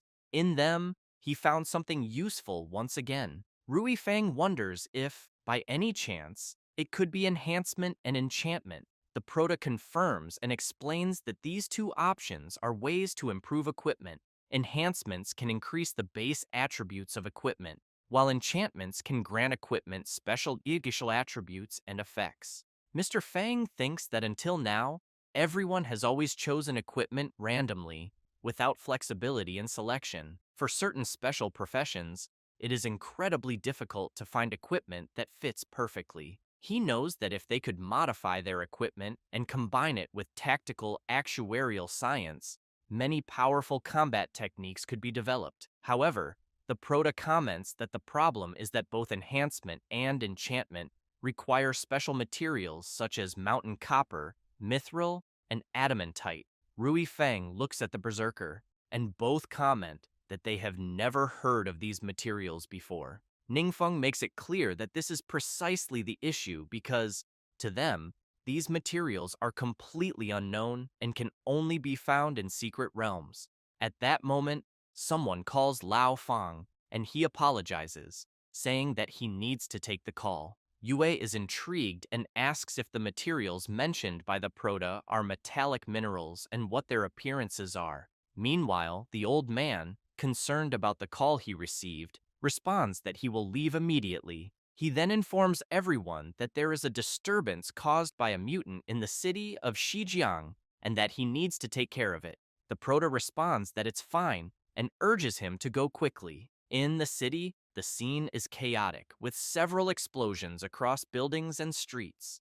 A mutant warrior laughs and declares that no one there can stop him. After the old man arrives at the scene, he is informed that the person causing such an uproar had mysteriously disappeared a few years ago and only recently reappeared. To make matters worse, attacks have no effect on him. Lao Fang walks up to the mutant warrior and makes it clear to his assistant that he is going to run a test. He then summons his chaotic flames and hurls them at the mutant warrior. As the dust settles, he remains unscathed. The old man is shocked, unable to believe that his attack had no effect. The warrior begins to laugh and says that it seems the old man's magic doesn't work against him. Lao Fang wastes no time and uses his infernal dragon flames ability, attacking the warrior, who easily dissipates the attack completely. He then laughs again and says that he already warned that the old man's power has no effect on him. With a sinister expression, he reveals that his armor has been enhanced with mithril, a special metal with excellent magic resistance. The old man is surprised to hear that the mutant warrior's armor is made of mithril. Lao Fang turns around and starts running away, while the mutant warrior yells, wanting to know why he is suddenly fleeing. The old man grabs his phone and informs the Proto that he believes he has found a clue about mithril. The adventurers, speaking through the communicator, want to know what is happening inside the building, as they heard that the mutant is really strong and that even Director Fang couldn't handle him, requesting reinforcements. However, at the scene, the mutant warrior has already been beaten up and now wants to know who attacked him and why they took his armor and clothes. The Protoss group is on site, and he, analyzing the mutant warrior's armor, wants to confirm whether there is truly mithril in it. The warrior, his face bruised all over, says that even if the Proto steals his equipment, it will be useless since all enhanced equipment is bound to the user's soul, preventing others from simply using it. Ningfeng becomes serious and, with a sinister look, demands that the mutant warrior reveal where he obtained the mithril. Terrified, He confesses that he was chosen by a demon lord and sent to cultivate in the secret realm that this lord controlled for several years. He also states that there are several mines in this secret domain that produce special minerals capable of enhancing equipment. The entire Protoss group becomes serious and demands that the mutant warrior immediately provide the location of the place. After arriving at the location provided by the warrior, the system informs them that the realm they are about to enter requires a team challenge and that the minimum number of participants is 30. Ningfeng comments that he did not expect it to be a large-scale secret domain for 30 people. Lao Fang explains that this type of secret realm is very difficult, as the number and strength of enemies should not be underestimated. He advises everyone to act together. The Proto explains that, according to the information provided by the mutant warrior, the monsters in the secret realm are mainly orcs, organized into a total of 5 tribes. Their leader resides in the largest tribe, and only by defeating him can they occupy the entire secret realm. He says this and immediately starts entering the portal, calling everyone to follow. Meanwhile, a police vehicle speeds along, carrying the mutant warrior, who continues laughing. The guards immediately question him about why he is laughing. He replies that it's nothing, he just thought of something funny. However, in his mind, he wonders what their expressions will be like once they enter the secret realm. Inside the realm, a sacrificial ritual is taking place, with multiple sacrifices being made. The orcs are ecstatic. As the Proto enters, he wonders if this place is some kind of arena. Suddenly, the system informs them about the bloody arena, explaining that only one will remain standing and that they must eliminate the beasts inside the cage. The cleric becomes worried and asks if they will have to fight each other. Wang Yue wastes no time, equipping her bow, just as Lao Fang quickly conjures his flames. Both attack the barrier, but soon realize that it cannot be broken. The orcs begin laughing and shouting, saying that the little insects are trying to escape. At that moment, some orcs observe them with a sinister gaze. Their leader stands up and takes a deep breath. The old man is startled and shouts, saying that the 5 orcs present are the leaders of their respective tribes. The system then informs them that inside the arena, there are no friends, only mortal enemies, and that the countdown to battle will begin soon. The Proto smiles, grabs his sword, and attacks the barrier, shattering it effortlessly. One of the orc leaders is shocked and extremely surprised to see the blood-stained light barrier destroyed with a single strike. With his terrifying aura, the Proto orders everyone who can to leave. Later, in the Beastman tribe, the orc leader shows the Proto the place where they enhance their equipment. He reveals that the mountain copper, mithril, and adamantite mentioned by the Proto are stored in the warehouse next door. While preparing a weapon, the blacksmith is startled when the leader calls him an idiot, ordering him not to let his hands tremble while working and not to embarrass him in front of the Proto. Ningfeng becomes thoughtful and asks if this is how equipment enhancement works. The orc replies that it is, and that this is their ancestral technique. Then, the leader looks somewhat embarrassed and asks if the Proto is satisfied. Meanwhile, the blacksmith, intrigued, wonders why the tribe's leader, the strongest warrior chief, is being so humble to mere humans. The orc leader recalls the mortal fear he felt when the human mage attacked him. He had the distinct impression that, had he hesitated even a moment longer, he would have been destroyed. Fortunately, he surrendered quickly and saved his life. Ningfeng, still very intrigued, thinks that the world he lives in does not possess this type of technique.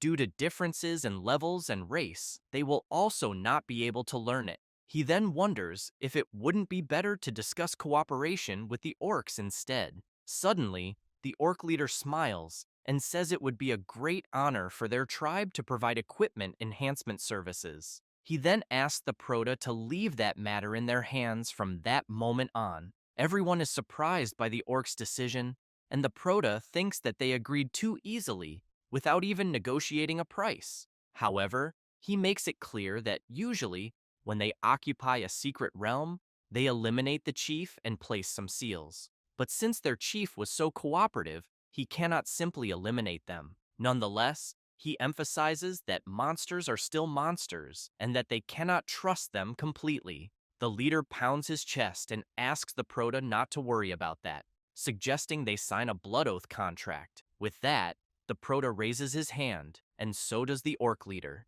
They then touch their hands together and create the blood contract. However, the leader feels something strange and immediately wants to know what is happening. The Prota looks at his system, trying to understand why the apocalypse ability activated on its own. The leader examines the contract and realizes that it states he pledged loyalty to the Prota and obtained the contract for free, in addition to the Prota requiring enhanced equipment as an offering. The orc is utterly shocked to discover who the Prota truly is and immediately kneels, thinking that, since he received the contract for free, the Prota must be one of the 7 demon gods. He then tells Ningfeng that he does not know which demon god he is, but he begs for his forgiveness for any disrespect. The Prota feels awkward and wonders how he suddenly became a demon god just by casually signing a contract. However, he knows that being called that is exactly how monsters refer to one of the 7 evil gods.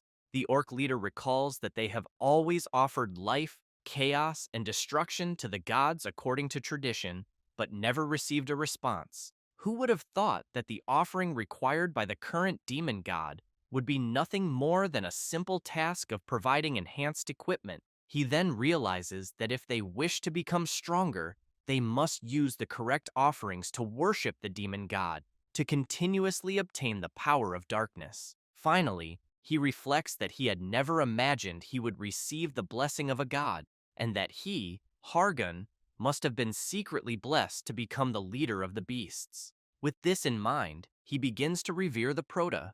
Ningfeng is surprised and wonders why the orc leader continues to worship him. However, he knows that fortunately, the dimension they are in is different, and people outside cannot see what is happening. The Prota asks Hargan not to tell anyone about him once they leave. The orc agrees, saying that he will do everything his master commands. Then, the Prota approaches the leader and begins to undo his ability. After they return, the leader smiles and says that the equipment enhancement process will take some time. Therefore, since it is everyone's first time there, he asks if they would like to stay for a welcome banquet. The other orcs, seeing how their leader is acting, start to wonder if something happened. Night falls, and soon a bonfire is lit. The cleric is quite pleased, eagerly waiting for the food to be ready. Meanwhile, the old man, Lao Fang, is excited, drinking alongside another orc. However, he soon reflects that he never imagined humans could coexist peacefully with monsters. Meanwhile, the Prota observes Shixiang and notices that his expressions are always exactly the same. The orc leader thinks that, at first, he wondered how such weaklings were qualified to stand beside such a powerful figure, but he eventually understood that the gods must have a much deeper plan. Because of this, he decided that he must become the Prota's most loyal servant, no matter the cost. Later, the blacksmith informs them that the first batch of enhanced equipment is ready. The system immediately asks whether those who wish to wield the weapons want to perform the soul binding process, as once bound, the item will become exclusive to the user and cannot be altered. Wang Yue picks up the bow, feeling impressed, and comments that the enhanced equipment stats are 10 times higher than before. She adds that such a level of improvement is something most people cannot achieve in a lifetime of cultivation. At that moment, the orc leader senses a sinister aura of dark power and suddenly shouts, saying that he can feel the power he has always longed for. However, the energy begins to surround Ningfeng, and he soon hears a voice asking who awakened him. The Prota becomes serious and wonders why someone is speaking inside his mind. The voice continues echoing in his head, and this time commands him to submit. However, Ningfeng tells the voice to shut up and channels his power within his mind, wondering who the hell is screaming inside his head. A strange creature takes form, and inside the Prota's shadowy dimension, it begins to question what happened and where it is. the Proto appears in the dimension, and the furious creature demands to know who he is.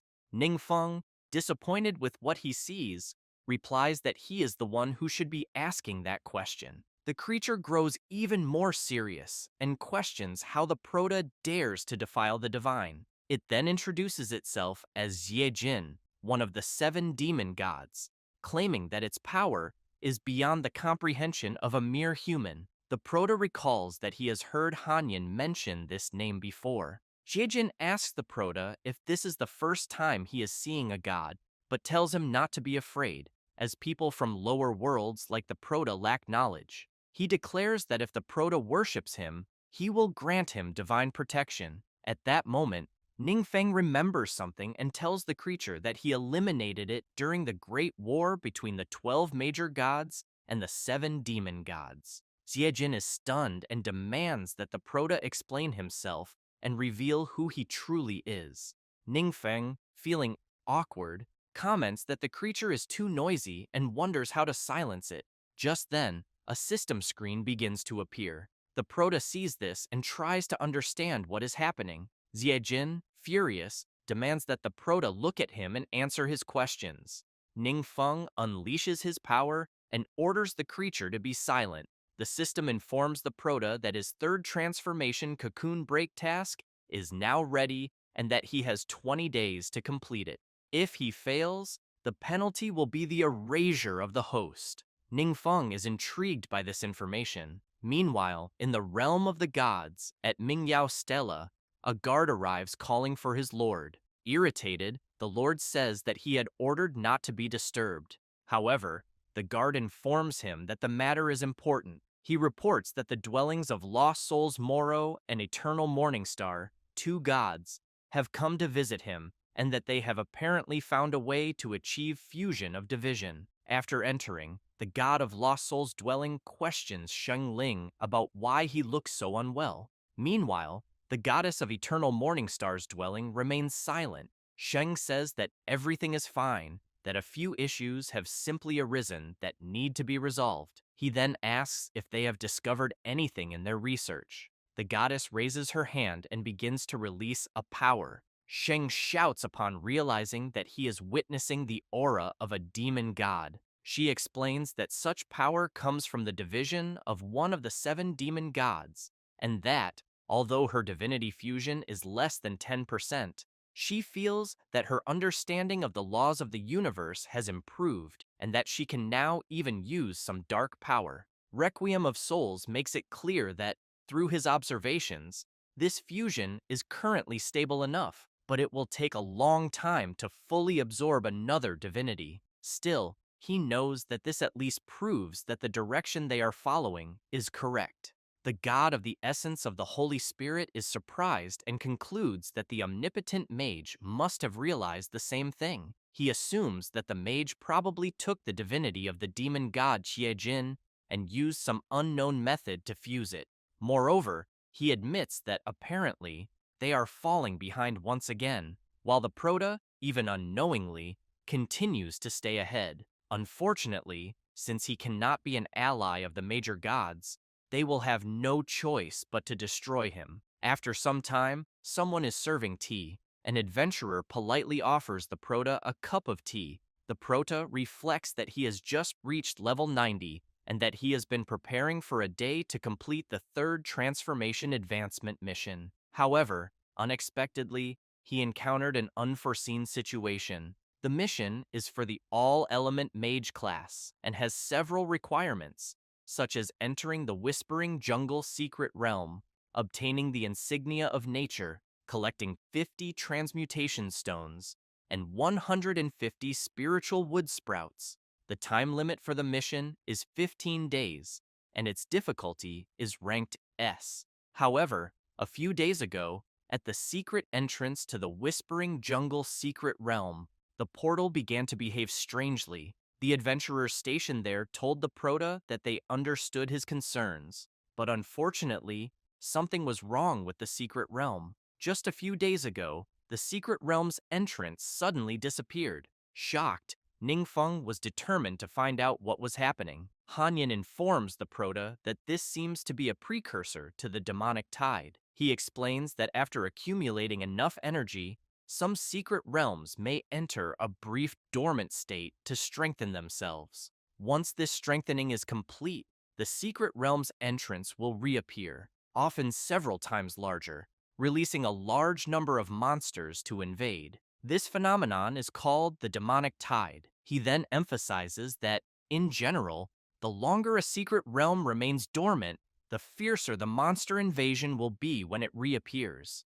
If not handled properly, it can cause serious damage. Concerned about his third transformation mission deadline, Ningfeng asks Hanyin if he thinks it will take long for the secret realm's entrances to return. Hanyin apologizes to the Prota and says that he doesn't know. The Prota then reflects that not even the Ice Demon knows much about divinity. However, his system has issued a mission of such high importance and will not abandon him. Ningfeng considers informing the other adventurers about the demonic tide so they can start preparing as soon as possible. The Prota takes a deep breath and sips his tea. The adventurer thinks that the young man before her is simply incredible, as her captain reported the information he provided, and the higher-ups took it very seriously. Not only did they ask him to assume the position of Supreme Commander, but they also sent people to assist him. Who would have imagined that, in the midst of all this, he would be there,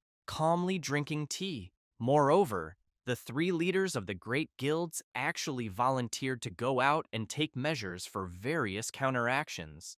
The adventurer informs Lady Linghua that if they wish to evacuate everyone, it will take a lot of time and require significant manpower. However, she replies that they will have to do it regardless because, as the Prota specifically instructed, if not handled properly, this could cause severe damage. The adventurer is surprised and says he will arrange everything immediately. At that moment, a loud noise draws the leader's attention. A massive portal appears in the sky, and countless monsters begin emerging from it. Meanwhile, inside the whispering jungle secret realm, a creature asks its priest if he is certain that opening the portal before the scheduled time is the right decision. The priest questions why his minion is worried, as he had already said that he can feel the call of Lord Jin. He then shouts, declaring that Lord Ji is not far from them and that, to earn his favor, they must offer sacrifices immediately.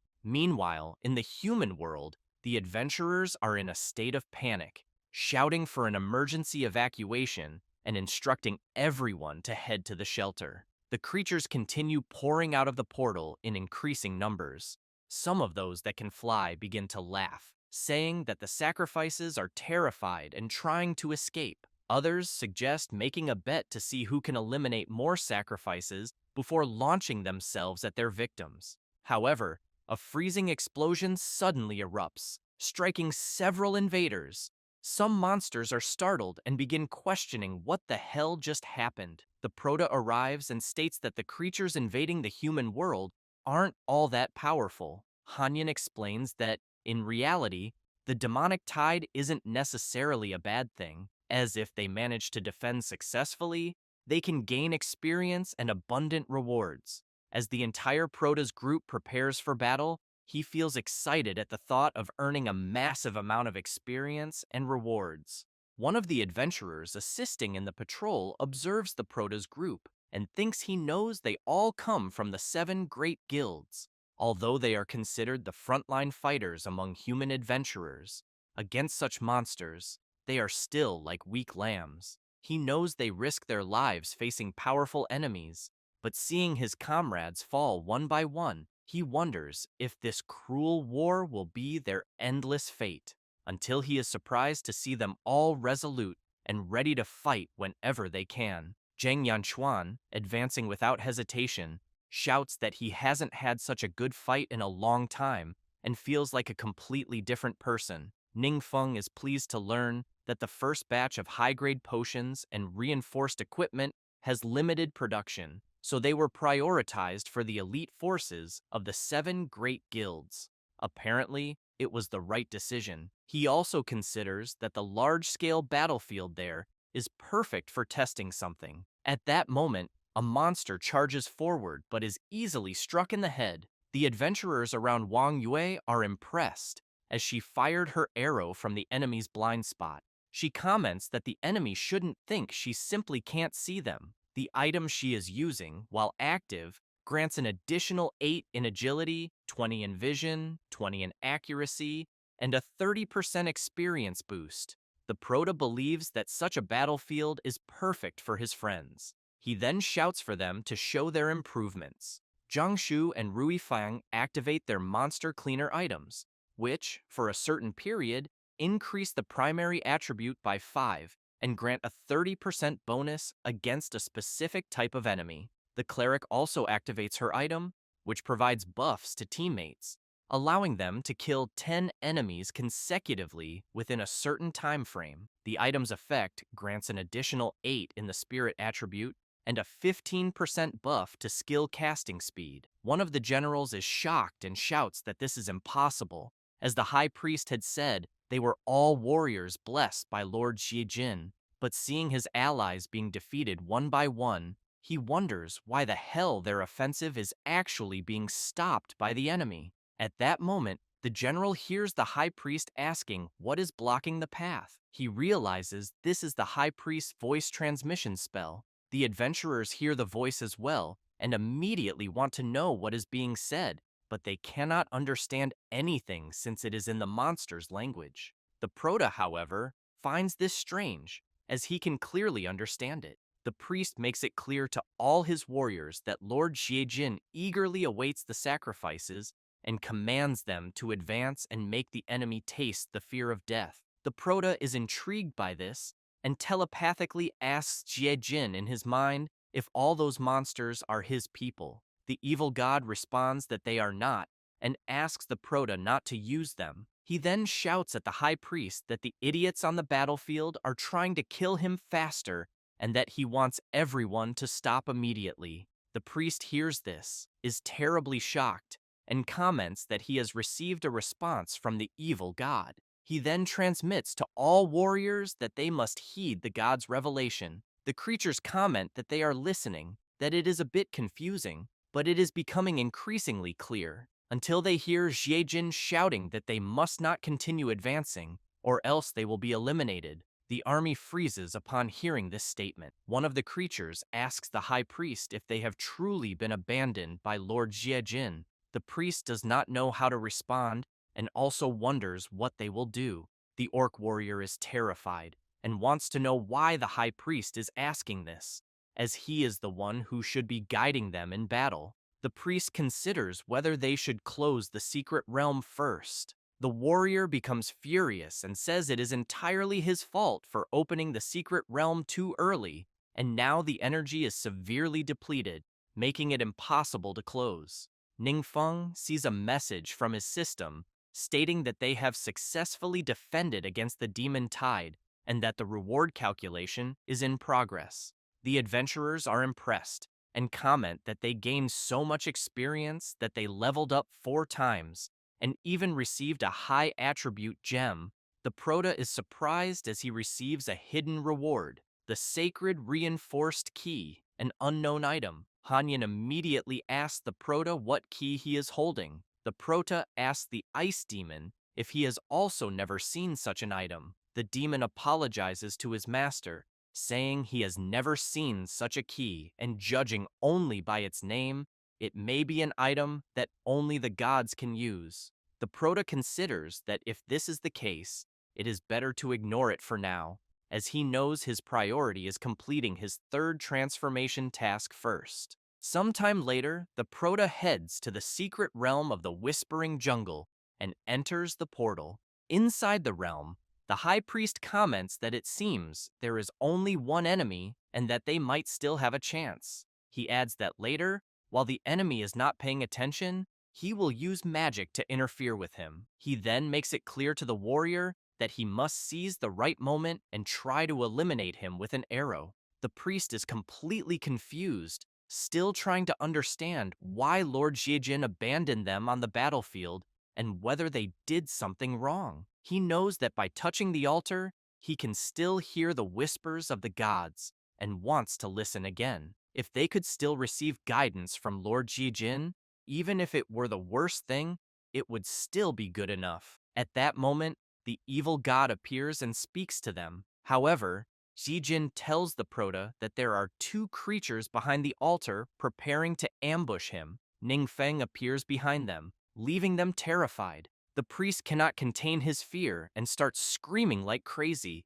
The Proto then eliminates them and obtains the Emblem of Nature, a legendary quality item that permanently grants an additional 5 to agility and spirit attributes. Ningfeng is impressed with the item's quality, but soon notices a sinister aura emanating from the altar. Jin says it is the power of darkness, and that the Proto can approach the altar to absorb it and increase his strength. However, the evil god also considers that if the Proto absorbs the altar's dark power, he himself might benefit as well. Without hesitation, the Proto uses his power and completely destroys the evil god's demonic altar. The god is surprised, as he did not expect such an approach from a human, and immediately begins asking why he did that. Ningfeng becomes serious and tells him to shut up immediately. He then thinks that he does not understand the operational principles of these demonic god altars and that,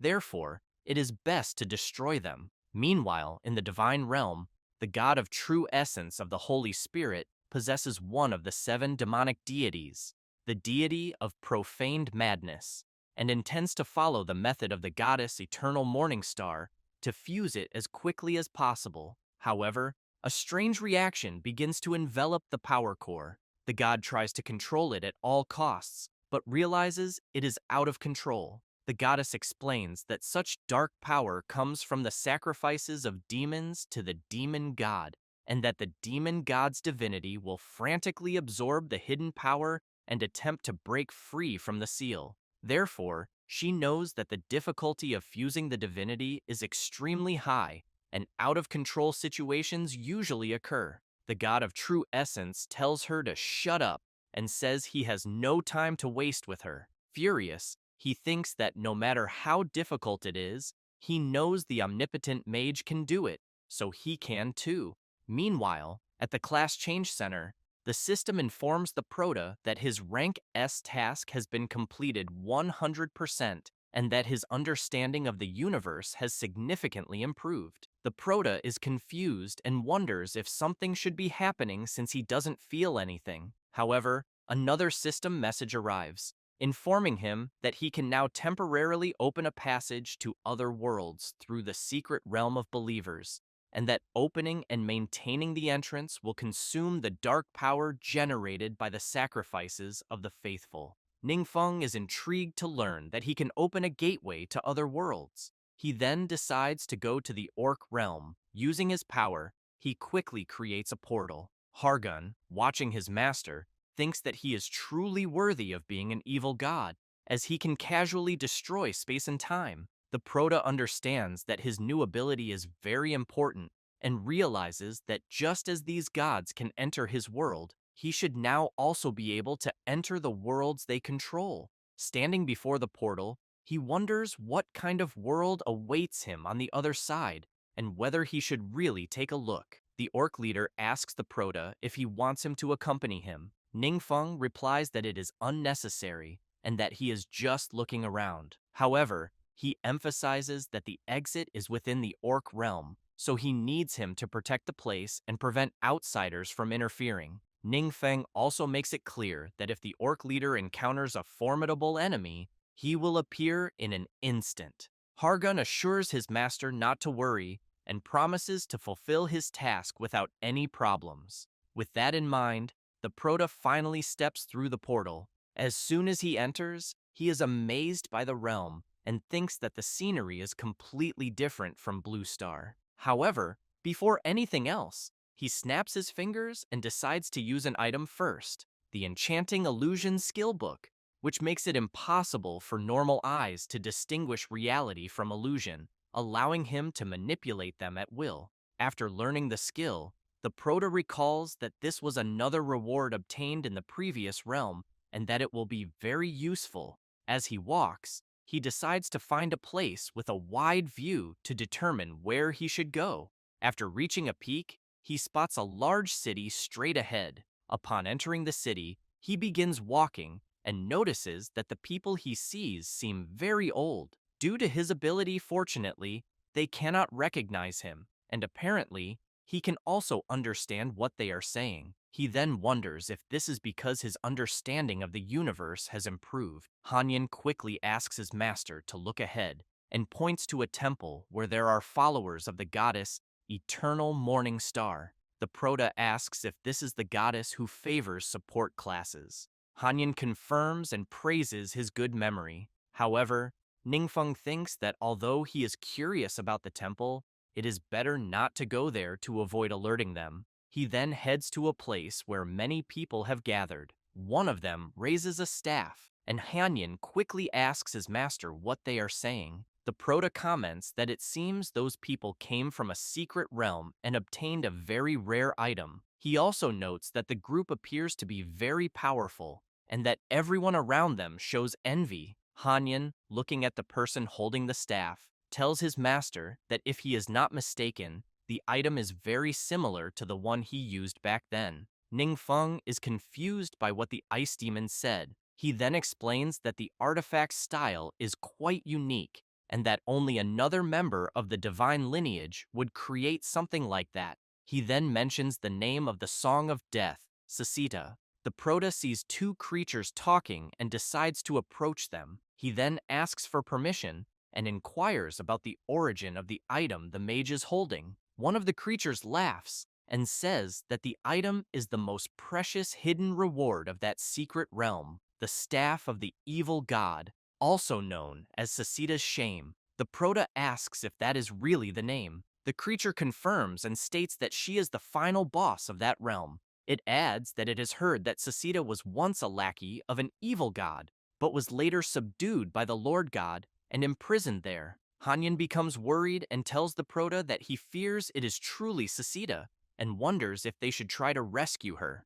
Ningfeng is intrigued about what decision to make. However, he comments that he also needs a staff of the evil god, so he wants to know how he can obtain one. The creature points a finger at the Prota and asks if he is a rookie. It says there is only one way to enter the secret realm and informs him that the cost to hire them to take him there is 1,000 balins. Ningfeng wonders if balins are the currency of this world and where he should get that amount. However, he grabs a pouch and activates his enchanting illusion ability. The Prota believes this skill will make it work and that he most likely won't be exposed. He then hands the pouch to the guides, who are amazed to see that it really contains 1,000 balins. One of them then tells the Prota that he is quite straightforward. He then turns around and calls him to follow. Later, in the secret realm of the phantom domain of the Enchantress, the guide makes it clear to the Prota that the paths there are very complex and that it is especially easy to get lost on one's first time entering. He adds that if he accidentally goes to the wrong place and needs rescue, it will cost him even more. The other guide laughs sinisterly, thinking they can simply abandon the Prota there, return later to rescue him, and make even more money. However, one of the guides notices that he no longer hears the Prota speaking and turns to check if he is talking to himself. At that moment, they realize that Ningfeng is no longer there, and that, on top of that, the money pouch has also disappeared. Meanwhile, the Prota moves at high speed through the realm. Hanyin makes it clear to his master that he is not mistaken and that this is indeed Sasita's territory. He explains that the place was originally called the Songwang Dungeons, but people changed its name to something like the Phantom Domain of the Enchantress. As they explore the area, Hanyin states that he is very familiar with all the paths there and that there is no chance he is wrong. He asserts that if the secret realm has not been distorted or altered, Sasita must be very close. After stopping in a vast hall, Hanyin immediately informs him that this place is Sasita's library and that she spends most of her time there. At that moment, she appears and releases her terrifying aura. Hanyin starts trembling upon seeing her. Without hesitation, Sasita begins using her power and brutally attacks the Prota and the ice demon. Hanyin shouts, asking Sasita how she dares to disrespect the Proto. Half out of her mind, she screams, calling them blue-skinned bastards and declaring that they will never humiliate her. She adds that if it weren't for the seal, she would make their lives a living hell. The ice demon comments that he regained his senses as soon as he saw the Proto and wonders why Sasita didn't do the same. However, he becomes alarmed as he remembers that she called them blue-skinned bastards. He then turns to his master and suggests that this might be related to the illusion ability he is using. Keeping that in mind, the Proto deactivates his ability. Sasita immediately changes her expression and looks surprised. She then says she can't believe she is seeing the evil god. The Proto is frustrated to realize that everything happened simply because his ability was active. She shouts, asking the Proto if he is really the evil god. Hanyan also speaks up, saying that he is there. However, Sasita becomes furious, loses control again, and unleashes her terrifying power, calling the ice demon a blue-skinned bastard once more. The Proto immediately asks his friend what is going on and whether Sasita's illusion hadn't already been dispelled. While trying to dodge her attacks, the ice demon responds that everything is fine and that the Proto probably doesn't remember, but blue-skinned bastard was originally the nickname Sasita gave him. Shortly after, she returns to normal and asks the Proto what is wrong with him. Hanyan comments that, for some unknown reason, his master seems to have lost his previous memories. Sasita wonders if it could be because of those hypocritical gods. The ice demon tells Sasita that she was still alive when he died and suggests that her information might help the Proto. She then kneels and declares that she wishes to return under his protection. However, she explains that she is sealed there by the goddess Eternal Morning Star and is unable to leave. She then screams that the goddess deliberately suppressed her power, turning her into a monster within the secret realm. She reveals that she has been killed repeatedly and reborn countless times, suffering endless physical and mental torment. She then begs the Proto to rescue her from such suffering. Ningfeng comments that her situation is different from Hanyan's, so he is unsure if the previous method will work again. The ice demon tells his master not to worry. As long as it is his decision, everyone there will accept it.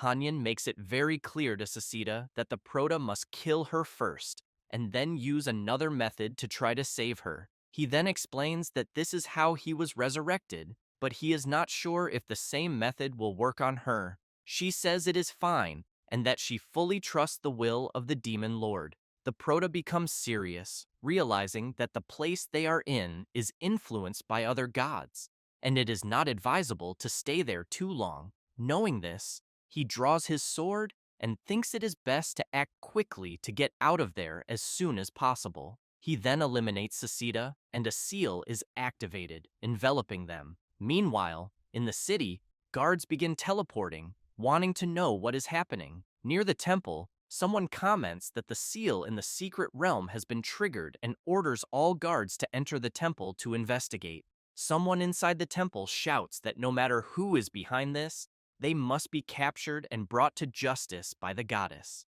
The activated seal begins to spread throughout the entire realm. Sasita becomes terrified, saying this is bad because the formation has been triggered. She then pleads with the Proto to flee quickly and not to worry about her.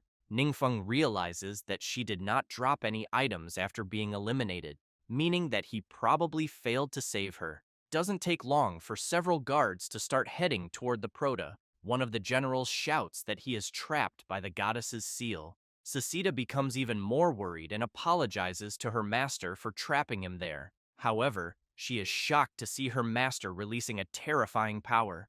Ningfeng comments that he still has one last method, but he is unsure if it will work. He adds that if it fails, it could cause the secret realm to disappear forever. She screams, begging him not to worry. However, the Proto ignores her and uses his corrosive wind ability, creating a violent storm infused with dark power, capable of corrupting all light.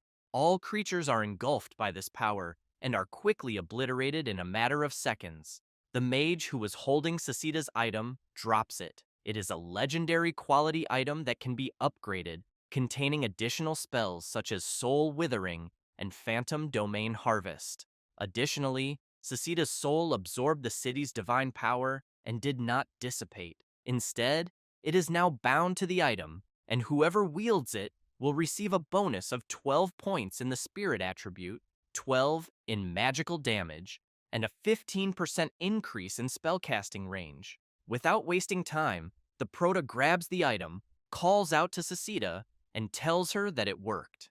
Meanwhile, in the Orc Kingdom, Hargan stands on guard at the Proto's request. He soon notices a rift of a portal in front of him, and then Ningfeng passes through it. The Orc leader is pleased to see his master again. The Proto then says there's no need for him to stay there. He mentions he has decided to seal the passage and that Hargan can leave and take care of his own life. Ningfeng knows that maintaining the passage consumes a lot of energy and that the dark power obtained through sacrifices has nearly been depleted. The Proto comments to the Ice Demon that it's a shame items from higher level worlds can't enter lower level ones, because otherwise he could have brought some equipment from there. Hanyan laughs and says, unfortunately, artifacts can't bypass such rules. But on the other hand, everything went well since Sasita has finally returned. The Proto raises his staff, which he obtained in the upper realm, and the system immediately reveals its info. It is the Staff of Lord Requiem, legendary grade and upgradable. When equipped, it grants the user 1,500 points in spiritual attribute, 150% magic damage, 150% casting range, and 130% spell duration. It's a piece of gear that ignores durability. Normal attachments add death element properties, with a 20% chance of inflicting the weaken effect. While the death element is nearby, the user's mana regenerates slowly. It can also apply effects such as Withered Soul, Reaper's Domain, Spreading Corruption, and Death Ray. Also, the soul of Sasita, blessed by divine power, has not dissipated but is linked to this staff. As the Proto observes his new gear, he recalls that his runes can directly elevate a blank artifact to an upgradable one. But as for reviving Sasita, it will require inserting a new fragment of the world heart, and those fragments mainly appear in higher level worlds. So he realizes that in the future, they may have to do as they did this time, venture into advanced worlds in search of clues. Meanwhile, in the Temple of the Eternal Morning Star, the goddess's servants are speaking with her. Through a dimensional rift, she says something in an unknown language. Then she switches to the language of her servants and asks them what exactly happened. One of the servants, terrified and trembling, begs the goddess to forgive their carelessness. He reports that an unidentified intruder invaded the secret realm she had sealed. She comments that she sensed such a powerful dark force that it even broke her seal. So, she wants to know if it was a demonic invasion. The servant again apologizes and says they still don't know the intruder's identity. The Eternal Morning Star becomes furious, calls them fools, and questions if there wasn't a recording formation in the secret realm and why they didn't send someone to investigate. The servant begins trembling even more and, scared, says that the secret realm also vanished. Meanwhile, at the training base, Ningfeng, holding the capybara demon, arrives at a location and comments that the room in front of him is quite nice and that its internal space is also very large. He then takes out the unknown key he received, and the system quickly asks if he'd like to rebuild the secret realm of the Requiem of Souls there. Ningfeng recalls that the sacred key of reconstruction, obtained during the last demonic tide, serves that purpose and allows destroyed secret realms to be rebuilt in any chosen location. He clicks accept. However, he wonders if saving Sasita may have drawn the attention of another deity, and that, if there were a way to defeat them one by one, it would be ideal. Meanwhile, in the secret realm of the vast starry sky, the divine domain ruled by the eternal goddess of the morning star, she is puzzled, trying to understand what exactly is happening, since a powerful dark force broke the seal she personally placed. She wonders if perhaps a demon god has been resurrected. The goddess recalls that it's been a very long time since she felt such intense unease. She knows the last time was during the battle against the omniscient god. Then she grows frightened, thinking about all the recent events.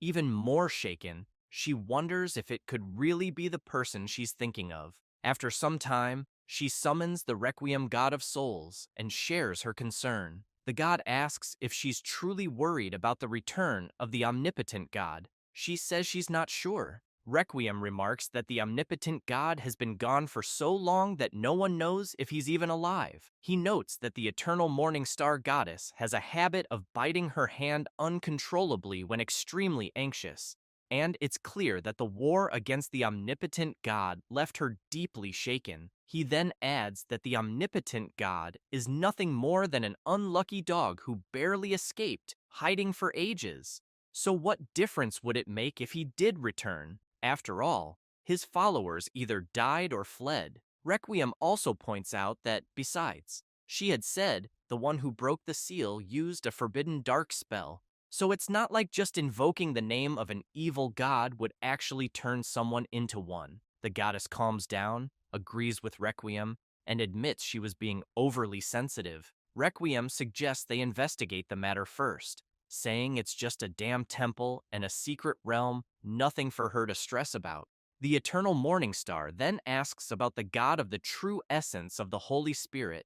Requiem replies that he's still in isolation, since divine fusion isn't easy to manage. Meanwhile, in the secret realm of the City of the Dead, Hanyan says it's truly a divine miracle, and that when Sasita resurrects and sees her world intact, she'll be overjoyed. He adds that all the books in the library are from Sasita's personal collection over many years, and to her, they're more precious than life itself. The Prota smiles and tells the ice demon that he promises to restore his world too. Hanyan is deeply moved and starts crying, thanking his master for such kindness, saying he truly misses his hometown. Ningfeng thinks he completely understands Hanyan's feelings, since besides the world heart fragment, they also need a reconstruction key. He also realizes that coming here was well worth it, not just because of Sasita, but also because he leveled up. He tells Hanyan that after clearing a secret realm, he instantly went from level 90 to level 120 and will soon reach his fourth transformation. The Ice Demon explains that in higher level worlds, experience points are incredibly high, making this a very fast leveling method. However, the Prota notes that causing such a stir might attract the attention of other gods, who could target him specifically. That's why, even when leveling up in the future, he needs to stay alert. He then calls the Ice Demon so they can head to the job change hall and accept a few quests. Upon arriving, the quest they choose is the Omnipotent Mage God's a fourth class change quest. It has a few requirements. First, enter the secret realm of the Mind Spirit Labyrinth and obtain the mental emblem. Second, collect 100 transformation stones. Third, collect 150 evil crystals. And finally, collect 150 clear heart vines. The deadline is 20 days and the difficulty is S rank. The Prota says that it seems the secret realm of the Mind Spirit Labyrinth is unique, and remembering the last creature crying terribly and begging non-stop, he feels a bit down. But as he approaches the portal, he knows that fortunately, this time, the target isn't him, but rather the hidden boss within the secret realm. Upon arriving at the realm of the Mind Spirit Labyrinth, the Prota is quite surprised to see the creature right in front of him, radiating a terrifying aura. The creature smiles, but then starts making some really bizarre faces. Ningfeng is confused, wondering if this is seriously meant to be a challenge for him. A few minutes earlier, right after the Prota entered the realm, several creatures rushed desperately to their lord and said the lone-acting mage is attacking them again. The creature panics and says there's no way he can beat the Prota, no matter what he does. But then he hears his subconscious asking if he doesn't already have it and why he's afraid. It then adds that he's right and that they've summoned someone far stronger. The summoned creature explains that its best attack is called massive intelligence reduction, and no matter how high the opponent's mental attribute is, once hit, it will continuously drop. It then clearly tells the Secret Realm boss that as long as he keeps the mage distracted, it'll strike suddenly, ensuring the Prota can't dodge the attack. And once his mental attribute drops, the summoned creature says it'll torment him properly. So back to the moment when the Secret Realm boss was making faces to draw the Prota's attention, the summoned creature quietly activates the massive intelligence reduction ability. The Prota is hit by it, and the Secret Realm boss celebrates, as the plan has worked. However, Ningfeng quickly dispels the ability and realizes that the skill he recently acquired can resist mental attacks, and that he originally prepared it to deal with the god of the true essence of the Holy Spirit.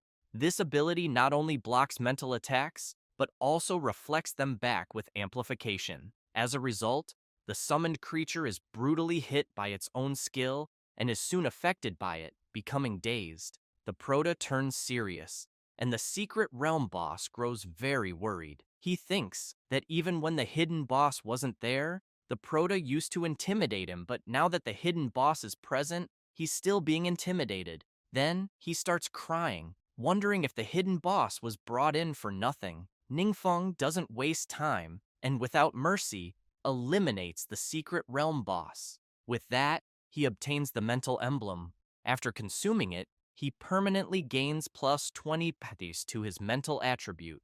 Ningfeng thinks that as all his attribute stats steadily increase, the emblem drop patterns become clearer, and that he needs to defeat a particularly strong hidden boss to have a chance of getting a drop. Even though he knows it's challenging, at least now not everyone has to depend entirely on him, and this way, things can slowly start going in the right direction. He then picks up his phone and says he'll check with the exchange center to see if they've gathered enough conversion stones. But the person in charge awkwardly says they're sorry the supply of conversion stones is still insufficient, but that they're working hard to prepare them for the Prota. Ningfeng knows conversion stones are a high-demand item and that he just bought a batch for his third-class evolution recently. But he also knows there's still plenty of time before his mission deadline, so there's no need to rush. And for now, he'll return to the training field immediately. When he arrives, he sees several adventurers gathered and instantly wants to know why the training field suddenly got so lively. The adventurers, upon noticing the Prota's presence, cheer excitedly and shout that Boss Ningfeng is back. The Prota recognizes them as the elite group from the battle against the demonic tide, so he quickly asks what's going on. Lu Ping says the authorities just decided to extend the training camp's duration, and with all the recent changes, everything is now new knowledge, and that instead of wasting resources, it's better to focus and properly train a group of people. The adventurers approach the Prota and comment that now they'll have the chance to see him more often, so they want him to guide them properly. The Prota laughs and says the group around him is already the strongest in the country. One of the adventurers questions what he's talking about, since they all know that only he is the strongest in the country. At that moment, someone suddenly appears, and the adventurers wonder if it's Kai Yuchen and why she's in such a hurry. She then tells the Prota that something has happened. Ningfeng quickly asks what it is. She says the auction house just called and said the transformation stones prepared for him were stolen. He wants to know if someone actually dared to rob the auction house, and whether she knows who did it. A few moments earlier, at the Yuancheng auction house, Mr. Cheng says they finally managed to gather 100 transformation stones, and that they should be delivered immediately to the training camp, as quickly as possible, and handed personally to Ningfeng. The guard responsible says okay, and that he'll do it right away. The director closes the suitcase, and a dark aura begins to emerge from it. From this aura, something grabs the director by the neck. The guard rushes to help him, but is restrained by another shadow, and then attacked by several others that appear out of nowhere. Unable to defend himself, he is defeated and falls face first to the ground. The other shadow moves toward the auction house director and grabs him by the neck again. The director, now scared, asks what kind of creature it is. Just then, Someone arrives and comments that he heard Yuan Cheng's auction house had been stockpiling transformation stones lately, and apparently, that's true. The director gets serious and, looking at the guy, says he's Zheng Jiasheng, the eldest son of Zhenggui Auction House. The director knows that Zheng Jiasheng and Kai Yuchen were classmates in high school and participated in the same year's supernova. However, he was later disqualified from the college entrance exams for injuring someone intentionally and supposedly moved abroad in anger and never returned until now. At that moment, the boy's shadow tightens its grip on the director's neck, but he begs the shadow not to kill him yet, saying he still has questions to ask. He then demands to know why Yuan Cheng's auction house is collecting transformation stones and what they plan to do with them. The director shouts for the boy not to do anything reckless, and then says, they're for a very important client. Zheng Jiaxing finds that interesting and places his hand on the suitcase containing the stones, saying that's very convenient because Zhenggui's auction house would also love to have a client like that. Zheng makes it clear to the director that he's taking the stones and that, if that important client shows up, the director should tell him to find him at Zhenggui's auction house. He says that and disappears. The shadow creature releases the director, who falls to his knees, coughing hard while trying to scream and beg the boy to stop. After Kai Yuchen finishes telling the Prota everything that happened, he thinks to himself that the Zhenggui auction house is also a major trading house, rivaling Yuancheng in scale, and wonders if this could be a case of business rivalry between the two. Yuchen says that originally, this shouldn't have involved them, but when they sent people to negotiate, Zheng Jiasheng violently drove them out. She then says Jiasheng has grown much stronger than before, and the monster he summoned is stronger than most bosses in secret realms. Just then, the Prota's phone rings, and he asks the adventurer to wait a moment while he answers. She tells him to go ahead and that she'll wait. Ningfeng asks what Duan wants, and Duan replies that Mayor Kai just reported something. The Prota asks if it's about the transformation stones, because if so, Kai Yuchen has just informed him about it. Duan says that's convenient, but he's already near Zhenggui's headquarters with the capybara demon, so the Prota doesn't need to make the trip himself. Ningfeng agrees and tells Duan to be careful. Hanyan comments that it's just a simple matter, not worth the Prota bothering to handle personally, and that Duan has been improving a lot lately, so leaving it to him would be perfect. Besides, the demon Man is with him.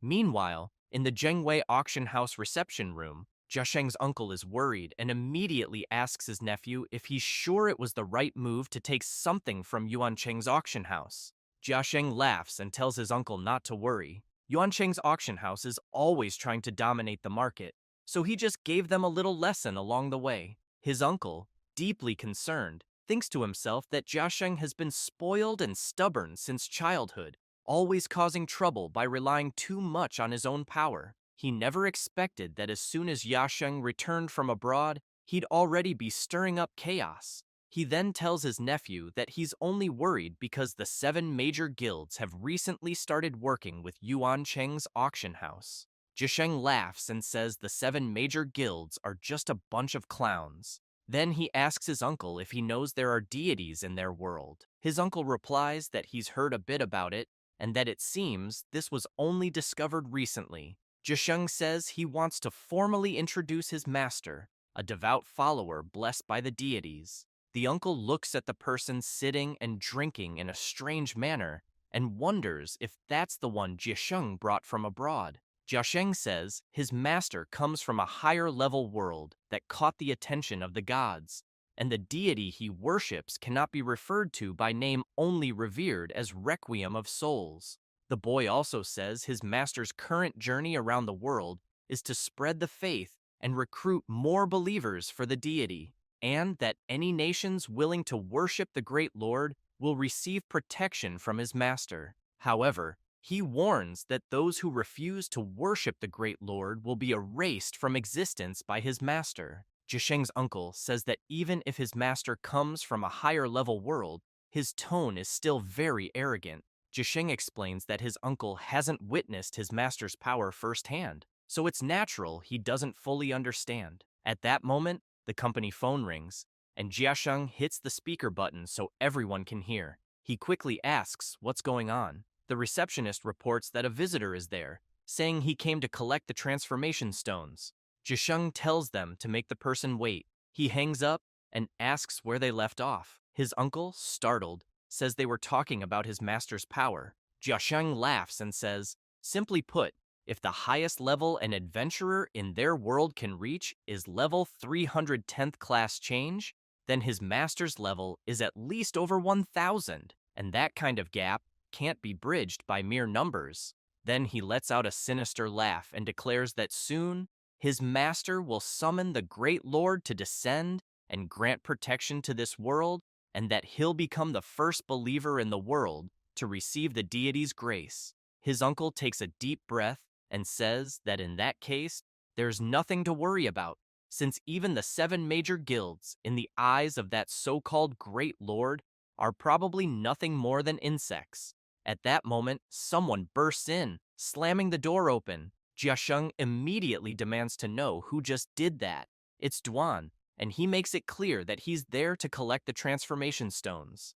Jiasheng laughs and says that apparently, people have become quite arrogant since he went abroad. He then stands up and, while releasing his aura, asks Duan if he didn't hear that he was told to wait outside. However, he's suddenly surprised by something, and before he can react, he's grabbed tightly by the neck and lifted off the ground. Duan doesn't waste words and immediately questions the boy again, demanding to know where the transformation stones are. Jiasheng starts sweating cold and thinks that what's happening is impossible, since he's been trained by his master, and his gear and skills are top tier. He then wonders how he couldn't even see his opponent's movements.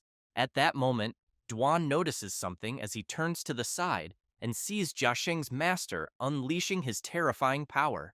Then, Jiasheng's master laughs and tells Duan he made good moves, asking if by any chance he's a follower of the god of the true Holy Spirit. Duan replies seriously that he's not. Jiasheng's master remarks that by saying he's not, that proves he actually knows that god, and it seems Duan has encountered some miracle that increased his power. However, he adds that he didn't like Duan's answer, as the tone lacked respect for a divine being, calling it arrogant blasphemy. Jiasheng becomes very worried and fears what his master might do.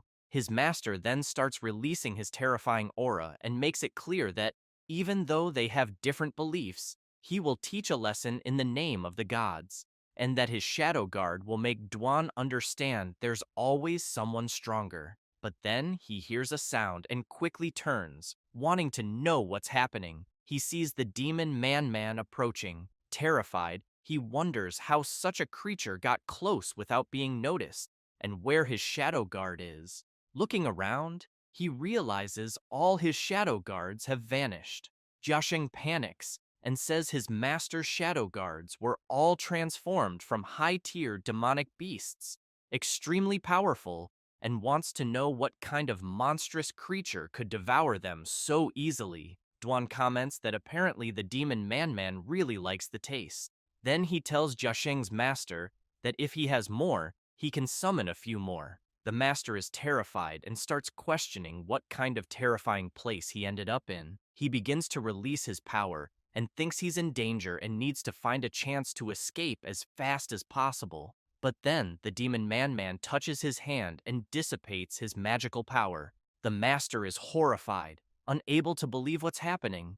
At that moment, Man-Man jumps and lands a tremendous punch on Jiasheng's master's face, even breaking his teeth from the impact. He then falls to his knees and starts begging for forgiveness, saying he's just a small adventurer who found a breach in the temple while exploring a secret realm and was brought there. Duan recalls having heard something about this, as Hanyan had mentioned it before, and it's one of the few situations that allow people from upper worlds to enter the lower world directly. He then gets serious and says he heard the master wanted to summon a god. The master explains he only planned to use the heart of the world to maintain a ritual in hopes of attracting a god's attention, so that if he was acknowledged, he would become the god's agent in their world and receive even greater grace. Duan gives him a sinister look and asks if he really has a fragment of the heart of the world, and if so, to hand it over immediately. Meanwhile, in the divine realm of the eternal star of tomorrow, the God of the true Holy Spirit has completed his task of fusing with the essence. The goddess congratulates him, as does the Requiem of Souls, who notes that this was expected from a 10% fusion with divinity. The God of the true Holy Spirit thinks to himself that after fusing with the divinity, the wounds inside his body have also greatly lessened, and the uncontrollable dark power has finally become somewhat tamed. Then, he looks forward, which confuses the other gods. He wants to know if something has happened that he should be aware of. The eternal star of tomorrow becomes nervous and mentions the omnipotent mage. Requiem of Souls asks the God of the true Holy Spirit if last time the God omnipotent mage rescued his former clan members. The other god is confused and asks Requiem to be clearer. He explains that recently, while the God of the true Holy Spirit was in seclusion, something happened. The goddess says the previous God omnipotent mage was someone who never started conflict. Then she asks the God of the true Holy Spirit if the person they're talking about has become a demonic god. Requiem begins to release his power and says he has a method and might be able to deal with him. The God of the true Holy Spirit, upon hearing this, immediately shouts, demanding to know what this method is to deal with the omnipotent mage god. The goddess is visibly startled, and both of them stare at Requiem of Souls. He explains that, for now, it's just a theory and cannot be confirmed, but asks them to let him investigate it further before saying anything else. The God of the true Holy Spirit thinks Requiem of Souls is a sly figure and must be secretly up to something. Even though he claimed it was only a theory, he suspects Requiem is already looking into it. Requiem, on the other hand, thinks the God of the true Holy Spirit is a maniac and will definitely be eager to go after the omnipotent mage god, and that until things are certain, he must not be allowed to act recklessly. The goddess, curious, asks about the omnipotent mage god, wondering if they're just going to leave him alone. Requiem tells her not to worry. No matter how powerful the god of magic is, he's alone, and the faith from the lower worlds is very limited, not nearly enough to support a battle against the gods. And without the favor of other gods, that place called Blue Star will never become a higher world. He adds that this is also part of the universal laws, meant to prevent a god from monopolizing a world and expanding their power into an unbalanced state. In other words, the omnipotent mage god's hideout will become a prison he created for himself. Meanwhile, in the lower world of Earth, the Prota is happy and petting the demon Man-Man. Zhesheng and his master are kneeling, desperate to know who the person in front of them is, since the monster that easily defeated them is being so obedient to him. The Prota turns and asks Dwan if the identity of the one-eyed man has been confirmed. Dwan says yes, explaining that about a month ago this person appeared in a secret realm in Livia. The Prota gets curious and asks if Livia is a small country in Eastern Europe. Dwan confirms it and says that Livia's authorities welcome the one-eyed man as a national-level power, forming an adventurer alliance under his name and forcing other countries to join. However, when they tried to join with their country, their officials were rejected. So Dwan assumes the man's objective is to demonstrate his power to everyone. The Prota lowers his head, and Dwan quickly asks if something's wrong. Hanyan then steps in and says the Prota needs to hear this.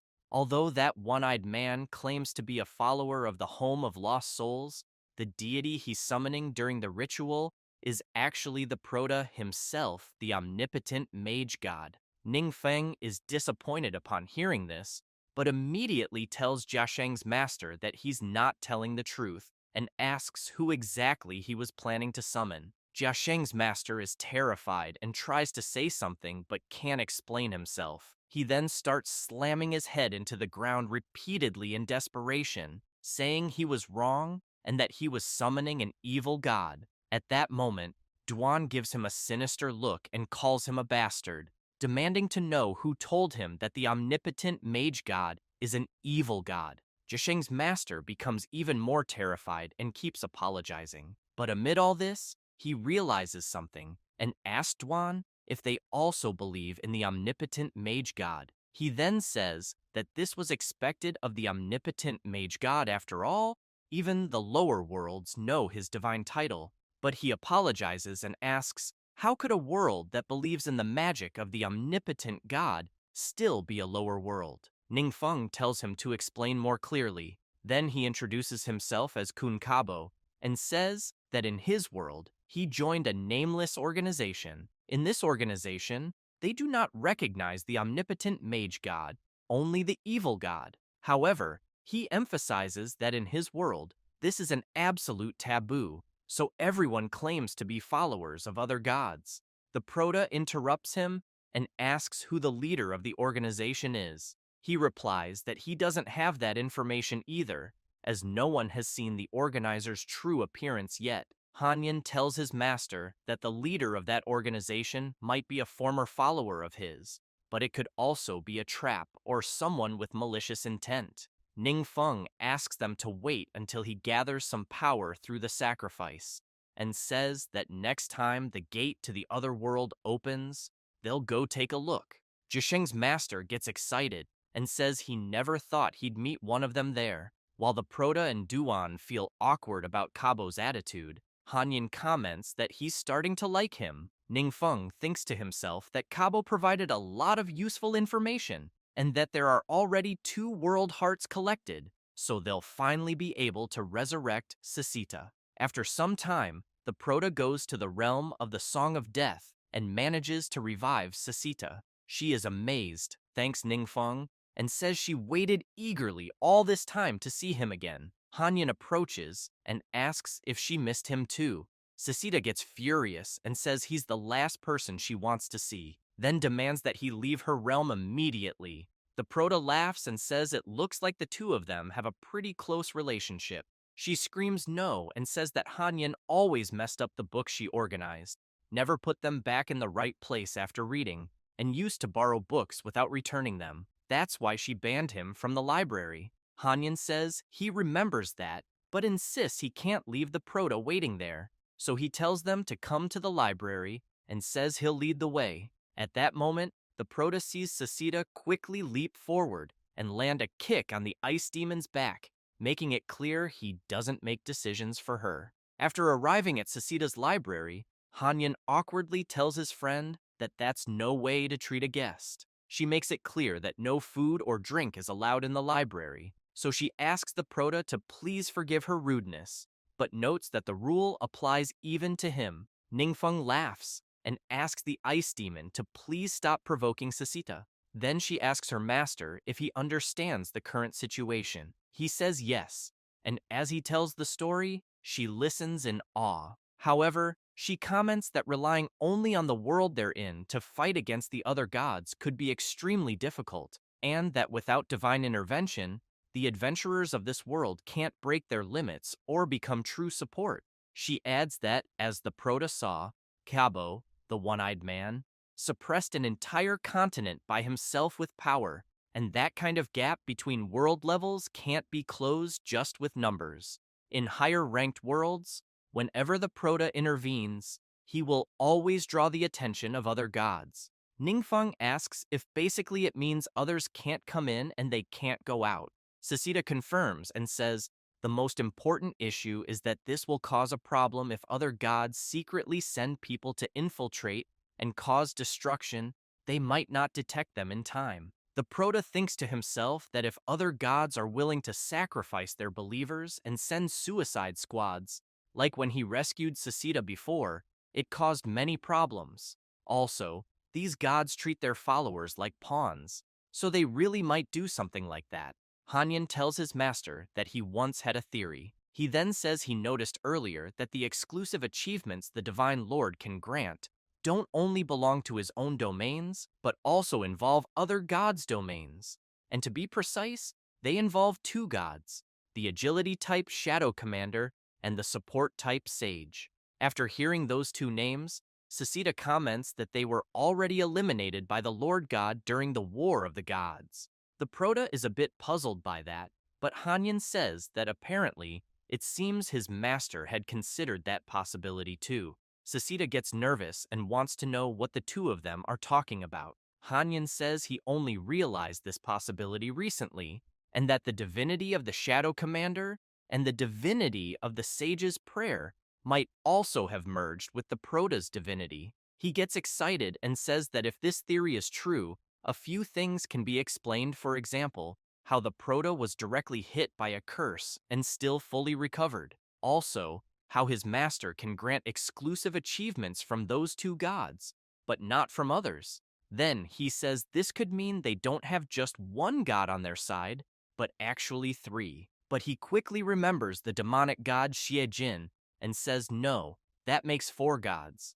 Ningfeng comments that, in other words, if they kill other gods, there might be a chance of fusing with their divinity too. Hanyan makes it clear to his master that this theory still needs to be verified, so the Prota gets serious and asks him to verify it immediately. Meanwhile, in the realm of the gods, the god of the true essence of the Holy Spirit, as well as Requiem of Souls and the goddess of the eternal star of tomorrow, all sense something strange. They immediately want to know what's going on, as they suddenly felt a terrifying threat. They begin to recall the time they confronted the omnipotent mage god. The god of the true essence of the Holy Spirit shouted that they weren't there to fight him and asked why he refused to listen. But the omnipotent god simply stayed silent. The goddess commented that he disliked conflict, and that's why they never forced him. But what he's doing now is clearly antagonizing all the gods. Requiem of Souls asked him to stop what he was doing and not act so recklessly otherwise.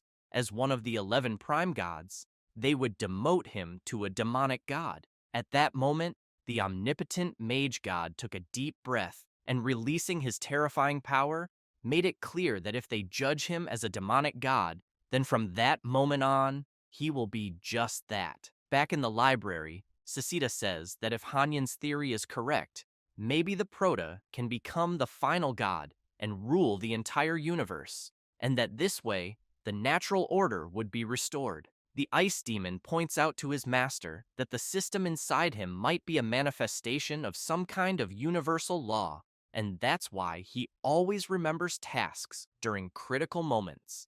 Ningfeng becomes serious and says that speaking of universal laws, he suddenly remembered that after completing the mission of his fourth transformation, he gained a new power with it. He can now create a divine realm. The divine realm is a god's exclusive domain where all order is controlled by them. For a god, the realm is both their power source and their defense barrier. Sasita gets excited and says she'll finally get to see a divine realm again. She says it's a beautiful place called the Endless Sea of Consciousness, with blue waters, golden sandy beaches, and towers representing divine authority, and that, as followers, they once had the privilege of glimpsing such a scene. Ningfeng smiles and says she got him really excited to see that realm. He then thinks that since obtaining this power, the method to create a divine realm has also been imprinted in his mind, and he knows that as long as he focuses his consciousness, he can create it easily. So, after focusing, a huge flash appears, and everyone is left speechless, amazed by the created realm. However, it's nothing like Sasita described. Instead, it's an orderly but terrifying place. Ningfeng starts yelling, demanding to know what kind of realm he just created, because it doesn't look like a god's realm at all. Then he asks where the sea and the beach are, and wonders if maybe it's because his level isn't high enough, because the place he's seeing now, no dog would even live there. At that moment, the Prota hears someone say they think they can sense his divine realm. Ningfeng notices Ye Jin and asks him to look around. The demonic god comments that yes, this is indeed his former realm. He then says it's a pity the place had been completely abandoned and without divine power for so long, but he really wants to know how the Prota found it. Ningfeng says it's strange he was creating his divine realm, but ended up creating Xie Jin's realm. As he walks, he thinks to himself that he doesn't know why he lost his memory, But for now, he needs to uncover everything little by little, and that it's best to look around first. Looking at the tower, he comments that the temple is quite ruined and seems to have been abandoned for a long time. And as he gets closer, there's a faint resonance. But he doesn't know if it's because of Ziejin or because he fused with part of Ziejin's divinity. He adds that the surrounding mountains and clouds block his vision, so he can't see what lies ahead. But then he's surprised by something and quickly asks Hanyan and Sasita if they saw what he saw. The ice demon says it looks like there's something within the clouds. Without hesitation, Ningfeng jumps and heads into the clouds to see what it is. Sasita and Hanyan follow him, yelling for him to be careful, since the tower that represents his divine authority seems to be just ahead. She then asks why her master's tower is there. He tells them to look around first. Using his power, the system informs him that the construction rules of the realm are incomplete and can't be activated. Ningfeng wonders if that means he hasn't fully grasped the relevant laws yet, but Hanyan calls him over and tells him to look quickly. Another tower is visible, and then another. Sesita says that apparently the two towers were hidden in the clouds, and she saw them in some paintings. They strongly resemble the towers of the Shadow Commander and the Sage of Prayer. She then shouts that Hanyan's theory might be correct. Hanyan proudly says that this is basically wisdom, but the Proto notes that according to the system, all of them have incomplete construction rules, and that it seems he can only activate Ziejin's realm for now. So he doesn't waste time and goes straight to the demonic god's tower. Placing his hand on the wall, he begins releasing his power. A light emerges from the top of the tower, and a strange energy starts swirling around it. Finally, a massive explosion of light bursts at the top. The system informs him that he has acquired the authority to enhance the realm, and that he can use the power of darkness to strengthen it, and the death of any intruder will enhance his divine power. Ningfeng is shocked and wonders if the power he's feeling really belongs to a demonic god, because now he can increase his divine power through killing. No wonder secret realms often invade other worlds. He comments that this is the first time he's come into contact with a god's ability, so he needs to spend some time carefully studying it. Meanwhile, in the realm of lost souls controlled by the god Requiem of Souls, he reflects that the reappearance of the omnipotent mage god is unexpected. However, he knows that since he finally revealed himself, it's better than hiding in the shadows. He then observes the mage god's tower closely and thinks that since he managed to access and understand the rules that originally belonged to him, Requiem knows this has significantly boosted his power. It also made him realize for the first time that a god's rules can be transferred. But he knows, unfortunately, that he's not the only one who discovered this, and that has led to mutual suspicion among the gods, fearing that others of the same domain might exploit their rules. The 10 prime gods are split into factions of various sizes, and it's probably difficult to unite them all against the omnipotent mage god right now. But he knows that luckily, he has mastered a new power source from divine fusion, and that the power of the evil god might be the key to breaking this stalemate. Then he sees what the system showed the Proto, and comments that the omnipotent mage god has practically lost his realm and can only hide in lower worlds, thinking that with the restrictions of universal laws, no one can do anything to him. So he releases his power and declares that he's going to put that to the test. Later, at the training center, the Proto yawns and says he's very tired because, as expected, the power of a god can't be understood in a short time. Duan arrives and immediately calls him. Ningfeng asks if everything in the exchange has been settled. He replies yes. The Proto comments that Kabo is very arrogant and conceited, that he really seems to think of himself as a follower of the evil god. So he asks Duan to keep an eye on him, otherwise he will cause more problems.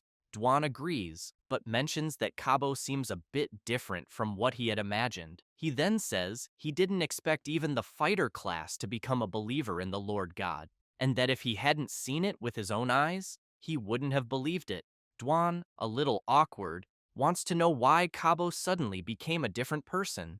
The one-eyed guy smiles and apologizes to Duan for his previous arrogance and explains that when he arrived in this world, many malicious people tried to take advantage of him, so he had to make them feel admiration to avoid many problems.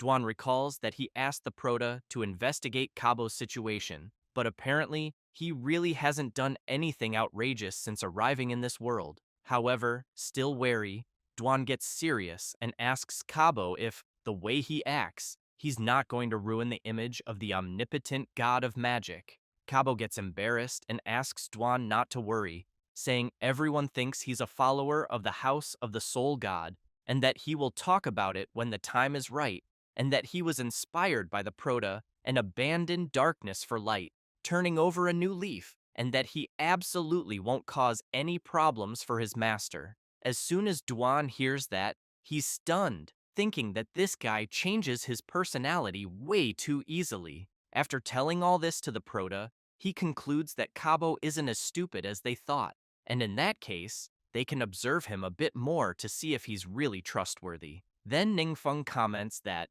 as for his true identity, there's still no need to reveal it. Duan informs the Prota that Cabo and Zhengwei specially prepared an apology banquet and hope the Prota will grace them with his presence, and that they also invited the Yuancheng trading house to join them. Ningfeng smiles and says, then they should check it out, and that it's a good opportunity to rest too. After arriving at the Zheng family mansion, the Yuancheng family meets them, and they begin to chat. People passing by are impressed and comment that something big is happening because they heard the two main auction houses will be meeting. At that moment, a limousine arrives. The Prota is inside petting the demon Man, while commenting that he didn't know they'd have to take a luxury car to get there, and that, because of that, he concludes the hotel must be worthy of luxury. After Ningfeng and Duan get out of the car, Cabo immediately approaches and says he's glad they arrived safely. Two beautiful girls are waiting for them and are impressed, wondering if they're really the VIPs of the two major auction houses because they look so young, until the blonde one is impressed as she remembers something. She tells the Prota that he's the great hero who defeated the hidden boss and saved many people. Then she says her family was also in the secret realm at the time, and that's why she has a strong impression of his video. The redhead is impressed too and says the Prota really is a great hero and that she also saw his video. Then she wants to know if he can give them an autograph. Cabo, after hearing that, gets furious with Jiasheng and says he dares to provoke anyone, and because of that, he's practically ruined because of him. Then the one-eyed guy asks the Prota to go ahead. After everyone enters and sits down for the banquet, they start chatting and relaxing a bit. The blonde is giving some ice cream to the demon Man and is very happy to know that the creature likes licking ice cream. At that moment, Jiasheng stands up, draws everyone's attention, and says that the misunderstanding that occurred is clearly his fault. Cabo also stands up and says that, as his master, he did not teach him properly, and therefore also takes responsibility. Kai Yuchen is pleased and thinks that Jiasheng finally apologized for something, which is incredible, and that he is still benefiting from the influence of assistant instructor Ning Feng. Mr. Zheng calls for the Prota and says that, to express their apologies, they, the Zhengwei auction house, are willing to gift 25% of their shares, along with 3 mines that produce transformation stones. Mr. Yuancheng also says that, to express their gratitude, they, the Yuancheng Trade Exchange, are also willing to gift him 25% of the shares, along with 3 mines that produce transformation stones. The girls are very surprised and comment that a quarter of the shares of the 2 main companies is something incredible, and even if he does nothing in the future, it is enough to live for generations. Mr. Yuancheng comments and makes it clear that they don't understand, and that ever since they approached the Prota, the company has never lacked high-quality products, and turnover has multiplied several times. He then emphasizes that 25% of the shares is nothing, because the most important thing is that the Prota is willing to work with them. Ningfeng thinks that the shares are a small matter because he knows the mines are the most important, and that he just completed the 4th transformation mission, and the transformation stones he will need after that will definitely increase. And now, with their own minds, they won't have to make temporary purchases constantly. Cabo calls the Prota and says that, moreover, there is another matter on which he would like to know his opinion. The one-eyed man, a bit worried, thinks that the day before, he asked the Jingwei trading house to organize some information about Ningfeng, and then realized that he is absolutely extraordinary, and that Duan shows tremendous respect for him, and that maybe the Prota is indeed the omnipotent god of magic in that world. He also thinks that, on top of all this, there is the demon Man-Man, who is his pet. At that moment, Man-Man turns and starts staring at him, and Cabo gets scared because the demon noticed he was being stared at. However, the Prota approaches and wants to know what Cabo has to say. A bit awkward, he says that actually, in Livia, he asked neighboring countries to jointly resist the invasion of magical creatures, and that it's a shame there are so few powerful adventurers, so the fighting force is really lacking. The Prota thinks that Cabo established an organization similar to a mutual aid organization, which received support from several countries, and that these countries entrust the difficult secret realms to Cabo to resolve, and among them are secret realms with generous rewards. And that's how Cabo obtained the 2 World Heart fragments. He smiles and tells the Prota that, if possible, they hope to achieve cooperation with him to jointly maintain the security of the Blue Star. Ningfeng thinks that people say Cabo has a very high status in Eastern Europe, and that his reputation is continuously spreading abroad, so he considers that it would be good to gain more support by leveraging his influence. With that in mind, the Prota tells Cabo that it's okay and agrees. He is happy, thanks the Prota, and says that it is an honor to invite a powerhouse like him. However, Ningfeng thinks that if they expand the battlefield in the future, they will need more powerhouses to be stationed in the domestic market, and therefore, it's time to begin hellish training for the new batch of adventurers. Then, while the banquet continues, the Prota asks Cabo to tell in detail about his experience of being there. He replies that he was originally exploring a secret realm but was accidentally swept into the temporal turbulence, and that they say temporal turbulence is very rare and only occurs once every 100 years, and that he doesn't know how he encountered it. He then says that, speaking of such a subject, he still feels a lingering fear that time and space are extremely unstable within the temporal turbulence, and that being able to come out alive and unharmed was truly a blessing from God. Later, somewhere in the realm of the Blue Star, some people are surprised and want to know what they are seeing, a kind of dimensional rift, or even a timeless vortex. Meanwhile, at the training center, the leaders of the major guilds and Professor Jie Yan are all gathered. Ningfeng, inside the control room, thinks that the various guild presidents he met during the short period are decent people, and that, along with Professor Xi, they are the ones who can currently be developed. While going through the hellish training, President Yingzhen has in mind that it's a special training that caused the Prota's power to increase drastically, and that, because of that, he must take it seriously. Ningfeng becomes even more serious and increases his dark power over the leaders. While Lu Ping and Yan Xuan endure the pressure, Madame Linghua asks Yingzhen if they're just going to defend themselves so passively, since the hellish training they're undergoing is too diabolical, and that, if she didn't trust young Ningfeng, she would already think he's clearly an evil god. Yingzhen replies that there are quite a few of them, so he suggests they try to coordinate based on the battle team model and proposes using the guard formation. Thus, they all assume the formation and begin resisting the pressure. The Prota, seeing this, says they'll probably be disappointed because his friend Yue and the others tried that method and it was useless. However, he comments that after studying authority in the realm of God, he has more information when observing this kind of fighting style, and, looking at the guard formation, the Prota comments that, as expected of experienced adventurers, they coordinate more smoothly. Madame Linghua uses her Earth Shield skill, and Jie Yan activates her Suffering Purification skill. But soon both become confused as they feel something strange. Lu Ping and President Yingzhen are left open-mouthed, surprised by what they're seeing. The system informs that with the increased suppression, when the scholar and priest classes are present and form a guard formation, the defensive bonus effects increase by 20%. Ziyan immediately begins to question what's going on. Then, Yuening and Lu Ping receive an 8% evasion increase and a 15% armor boost for having two of the assassin class together. Hanyan asks them to trust the team-activated domain effects. Sasita, impressed, wants to know if something like that really exists.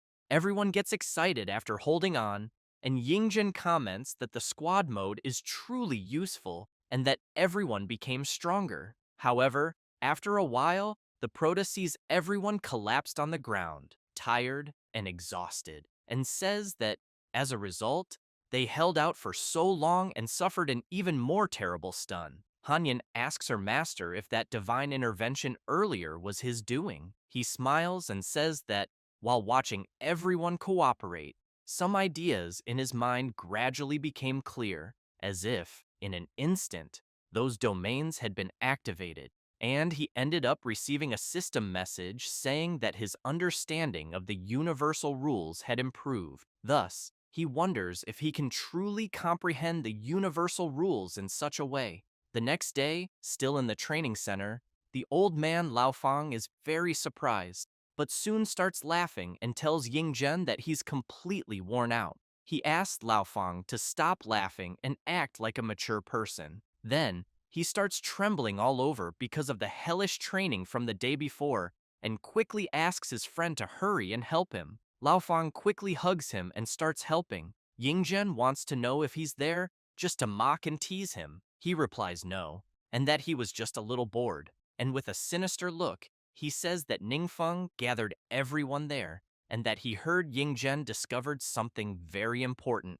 The old man laughs and wants to know if they're not truly incredible. He then calls Lao Fang a narcissist and asks him to slow down, questioning if he's doing it on purpose to hurt him. Later, the old man Lao Fang goes to the control room, where the Prota and Xie Yan are monitoring things. He immediately asks the professor about the progress so far. She replies that they organized several squad groups for simultaneous experiments and discovered some team domains with different effects. Thus, she explains that, for now, the ones that can activate team domains are mainly certain Agilibarus, agility type, spell type, and support type classes, and that the number of domains activated is not related to level, but to team synergy. Lao Fang concludes that this means low-level adventurers also have a chance to fight stronger enemies as long as they're trained. He then asks if that's really what she meant. The professor smiles and says he's absolutely right. Ningfeng, on the other hand, thinks that from that point on, the things he can comprehend are becoming fewer and fewer, and that he probably reached some kind of limit. At that moment, Duan arrives calling the Prota, who immediately turns wanting to know what it is. Desperate, Duan says that Cabo sent a request and shows a photo on his phone of a possible dimensional rift. Ningfeng takes the phone to look, while asking if Cabo hadn't said he would send all requests for selection. Duan emphasizes that it's because this request is very special. After observing the image, the Prota is surprised and wants to know what that is, and if, perhaps, it's a new secret realm. Duan, desperate, yells that Cabo said it's the temporal turbulence. Hanyan comments to her master that it's only been a month since Cabo was there due to a temporal turbulence, so she wants to know if it's really possible that a new turbulence could appear in such a short time. At that moment, the Prota begins to worry because he sees something coming out of the temporal turbulence. Later, at the Prota's house, Cabo explains that the location where the temporal turbulence appeared is in the state of Wilken, in Austria, and that all procedures have already been completed and they can quickly use the flight scroll to get there.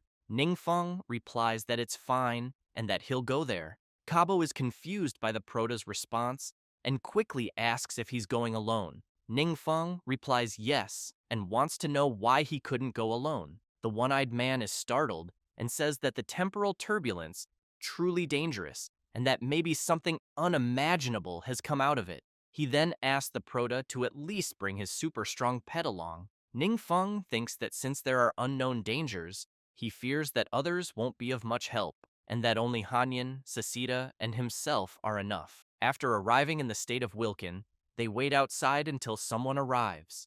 A beautiful woman appears calling for her master. Kabo tells the prota that the person ahead is Lilith, and that she is also one of his disciples, and her father is the governor there. However, they're surprised to see her trembling all over as she approaches. She seems to be worried and crying at the same time. Kabo quickly asks if something happened. Someone arrives and places a hand on her shoulder. It's her father, who pulls her close and introduces himself as Andre, Lilith's father. He then apologizes for letting them see his daughter in such a state and says he will explain the situation to everyone. He asks everyone to please follow him. After arriving at a huge place, Andre says that from there, they can see the exact location of the temporal turbulence. Then, everyone can see the state the turbulence is in. Andre explains that the reason he issued the request to everyone is because this temporal turbulence is beyond their understanding, and that in a short time, it swallowed a small town and formed a space similar to a secret realm. He also emphasizes that all the original residents turned into powerful and terrifying monsters, and that the government already sent squads to face them, but unfortunately, many people were sacrificed, and they still haven't managed to destroy that secret realm. He then says that the team Lilith personally formed was also completely wiped out in the process, and that only she, fighting with all her strength, managed to escape, and that this was thanks to the training she had with Mr. Cabo. Otherwise, she would probably be gone as well. Lilith takes a deep breath and says she's very sorry, and that those team members were her best friends,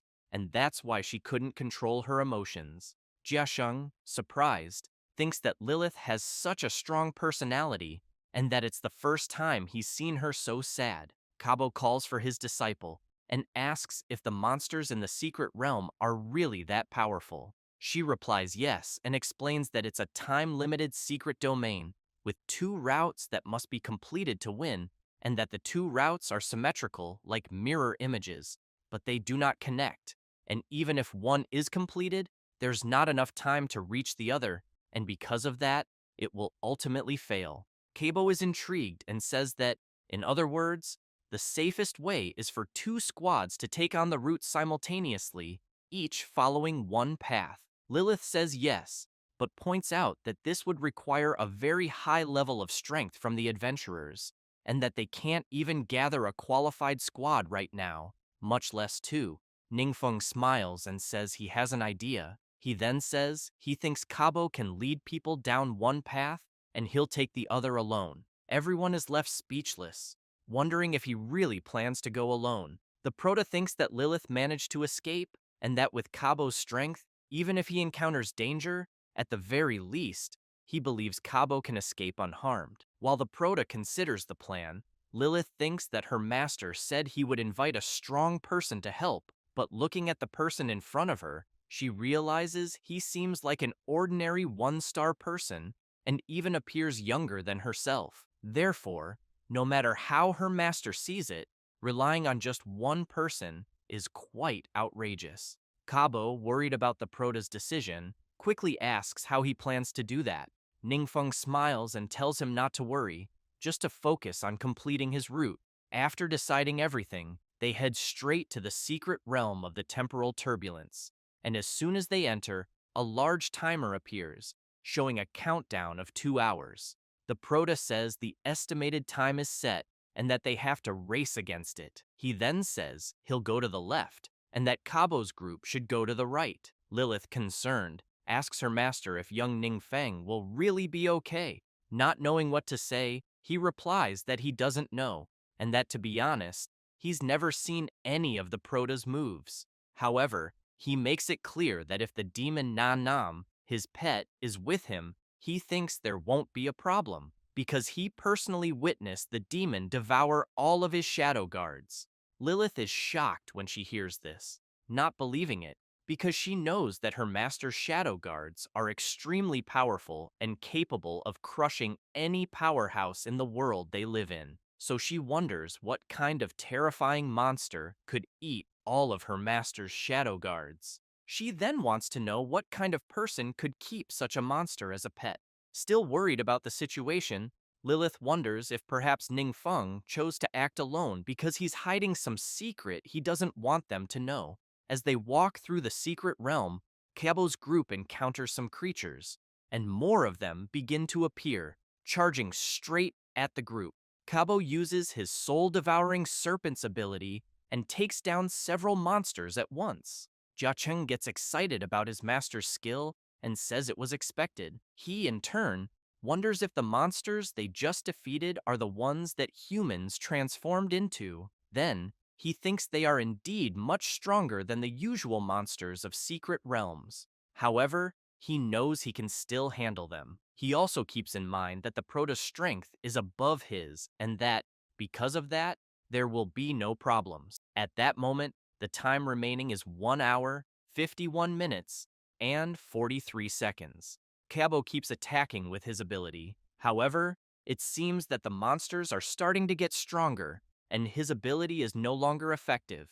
Kabo panics, wondering why it's not working, and realizes that the same abilities are becoming less and less effective against these monsters, currently being completely useless. Then, he starts to question whether there could be some kind of connection among the monsters, allowing them to evolve continuously. One of the creatures charges at Kabo, and Jicheng yells, warning his master. He channels his power into his hand and strikes the creature, throwing it far away. Kabo says that to deal with the monsters, they have to use their abilities, and he fears that at this rate, they're only helping the monsters grow stronger. Then he becomes even more worried because he knows that all communication methods fail there and that he can't get in touch with the Protoss. So he wonders if Ningfeng can keep holding on alone. Meanwhile, he is standing still, focused, as a monster charges at him. But without much trouble, with just a single movement of his arm, he slices the creature in half, making its parts fly in all directions. Then, he starts walking through the realm again. The remains of one of the creatures start reacting strangely, thinking that the Protoss' attack power is too high and that the speed of evolution can't keep up with it, and that, unfortunately, it can't stop his advance. On the other hand, it knows that fortunately, the other route is still under its control. The timer shows that the remaining time to complete the task is 1 hour, 26 minutes, and 31 seconds. As Kabo's group continues defeating the creatures, Lilith suddenly turns and asks her master if he is okay. He replies that he is, but that he's a bit tired, though he can still hold on for a while. However, his only eye notices something, but it's too late, and he ends up getting hit. Lilith took advantage of an opening and attacked him from behind without him noticing, impaling him while asking what Kabo thought of that. He gasps from the wound, and Jiasheng yells, wanting to know what Lilith is doing. She, with a sinister smile, says she's sorry, but that they had encountered someone very strong, and so she must eliminate them there. Kabo, still standing, wants to know if she's not the same person. Lilith replies that she is the same person, but she just found a way to grow stronger and that they will be her sacrifices. Jisheng gets angry and quickly starts channeling his power, asking his master to get out of there as fast as possible. Then, he sends his shadow guards to attack Lilith. However, she easily eliminates the shadows with a single attack. She laughs and calls them fools, saying that the moment they entered there, they would never leave again. Kabo thinks that when she said she was the only one who escaped, she had been lying from the start, and they ended up falling into her trap because she never intended to let them escape. Lilith thinks that her master's panicked expression is exactly the same one she had some time ago, but she knows she's smarter than him. Then, she starts remembering when she had that same expression, standing before several evil creatures, and, in desperation, began to scream, begging them to wait, saying she understood his power and to spare her humble life, and that, In return, if he wished to conquer the world, she would be willing to become his most loyal servant. At the time, her partner was outraged and yelled, wanting to know what she was saying, reminding her that Clark and the others had sacrificed themselves to give her a chance to escape. However, he barely had time to say those words before being brutally attacked. Lilith was serious, telling him to shut up. The other adventurers were stunned by the situation. Then, a divine voice began to say they were too weak, unworthy of its loyalty, and that it preferred to use them as sacrifices. Thus, several shadows started grabbing all the adventurers, and while they were being offered as sacrifices, Lilith was excited, saying that of course the divine being could use them all as offerings, but that if the deity was willing to grant her power, she promised to offer even more sacrifices. The deity was intrigued for a brief moment, but soon shouted that humans were such a humble yet disgusting race, and, strangely, found that quite interesting. Then, it told Lilith that it wanted to see what kind of sacrifices she could provide. She thanked it and said she definitely wouldn't disappoint. After thinking about that, with a sinister look, she says she has no time to waste with them and that they should just become her sacrifices. Jiasheng and his master begin to worry about what's going to happen. However, at that moment, the system announces that the left route has been completed. They get excited and start celebrating. Lilith tells them to wipe the smiles off their faces and says it's useless, as the two routes aren't in the same space-time, and even if the Proto completed one, he won't be able to complete the other. But then another message arrives saying the right route has also been completed. She is stunned, in disbelief, and starts screaming in desperation, wanting to know how he did it.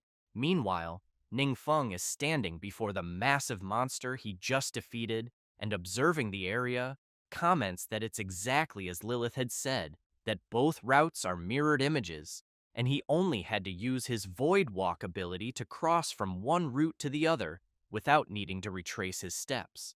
But he soon starts to notice something and wonders if he's being teleported somewhere else, until he is indeed teleported. Meanwhile, Lilith is desperate to know how the Proto managed to complete both routes, until she, Jiasheng, and Kabo all begin to question what is happening and are then pulled somewhere. After all of them are teleported, Jiasheng is panicking, wanting to know where he is and what's going on. Lilith knows that whoever completed both routes would be teleported to the space regardless of their master, but knows it's her first time there too. Then, she's surprised by something. She's standing before a massive creature. Jiasheng asks his master if what they're seeing is the final boss of the secret realm. He comments that, judging by such a terrifying aura, it's at least a demon lord-level monster. Then, he thinks it's possibly the most powerful being below the demon god, and that they're all definitely going to die there.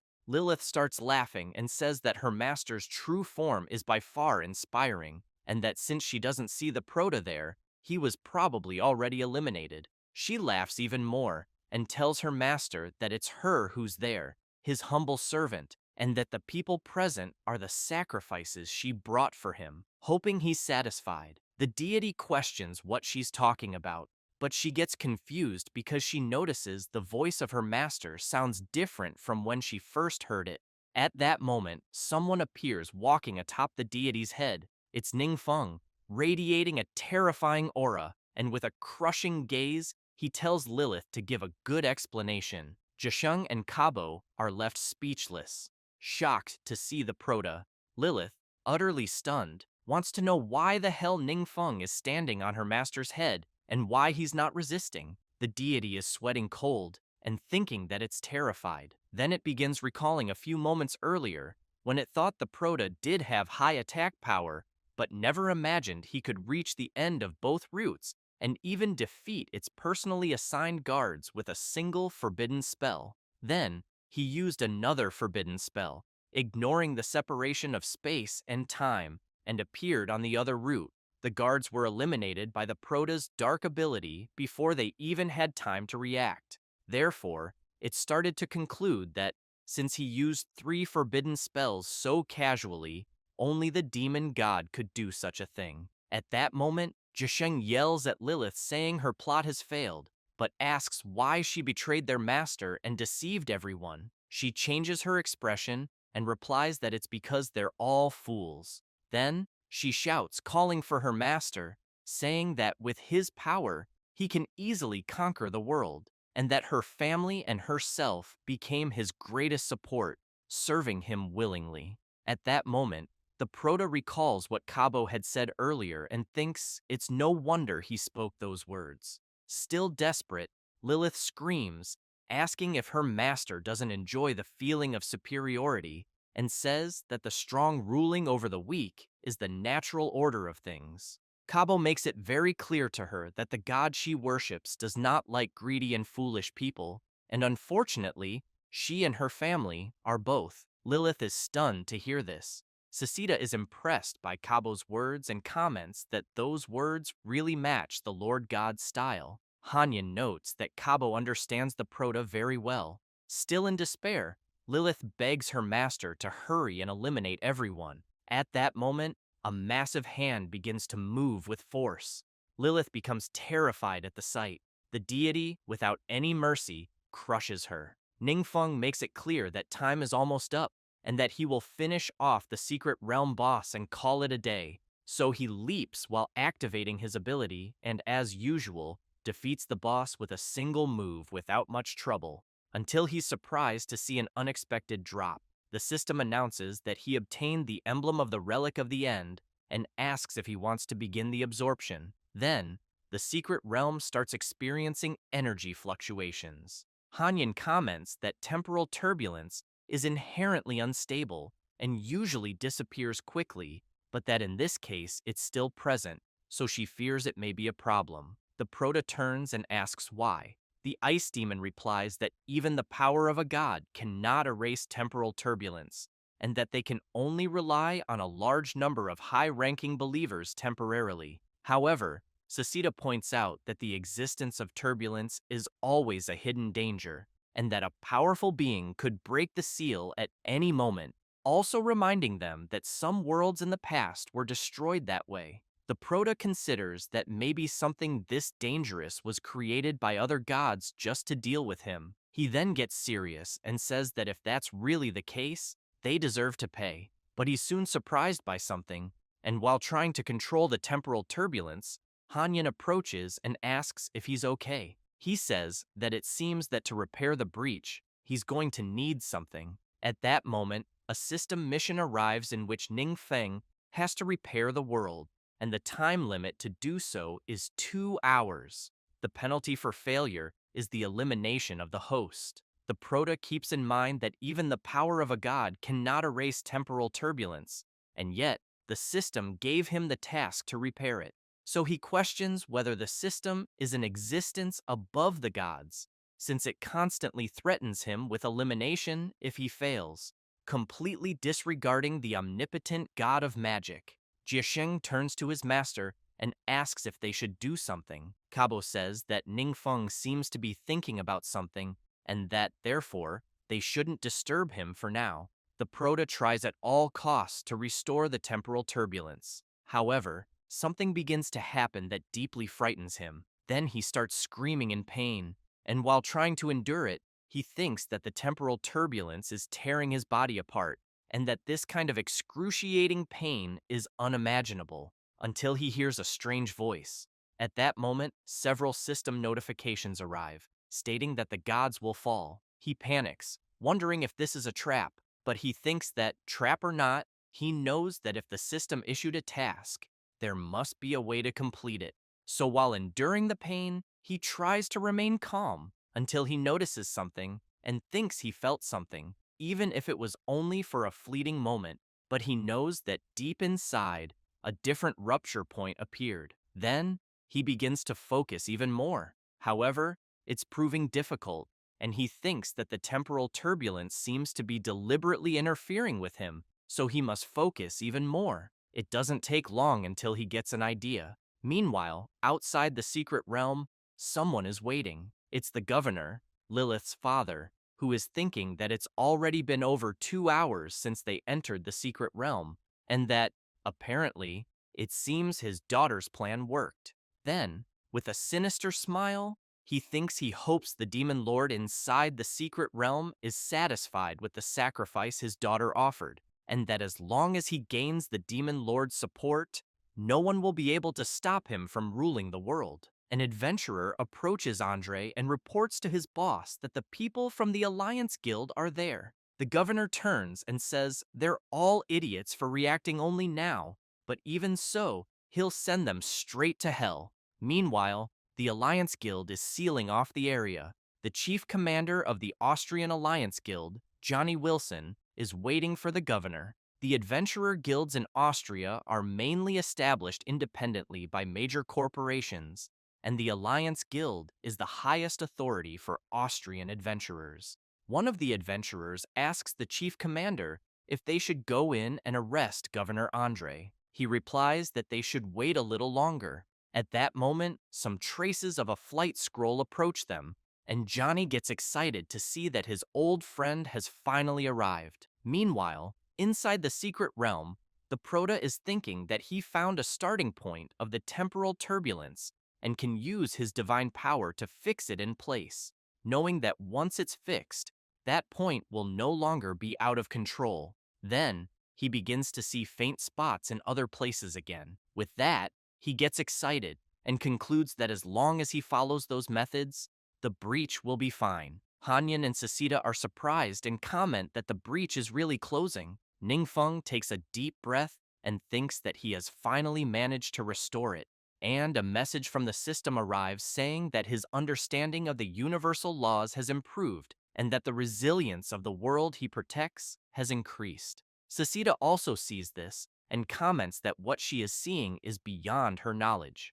The Prota says that he will explain later and that he will study it slowly afterwards. Then, he becomes serious and thinks about the voice he heard earlier when repairing the temporal turbulence, wanting to know what exactly that meant. At that moment, Zhesheng points his finger and asks his master to look, because the breach is clearly stabilizing. Then he tells his master that it seems the environment is returning to normal and that this is believable. The Prota approaches Kabo, who becomes frightened and shouts, begging Ningfeng to believe him, saying that he, one-eyed Kabo, never had any intention of conquering the world. The Prota smiles and, touching his shoulder, says that he believes him. After leaving the secret realm, Ningfeng turns around and hears a strange sound and immediately wants to know what it is. 20 minutes earlier, one of the Alliance Guild adventurers was surprised by the 3 traces of flight scrolls, and one of them was for the former commander, friend of the current commander. It was Lao Fang, accompanied by Wang Yue and Zhang Yanchuan.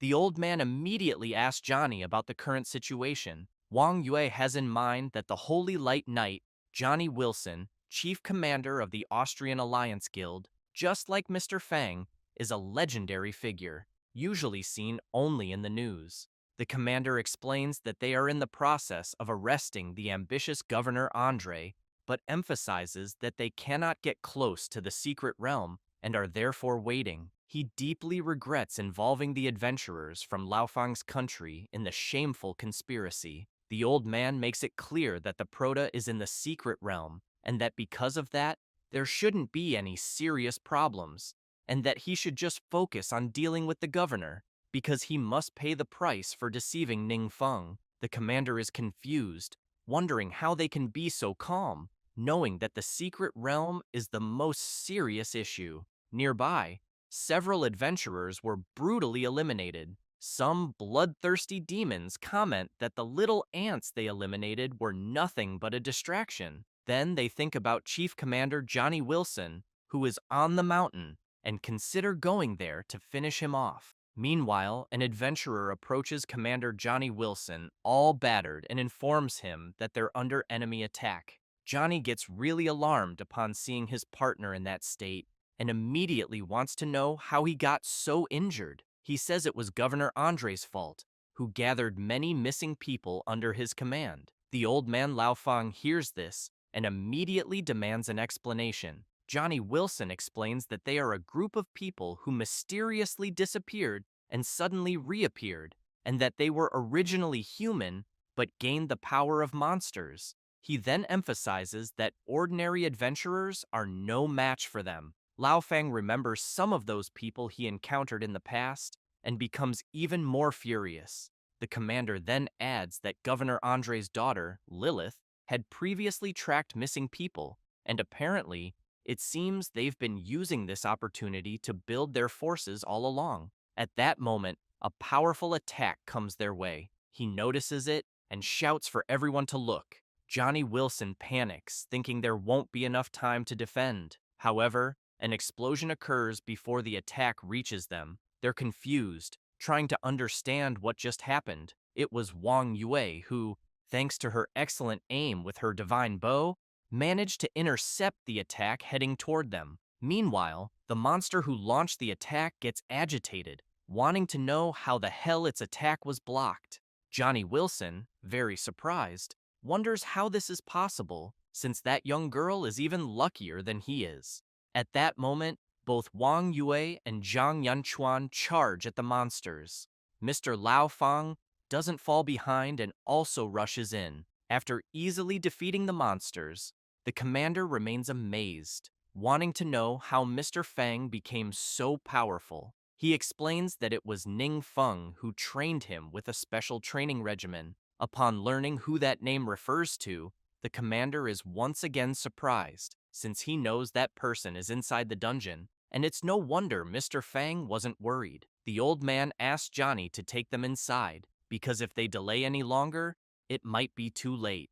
After some time, once everyone is gathered, a pile of monsters is stacked on top of each other, and both the protagonist, Kabo, and Zheng Jiansheng are there waiting. As soon as Ningfang sees his friends, he's happy and immediately wants to know what they're doing there. Lao Fang explains that the Austrian chief commander, Johnny Wilson, discovered some unusual activities by Governor Andre and, since it involved the protagonist's safety, he contacted them immediately. That said, he turns and makes it clear that the commander is an old friend of his. Johnny is surprised, wanting to know if the protagonist really managed to complete the secret realm. At that moment, Cabo approaches and presents Governor Andre. He gets nervous and says he demanded to be judged by the state, since he is the governor, and that he knows according to national law, any crime he may have committed cannot be judged by a foreigner. Otherwise, it will be considered a declaration of war.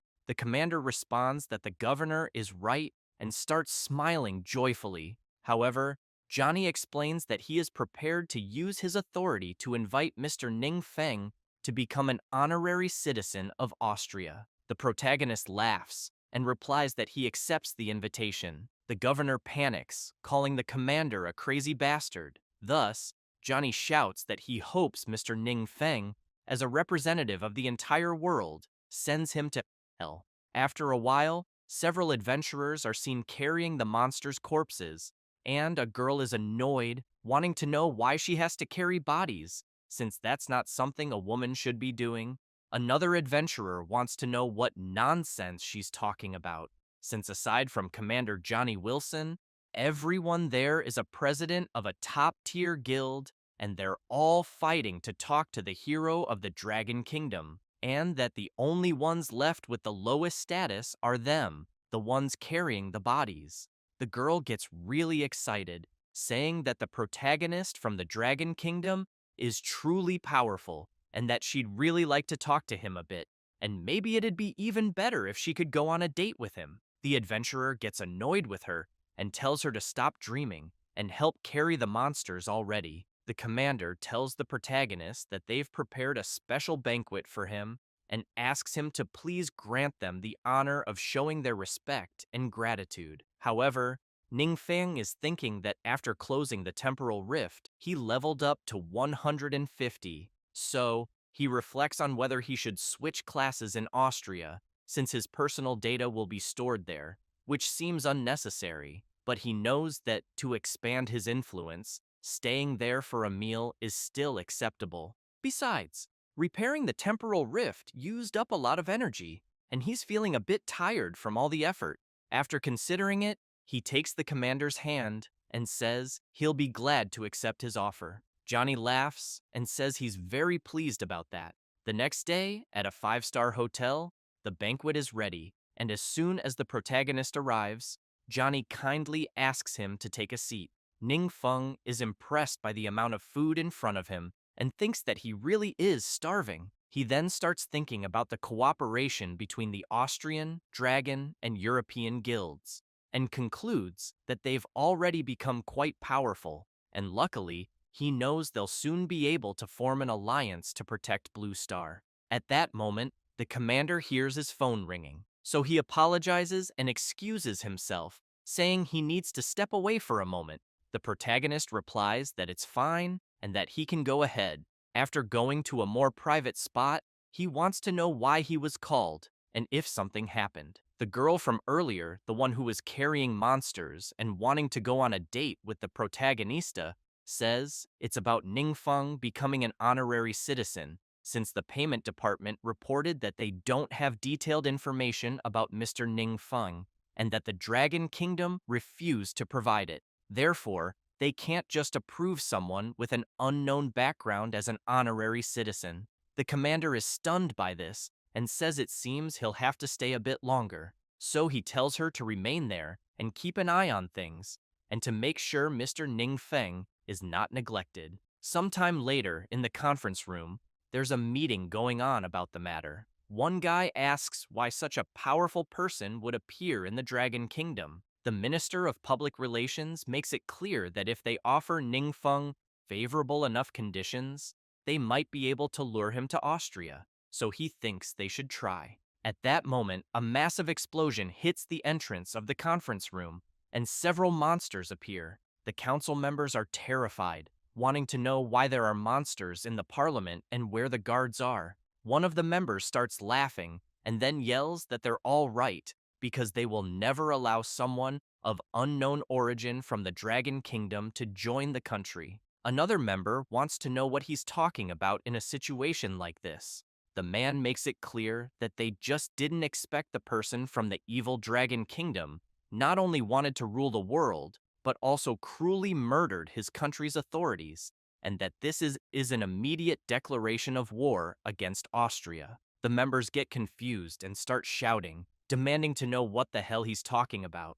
At that moment, the man speaking starts to have his head split open, and soon his entire face, revealing Lilith, Governor Andre's daughter. She starts laughing and unleashes her intense, dark power. Later, the commander runs to the location in a panic, and as soon as he arrives, he sees the chaotic scene and the council members all injured on the ground, wondering what the hell just happened, until he hears his phone ringing. As soon as he answers, he yells to make it quick because he has an urgent matter to handle. Someone informs him that a large number of statements from unknown sources are appearing online, claiming that the foreign adventurers killed Austrian officials, but that Austria's top guilds are trying to cover up the truth. They also say the Congress refuses to allow this killer to become an honorary citizen and have called on everyone to unite against the powerful. Moreover, many people are currently supporting this online.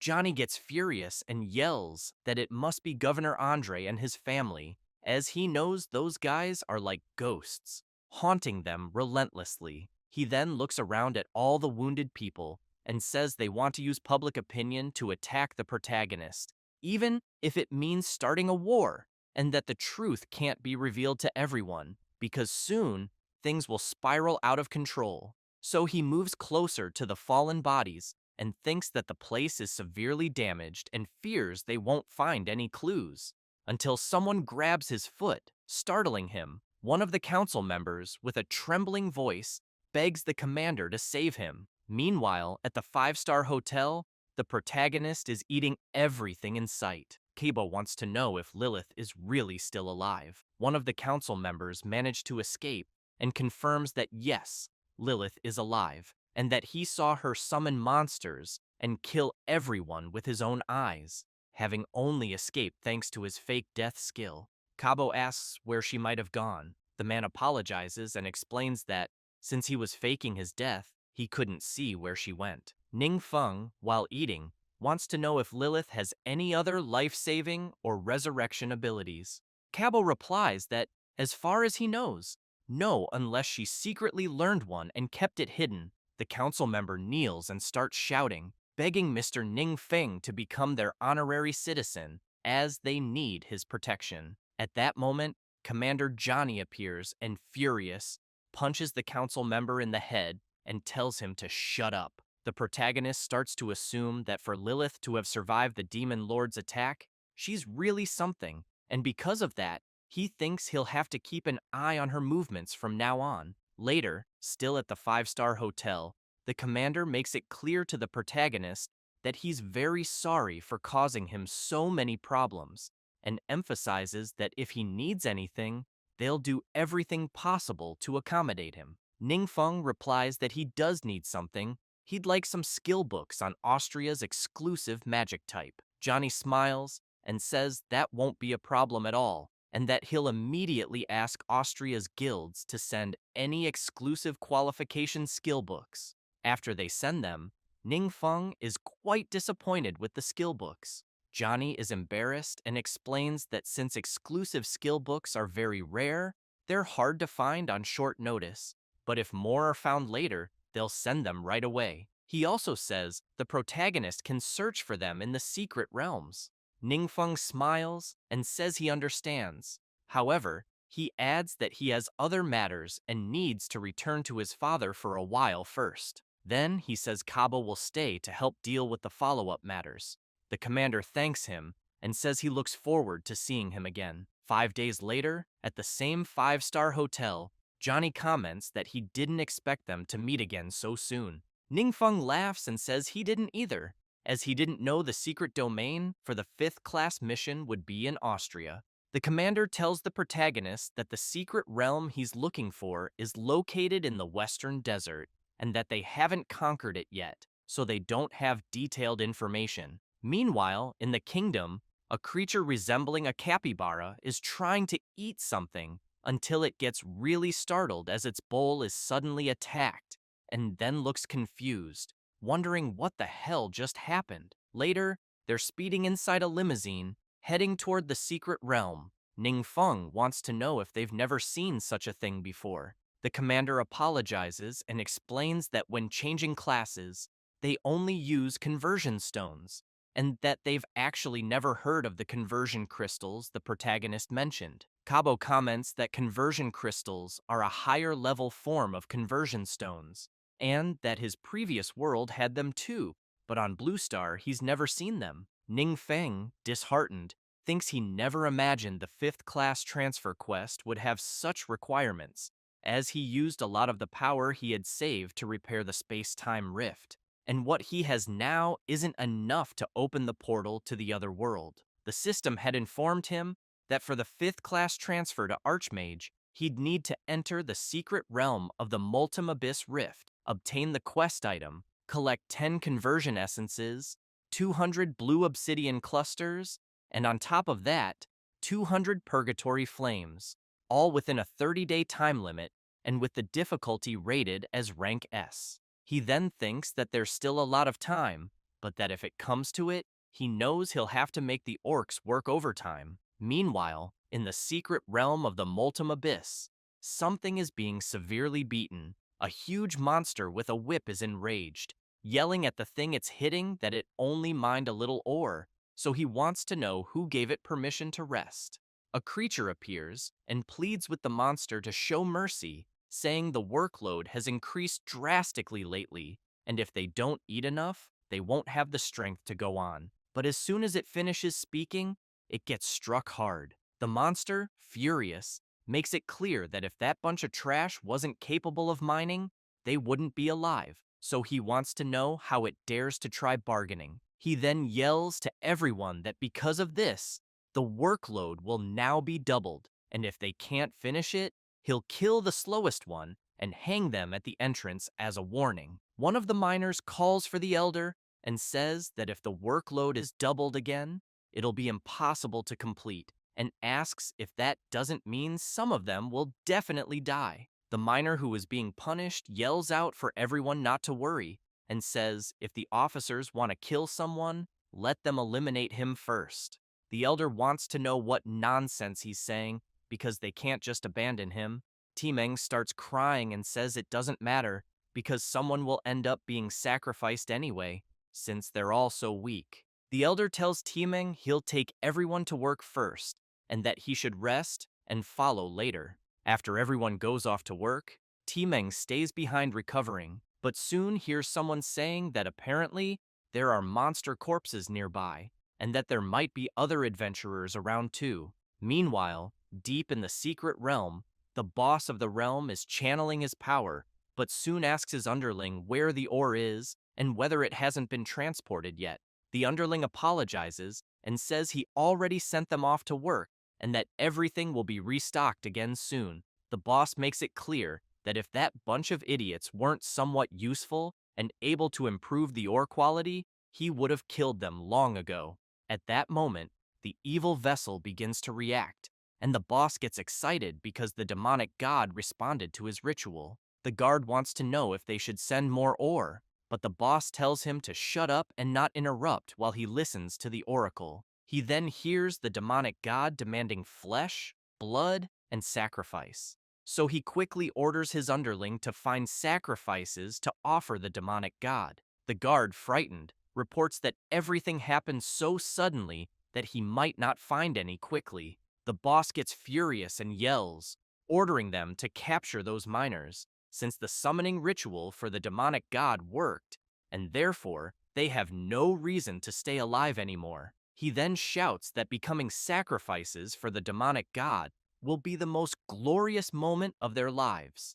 Meanwhile, in the Purgatory's Rest Kingdom, the divine realm ruled by Rikian of Souls, he thinks this place called Blue Star is very strange, as every time he tries to connect to a secret realm there, the connection is mysteriously cut off. It's as if some strange force is interfering with the evil god's power, until finally, a connection is made, and he gets excited, as he's finally linked to one of the secret realms. He then places his hand on the stone and begins to recite something in an ancient language. Back in the secret realm of the Multum Abyss, the secret realm boss continues listening to the oracle, hearing that the demonic god wants sacrifices. At that moment, the miners arrive, all of them bound by magic. The guard informs his master that the sacrifices have been brought. The boss gets excited and tells the demonic god to enjoy the offering. The miners are terrified, and the first one up is the elder, which makes the others worried for their leader. He is thrown into the sacrificial chalice, and a strange reaction begins to occur. However, the chalice rejects the sacrifice and instantly ejects him, making the elder fall face first to the ground. The boss is stunned, wanting to know what the hell just happened, as his connection to his lord suddenly vanished. He then considers that maybe these creatures are too primitive to be used as sacrifices, so he yells that he'll just absorb them and find better offerings for his demonic god. He begins to conjure a black vortex of absorption and launches it at the miners, but his attack is blocked by a mystical barrier. Quickly, all the demonic guards begin to be trapped by this barrier. Then someone appears at the entrance of the cave with one of the miners. It's the protagonist, wielding the power of evil curses.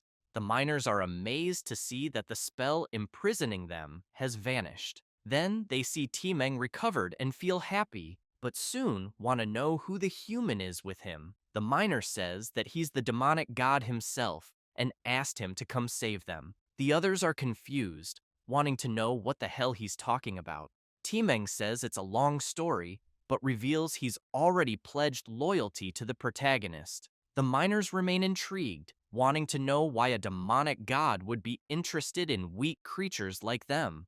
Timeng simply asks them to stay quiet and observe his new master. The secret realm boss is enraged and launches several attacks trying to break free. However, he's severely struck by the protagonist, his body completely sliced apart.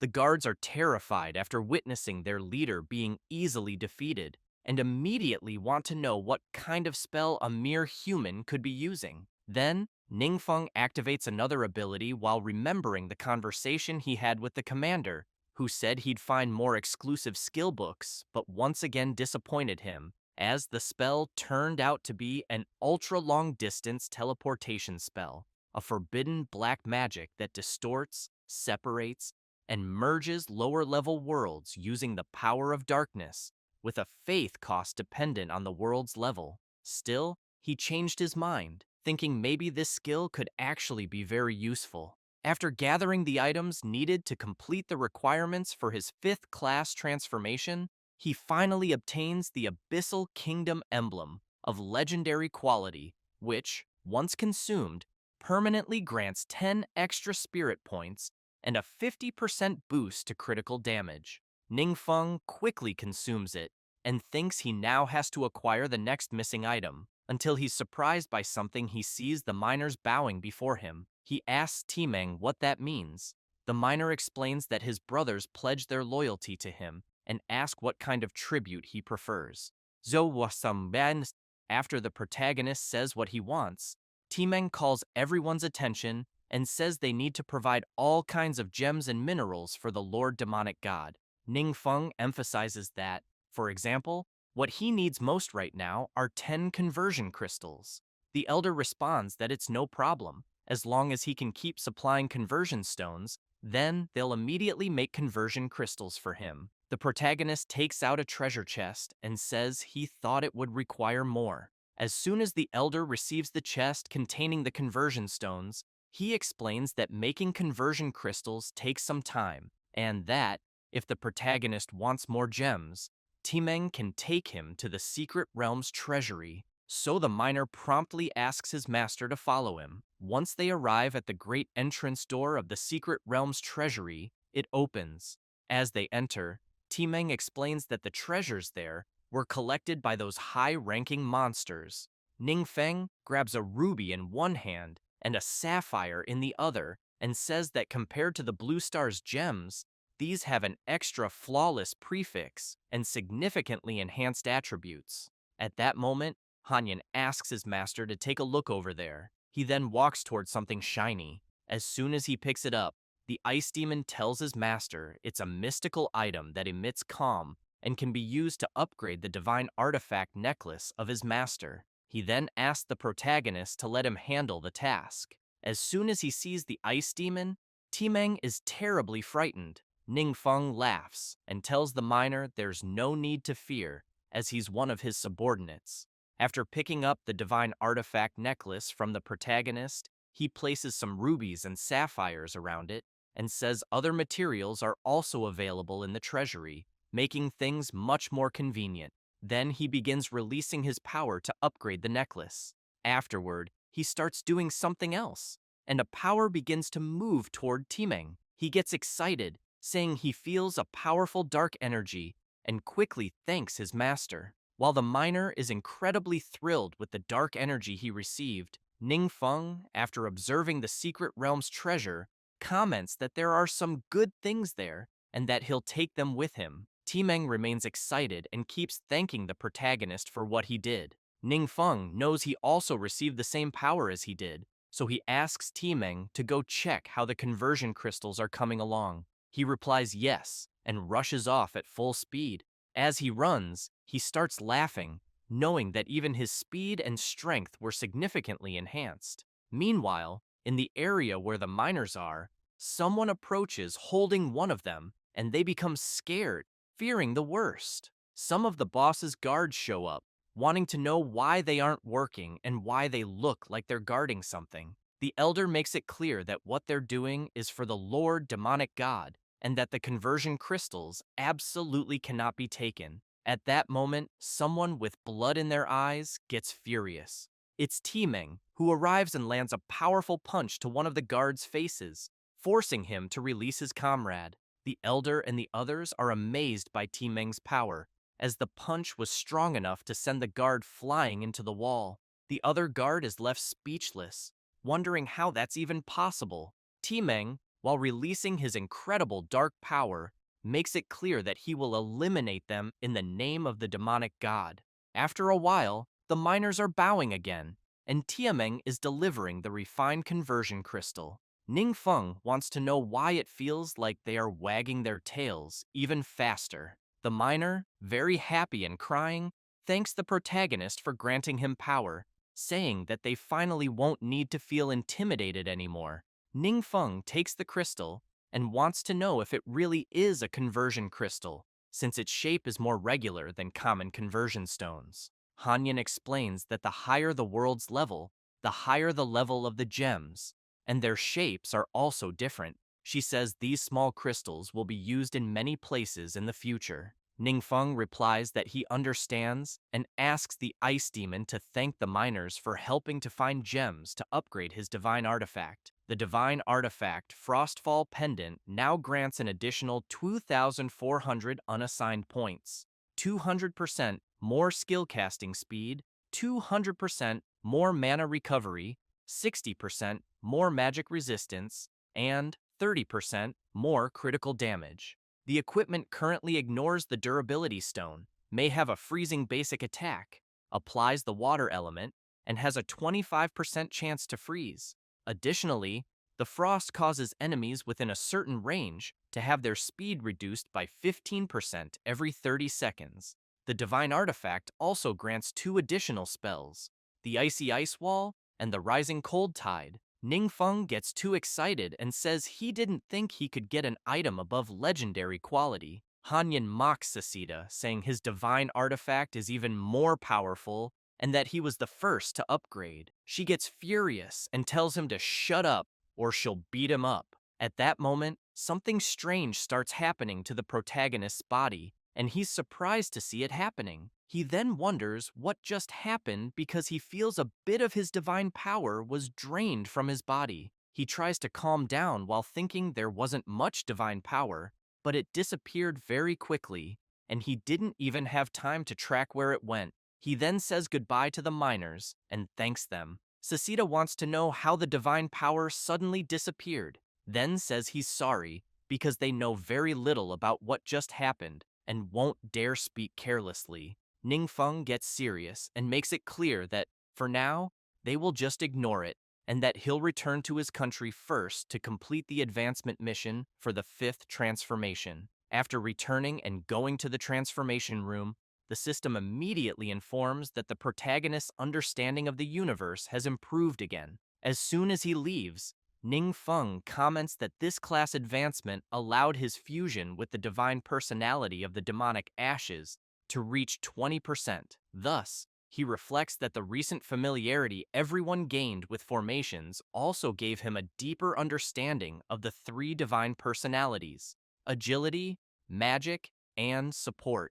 With that, he concludes that, adding the recently acquired Skull of Rescission, which also contains the memories of the demonic god's life, he knows he'll need some time to digest all of it. Later, in the protagonist's divine realm, he is focused, trying to understand things more, until he again feels his divine power being drained. He is surprised and thinks that some of his divine powers were drained again, but now he vaguely captured the source of the divine power drain, and that apparently it doesn't seem to be coming from his country, but from somewhere in the southern hemisphere. After a while, they go to the African savannah, where something is happening with a timer. The protagonist soon wants to know what it is. Meanwhile, in the secret realm of Purgatory's Rest, the realm controlled by Requiem of the Souls, he is laughing, shouting that he finally did it, and observing the time rift of the abyss of Time Devour, he knows it's a special type of secret domain,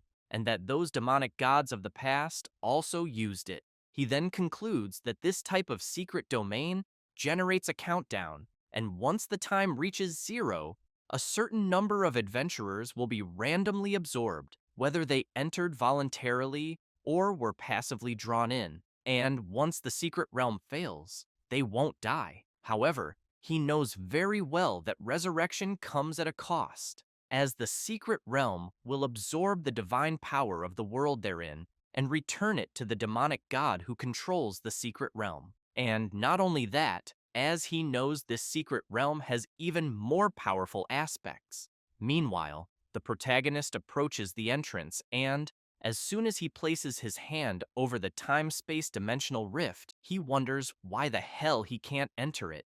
It doesn't take long for a system message to arrive, informing him that his magic type and class can't enter the realm. He's confused, wondering why there are class restrictions as well. Sesita explains that this type of secret domain usually appears in some high-level worlds, equivalent to a challenge initiated by an evil god against a main god, and they come with some special rules, such as restricting specific classes from entering to increase strategic difficulty. However, she explains that how exactly this is done, she has no idea. Ningfeng becomes thoughtful and comments that, in other words, what's influencing this secret domain could be an evil god, or maybe it's because he's fused with the personality of an evil god. Both Sasita and Hanyan shout that this is really possible. The protagonist considers that, unfortunately, things are getting more and more troublesome, as he knows the most urgent task now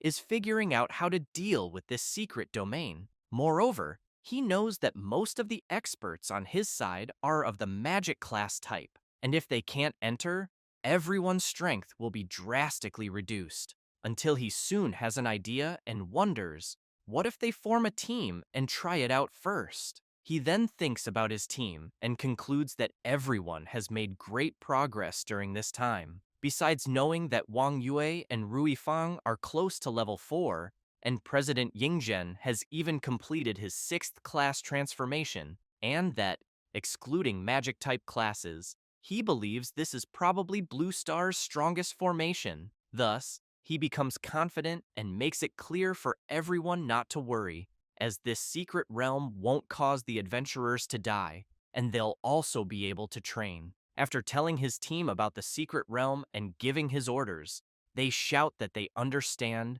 and will do their best. With that, they head to the portal, and as soon as they enter the secret realm, President Yingzhen shouts for them to form the attack formation and pay attention to mutual cooperation. They respond affirmatively and charge ahead until someone jumps toward President Yingzhen. He tries to defend himself as best he can, but soon sees something else coming his way, and with not much he can do, ends up being trapped by a strange spell. Duan is struck by an attack and becomes puzzled, observing his injured shoulder. Madame Linghua doesn't like what's happening at all, but soon becomes frightened when she senses someone quickly approaching from behind. The protagonist, meanwhile, is thinking that his divine power was drained again, and that it's already been 10 minutes since his friends entered the secret realm, so he wants to know if the enemy is really that powerful. Then, suddenly, several return teleports begin to appear, and it's all of them. Wang Yue apologizes to his friend and says they didn't make it. He wants to know if everyone is okay and if anyone's injured. Yingzhen looks confused and says something strange happened, as all their wounds healed after leaving the secret realm.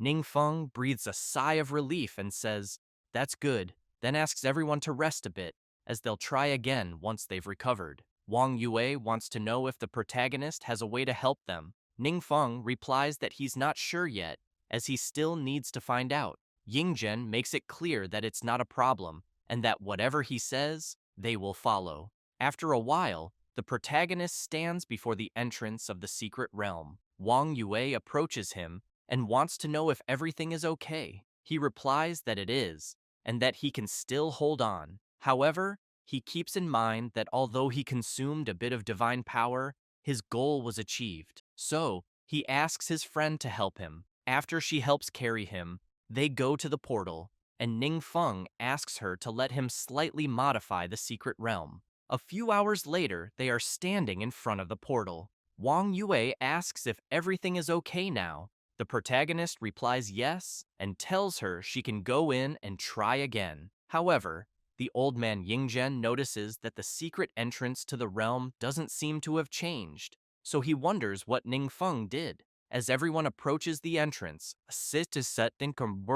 system screen appears asking them to select a difficulty from easy to nightmare, and the rewards vary with each difficulty. Wang Yue and Duan debate whether to start with easy or normal. After choosing and entering the realm, several creatures appear and charge at them, but a powerful attack strikes the creatures, obliterating them instantly. The others, realizing the danger, flee. The blonde girl smiles and comments that the easy difficulty is above the level of a regular secret domain on the blue star, and that adventurers above level 3 should be able to pass it easily. However, the old man Yingzhen points out that the experience is really low, and once they're out, they need to report everything to the protagonist. Meanwhile, outside the secret realm, the ice demon wants to know what changes his master made inside. Ningfeng explains that everyone kept trying repeatedly and finally found where the dark power gathers in the secret realm. He then says he used a forbidden spell to create 5 small isolated spaces in that area. But he's intrigued, thinking that 5 is the maximum number of spaces he can sustain and that he doesn't know what changes occurred inside. Until someone exits the portal, and as soon as the protagonist sees it's his friend, he wants to know how it went. Excited, she says they successfully defeated the boss of the secret realm. So Ningfeng walks up to the portal, places his hand on it, and feels that the dark power inside has slightly decreased. Even though this method can't completely conquer the realm, he believes it can slow down its growth. Duan, noticing the blonde girl's excitement, asks if she really wants to go back in. She says yes and explains she wants to try the normal and hard modes. However, the system notifies her that she can't re-enter the realm for 7 days.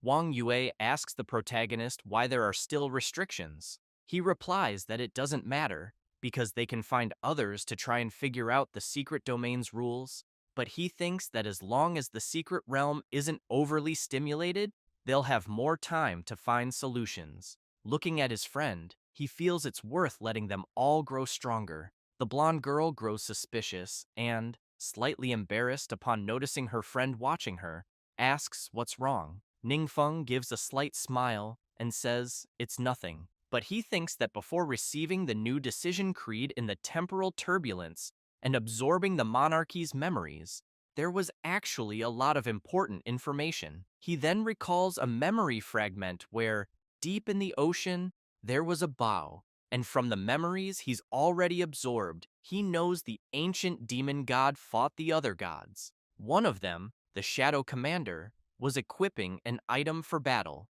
That item was the bow, which surprised the demon god a little, as he found himself in the weapon's sights. Meanwhile, in the resting realm of purgatory, the Requiem of Souls places his hand on the wall and feels that something is off. He wonders if it's another problem, since the abyss of time devouring on the blue star is clearly still there, but hasn't absorbed divine power in a long time. And he knows that's quite problematic, as it would be great if he could go see it directly. After some time, the protagonist manages to gather several adventurers at the secret realm's entrance. Players above level 3 should choose easy difficulties, and he explains that if someone wants to challenge the normal difficulty, they need at least 4 players above level 5 to form a team. An old man thanks Yingzhen for helping them develop the realm there. He is Kipta, the commander of the Skalu Guild, who emphasizes that the place has now become the most popular secret domain in the world, and they've also gained more resources to train new adventurers. Meanwhile, someone is roasting a delicious piece of meat. It's the protagonist, thinking that a large number of adventurers can continuously consume the power over the secret realm, constantly delaying the realm's countdown, and it can't actively absorb people. However, he knows that currently, the highest difficulty that can be cleared is normal, and he still needs to find a way to improve his friend's skills. He then thinks that there is very important information in the memories of the demon monarch, as he knows that the lost bow, the divine scar of Arc Flash, is the divine artifact of the Shadow Commander, one of the 12 main gods, and that, after the Shadow Commander was eliminated, the divine artifact fell to the mortal realm, and someone used its power to fight the demon monarch. This is why the monarch remembered it. He's happy and concludes that once he gathers enough divine power, he will go to that world to find the divine artifact and give it to his friend Wang Yue. He believes that with this artifact, they may be able to clear higher difficulty secret realms. At that moment, Yingzhen and the commander of the Skalu Guild approach the protagonist and call out to him. Kipta says that the skill book he's showing is a specialty of their country. As Ningfeng takes the book, Kipta explains that because the book's power isn't very strong, few people use it, and he wants to know if it will be useful to him. When the protagonist sees the content of the skill book, the commander explains that it causes people's speech to become jumbled for a short period, usually used to interrupt mages during spell casting, and that because it wasn't being used, it was quickly discarded. However, the protagonist makes it clear to the old man that he'll make good use of the gift. Kipta is pleased and says he's very grateful for everything the protagonist and his friends have done for them. As soon as he absorbs the skill, Ningfeng reflects that, in any case, the skill book will turn into a forbidden spell, and for that reason, he thinks it shouldn't be wasted. After sitting down to eat, Kipta yells for his guild members to bring more fruit. Once everyone is full, Ningfeng lets out a burp and comments that he's really stuffed.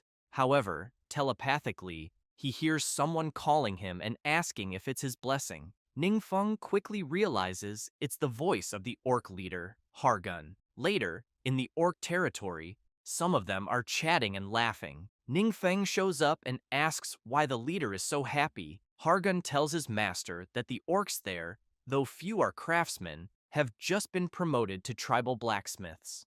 Ningfeng asks Hargun to be clearer. He explains that he heard if the weapons forged by craftsmen can earn more sacrifices for the gods, the craftsmen can be promoted. He then emphasizes that if blacksmiths can forge and strengthen better equipment in a shorter time and receive the gods' approval, they're promoted even further. The protagonist is intrigued and starts wondering if it's because everyone is fighting monsters with weapons strengthened by the orcs, which might also count as sacrifices earned. However, he knows it doesn't matter, since it's a good thing, and he can now accumulate power more quickly and open the gateway to another world. A few days later, Ningfeng is happy because he finally gathered enough divine power to open the passage. So, he opens the portal and enters it.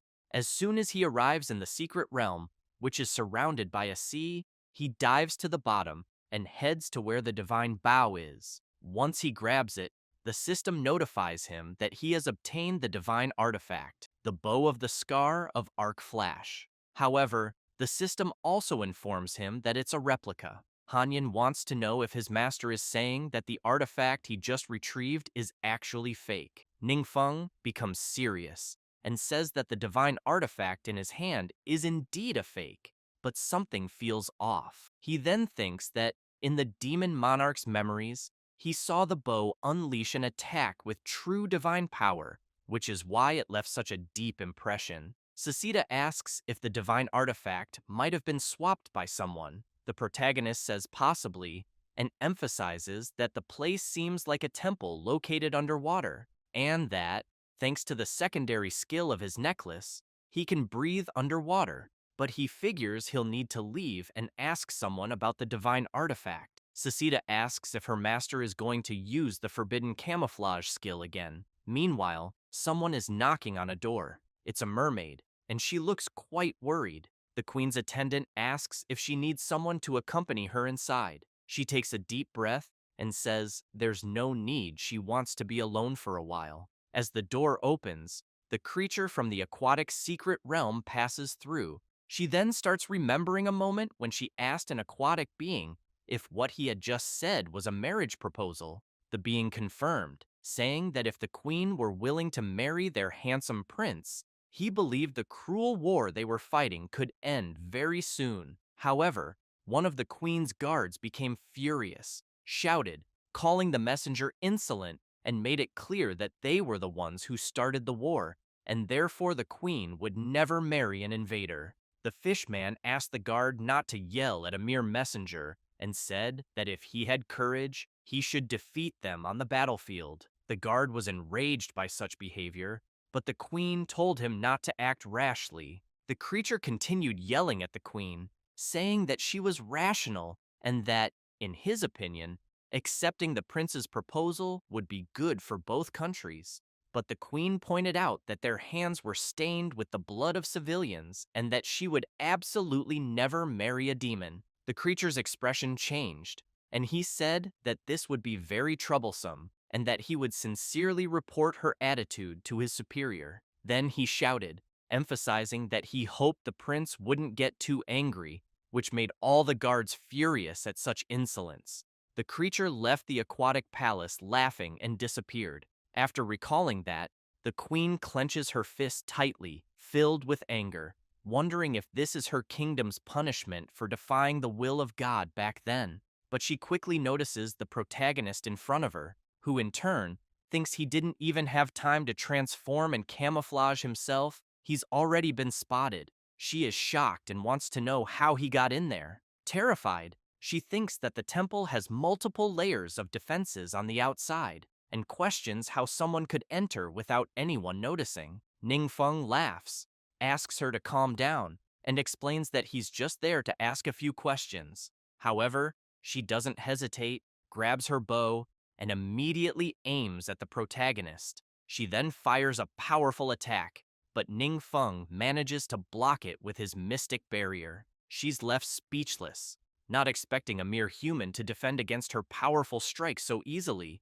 Ningfeng then becomes serious and asks if they can talk calmly now. The queen begins to tremble, worried, staring at the portal in front of her and wondering if the intruder came through it. She then reflects that her earlier attack was completely ineffective, that his defense is shrouded in thick, dark power, and thinks he might be trying to take her divine artifact. In her eyes, the protagonist now has a sinister expression, and she fears her kingdom may truly be on the verge of destruction. But Ningfeng shows the bow and says it's a fake, which is why he wants to know if she knows where the real one is. She is stunned and says she didn't know it was fake, and that she has no idea where the real divine artifact might be. Sasita informs her master that she's lying. Hanyan emphasizes that the queen probably thinks they are mere invaders. So the protagonist asks the queen to calm down and not get stressed, as he has no use for her personally and just wants to use the divine artifact for a moment. She is shocked and wonders if the human in front of her is calling a blatant robbery alone. Sasita comments that the queen seems even more nervous. At that moment, the queen shouts that her kingdom is under invasion and that her divine artifact is the last hope to protect it, so she absolutely will never hand it over. But then she becomes scared and starts questioning her own words, knowing that if she provokes him, the whole kingdom will be doomed, as they can't fight on two fronts. Ningfeng wants to know what she means by invasion and asks if she can explain what's happening. At that moment, someone arrives shouting for the queen, and she immediately asks what happened. The guard reports that the enemy's vanguard has broken through the defense line and is heading straight for the royal capital. He makes it clear that everyone is ready for battle and that she must give the order as soon as possible. She's paralyzed upon hearing this and starts thinking she has become the monarch of a fallen kingdom. But the protagonist steps forward, calls out to her, and says he'll go with her to see the situation. She's impressed, but quickly becomes nervous and yells, saying that no matter what happens, she won't agree to any of his terms, and he shouldn't think of forcing her to send him. However, in her vision, she sees Ningfeng with a sinister expression, as if he's plotting something, but he turns and replies that he understands and won't interfere. At that moment, another guard arrives calling for the queen and is quite surprised to see her with a human. He then asks her who the person beside her is. She's startled and says it's a long story and that it's better to deal with other matters first. With that, she rushes out at full speed, but is soon met by several citizens of her kingdom calling out to her. She wants to know why they're all there. An old man says that she and her ancestors were invaded by the enemy because she was protecting them, and that in a moment like this, everyone should fight alongside her. All the beings get excited and start shouting that they will help in the battle. The old man also emphasizes that even though their strength isn't what it used to be, they can still fight on the battlefield. The queen begins to cry and then thanks everyone for their help. Sucita calls out to her master, and looking at the aquatic people, says she thinks they all seem like his loyal believers.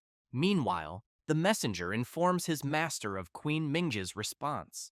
The prince comments that she is a naive woman and wonders if she really thinks she can stop his army. One of the prince's guards calls for him and asks if it could be a trap. After all, they still possess the divine artifact of the Shadow Commander. He tells the guard not to worry, saying that the Shadow Commander is just a fallen goddess and that she can't be compared to the Lord he serves, the Requiem of Souls. He then emphasizes that he has been feeling his power growing stronger lately and believes it must be a gift from the Divine Lord, which is why he's going to show the Queen what they're capable of. He then shouts for everyone to prepare for the attack. Meanwhile, the heretic among the aquatic beings is preparing his skill. Ningfeng sees this and wants to know what they are doing. Sucita says they're setting up a reinforcement formation to increase their power, but she thinks it's a pity they can't unleash their full potential. At that moment, Queen Mingjae becomes very frightened as she sees the prince's troops charging into battle. The mages shout to attack and quickly begin casting their spells at the approaching creatures. However, they're terrified to see that their attacks have no effect and start questioning what the hell is going on. The prince begins shouting with his power activated. He then laughs upon seeing that the heretics have joined the battle. Believing that the queen won't be able to stop him, he tells the group of heretics to witness the difference in strength. One of his massive creatures then unleashes a powerful attack, completely destroying the barrier the heretics had created. They are terrified upon realizing the barrier has been totally shattered. However, the old man becomes confused when he hears someone shouting for them to counterattack. It's the protagonist, urging them to quickly cast their spells again. The old man comments that they can't even scratch it, but wants to know who the protagonist is. Meanwhile, the queen stands there stunned, unable to believe that the human has integrated so easily with the heretics. At that moment, one of the guards informs Her Majesty that the creature is about to attack again. Mingjae then shouts for everyone to be warned to retreat, as they can't hold them off. But just then, an attack lands squarely on the creature about to strike, blowing a massive hole through its chest. Both the queen and her guard are in disbelief at what just happened. Ningfeng laughs and tells one of the heretics he did a great job, who in turn is left speechless, wondering if he really was capable of that. Sucita gets excited seeing a formation personally supervised by her master. Hanyan, meanwhile, says he's feeling really jealous. The prince is shocked, thinking this is impossible. He then screams, asking if they really think they can win this battle. The creature with the gaping hole in its chest quickly regenerates. The prince explains that the corrupted sea monsters present were all personally summoned by him, and emphasizes that unless the protagonist cuts off their connection, they will continue to regenerate. Ningfeng gets agitated and asks the guy next to him if he heard that. He replies yes, since the prince shouted it so loudly, but he's really curious why someone would reveal their weakness so openly. The protagonist gets excited, thinking that his new forbidden spell is going to be very interesting. It's the spell he received from the commander of the Skalu Guild, and now the ability causes enemies within its range to be continuously cursed, and the protagonist can see and control their thoughts. At that moment, the creature prepares to attack. However, it is struck directly in one of its eyes, sent flying backward and crashing onto the other monsters. The aquatic prince goes mad with rage and yells, demanding to know how they found the sea monster's core, since he knows that the core of every sea monster is located in a different place. Ningfeng congratulates the heretics and asks them to strike again. The heretics comment that they didn't expect even insight-type magic to be enhanced within such a formation, and that now they can clearly see the monster's magic cores. The old elder is very pleased and says it's been a long time since he felt like this, like when the Divine Lord was still around. Queen Minji, very surprised, wants to know exactly who the protagonist is. He replies that someone who adds is not her enemy and that they can talk more later. He then turns and asks if, for now, she could help find some food, as he is very hungry. She agrees and says she'll have someone prepare something immediately. After some time, Ningfeng wants to know what the relationship is between the heretics and her. Minji explains that they were originally citizens of various countries, and that the deity they believed in was the almighty god of magic. She then explains that the almighty god of magic was also one of the main gods overseeing their world. But during the War of the Gods at that time, they received a divine oracle accusing the god of magic of being an evil god. Because of that, the followers of the almighty god of magic were forced to abandon their faith or be marked and mercilessly killed. And, apparently, the gods seem to encourage their followers to do the same. However, she emphasizes that her ancestors believed those people were innocent, so they stood up bravely and took them in. But unexpectedly, the god their own country believed in, the Commander of Shadows, also fell during the War of the Gods. Because of that, they lost the protection of the gods, and their ancestors' power was drastically weakened. Other countries then began to take action, planning to use the crime of sheltering heretics as a pretext for invasion. But she believes it may have been a blessing from the heavens, as their ancestors unexpectedly obtained the divine artifact of the Commander of Shadows. And with the power of the divine artifact, they were able to repeatedly repel invasions from monsters and enemies, protecting the country's safety. After hearing this, Ningfeng concludes that this must be the memory scene of the demonic monarch, that the divine artifact truly exists, and that he believes they, the aquatic beings, are very fortunate. Then, just as the protagonist is about to say something, the heretics begin screaming in fear as the enormous sea creature is coming toward them again, this time in a completely different form, with several creatures bound to it. One of the heretics, using her magical gaze, says that it is a monster formed from the sacrificed soldiers and civilians.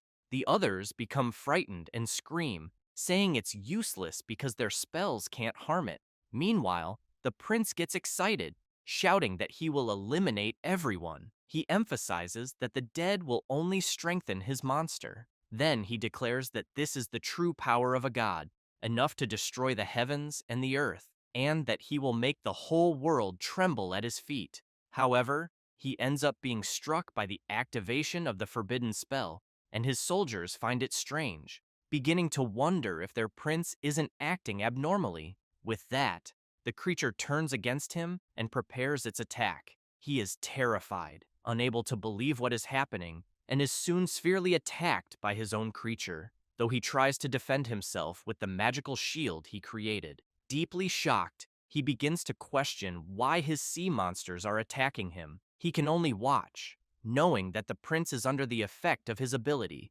which uses his own mental power to control the target's mind, temporarily turning them into a mental slave. The souls of the creatures the monster defeated begin to be expelled, and then attack the aquatic prince, breaking his barrier and brutally assaulting him. Finally, his own creature begins to attack him again, since the magical barrier was undone. Both the queen and the other heretics are very surprised by what is happening. As a result, the aquatic prince ends up completely collapsed on the ground and totally knocked out.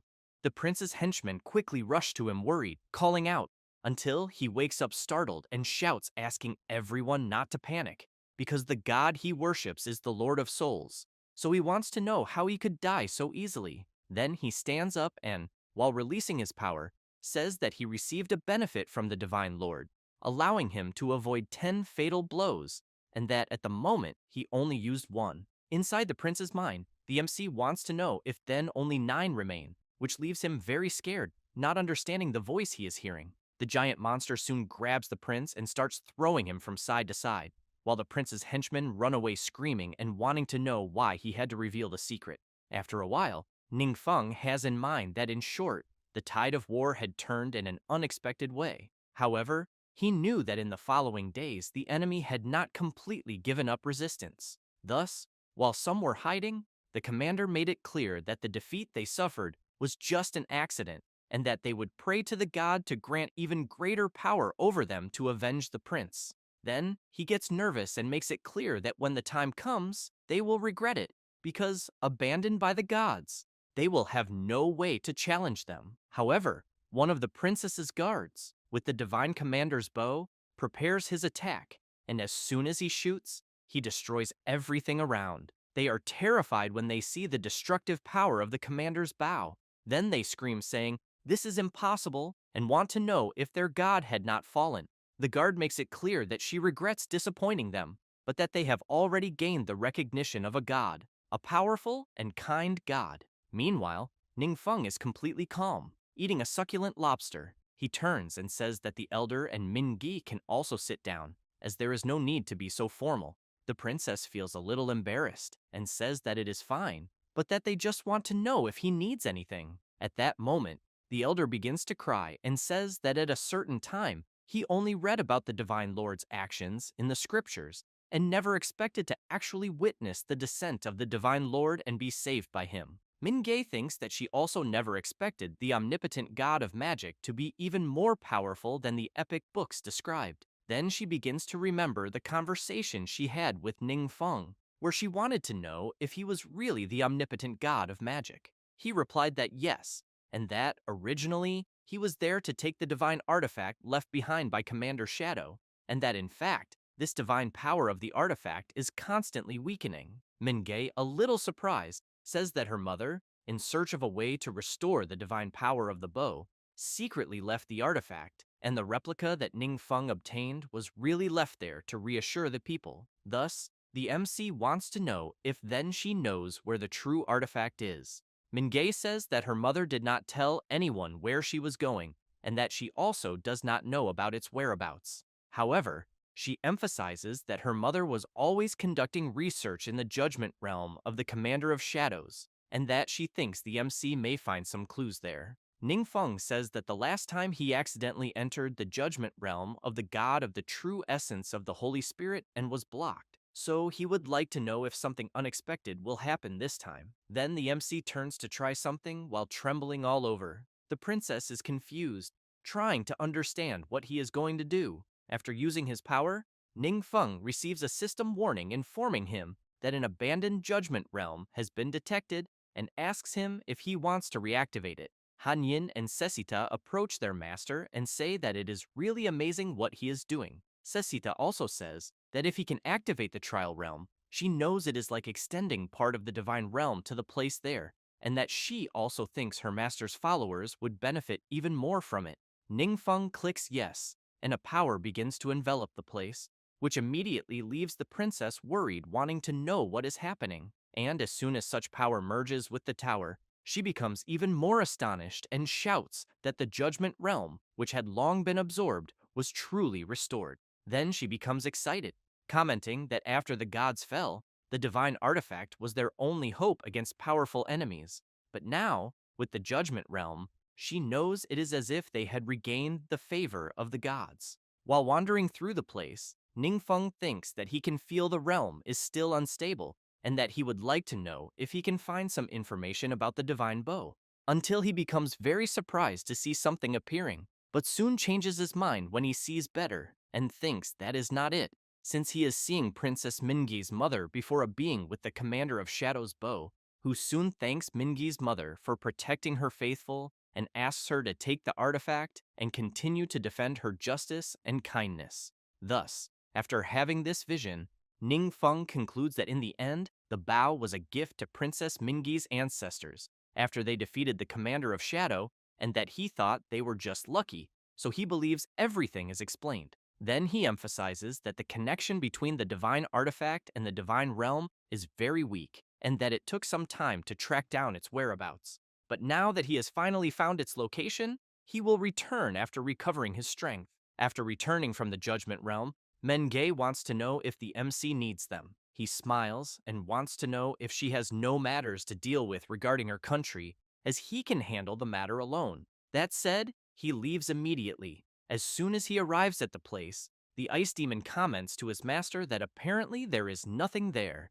Ningfeng extends his hand, and an intense glow begins to occur, and a passage begins to form. Sasita shouts, saying it is a hidden cave. Hanyin, says that below are the runes representing the commander of shadows, but wants to know what that is so deep in the vortex. Thus, Queen Mingi's ancestor appears, and the MC quickly picks her up in his arms and asks if she can hear him. She begins to wake up, and soon wants to know who the MC is. He says he is a friend of Princess Mingi and asks if she is her mother, until she becomes frightened and wants to know how she got there. Ningfeng replies that he does not know and says he found her unconscious when he arrived. Meanwhile, Mingei feels that her seal has failed and thinks that the divine artifact is about to break free. Back where the MC is, he turns to the rift, and Mingi's ancestor says that the divine artifact will resurrect a god, but that the price is the destruction of the world. Hanyin comments that this is the first time they are hearing this.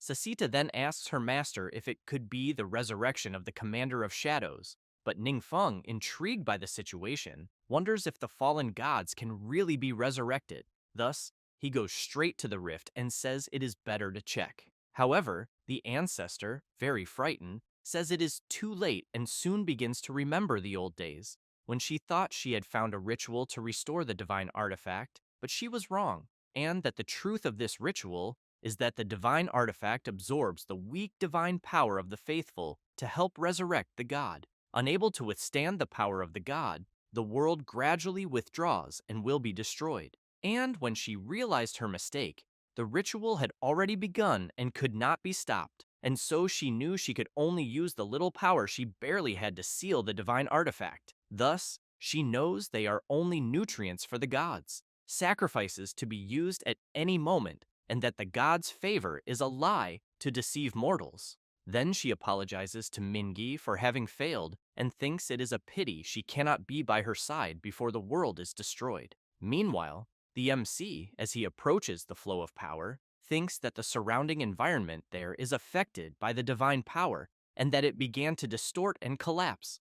And therefore, he knows that if this continues, he fears that a space-time rift may appear, until the flow of power begins to react even more, and a presence emerges from it, quickly commenting with the MC that it feels the power inside him and wants to know if he is willing to become one of its chosen. Ningfeng does not like the question very much, and the entity explains that the chosen are the highest devotees recognized by a god, and that the MC will be allowed to enter the divine realm and follow at his side. With that, it asks him to help complete the ritual, and he will receive its divine favor. Ningfeng makes it clear that he is not interested at all. The being begins to laugh and shouts that apparently it seems the MC is as foolish as Mingi's mother for really giving up the chance to become one of its followers just to protect the humble mortals. Ningfeng thinks the being must be referring to Mingi's mother, and then wonders if she also rejected the offer of the Shadow Commander. The being continues commenting that it seems to have slept for a long time,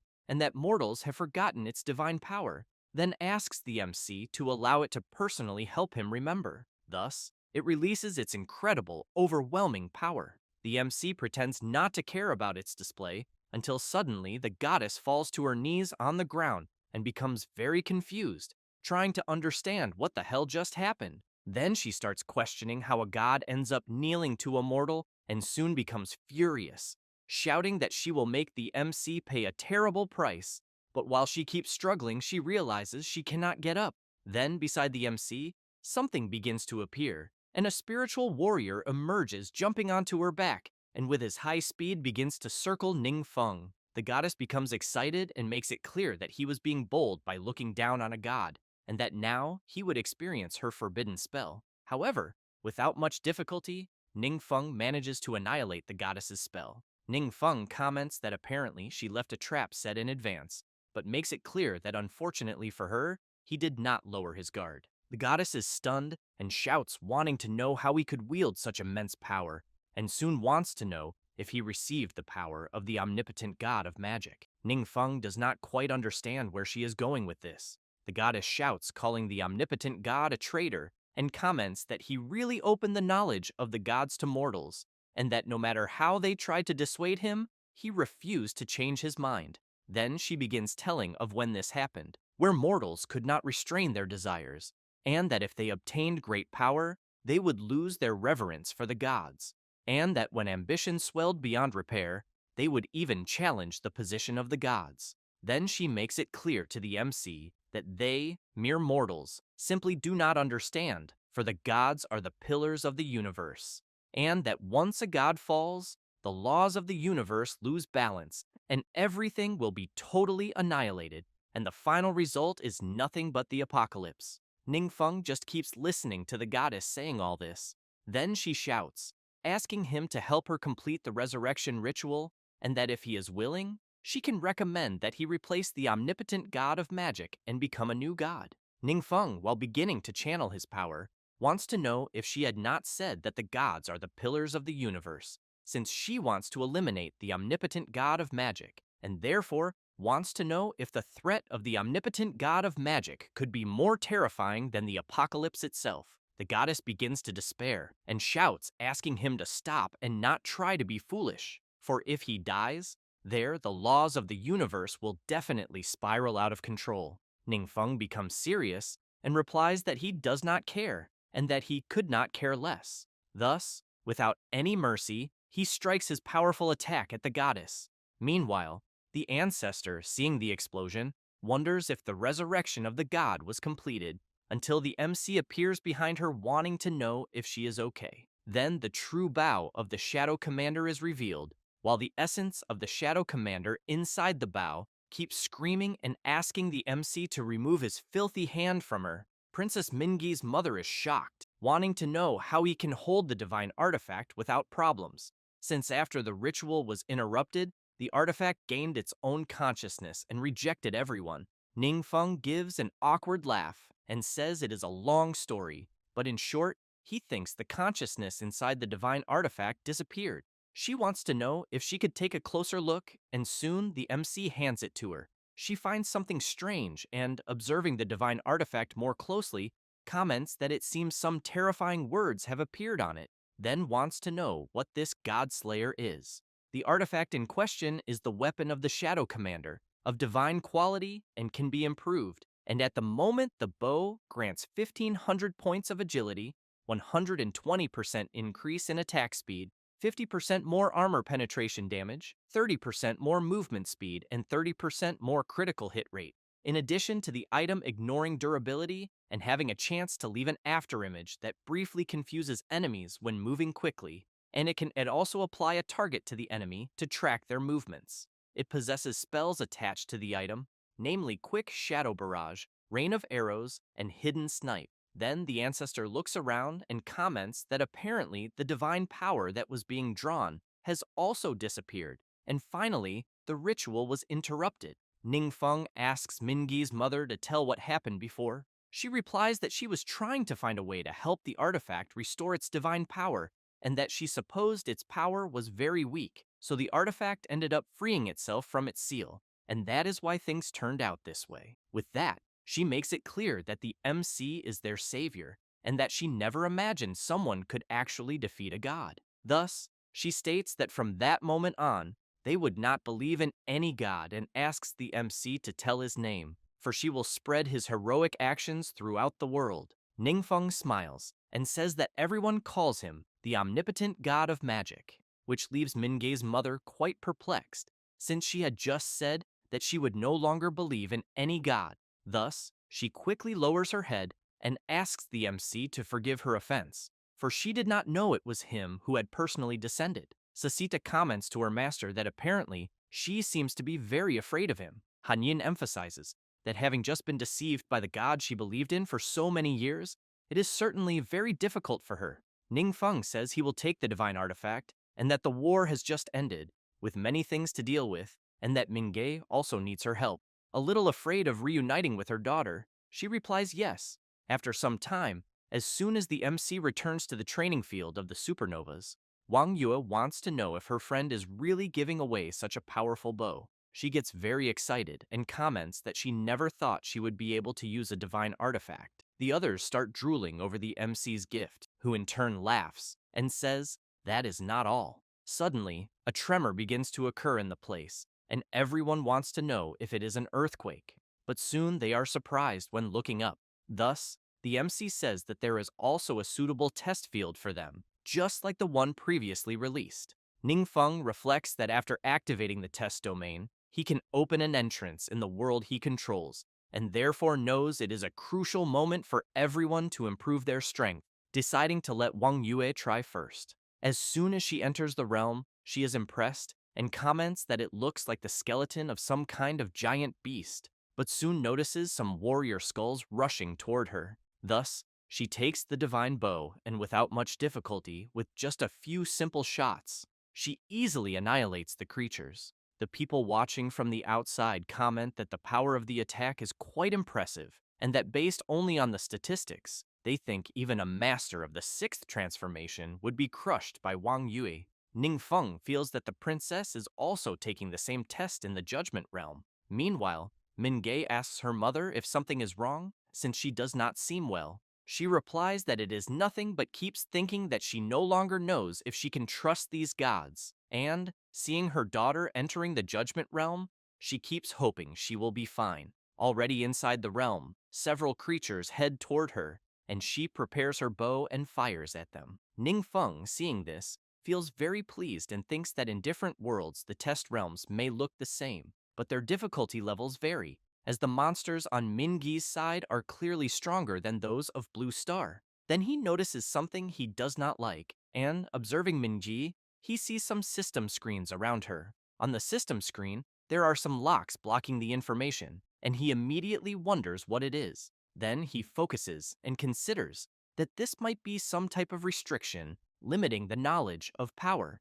and he questions if this could be what the Shadow Commander meant when saying that it prevented knowledge from being open to mortals, since he has in mind that Mingi seems not to have noticed it, and that he, as a god, knows of the restriction's existence. Furthermore, he knows that he can intervene directly in the realm to remove this restriction, but is not sure what the consequences will be. Thus, he telepathically calls her, and she immediately turns around frightened, wanting to know if it is the omnipotent god of magic. Ningfeng asks her not to rush in clearing the realm and to slow down the pace a little because he needs to confirm some things. She prepares again while replying that she understood. Meanwhile, elsewhere, Mingi's mother is praying for her daughter to return safely. The MC is carefully observing the movements of Wang Yue and Mingei as they progress in their respective realms, until it does not take long for him to notice something. Mingi's mother remains worried about her daughter, thinking that she has been in the realm for too long, and therefore wants to know what happened. Meanwhile, inside the realm, a bizarre creature appears but is soon struck hard in the chest. Telepathically, the MC wants to know how Mingei is feeling. She tells her master that she thinks she might not be keeping up yet and needs some time to get familiar. Ningfeng tells her not to rush, since he knows that these restrictions appear in some important ones, sealing part of the laws of the universe, and that if a believer wishes to use that part of the laws of the universe, they can only pray to a god and then activate the laws with the help of divine power. However, he knows that this method makes the believer blocked by divine power, unable to come into contact with the laws of the universe themselves, and that if this continues, he thinks believers will start to firmly believe they must rely on gods to gain great power. Yet, he questions whether this is the method the gods use to control mortals, until a sinister creature appears before Mingei, and behind her, something starts emerging from the ground. Several claws appear and hit her, leaving her worried. She apologizes to the MC and comments that she is being very clumsy. Ningfeng tells her that she doesn't need to consider her thoughts, so he asks her to carefully feel each movement and what is different from before. She reflects on this as she looks at the bow. Then, she tries to focus as two creatures approach. Minji disappears from the monster's line of sight and appears right behind them, ready to strike. Thus, she unleashes multiple attacks and brutally hits the creatures, which can't even defend themselves. She gets excited and comments that she never thought before that her skills could be used this way, and that apparently her combat understanding is deepened. That said, she goes after another creature and eliminates it easily. After a while, at the entrance of the realm, Mingei exits through the portal and notices her mother there. She apologizes for keeping her waiting so long. Her mother walks up to her and wants to know how it went inside the realm. Mingi smiles and says she failed. Her mother comments that as long as she succeeded, it's great, but soon realizes what her daughter said and wants to know what she means. Minji explains that she didn't hear wrong because she really failed, but emphasizes that it's okay, because with her master's guidance, she is sure she can do better next time. While amazed, she comments that her master is truly a great, kind, and resolute being, and that she can't wait to start the next mission. Her mother is completely confused, wanting to know what the hell her daughter experienced inside the realm. Meanwhile, Ning Feng is thinking that believers have grown accustomed to relying on divine power, and considers that if he removes the restrictions on a large scale, it would probably cause considerable turmoil, and that's why he should still be cautious, keeping in mind that fortunately Blue Star wasn't affected by the restrictions, since that's how his friends managed to miraculously survive without the god's intervention. Wang Yue is fighting a bizarre creature, and soon jumps to dodge its powerful attack, but wastes no time, prepares her attack and fires, hitting the monster hard. She feels happy to see her attack is very strong, and soon decides to leave the realm. Ning Feng runs to his friend, excited to see she's gotten so strong. Wang Yue runs to him as well, and jumps to hug him, saying she did it. The excitement from having succeeded inside the realm is so great that she doesn't realize she's pressing her breasts close to the MC. Before that, moments before leaving the realm, Wang Yue received a system notification informing her that she obtained the blessing of the gods, being the first clear reward. The MC was talking with Sasita and Hanyin, and they mentioned that the so-called forbidden curse is an extremely powerful spell, and that normally the conditions to cast it are extremely difficult, far beyond what a mortal body can withstand. Ning Feng raised his hand and wanted to know if the reward for the forbidden curse inside the secret realm of judgment is just an illusion. Sasita replied that it is not, and said that in the past, a small number of chosen believers managed to pass the final judgment and obtain mastery over the forbidden curse. However, she emphasized that due to the laws of the universe, those powerful individuals ascended to the divine realm to follow alongside the gods. Hanyin added that at that time, if Sasita and he had understood a forbidden curse, they could have fought side by side with the Almighty God himself. Back in the realm of judgment, Wang Yue was still receiving system notifications informing her that it was detected her adventurer class is incomplete, and that because of this, she would be unable to learn the forbidden curse, so the reward was adjusted to her current advanced class.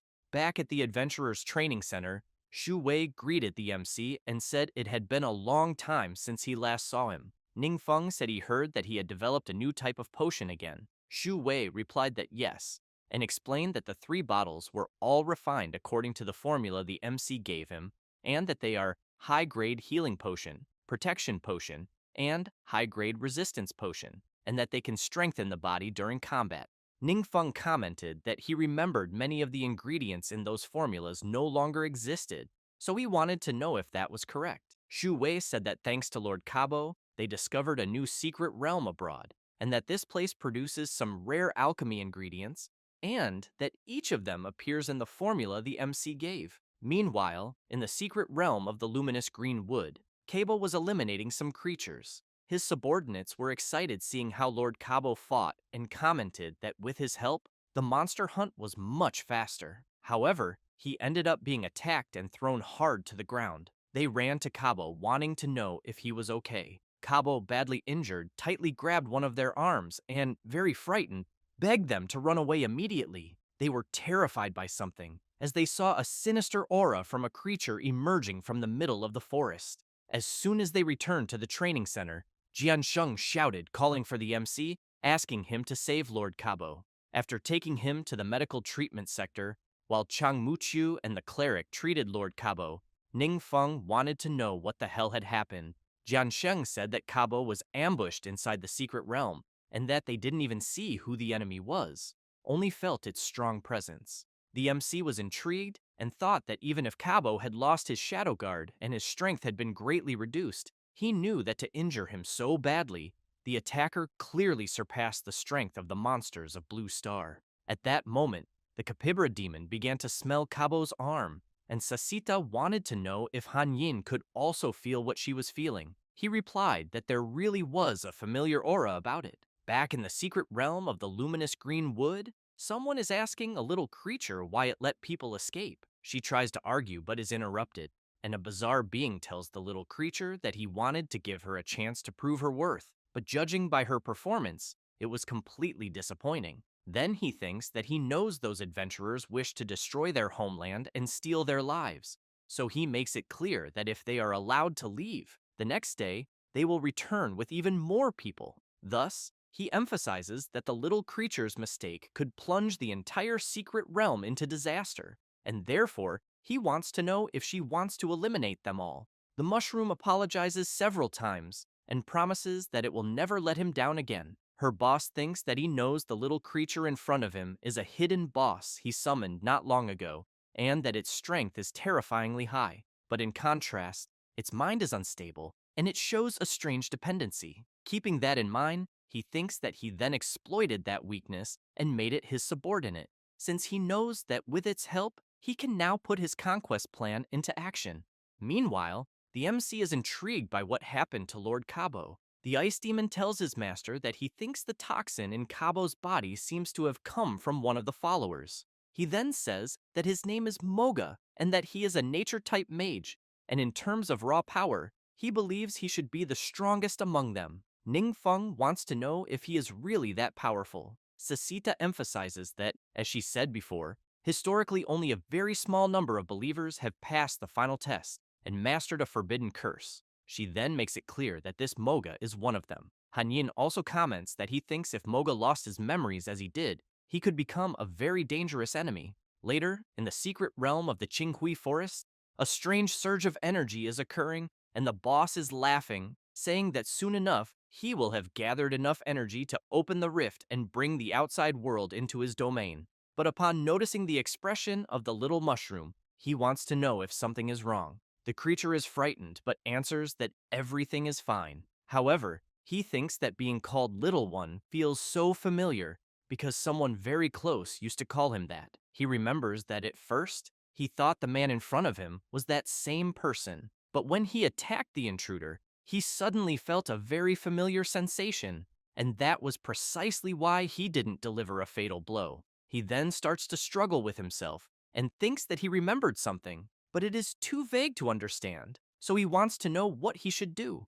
At that moment, the surge of energy begins to grow even stronger. The boss becomes excited and says that the entrance has finally opened. Then he tells the little mushroom that everything depends on him. Meanwhile, the MC, accompanied by Jian Sheng, arrives at the secret realm of the Qinghui forest. Cabo's disciple wants to know what is happening there. An adventurer says he can't explain it. So, he points forward and emphasizes that in the direction he is showing, the secret realm has caused an invasion covering a large area, but the monsters inside do not appear in large numbers. He then explains that they evacuated the residents of the area and that there were almost no casualties, but the enemy is not making any moves, which has made them very worried. Jiansheng calls the MC and asks if it's possible that the monsters in the secret realm are gathering their strength for a large-scale attack. The ice demon hears this and tells his master that he thinks there may be another reason. Meanwhile, deep in the forest, some monsters are being gathered. The boss calls the little mushroom and tells him not to keep hiding because he is supposed to lead the attack. Trembling, he says that he is scared and wants to know if his boss can go with him. Moga becomes angry and makes it clear that he already told him to go and that he should stop complaining and acting like a fool. However, he feels something strange and says that the trees are sending a message. Then, he becomes alarmed and shouts that apparently there are enemies nearby. The boss becomes concerned and thinks that it seems the enemies are advancing very quickly and fears he might not be a match for them. So, he opens a portal, and the little mushroom immediately wants to know where his boss is going. He tells his little creature to deal with the enemies and makes it clear that if he fails, he must never return. The little mushroom becomes even more terrified and screams, begging his boss not to leave him behind. Then he jumps into the portal, but it doesn't take long before the boss grabs him by the leg, pulls him out of the portal, throws him out, and quickly closes the rift. The little creature keeps screaming, pleading for his boss not to leave him there alone. And then he starts to remember the past, when he attacked his former master, when the same thing happened. However, he stopped, and as soon as he turned around, he stared at the little creature, who at that time was trembling in fear. His boss wanted to know why he was being attacked. The little mushroom, very scared, said that he thought the man was there to capture him and that he didn't know why. But everyone who saw him always wanted to take him away. The master laughed and emphasized that a small creature like him is indeed a very rare material or food. However, he made it clear that his talent for magic was extraordinary, so he wanted to know if the little mushroom wanted to accompany him. At that time, when the omnipotent god showed Sesita and Hanyin, they wanted to know if that was the little creature their lord had mentioned before. He smiled and made it clear that his talent and determination completely exceeded his expectations, and that he even completed the test very quickly, rising from level to level from a lower world. Sasita became intrigued by something and wanted to know why he seemed so shy. The omnipotent god of magic explained that when he wasn't around, many tried to attack him, so that's why he was cautious. Hanyin, after observing the little creature, commented that he really looked delicious, which immediately made him shiver in fear. However, Sasita instantly landed a flying kick to the ice demon's face and told him to shut up. Then she extended her hand, called the little creature, and told him not to mind the blue-skinned bastard, because from that moment on, he could live with her. As time passed, the little creature gained knowledge from Sasita's books and soon evolved very quickly. Sasita, impressed, said that the little creature's talent was truly remarkable since he had surpassed yet another trial. Until one day, the omnipotent god of magic noticed something and wanted to know if the little creature wanted to tell him anything. The little mushroom wanted to know if upon ascending to the divine realm, he could stop fighting because in truth, he didn't like going into battle at all and only trained to become stronger in order to protect himself. He then emphasized that he had been thinking that if he could stay in the divine realm forever, he wouldn't have to suffer so much. The omnipotent god of magic smiled and promised that when the little creature entered the divine realm, he could do whatever he wanted. Thus, it didn't take long for the omnipotent god of magic to tell the little creature that he had completed the highest trial and that he was welcome to the divine realm. The mushroom was very happy to know that he had finally made it, until one day, while cultivating some plants, the omnipotent god approached him, called him, and asked if he could count on his help to go to another world and find a certain treasure. The mushroom wanted to know if the omnipotent god was going to leave him. He smiled and emphasized that it was mainly because he couldn't leave at that moment and could only count on him. The little creature replied that he understood and would return as soon as possible. Thus, after learning where he had to go, he arrived in a completely frozen kingdom, and at the top of a mountain, after searching for some time, the little creature finally found what his master had asked for. Looking at an icy flower, he knew he had to hurry and return, until he felt something strange and terrified, wanted to know why his connection to the divine realm had been cut off. Then, desperate, he began to shout, begging his lord not to abandon him there, until, after some time, in a certain place, a human was preaching that the omnipotent god of magic was an evil faith that had already been purged by 11 gods, and from that moment on, anyone who still worshipped the omnipotent god of magic would be considered an unforgivable heretic. Meanwhile, someone was lurking, listening to all of this, and quickly began to move. It was the little creature, who, very confused, thought that if it was like this everywhere, then he wanted to know what the hell was happening. Then he noticed an attack rapidly approaching and activated his magic barrier, blocking the strike. But a massive explosion occurred at the site, and someone started shouting that they had found a fool siding with the evil god. The mushroom said that he recognized the creature in front of him and knew that he was one of the followers of the Battle Lord Blood Frenzy, but wanted to know why he was attacking him. The executioner told the little creature to stop pretending to be bothered because he knew that the evil god he worshipped had been defeated, and therefore wanted to know if he had managed to escape. The mushroom wonders if what he heard was true, that his master was attacked by other deities. The executioner doesn't care, and, while preparing his attack, shouts that he would have never thought the evil god actually took care of such a rare magical creature, but he thinks that if he sliced it into pieces and roasted it, the taste would certainly be delicious. However, as soon as he says that, he becomes very surprised because he sees the little creature before him releasing an incredible power and demanding that he tell everything clearly. Then the mushroom launches his attack, and the executioner tries to block the powerful strike, but it is too strong and hits him directly. He then thinks that the evil god was truly capable of creating such a powerful divine servant, and that if the little creature were in the divine realm, its combat power would be even greater. But he questions why it didn't appear during the War of the Gods. Moga uses his ability, and several energized vines burst out of the ground, quickly restraining the executioner. The mushroom, furious, demands that he tell him where his lord is. The executioner laughs and says that he was gravely wounded by several gods working together and probably died somewhere. He then asks if Moga is sure he wants to know more. He releases a powerful spell and shouts that he just summoned his god and believes that he will be more than willing to answer all his questions.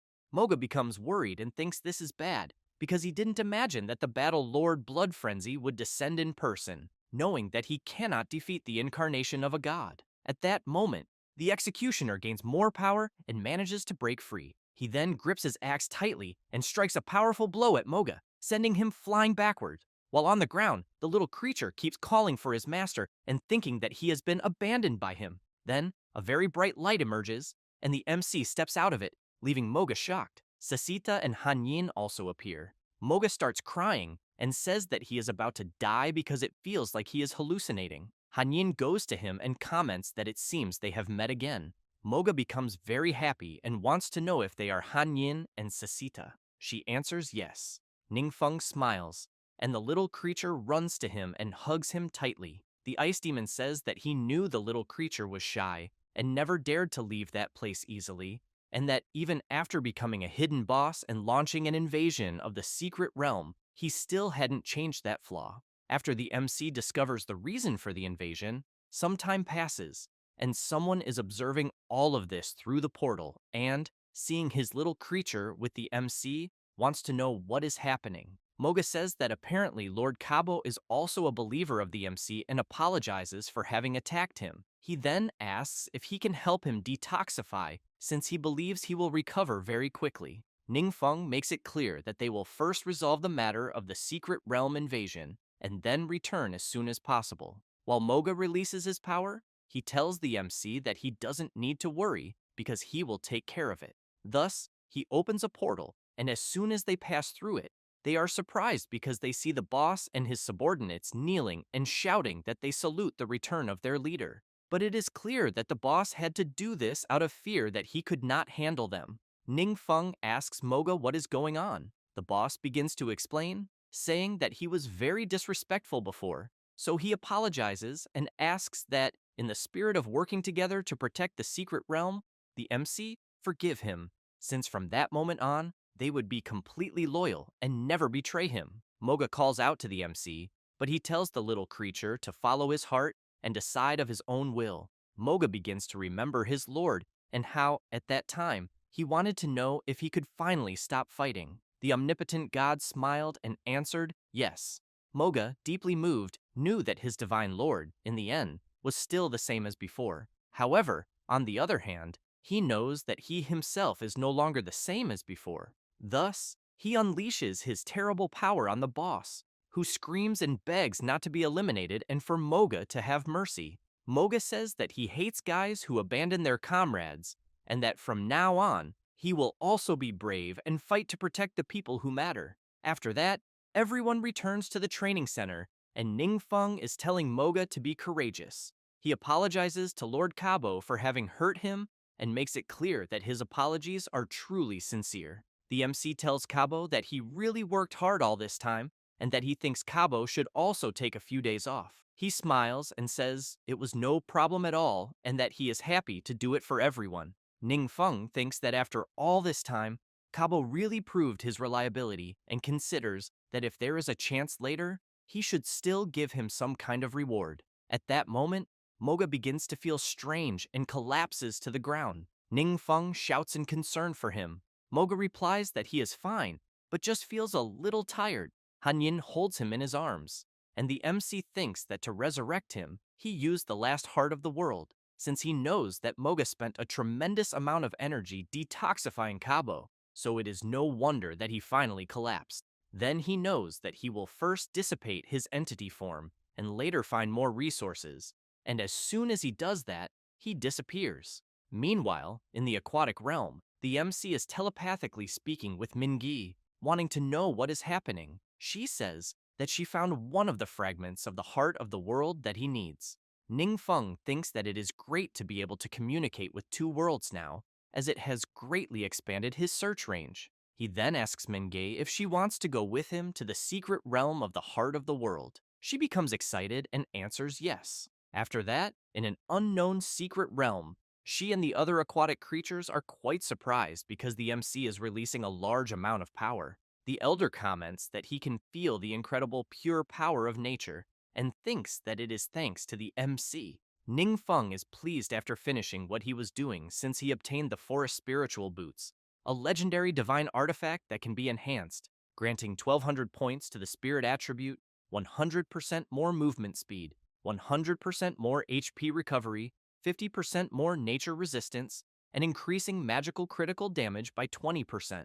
The equipment has no durability, and the item has a 20% chance to apply a paralysis effect, in addition to ignoring complex terrain when moving through forest areas, also containing attached spells, such as Wall of Thorns, Giant Swamp Mosquito, Vitality Infusion, and Mark of Nature. Moga's soul also does not dissipate thanks to the protection of divine power, and instead becomes bound to the boots. Meanwhile, someone is watching what the MC is doing and doesn't like it at all. Then he smiles and thinks that the MC is a very arrogant mage, but apparently seems completely defenseless. Thus, he quickly rushes toward him, and as he approaches, he shouts that the MC is a wonderful meal. Then, he opens his huge mouth with sharp teeth and prepares to bite, but the MC, without much effort, lands a punch right in the middle of his face, applying the effects of freezing, paralysis, and body weakening. The vampire is thrown hard to the ground and becomes very confused as he feels his body suffering from several effects at once.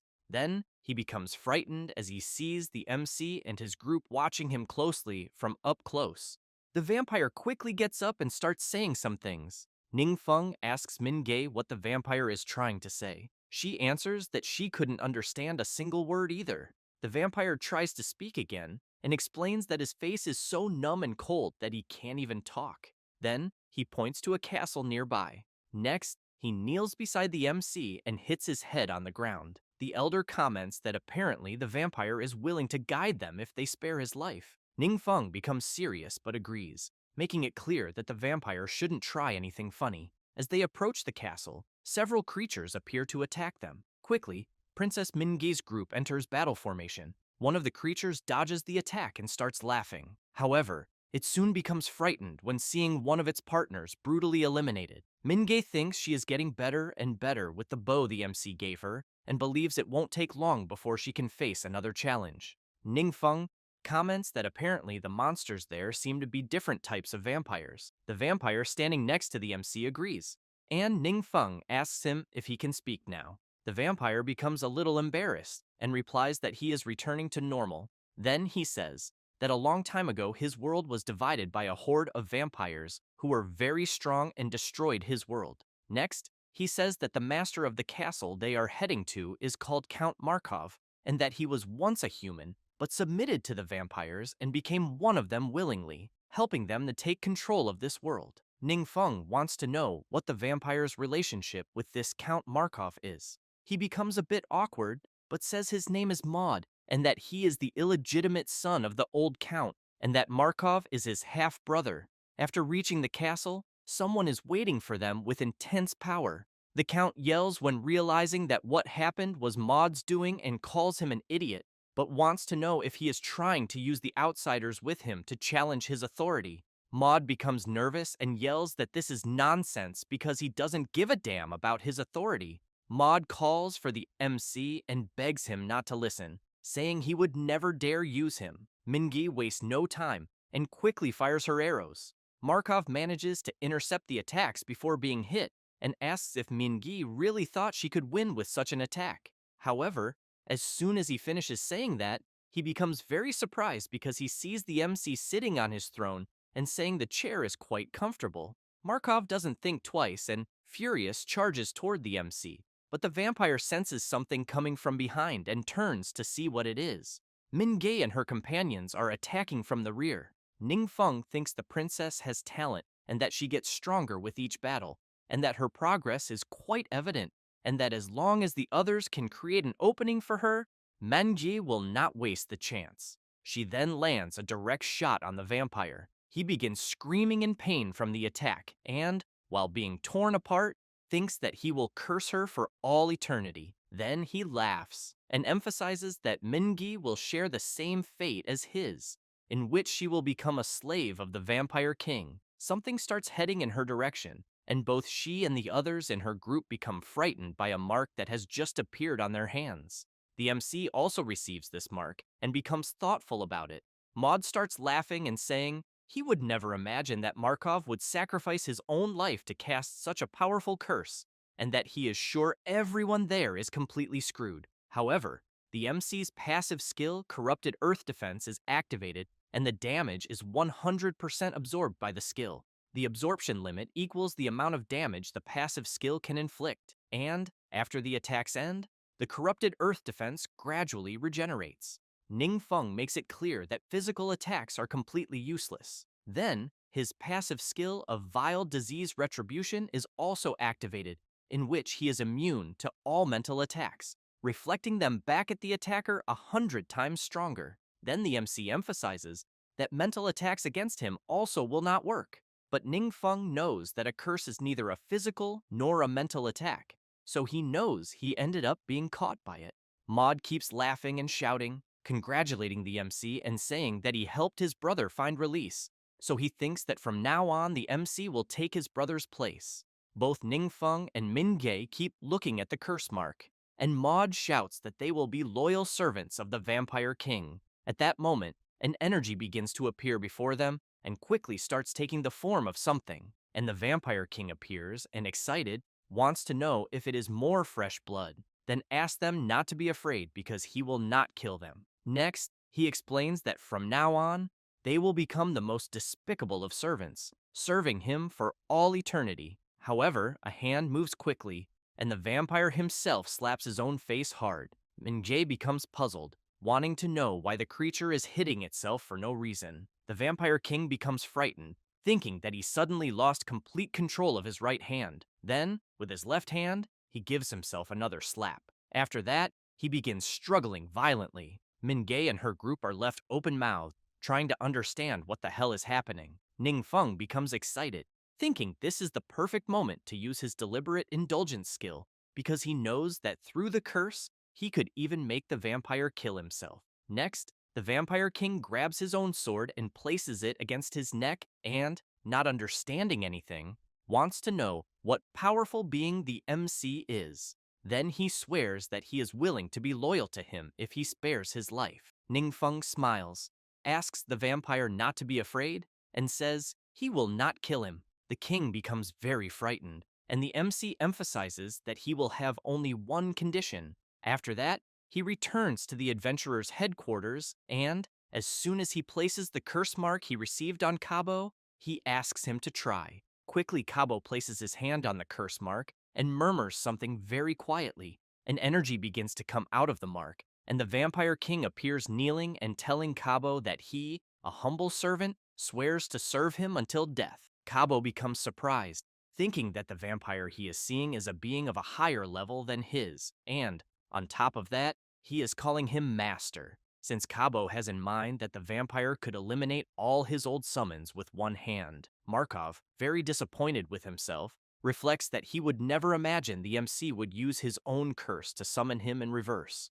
But he knows it is not as if he had a choice, since any of those guys he saw were much stronger. Ning Feng, while holding the Capybara demon, says that Markov is devouring Cabo's summons slowly, and therefore thought it was fair to give him a replacement for them, but emphasizes that it is a pity because the summon does not last long, and Cabo can only use it in critical moments. Cabo immediately begins crying with joy and shouts his thanks to the MC, saying he swears lifelong loyalty to him. Markov, a little embarrassed and with no alternatives, comments that he will do the same. Next, Ning Feng thinks that clearing the secret vampire kingdom not only earned a fragment of the world's heart to help Mogakeri, but also obtained another remodeling key, since he has in mind that as long as he can find Han Yin's previous world, he believes he can help her recover. Besides, his level also reached 180, so he can make the 6th advancement. After that, the MC wastes no time and heads straight to the advancement temple. The system informs Ningfeng about the mission from the god of all elements, which is a prerequisite for the 6th progression, in which the requirements for completion are: enter the secret realm of the shadow-chasing mountains and obtain the mission item of the War Mage emblem, collect 20 conversion crystal essences, collect 300 spectral plate fragments, and collect 300 Warbeast fangs. The time limit will be 50 days, and the mission difficulty will be rank S. The MC starts wondering where this realm is. Then the system informs him that it is searching for related secret realms. But as soon as the system shows which realm it will be, Ningfeng becomes very worried because he knows that the designated secret realm is controlled by other gods and was transformed into the time-devouring abyss mode. And he also knows that classes of the mage type cannot enter. Ningfeng wastes no time and goes straight to the place where the portal to the realm needed for the mission is. And Sasita comments that there is a way to remove the special rules of the secret realm as long as someone can successfully complete it and win the challenge. Then the curse can be removed. The MC thinks that, in other words, within 50 days, they must clear the highest difficulty level to break the curse and move on. Linghua wants to know if Ningfeng wants to clear the secret realm as soon as possible. He answers that he does. The old lady says she has an idea, although she is not sure if it will work. Then she explains that her 5-person team got stuck last time at the 3rd stage of the highest difficulty, but she thinks that this time, with the new potions and divine artifact equipment from President Wang, the highest difficulty will not be a problem. However, she says she still remembers the disastrous defeat from her first entry into this secret realm, because if even the least difficult mode was complicated, then she thinks the current formation of her group probably would not stand a chance against the creatures in the highest difficulty. Ningfeng sees that Linghua is right and that, based on their current win rate, the tactical calculation can roughly estimate the outcome. The old lady, a little embarrassed, says she was thinking of stepping aside and letting someone take her place. The MC is surprised by her suggestion, but wants to know whom she is thinking of calling instead. Linghua says that Chang Muqiu's achievements and abilities are quite unique, and that she can increase the luck attribute of her teammates. And that is precisely why she accepted her as her disciple and has been training her intensively. Ningfeng keeps in mind that he helped Chang Muqiu unlock some trial achievements before, but they lost contact for a while, and she went to President Linghua's team. The old lady emphasizes that everyone there knows that luck is the only attribute that tactical calculation cannot quantify, and that is why she thinks Chang Muqiu may bring some unexpected surprises. Ningfeng says that he fully agrees with President Linghua's idea, which leaves Chang Muqiu very surprised.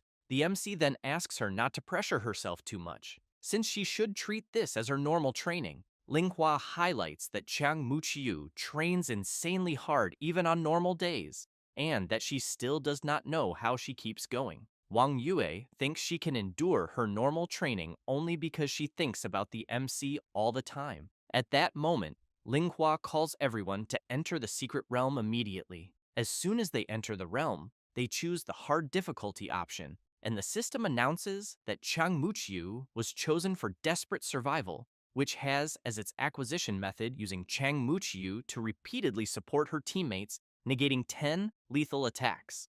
The equipment's effect is that when her HP or her teammates' HP drops below 20%, the activation rate of luck-type effects is doubled. As soon as Duan drops to 20% of his HP, he immediately comes under the effect of the ability, and at that moment, a creature charges at him with everything it has. The creature tries in every possible way to land a hit on him, but due to the doubled luck factor, he easily dodges all the attacks. Then he prepares his powerful counterattack and delivers a direct punch to his opponent. Duan keeps in mind that letting his HP drop to 20% increases the risk, but also greatly increases the activation of luck-based effects, being a high-risk, high-reward playstyle. And on the other hand, it is far more exciting. Wang Yue fires her powerful arrow attack, hitting the enemies directly. Then she looks at Chang Muqiu, who is focused and thinks that her progress is impressive, and that it is no surprise she is a top talent personally trained by President Ling Hua. Meanwhile, outside the secret realm, the MC is waiting for the results together with the old lady. Then, he notices divine power being drained again and thinks that apparently they still haven't managed to repair it. After some time, everyone exits the realm. Ling Hua asks President Ying Zhen how he is feeling. He replies that honestly, he has never fought for his life on such a narrow line. Wang Yue emphasizes that it may be unpredictable, but she feels they will have a real chance of succeeding, because if luck is on their side and the first phases go well, the chances of victory later will increase even more. The old lady comments that she thinks there is still room to optimize their teamwork. Meanwhile, in the realm of the dwelling of the dead, Requiem of Souls is talking with Morningstar, who immediately wants to know what is wrong. He says that the secret realm he placed on the blue star has just begun absorbing divine power again, which means that the all-powerful mage god still has not found a solution. Then, he becomes excited and shouts, asking the other gods why they do not use his method as well and add a few more time-devouring abysses to the blue star. Because with that, without lifting a finger, all the divine power of the all-powerful god of magic will become theirs. He says this and laughs frenetically. Both gods become thoughtful about it. Then, Requiem does something, and, while using his power, the other gods immediately want to know what is happening. After that, inside the secret realm, Wang Yue is hiding behind a stone. She observes a creature channeling its power from afar. However, the creature senses Wang Yue's presence and quickly attacks. The blonde becomes frightened upon seeing the attacks coming toward her and must run quickly to avoid being hit. Then she goes to another stone and, with her HP extremely low, keeps in mind that everyone else sacrificed themselves to protect her. But she knows that after all the attempts they had, they finally left the boss with critical HP. So she concludes that if she cannot win now, she is sure she will never have such a good chance again. Thus, she thinks it will be all or nothing. Then she runs out from behind the stone and charges straight at the boss, since she has the lightning trail ability activated, which can mark an enemy to track its movements. She keeps running, but upon seeing more attacks coming her way, she jumps to the side to dodge them. Then she fires her arrows upward, thinking that the boss should not assume she cannot counterattack. Wang Yue's attack changes trajectory and goes straight toward the boss, who, unable to defend itself, is brutally struck and eliminated due to its very low HP. Outside the realm, divine power immediately returns to the MC, and he immediately feels that the divine power he had lost has returned and seems even stronger than before. Meanwhile, in the secret realm of the dwelling of the dead, Requiem of Souls falls to his knees on the ground, and the other gods want to know what is happening. He replies that his divine power is being drained.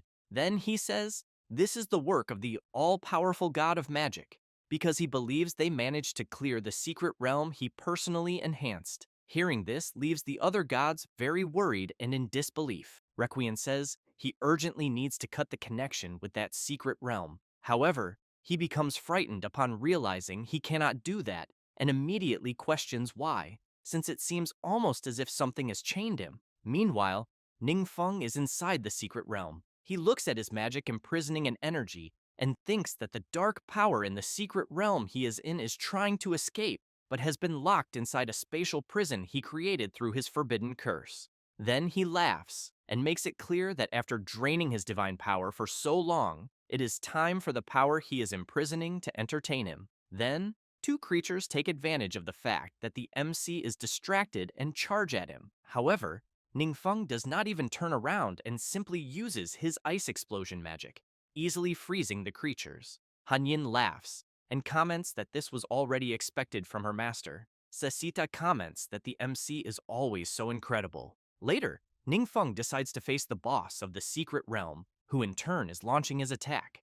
But the MC, without much difficulty, blocks the boss's attack with a powerful barrier. Then, with a sinister look, he says it would be a pity to destroy the secret realm, and therefore considers that maybe it would be better not to use a forbidden curse. He then unleashes an ice attack that hits the boss directly and eliminates him without many problems. And quickly, the system informs that the MC obtained the War Mage emblem which when consumed will permanently give him 5 more points in the strength and agility attributes and 8 more points in the spirit attribute permanently. Then, Ningfeng senses more divine power flowing into his body and thinks that before the gods were draining him, now it is his turn to drain them. Thus, overflowing with power throughout his body, he thinks this is a very pleasant surprise. Back in the realm of the dwelling of the dead, the goddess Morningstar wants to know if Requiem is all right. While observing the MC, he replies that he thinks he is fine for the moment, but knows that a secret realm like the one he is seeing is a high-risk gamble where there are winners and losers. And, remembering the past, he says that when he wins, he can claim the divine power of his opponent, but when he loses, he must repay it double. The problem is that he never imagined that a lower world could actually conquer a high-level secret realm. The worst part is that even after paying the price, the gamble is still not over, and instead has turned into his unilateral subjugation. Then he becomes nervous, and, while having his power drained again, calls the all-powerful god of magic a bastard. The other gods think that luckily they did not establish a secret realm on the blue star. Otherwise, they would have ended up the same as Requiem, who in turn shouts asking the other gods for help. Meanwhile, Ningfeng is observing some adventurers at the entrance of the secret realm and thinks that after completing his 6th advancement, his understanding of the universe has deepened once again, and that he can feel the enemy god trapped by the forbidden spatial curse, unable to break his connection with the secret realm. He also knows that as long as the other adventurers successfully complete it each time, he can continue absorbing that god's divine power. However, he thinks it is a pity because after each completion there is a 7-day wait to enter again. Otherwise, he thinks he could simply do a speed run. So he knows he can leave things there for now and see what has changed in the other worlds. Then, he becomes very surprised by what he is seeing. Later, in the aquatic secret realm, Princess Mingye is shouting to her people that they held a public trial for the criminals who instigated the war they had. Then the guards begin bringing the prisoners, and Ningfeng, watching everything through his ability, thinks that the prisoners are subordinates of the prince he defeated. Back in the kingdom, the residents are furious with the prisoners until the elder shouts, asking one of the prisoners how, as commander of his army, he planned and executed the invasion of his nation. The commander in question says that he is afraid he does not understand what the old man is saying. Then he says that it is common knowledge that the old man's nation ignores divine teachings and shelters heretics. So he makes it clear that they are only following the guidance of their god, carrying out a purge of those heretics. He also says that the elder calling this an invasion is a serious slander. Mengay becomes worried and thinks that they clearly confessed when they were captured, so she wants to know why they suddenly changed their minds. At that moment, the elder becomes nervous and shouts, asking another prisoner whether in the city of Hengjiao he did or did not give the order to massacre civilians. The prisoner replies that he could not distinguish between soldiers and civilians since everyone was resisting, and in the name of self-preservation, he simply took the necessary action. The residents become furious upon hearing such a statement and shout that all of this is nothing but sophistry and that all the prisoners should be killed. One of them begins laughing and agrees with the people, then asks to be executed because he knows that dying in the holy war is to receive divine salvation. Both Mangay and the elder cannot believe what they are witnessing, and while looking at the prisoners, they can only see on their faces that they are quite confident and calm. As soon as she returns to the palace, Mangay, very furious, tells the elder that even if the prisoners refuse to confess, she thinks they can still proceed with the trial, but she has the feeling that it is not so simple. The elder agrees with her and emphasizes that given how utterly fearless they were, there must be another conspiracy at play. Mengay wonders what she should do, since she has in mind that if they proceed with the trial, they may be falling right into their trap. She also knows that public sentiment is enraged, and they cannot delay for long. At that moment, the princess's mother appears and calls her to follow, and as soon as she follows her mother, she becomes very surprised because she sees that the MC is there. Later, in the palace prison of the Aquatic Kingdom, one of the prisoners is asking his friend whether during the hearing he saw Queen Mengay's face. He laughs and comments that her expression was one of someone who was desperate, and that if she were one of his subjects, he thinks it would be completely humiliating. One of the guards hears the prisoners talking and shouts for them to shut up and stop disrespecting the queen. One of the prisoners wants to know if shouting is all the guard knows how to do, because if she has courage, she should eliminate them. The guard becomes even more furious with the prisoner's insolence. Later, the MC and the queen come down to the prison. The guard bows to Her Majesty, and Ning Feng stares at one of the prisoners, who cannot believe he is seeing the MC there, and immediately asks how the guard managed to call him. Not wanting to waste time, Ning Feng activates his deliberate indulgence ability, and the prisoner comes under the effect of the MC's forbidden curse. Ning Feng becomes serious and asks the prisoner what his conspiracy is. He says that after they were captured, the other followers of the dwelling of the dead prayed for them, and finally, not long ago, they received an answer from the Lord God. Then he says that the Lord God learned that they were attacking followers of the all-powerful God of magic and became furious. So he supported the war they started and recognized them as God's chosen heroes. The prisoner begins shouting that the Lord God also granted them his blessing, and that anyone who dares harm them will suffer divine retribution, condemned to live for all eternity under a terrible curse, and they will ascend to the divine realm and become divine servants of the Lord God. Ning Feng wants to know if the prisoner is really saying that he and his friends will become divine servants of the Lord God. Then, without much delay, he applies one of his abilities to the prisoner, who cannot understand what is happening. Mingi also cannot understand and immediately questions the MC. Ning Feng says that the power of an evil god is dormant inside the prisoners' bodies, being the true evil god, and that the moment they die, they will transform into terrible monsters. Min Gay becomes completely shocked, thinking that now everything makes sense since the prisoners were asking to be executed. The MC emphasizes that these monsters are quite powerful and points out that if Min Gay had not been prepared, she certainly would have suffered considerable losses. Then, Ning Feng thinks that thankfully, after completing his 6th advancement, his integration with the evil god's divinity reached 30%, since that allows him to detect and temporarily control this power. The queen becomes intrigued by something and asks the MC why the secret realm of the dwelling of the dead would use the power of an evil god, and whether they are not afraid of terrifying their own followers. Ning Feng says that he thinks this so-called god will put the blame on her, where they will say that it was Mingi's use of the power of an evil god that transformed them into monsters. Then he makes it clear that when that happens, even her own subjects will turn against her. However, he places his hand on the queen's shoulder and asks her not to worry because he is there. Then he gives a slight smile and says that the plan of this supposed god will not succeed.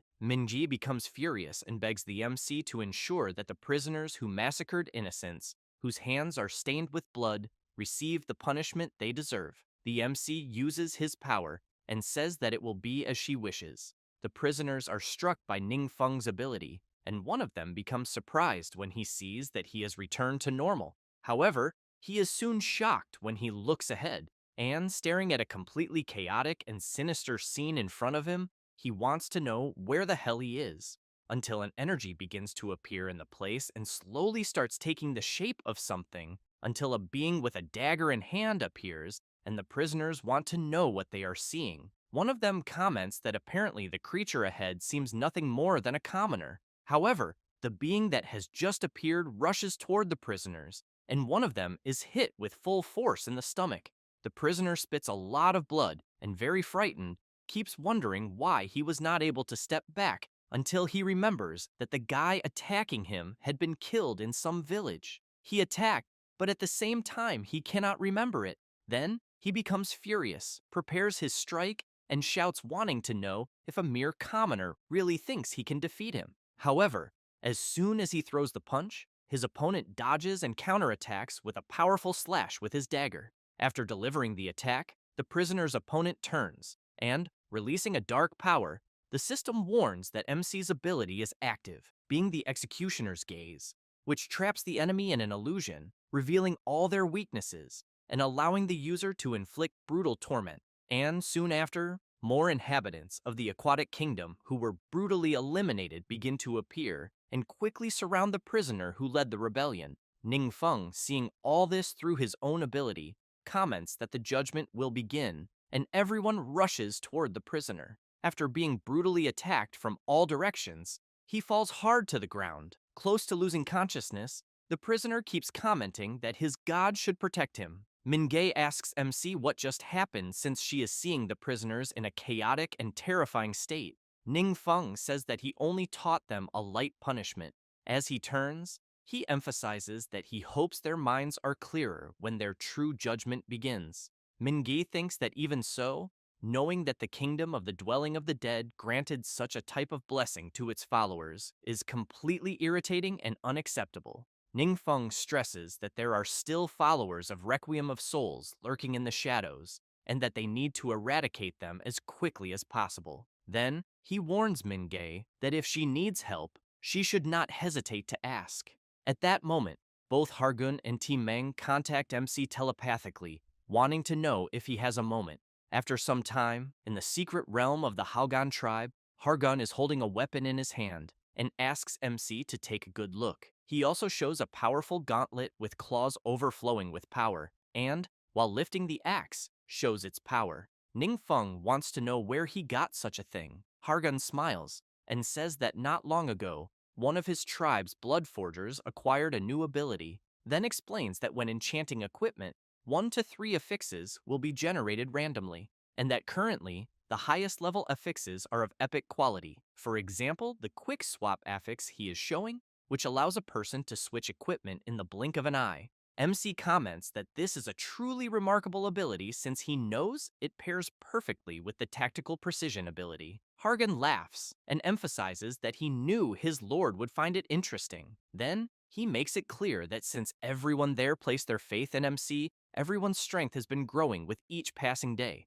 So he highlights that receiving MC's approval is their greatest honor. Ning-feng is pleased to know this and thinks that he imagines it must be a similar situation with T-Meng's tribe.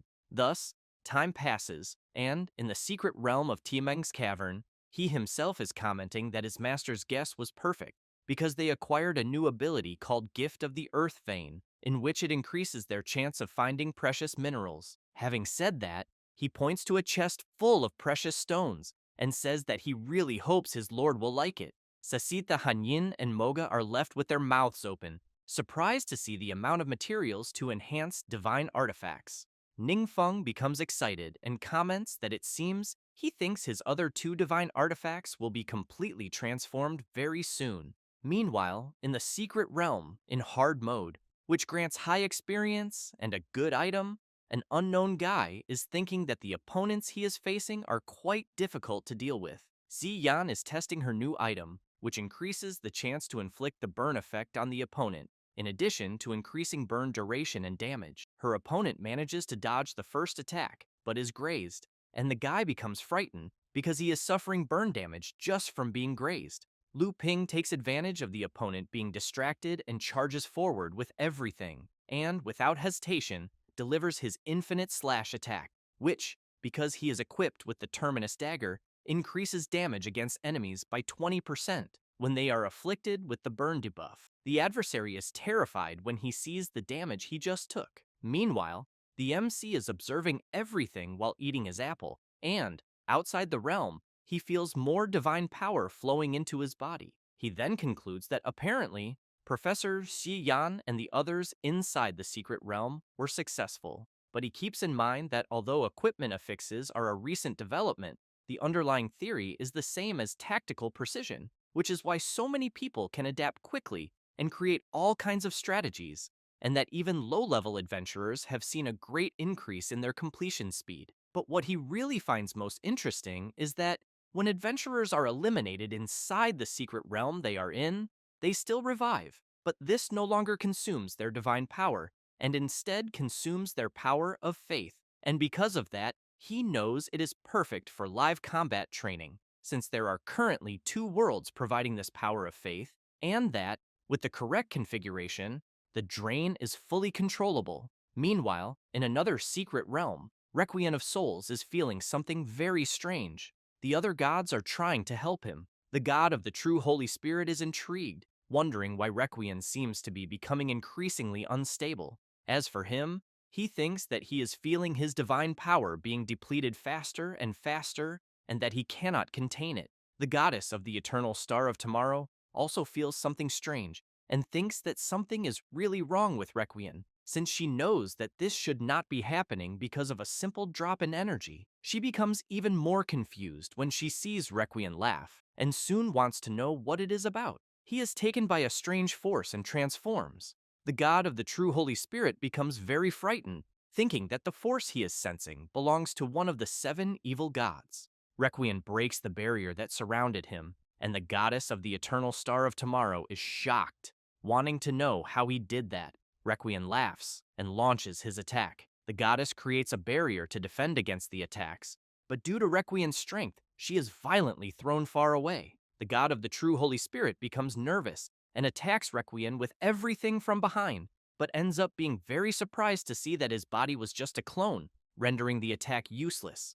The god of the true Holy Spirit turns around in shock and sees Requiem leaping into the air. The god of the abode of the dead launches his powerful attack, and the other gods try to protect themselves from the impact. The god of the true Holy Spirit asks the goddess of the eternal star of tomorrow if Requiem managed to absorb the divinity of ruin. She replies that yes, and that she fears the worst. Requiem looks at his hand and thinks that he still cannot fully control his body, since he knows that the realm he is in is not his, and that fighting 2 against 1 is a very great disadvantage. With that in mind, he leaves, which makes the other gods furious. Then, the god of the true Holy Spirit shouts, cursing Requiem, saying that as if one evil god were not enough, now another has appeared. The goddess of the eternal star of tomorrow comments that Requiem's divine power must have been exhausted, allowing the evil god of ruin to take control of his body. The god of the true Holy Spirit hears this and becomes very worried,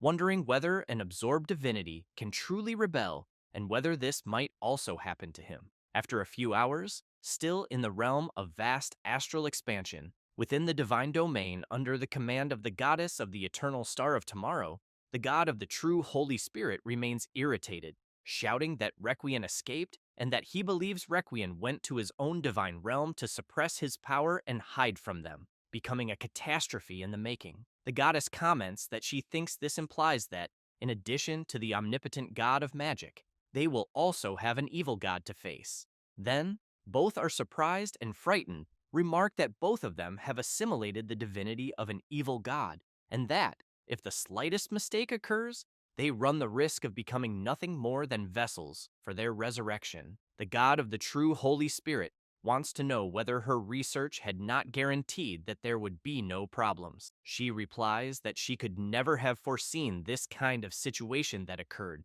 which makes the god of the true Holy Spirit even more furious. Then he turns around and says that he is leaving. The goddess thinks that Requiem was right because the god of the true Holy Spirit is merely impulsive, arrogant, and childish.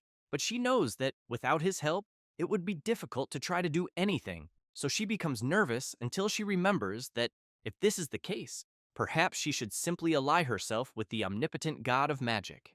Meanwhile, in the realm of the depths of the sea, Manje is astonished by something, as one of the royal guards is reporting that, for unknown reasons, the god of the abode of the dead suddenly abandoned that realm, and that his temples and trial realms fell into ruins overnight, and his most devout followers turned into monsters. Having said that, she also reports that chaos swallowed all the nations that worship the abode of the dead, and countless refugees are fleeing toward the palace borders, seeking asylum and begging for help. The princess's mother wants to know what her daughter intends to do. She replies that she has no intention of playing the role of the Sacred Heart because she thinks that if the civilians are innocent, they must accept them, but that, as for those who once supported the invasion against them, she believes they must all face judgment first. Later, in the submerged prison, one of the followers of the god Requiem is still being kept imprisoned until he wakes up and realizes that, apparently,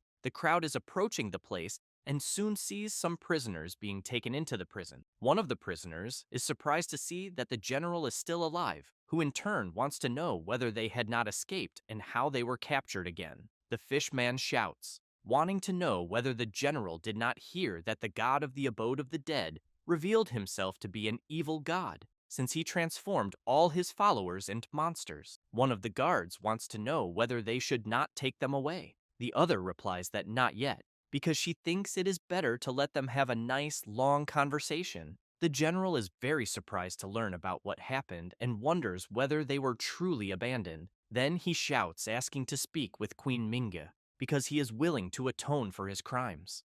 The guard remains silent for a brief moment until she replies to the general that it is too late. Ning Feng appears and says that he suppressed the power of darkness within the prisoners, and that, because of that, he thinks they will not turn into monsters again, since, at the moment, they are ready to obediently face judgment. Then, he feels something strange and wonders what is happening. Therefore, he goes to a window and sees that, apparently, his divine realm tower seems to have emerged even more, since he can feel something profound within that mist that is calling to him. Then, he activates his ability and aims at the divine realm of the abode of the dead, and ends up feeling something very strange. Meanwhile, Requiem is there in the realm, in conflict with himself. The other half, the evil god of ruin, laughs and tells Requiem to stop resisting. He, in turn, thinks that the loss of divine power created an opening, and those bastards of Mishang really took advantage of it.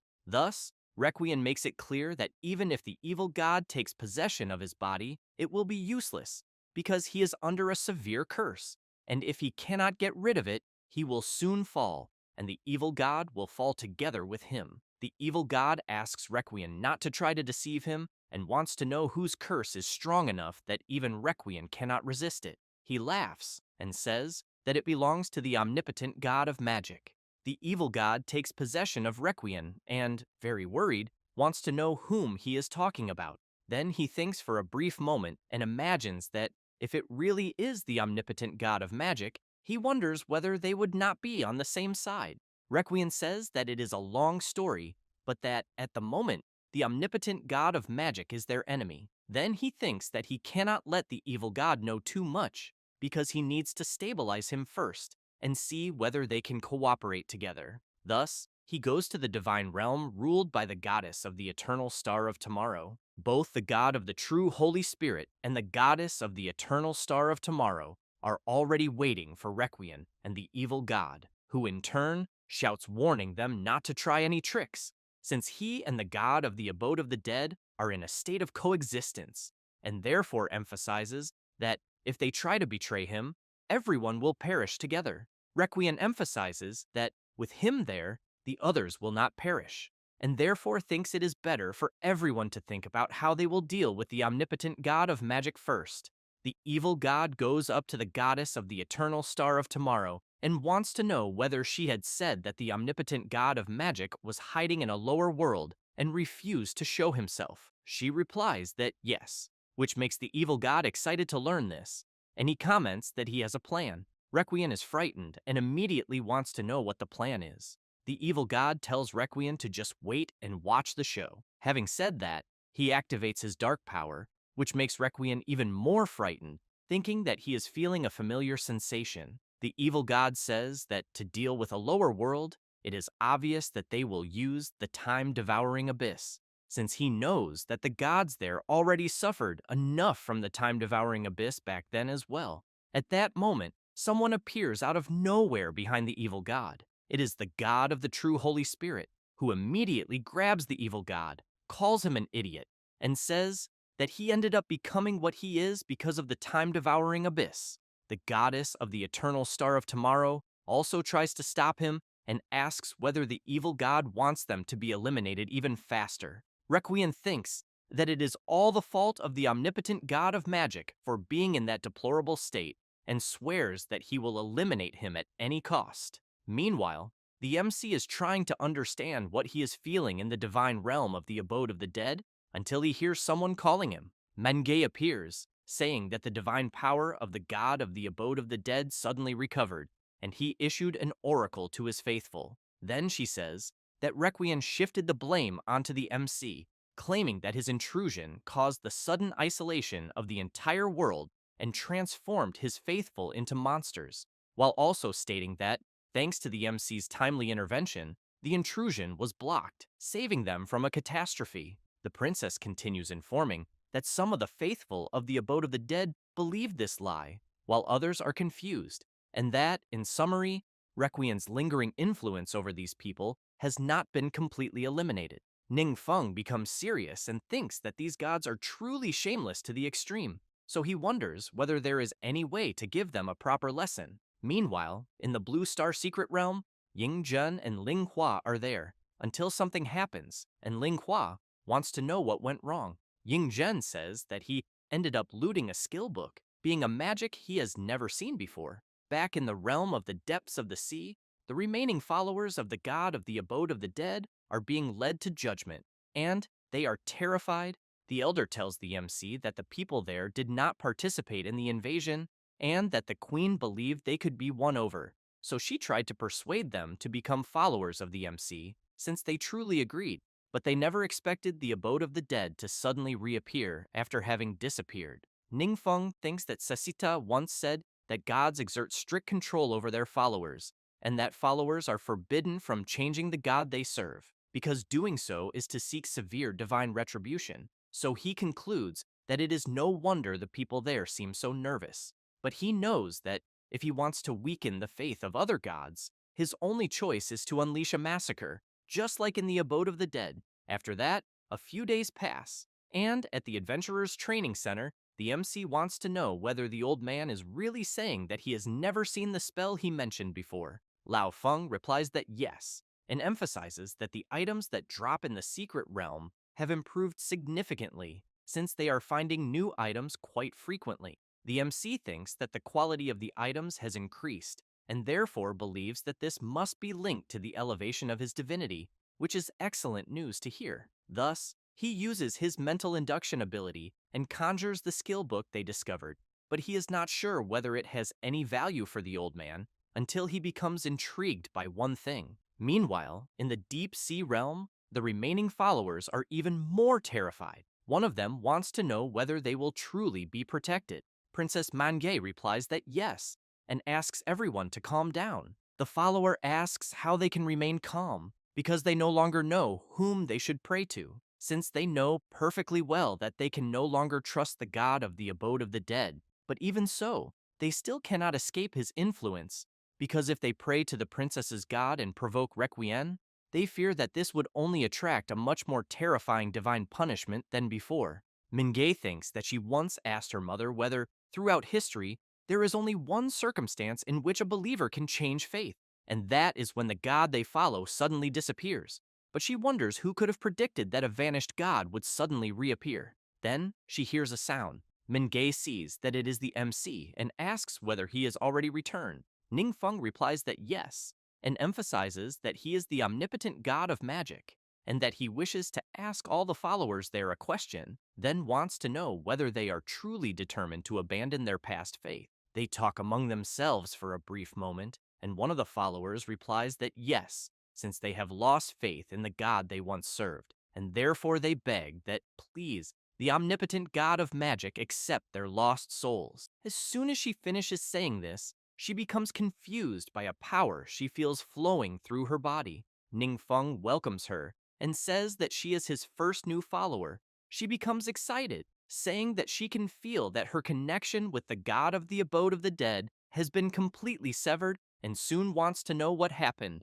The MC laughs and says that now that her bond with the god has been broken, she no longer needs to fear divine punishment. She becomes very grateful and emphasizes that all of them will be eternally grateful as well. Having said that, at that very moment, all of them bow to the MC and shout, saying that they accept his devotion. Ning Feng thinks that this new forbidden curse is proving to be very effective, since the ability he learned from the book he obtained is a passive ability called Blasphemous Faith of Forbidden Healing, and that whenever the MC converts followers of another divinity, he absorbs a portion of that god's divine power, and that the higher the rank of the converted follower, the greater the divine power absorbed. Thus, Ning Feng concludes that turning the followers of other gods into his own followers will not only paralyze that god's influence, but also drain his true strength. Then he reflects that, since the god of the abode of the dead is so interested in defaming his name, he concludes that he will be the first to suffer his wrath. In the divine realm governed by the goddess of the eternal star of tomorrow, Requiem feels something quite painful in his body. The goddess wants to know what happened now. He replies that his divine power is being depleted and that he thinks the situation seems even more serious than before. The goddess wants to know whether it could be something related to the blue star. Requiem replies that it is not and says that it originates from a completely different world, since he feels his followers diminishing, and that, with each lost soul, a portion of his divine power is forcibly drained. The God of the true Holy Spirit wants to know what exactly is happening. Requiem replies that he does not know, because his connection with that realm grows weaker every second. Then, he asks the goddess to contact the Supreme Lord of the Firmament immediately, because he also maintains followers in that world, and to tell him that, if he detects the slightest anomaly, he should completely destroy that world. At that moment, a system screen begins to appear for Requiem, and the system asks whether he wishes to initiate a divine war against the designated world. Requiem stares at the system, but thinks that, limited by the laws of the universe, a god cannot simply annihilate a world, particularly one that is under the protection of another divinity, and that, when two gods declare hostilities over a specific realm, that is where the divine war will be fought, and a god may choose to enter the fight personally or send his followers to fight in his place. However, he knows that whether it is the divinities themselves or high-ranking relatives who command, their power, when descending to a lower world, is strictly dictated by faith. In short, the greater the faith a god commands in that world, the greater his strength. Conversely, where faith is scarce, his power is severely diminished, and upon witnessing the number of followers the MC had already gained, he knew that he would not be able to defeat him. The God of the true Holy Spirit asks Requiem not to be hasty and to first explain against whom he intends to launch this divine war. Requiem, very disappointed, puts his hand to his face and replies that, to be honest, he does not know. The goddess of the eternal star of tomorrow becomes confused and asks him to be clearer. Requiem says that the few followers he has left reported that there is someone in that world operating under the name Shadow Commander, so he emphasizes that he assumed it was just an insignificant nobody and therefore did not pay much attention. Then he says that, as the gods there witnessed, he actually managed to initiate a divine war, which means that the opponent is truly a god, which leaves the goddess quite surprised to learn this.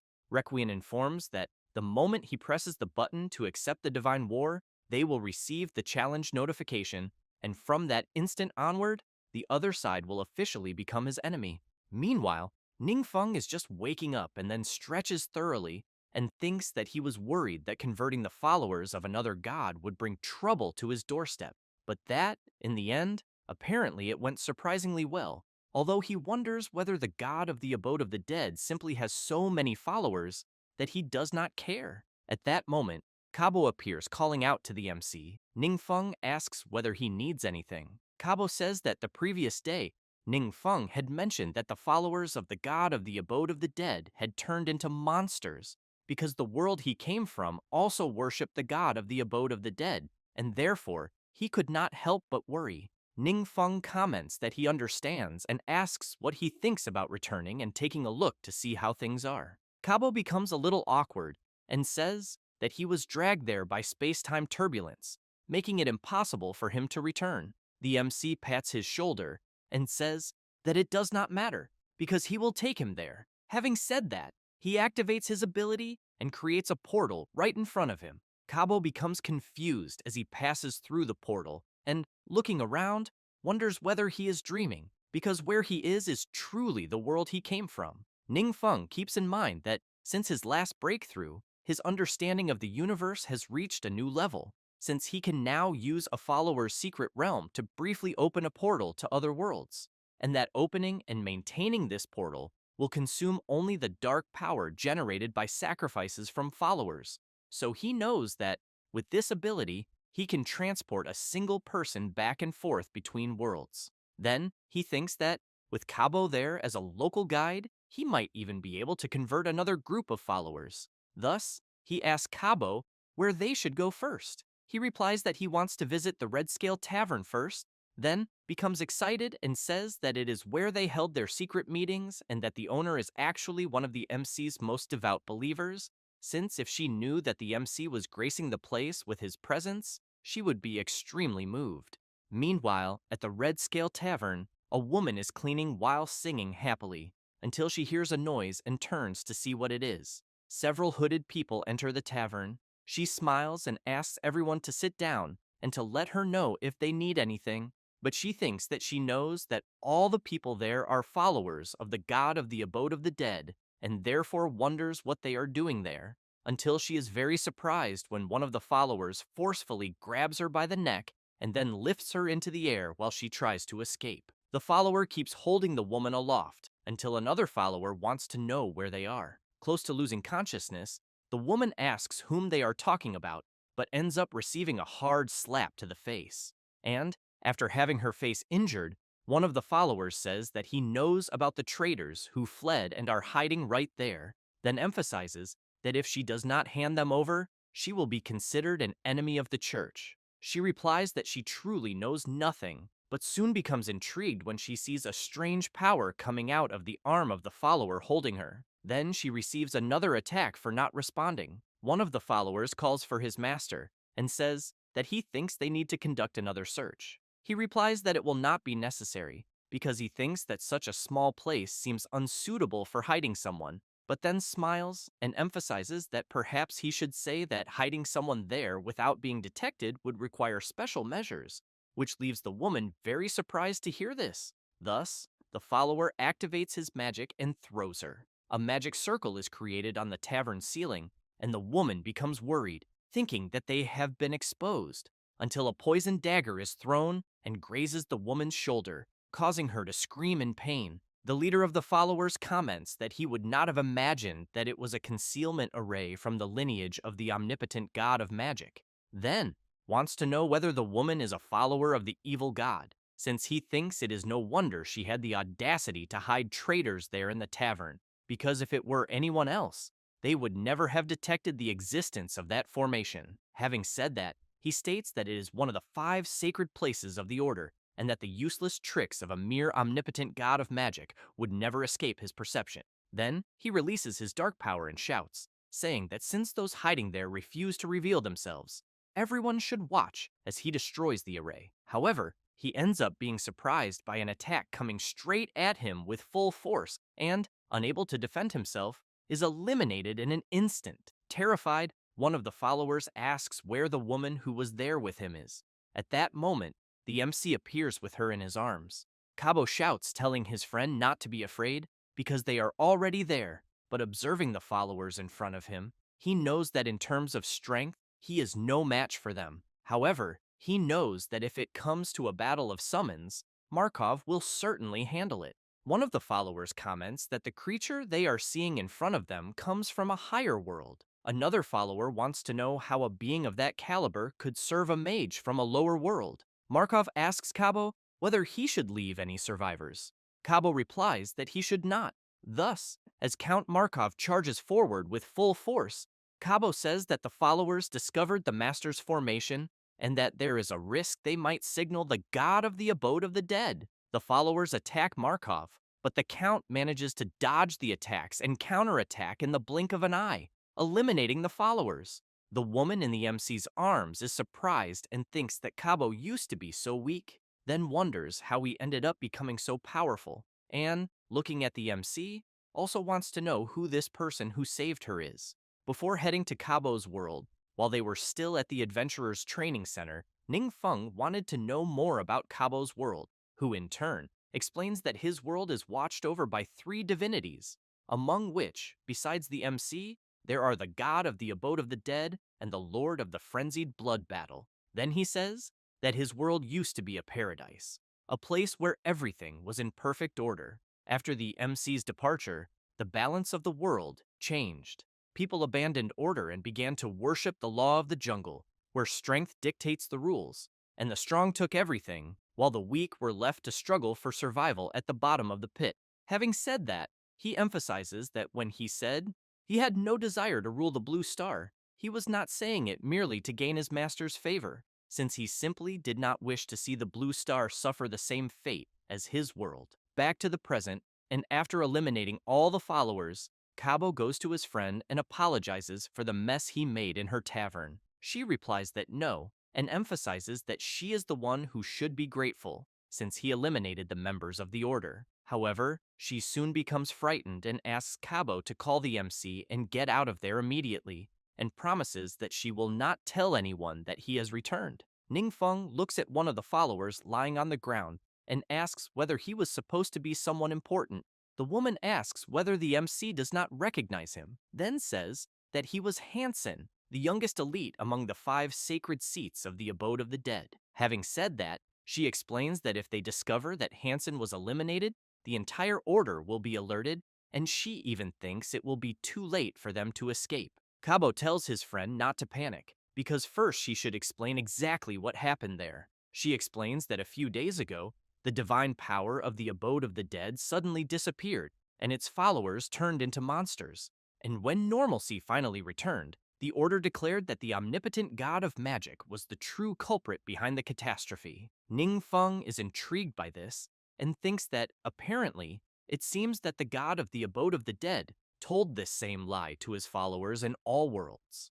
Kabo's friend continues saying that they allied themselves with the followers of the Lord of the Frenzied Blood Battle and initiated a massive hunt for anyone devoted to the omnipotent god of magic, and that anyone who refused to swear loyalty to the order was marked as a heretic. Then she shouts, saying that those people were completely innocent, but if they dared to harbor even the slightest doubt about the god of the abode of the dead, they would face the relentless persecution of the order. Kabo wants to know whether his friend was rescuing people. She replies that yes, but emphasizes that with so many seeking refuge lately, the order would certainly discover them eventually. Then she becomes nervous and says that if at least the omnipotent god of magic were still there, she is sure he would never let those villains get away like this. At that moment, Ningfeng looks at Kabo, who in turn tells his friend that the man before her is the omnipotent god of magic she always longed for. Ningfeng smiles and greets her.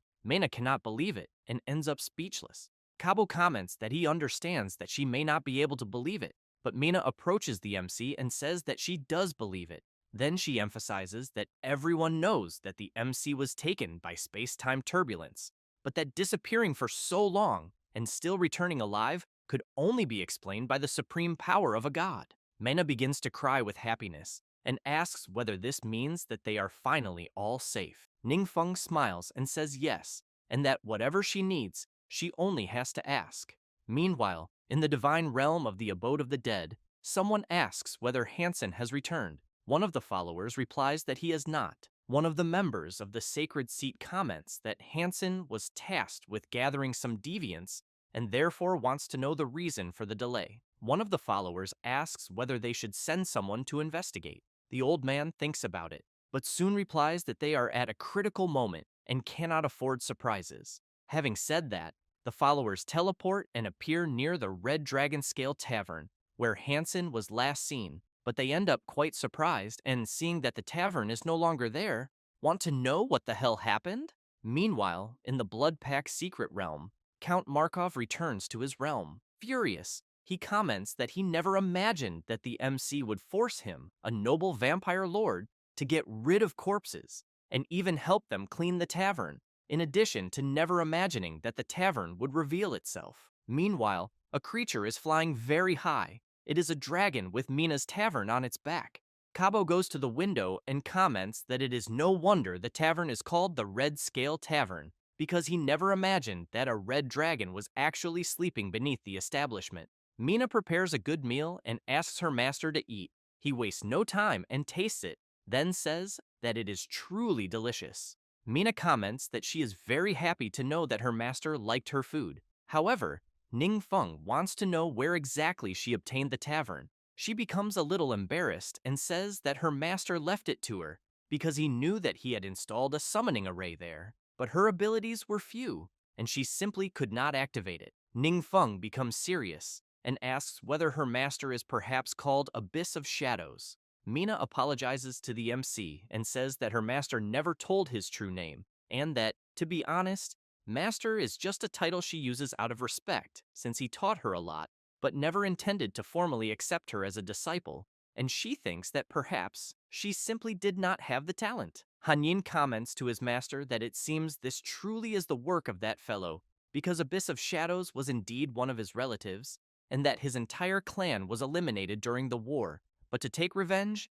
he decided to use forbidden Abyss magic. Then, Hanyin says that as Abyss of Shadows immersed himself too deeply in Abyss magic, his personality became distorted and he nearly lost all control. But that fortunately, he encountered the omnipotent god of magic, and during his accidental descent to the lower realm, that was the only thing that prevented him from completely succumbing to the darkness. However, Hanyin emphasizes that Abyss of Shadows possessed great aptitude, and by studying diligently alongside the omnipotent god of magic, he eventually mastered Abyss magic.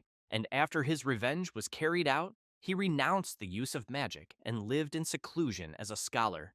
Ningfeng wants to know whether Abyss of Shadows was originally from this world. Hanyin replies that he is not entirely sure of that, because Abyss of Shadows rarely spoke about his past. Thus, the MC asks Mina where her master went. She replies that she does not know and says that one morning she woke up and her master had simply disappeared and that he did not leave a single message. Ningfeng becomes intrigued upon learning this and begins to reflect on the matter, but soon wants to know where they are going. Mina says that she is taking him to her secret fortress. It does not take long, and they soon arrive at a very sinister place. Ningfeng looks out the window and comments that he never expected to encounter so much space-time turbulence along the way. Kabo says that it was precisely this type of anomaly that dragged him away when he was on that mission. The MC turns and asks why they established a secret fortress in such a treacherous location.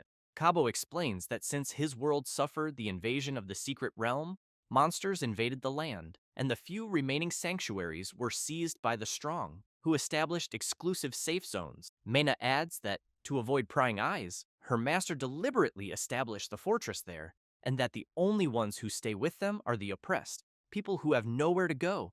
At that moment, Ningfeng hears a strange sound and soon wants to know what it is. Mena is surprised and replies that it is a sudden monster tide, and that a huge swarm of monsters is emerging from the space-time turbulence. The creatures begin to advance toward them. Mina says that the creatures they are seeing are flying monsters, and that they are notoriously difficult to deal with. Kabo asks his friend not to worry, because the omnipotent god of magic is there. Meanwhile, more and more creatures appear. However, at that moment, the dragon increases its speed, heading toward the creatures, and lets out a loud, piercing roar, which ends up frightening the flying monsters, causing them to quickly make way for the enormous dragon to pass freely. Minna is pleased to see that the monsters are truly trembling in fear. Kabo laughs and says that it turns out that, for monsters, the red dragon is also a terrifying powerhouse. Ningfeng thanks the dragon and says that he did an excellent job, which in turn makes the dragon very happy to see that he was praised by the omnipotent god of magic. After that, it doesn't take long before they arrive at the secret fortress.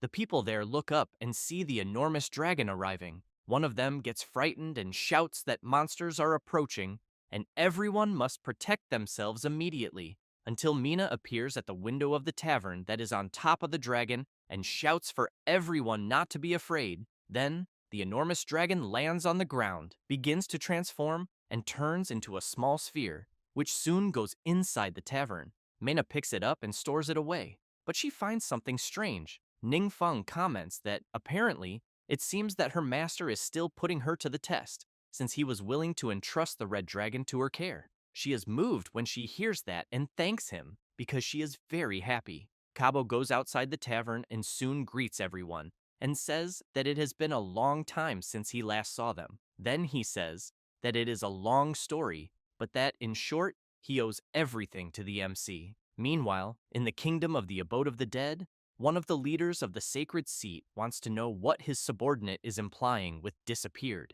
He reports that when they arrived, the Red Scale Tavern had already vanished, and that they even searched the area thoroughly, but did not find any trace of Lord Hansen. The leader emphasizes that Hansen is one of the 5 sacred seats of the order, and that he is among the few true powers of the kingdom. Yet apparently, his subordinate is saying that he and his men simply disappeared into thin air. Therefore, the leader orders them to investigate everyone connected to the Red Scale Tavern and, if necessary, interrogate anyone who has ever stepped inside it. But he stresses that if they refuse to cooperate, then they are heretics who worship the evil god, and his subordinate knows how to deal with them. One of the followers becomes somewhat reluctant about that.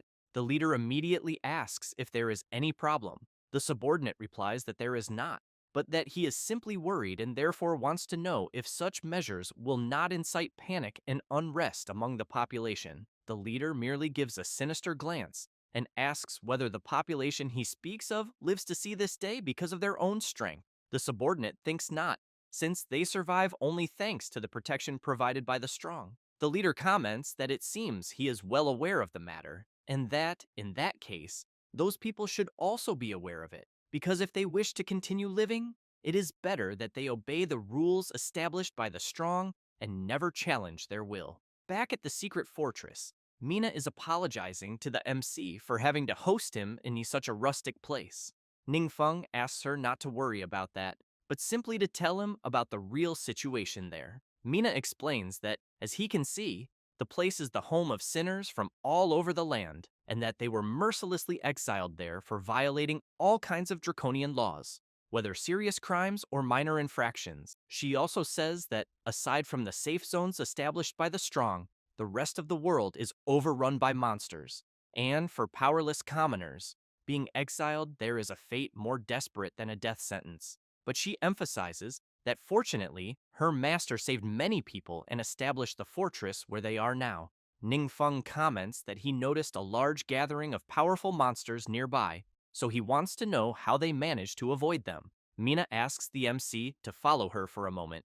Soon they arrive near a kind of rift energy. Mina explains that there is a rift, an entrance to the turbulence of space and time inside the fortress, and that somehow they can enter and leave it at will, and whenever they are attacked, they run and take refuge inside the rift. Then she says that it seems incredible, but the environment on the other side is exactly the same as where they are, and it is almost like looking into a mirror. However, she emphasizes that the entrance has been shrinking over the years, and therefore she fears that one day it might disappear completely. At that moment, the MC senses something coming from the rift. Then he hears someone telepathically calling him Lord God. The voice continues asking if the Divine Master Lord is there. Ningfeng asks if it is Ying Yuan. The voice replies that it is indeed his subordinate and that he never imagined he would have the chance to see him again. The MC asks what is happening to him and why he can only hear his voice but not see his form.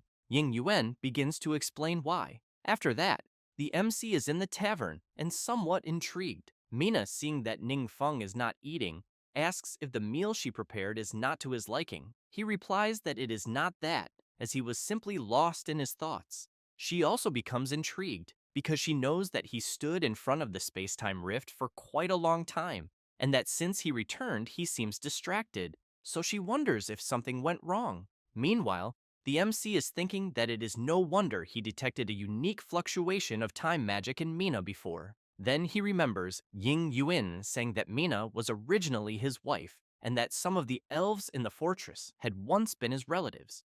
Ningfeng wanted to know what Ying Yuan meant by originally and once. He replies that he cannot explain it clearly, because it seems to be a form of temporal reversal that inexplicably sent him back to the past, but that he must not interfere much in this world, otherwise he risks dissipating. Ningfeng apologizes, saying that he completely lost his memories of the past and truly does not understand the situation he is talking about. Ying Yuan calls the MC Lord God once again and says that it does not matter and that for now he is trapped at the entrance of the turbulence of time and space and that it is the only thing preventing his consciousness from dissipating. But he begs the MC to investigate what exactly happened in his name and, most importantly, to take care of Mina for him.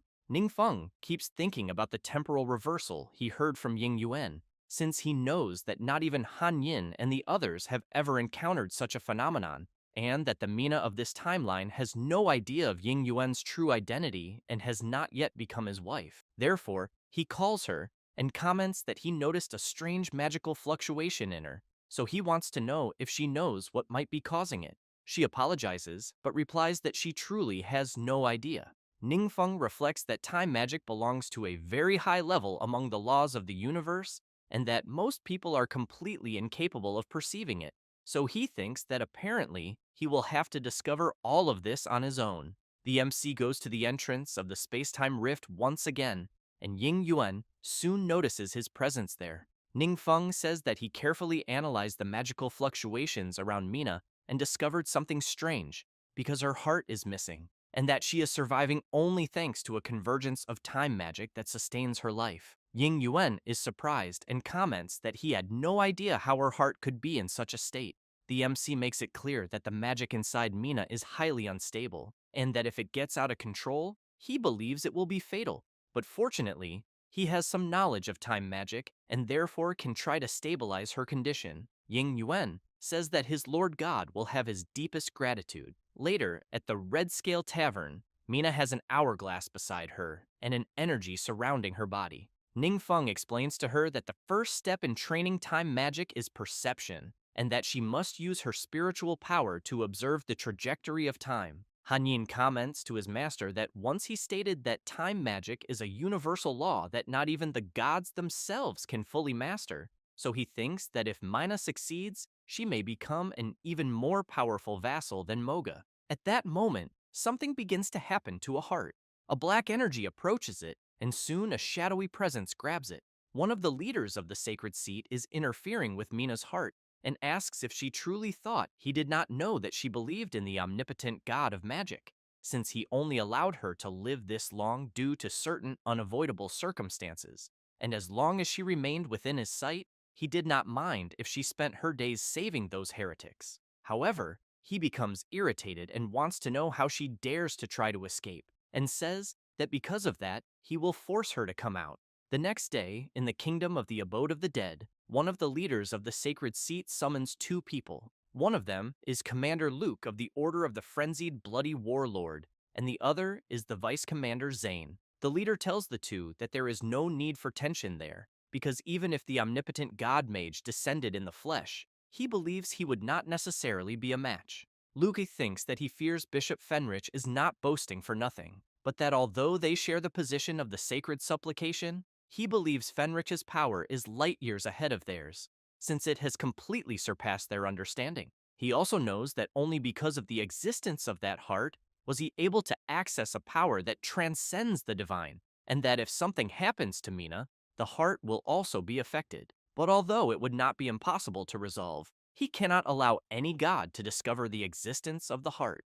Fenrich says that he requires their combined strength to capture Mina immediately and asks if they have any questions. Luke replies that the bishop has their full cooperation. Fenrich emphasizes that with 2 great orders and 11 sacred seats, they possess the most powerful force in that world, and that an insignificant Mina has no chance of turning the tables against them. Meanwhile, in the MC's kingdom, some creatures come out of the rift and attack Mina. She activates her power and strikes the creatures directly, freezing them in time before completely eliminating them. Cabo, seeing his friend training, is impressed when he realizes that she can actually stop time. He knows it was only for a brief moment, but in battle that is all it takes to determine life and death. Then he tells the MC that he never would have thought that after his hellish training regime, and with the help of his abyss magic, Mina's power would already surpass that of a sacred seat.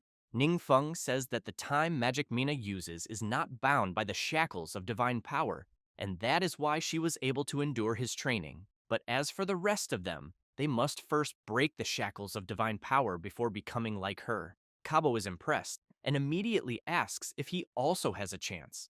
The MC replies that he does, and Cabo becomes very grateful. Then Mina calls the MC and says that she has already taken care of all the monsters. He says that she did very well, but that now he will close the turbulence of space and time. Saying that, he begins to seal it. However, a reaction occurs, and Ning Feng realizes that helping Mina with her special training has made his own mastery of time magic increasingly proficient, and he considers that perhaps he might be able to use that lost magical power. So he continues trying to understand it.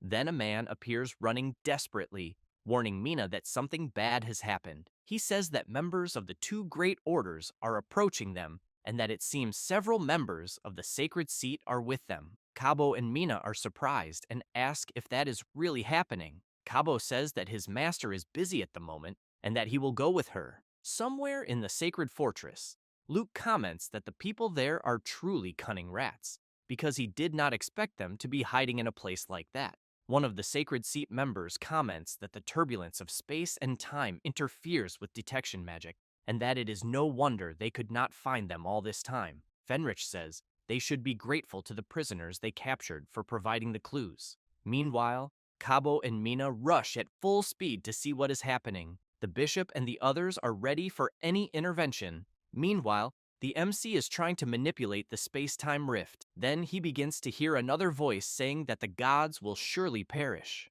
Ningfeng becomes serious and thinks that it is the same strange voice again. Back where the bishop is, Cabo and Mina arrive at the location. Fenrich comments that he was wondering where the rats had gone, but apparently they had been hiding in a place like that the whole time, and because of that, he must admit, he even has to admire their courage. One of the Sacred Seat members has just eliminated one of the exiled residents. The bishop orders them not to leave any survivors except for Mina. With that said, they charge toward Mina and Cabo. She does not stand still and immediately begins to channel her power. One of the henchmen launches an attack and shouts, asking if she is just going to stand there to be eliminated. However, he soon becomes confused by something, as he is completely restrained by a strange energy. Mina asks if the man she just captured was the one who eliminated her entire clan. He begins to be slowly strangled by her ability, and one of the bishop's followers becomes frightened, saying that this is impossible,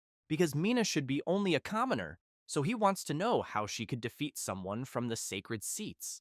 Another member shouts, telling everyone not to panic, because no matter how powerful they are only two. At that moment, Mina raises the hand where she keeps the great red dragon and, in the presence of Count Markov, shouts asking who said it would be only her and Cabo, which leaves everyone terrified. The red dragon prepares its flames and fires them at several enemies. Count Markov does not stand still either and soon eliminates a few as well. Luke is surprised and comments that what he is seeing is a high-level monster, so he wants to know why it would obey her orders, and if perhaps it is some work of the omnipotent god of magic.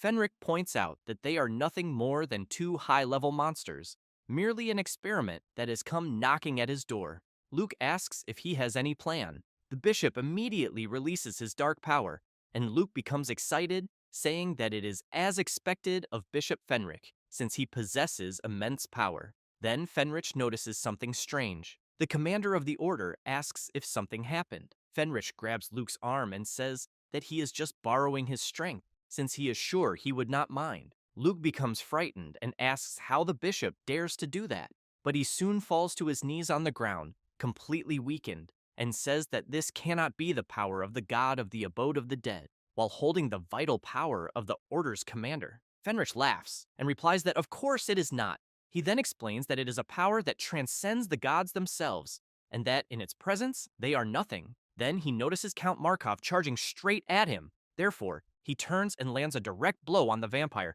who can barely do anything. Cabo is in shock, because he did not expect Count Markov to be defeated so easily. At that moment, the great red dragon charges toward the bishop, but he disappears before the dragon can bite him. Fenrich appears in front of Mina and tells her that her ability to obtain such immense power is all thanks to the gift she gave him. Then, he makes it clear that from that day on, he will never let her leave his side again. Faced with the bishop's overwhelming power, Mina becomes terribly frightened. Cabo becomes worried about his friend and shouts asking if she is all right. However, he becomes confused when he sees a strange green fire appearing near his body, which soon spreads and he begins to suffer heavy damage. This is Fenrich's doing, who orders Cabo to remain silent. A few minutes later, the bishop imprisons Mina, and she is very frightened, fearing that the worst might happen. Fenrich approaches her and comments that he never imagined she truly understood the power of time, then laughs and emphasizes that, apparently, letting her live was the right decision. Mina does not understand what the bishop is talking about and asks him to be clearer. Fenrich explains that what he means is that she was originally destined to be a corpse, because in his youth, he was only a recruit in the order, until one day, they received a special mission, and according to the divine oracle, an isolated elven village was hiding a malevolent relic capable of destroying the world. The elven resistance was quickly crushed, but the others could not find this so-called relic except for him. since he discovered it and quickly took it from where it was, which was her. Fenric points out that he was surprised at the time, but in the end he was right, because without any ceremony, he eliminated an elf who managed a tavern only to discover that a strange heart had manifested inside her body. With that said, he points out that the order returned empty-handed, but he kept this secret, hiding to study it in the shadows. And to his surprise, the heart he had obtained contained a mysterious power, a power distinct from the domain of any known deity, and it could completely protect him from divine perception since it was untraceable. However, before he could completely master such power, Mina's husband, Ying Yuan, became the lackey of the omnipotent god of magic and returned to take revenge on them, and because of that, he was eliminated. And that bastard Ying Yuan, in a desperate attempt to appease the omnipotent god of magic, refused to grant refuge. Until then, the unimaginable happened. He realized that he was not eliminated, and that instead, he had been sent back to the past. From that, he realized that the heart must possess a power that transcends the gods themselves, and then he ran to eliminate her before anyone else could intervene and claimed her heart. However, for unknown reasons, this time Ying Yuan never appeared. However, as time passed, the heart truly began to wither and its power disappeared. Therefore, he was forced to choose elimination once again and was sent back to the past, one more time. That meant he had infinite chances, countless attempts to finally master the true power of the heart. Fenrich emphasizes that it took many cycles, but he finally discovered the truth, which is that Mina does not die immediately after losing her heart, and because of that, he knows that as long as she is alive, the heart will not wither. With that said, he approaches her and makes it clear that the fact she is breathing until that day is entirely due to his mercy, and that she should be immensely thanking him for it. Mina is stunned upon learning all of this, and shouts asking if what he is saying is that basically he eliminated her many times. Fenrich laughs and emphasizes that they were only necessary steps, but at least she is still alive for now. At that moment, she is filled with fury, and with her power, completely shatters the black cocoon that was keeping her trapped. And out of nowhere, Ying Yuan appears beside her. While Fenrich is very surprised to see Ying Yuan there, a portal opens behind him and more people begin to arrive. It is the MC and Cabo. Fenrich becomes even more confused when he sees Cabo because he had eliminated him. He laughs and says that the deity he serves is not the Requiem of Souls, and that his divine master would never abandon them, and that what the bishop witnessed was merely an illusion. Fenrich begins to laugh, asking if Cabo thinks that means he has won. Then he prepares a shadow blade and apologizes to everyone, but makes it clear that he needs to return to the past and start over. And then he cuts his own throat to die and return to the past, while wondering which method he will use to eliminate Mina.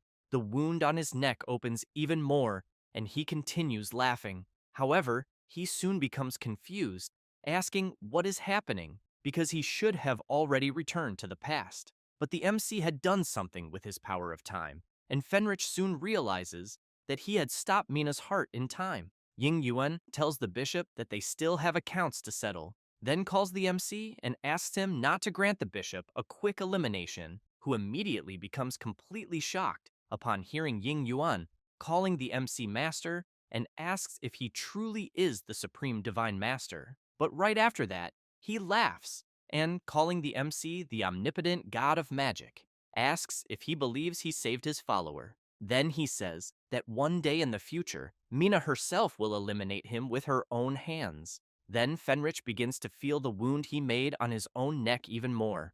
After that, something begins to happen, until he becomes surprised and, looking around, asks if he has returned to the past again. Then he becomes excited and shouts that the power he obtained truly transcends the gods, because even with the omnipotent god of magic acting personally, he was unable to do anything. And while he walks through the place, he thinks about Mina and that they will see each other once again soon, and that as payment for the time travel, he will make sure to dream of a very entertaining way to see her eliminated. And as soon as he arrives at the Red Scale Tavern, he does not notice the enormous dragon passing behind his back.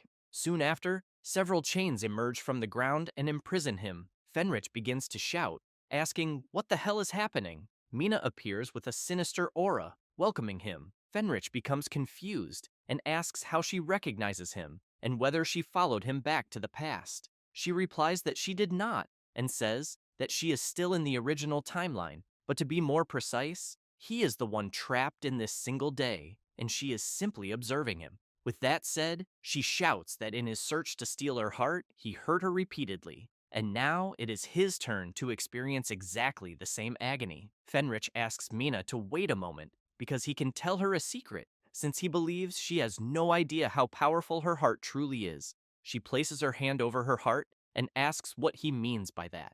The bishop laughs and asks if she has any idea what he heard while he cultivated with her heart. Therefore, he says that a voice whispered to him that the gods will fall many times. Then he begins to laugh like a madman and says that her heart can completely block the perception of the gods, and that this proves that her power transcends divinity itself. And therefore, when she possesses such a supreme artifact, he asks how she can resign herself to being a pathetic vassal to the gods.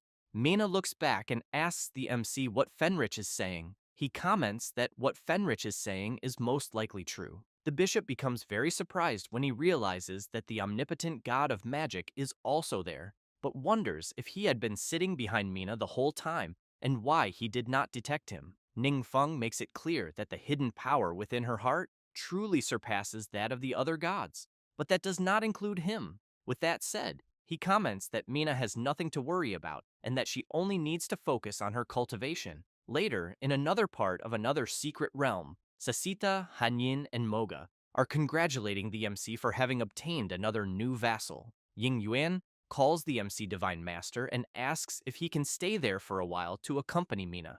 Ningfeng replies that of course he can, because he thinks it will be perfect, since the two of them there can help him gather more followers while they are together, because he discovered that the turbulence of space and time there can interrupt the perception of the gods, and that even if he converts his followers, he believes they will not be able to detect it.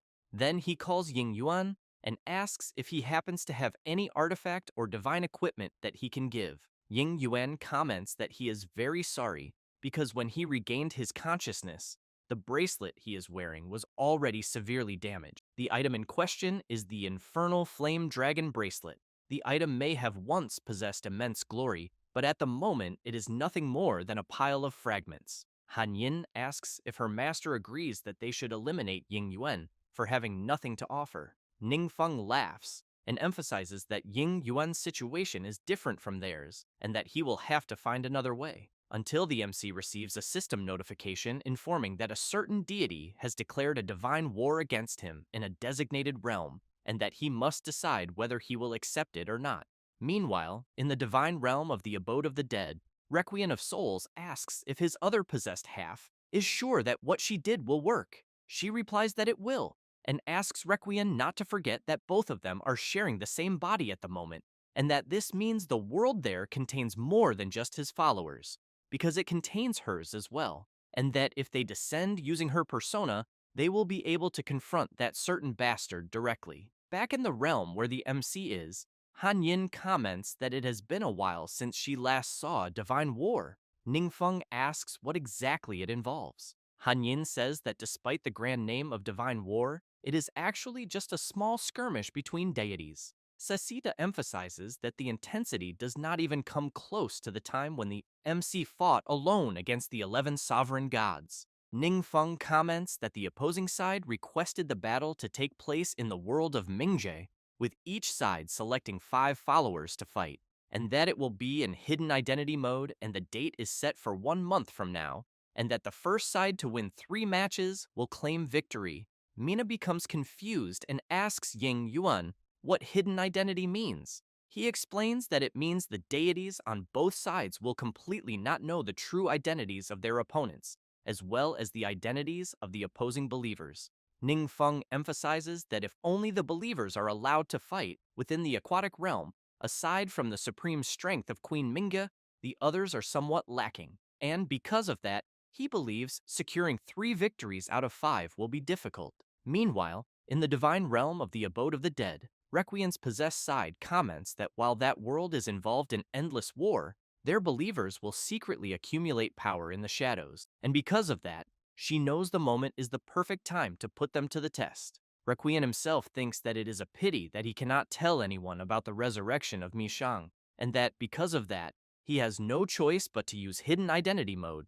Otherwise, he would have been able to discover which bastard was impersonating the Swift Shadow Commander. Requiem continues thinking that sharing a body with Mishang is truly an inconvenience. He already knows that his divine power has been constantly draining, but he believes it is better to take advantage of the opportunity during the divine war to make a gamble, because if he can use the divine war to suppress Mishang for a while, he believes it might even work in his favor. Later, in the realm of the deep sea, Minga's mother and the elder want to know if the MC will personally conduct a special training for them. Ning Feng points to the tower, replies that he will, and asks them to enter and try it. The queen's mother becomes intrigued, wondering if that is not the secret trial realm intended for agility class training, and why she has to go as well. And she also knows that a trial realm cannot accommodate two people at the same time. But since it is the Divine Master asking, she believes there will be no problem. Therefore, she and the elder go to the training trial. Upon entering, Mingja's mother notices around her that the realm looks exactly the same as before, but she asks where the great mage Kang Yu is and whether he has not appeared. As for him, he is very surprised, since he apparently is in a new secret realm. Meanwhile, Ning Feng is observing the old man and thinking that he had wanted to place him in special training for some time, but that there was no secret trial realm in that world. Then he reflects that he never imagined that a trip to Cabo's world would yield such an unexpected harvest. Then he remembers when he was in the secret realm with Mina and Ying Yuan. Ying Yuan holds her hand and says that they will finally be able to escape the rift, since soon the MC will seal the place.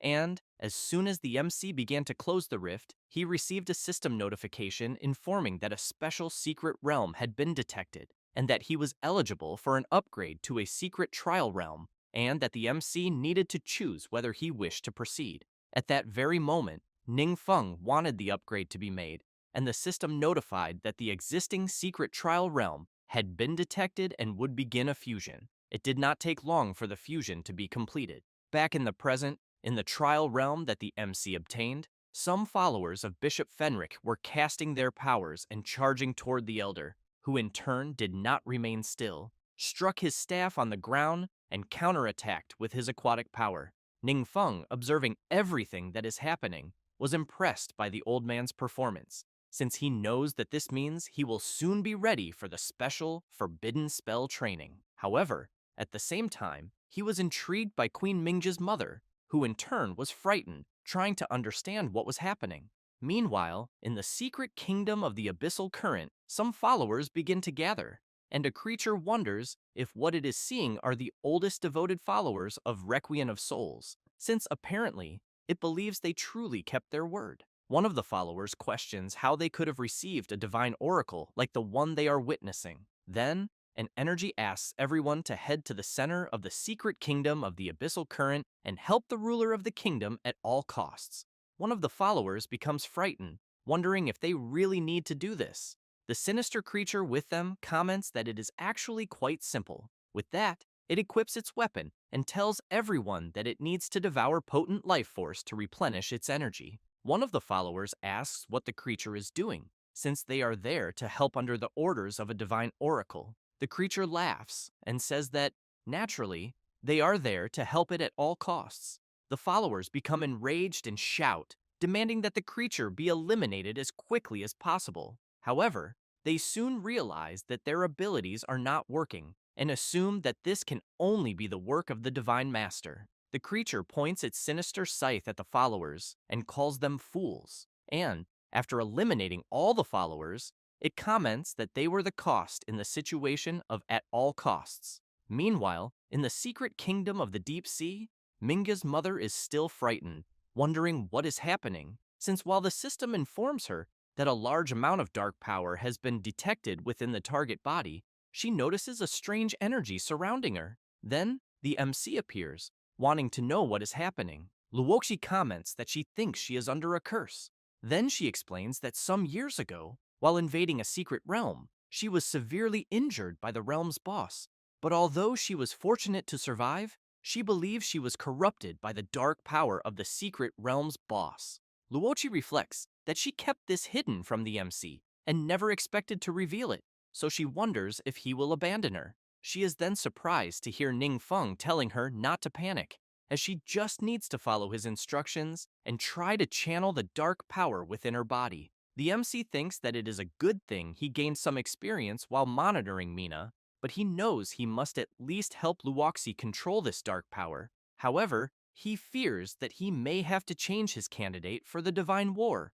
Ningfeng, Sasita Moga, and Han Yin wait as Luochi concentrates the dark power. Then, she begins, and Han Yin comments that the dark power within Luoxi really seems to be starting to flow smoothly. Sasita tells her master that apparently he will gain another monster with extraordinary talent.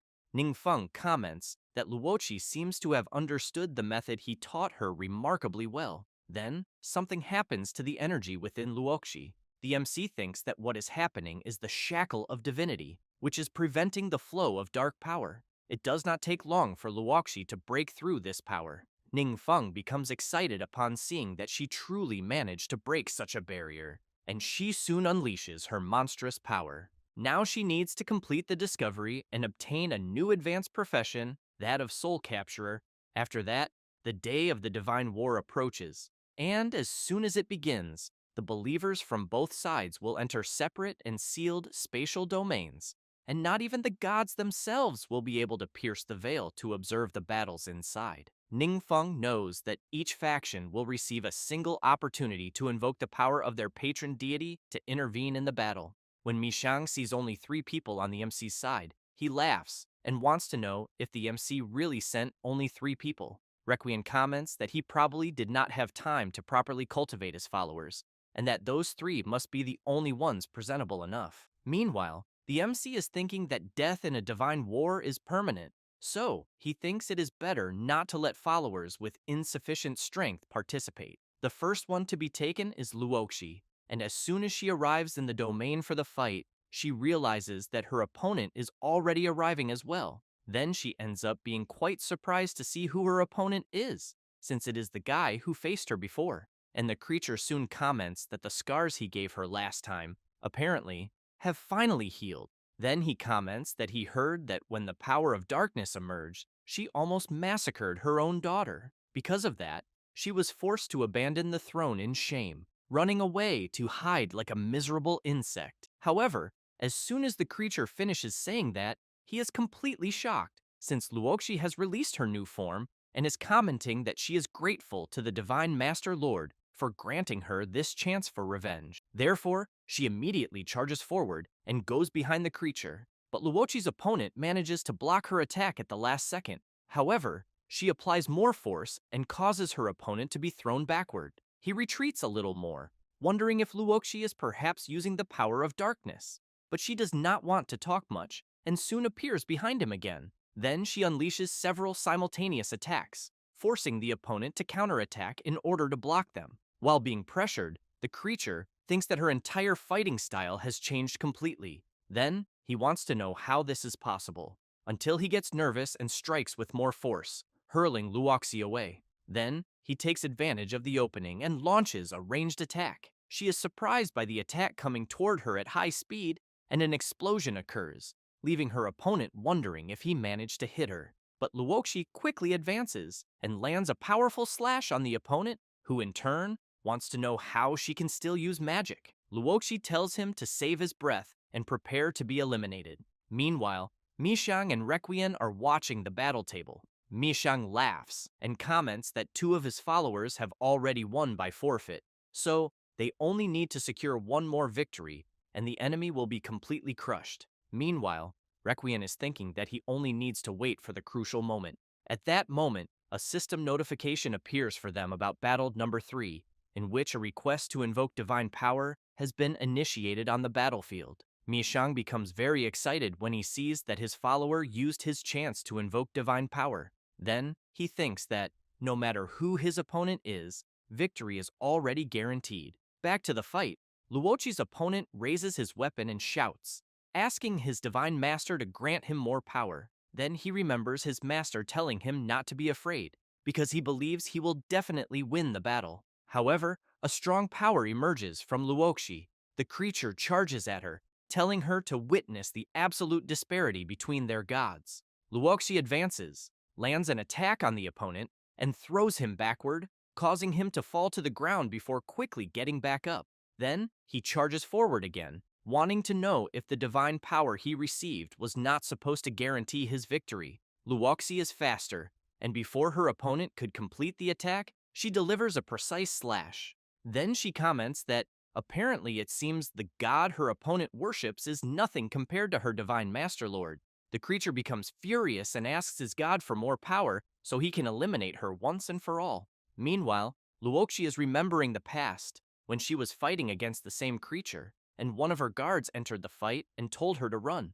After retreating, the doctor informed Queen Luoxi that her injuries were severe, so he suspected that only the power of a divine artifact could suppress them. While crying a lot, Luoxi commented that she did not want to have to resort to that, and when imprisoning her own daughter, she apologized many times and said it was for her own good. But after some time, Luoxi informed the elder and her daughter that the power of the divine artifact she had was weakening and that it could no longer suppress her injuries.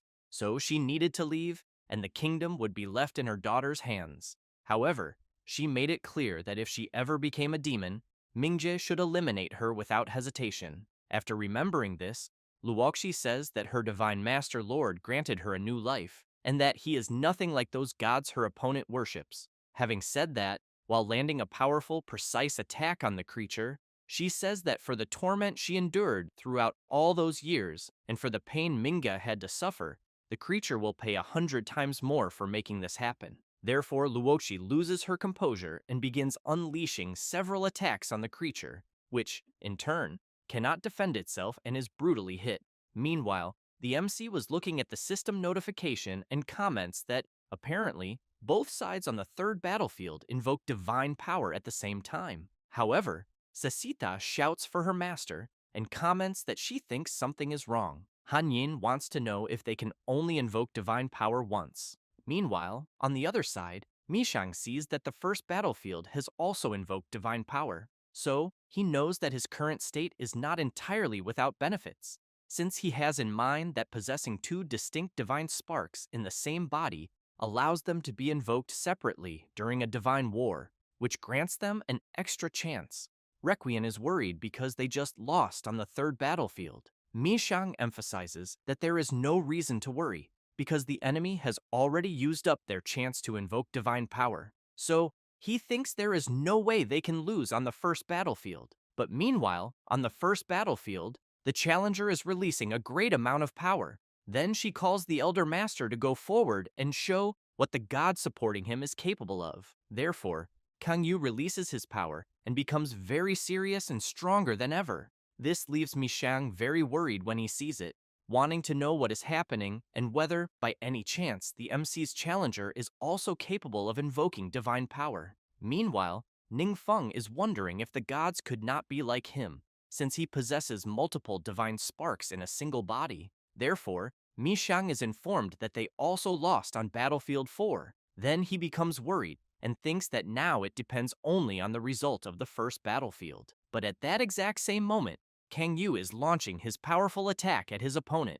With that, he secures his victory as well. Both the MC and his followers are all happy after winning 3 of the 5 fights.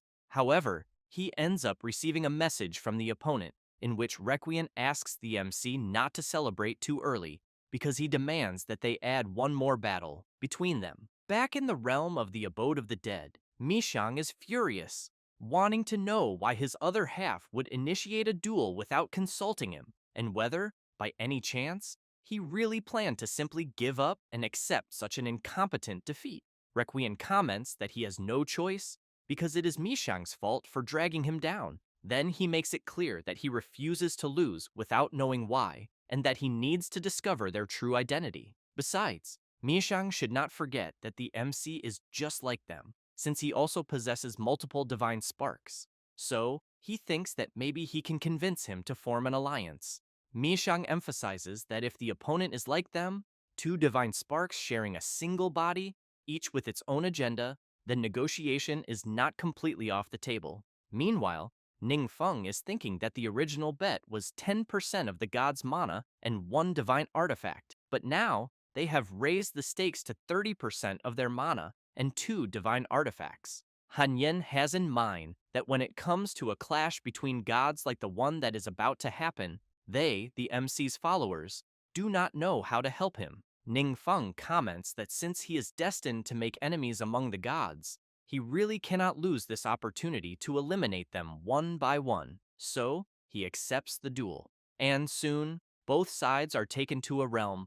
Requien and Mishang sense the MC's aura and think that it is indeed the omnipotent god of magic.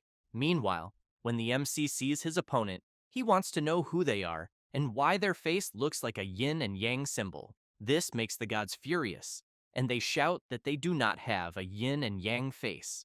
But Requiem tells the MC not to play dumb, because what he is seeing is merely a side effect of housing two divine sparks.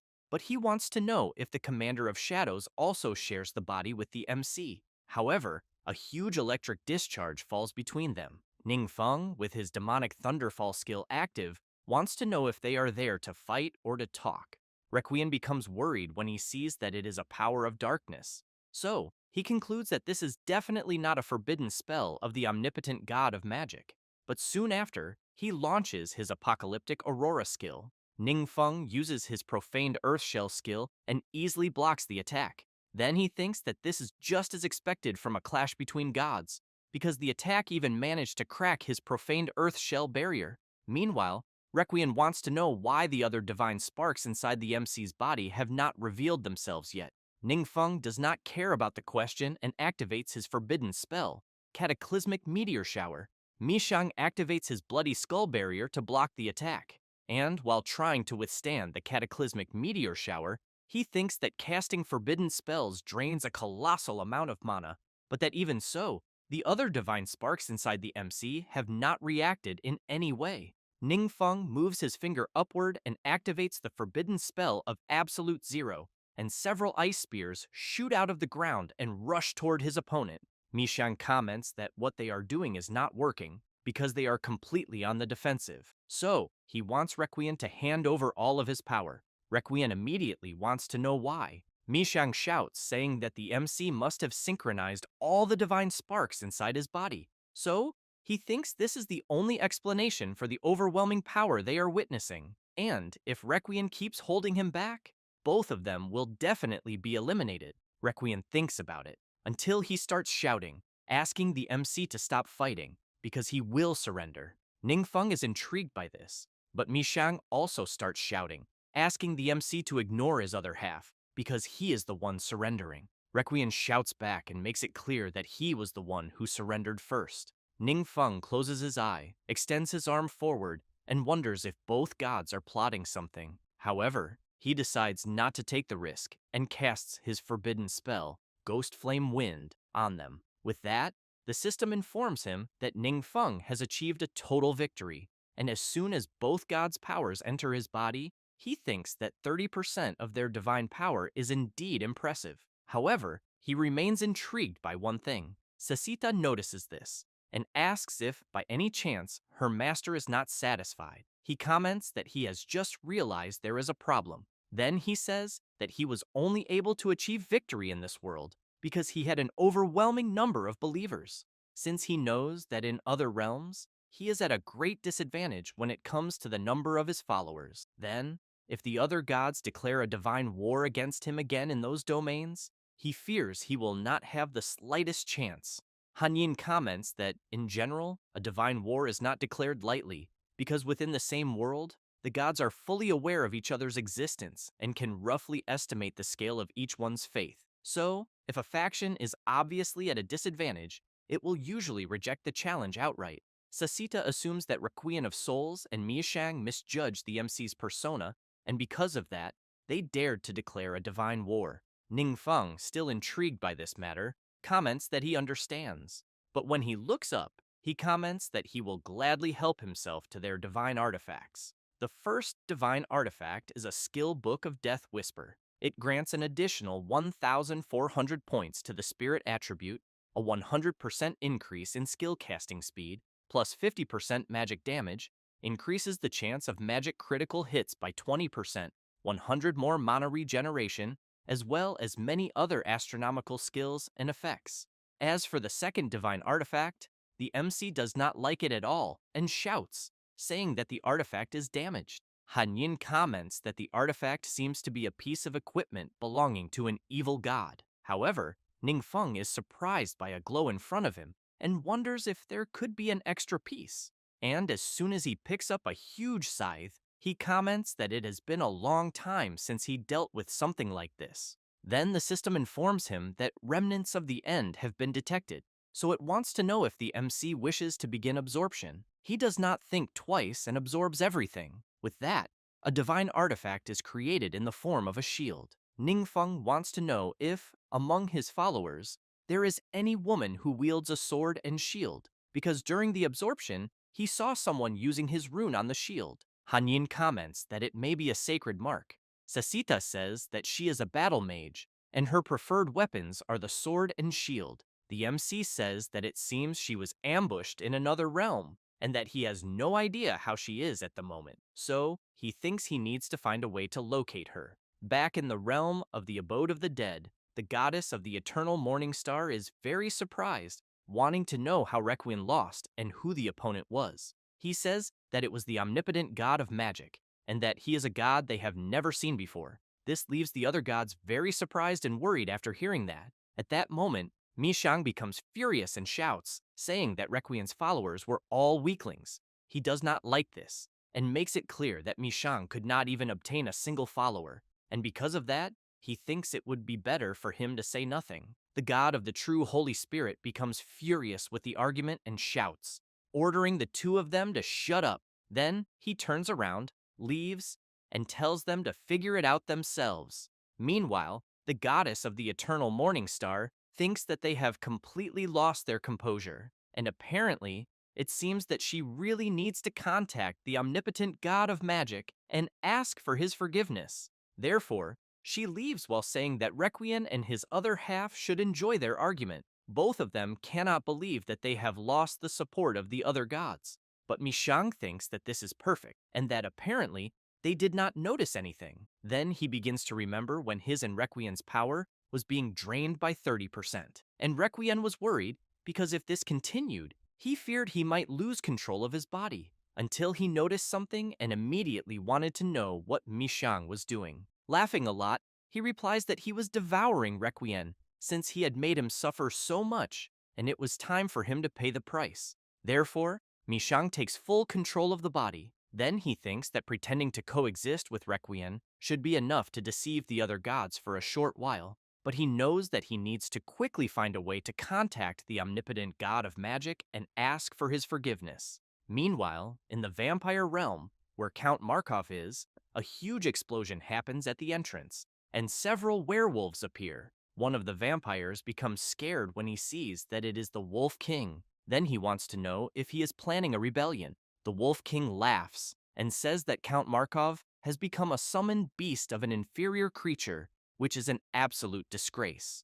And because of that, he thinks Markov is no longer qualified to rule the secret realm. So, he wants him to submit to him and make things easier for themselves. The Count's servant becomes irritated and shouts, wanting to know what qualifications the Wolf King has for that. He releases his terrifying power and makes it clear that he does not need that qualification bullshit. The servants become very frightened when they feel such power. The Wolf King says that he received a response from his Divine Master Lord, and that the divine power they are witnessing was granted by the Divine Master Lord himself. Count Markov turns around, very surprised to hear this. Then he begins to remember when the MC was asking if he wished to become his follower. At the time, he replied that the MC's divine power was incomparable, and that, because of that, he would accept his request. Ningfeng, in turn, thought that Count Markov's recent performance had been satisfactory, and that recruiting him should not be a problem. Back in the present, the Wolf King shouts, telling Markov to get out of there, because from that moment on, he would become the supreme ruler of the secret realm. Markov, with a sinister expression, wants to know what the little dog is barking about and what kind of idiot deity would claim him. The Wolf King does not like being insulted and makes it clear that Count Markov blaspheming against Lord Mishang is the same as asking to be eliminated immediately. Therefore, he charges at him with everything he has. But Markov blocks the attack with his sword. Then he lands a counterattack. And right after that, he prepares his skill. And with no way to react, the Wolf King is hit directly once again and violently thrown backward. Markov turns around and tells his underlings to just clean up the place. But the Wolf King stands up and tells him to wait. Then he says that he has just received a divine oracle and that his divine master lord has something to say, in which he is completely doomed. Markov simply observes the creature without saying a single word, until Mishang, through the Wolf King, comments that Markov's mana seems very familiar. Then, he wants to know if he is a follower of the omnipotent mage god of magic. Very surprised, Markov replies that he is, but wonders how he managed to provoke a god since he only used a skill. Besides, he fears that he may not be a match for him. Then he wonders, once again, whether he should beg for his divine master's help. However, Mishang, through the Wolf King's body, quickly goes to Markov and shouts, wanting to know if he could help him contact the omnipotent god of magic. Therefore, a few hours later, the MC is completely confused since the Wolf King is there before him. Markov is thinking that even Mishang must act with absolute deference toward his master, and that it was a good thing he swore loyalty to him from the very beginning. Ning Feng, in turn, wants to know if Mishang had told Markov that he wanted to form a partnership. He replies that he did, and says that he can act as the MC's eyes and ears to gather information and serve as his right hand, capable of finding and controlling other divinities. Ning Feng says that Mishang is not the first to try to seek an alliance. So, he wants to know why he should trust him. He is surprised, wanting to know if there are other divinities in contact with the MC. Ning Feng replies that he has other matters to handle, but as for the alliance, they will discuss it when Mishang can show enough sincerity. Mishang comments that he understands, but wants to know who the divinity that arrived before him is, and that these divinities are truly more cunning than the previous ones. After that, already at the Adventurer's Training Center, Wang Yue is telling the MC that after reaching the fourth awakening, her evolution speed slowed down, and that the monsters in the secret realms give very little experience. Ning Feng comments that, in that case, he will have to take her to evolve in other worlds.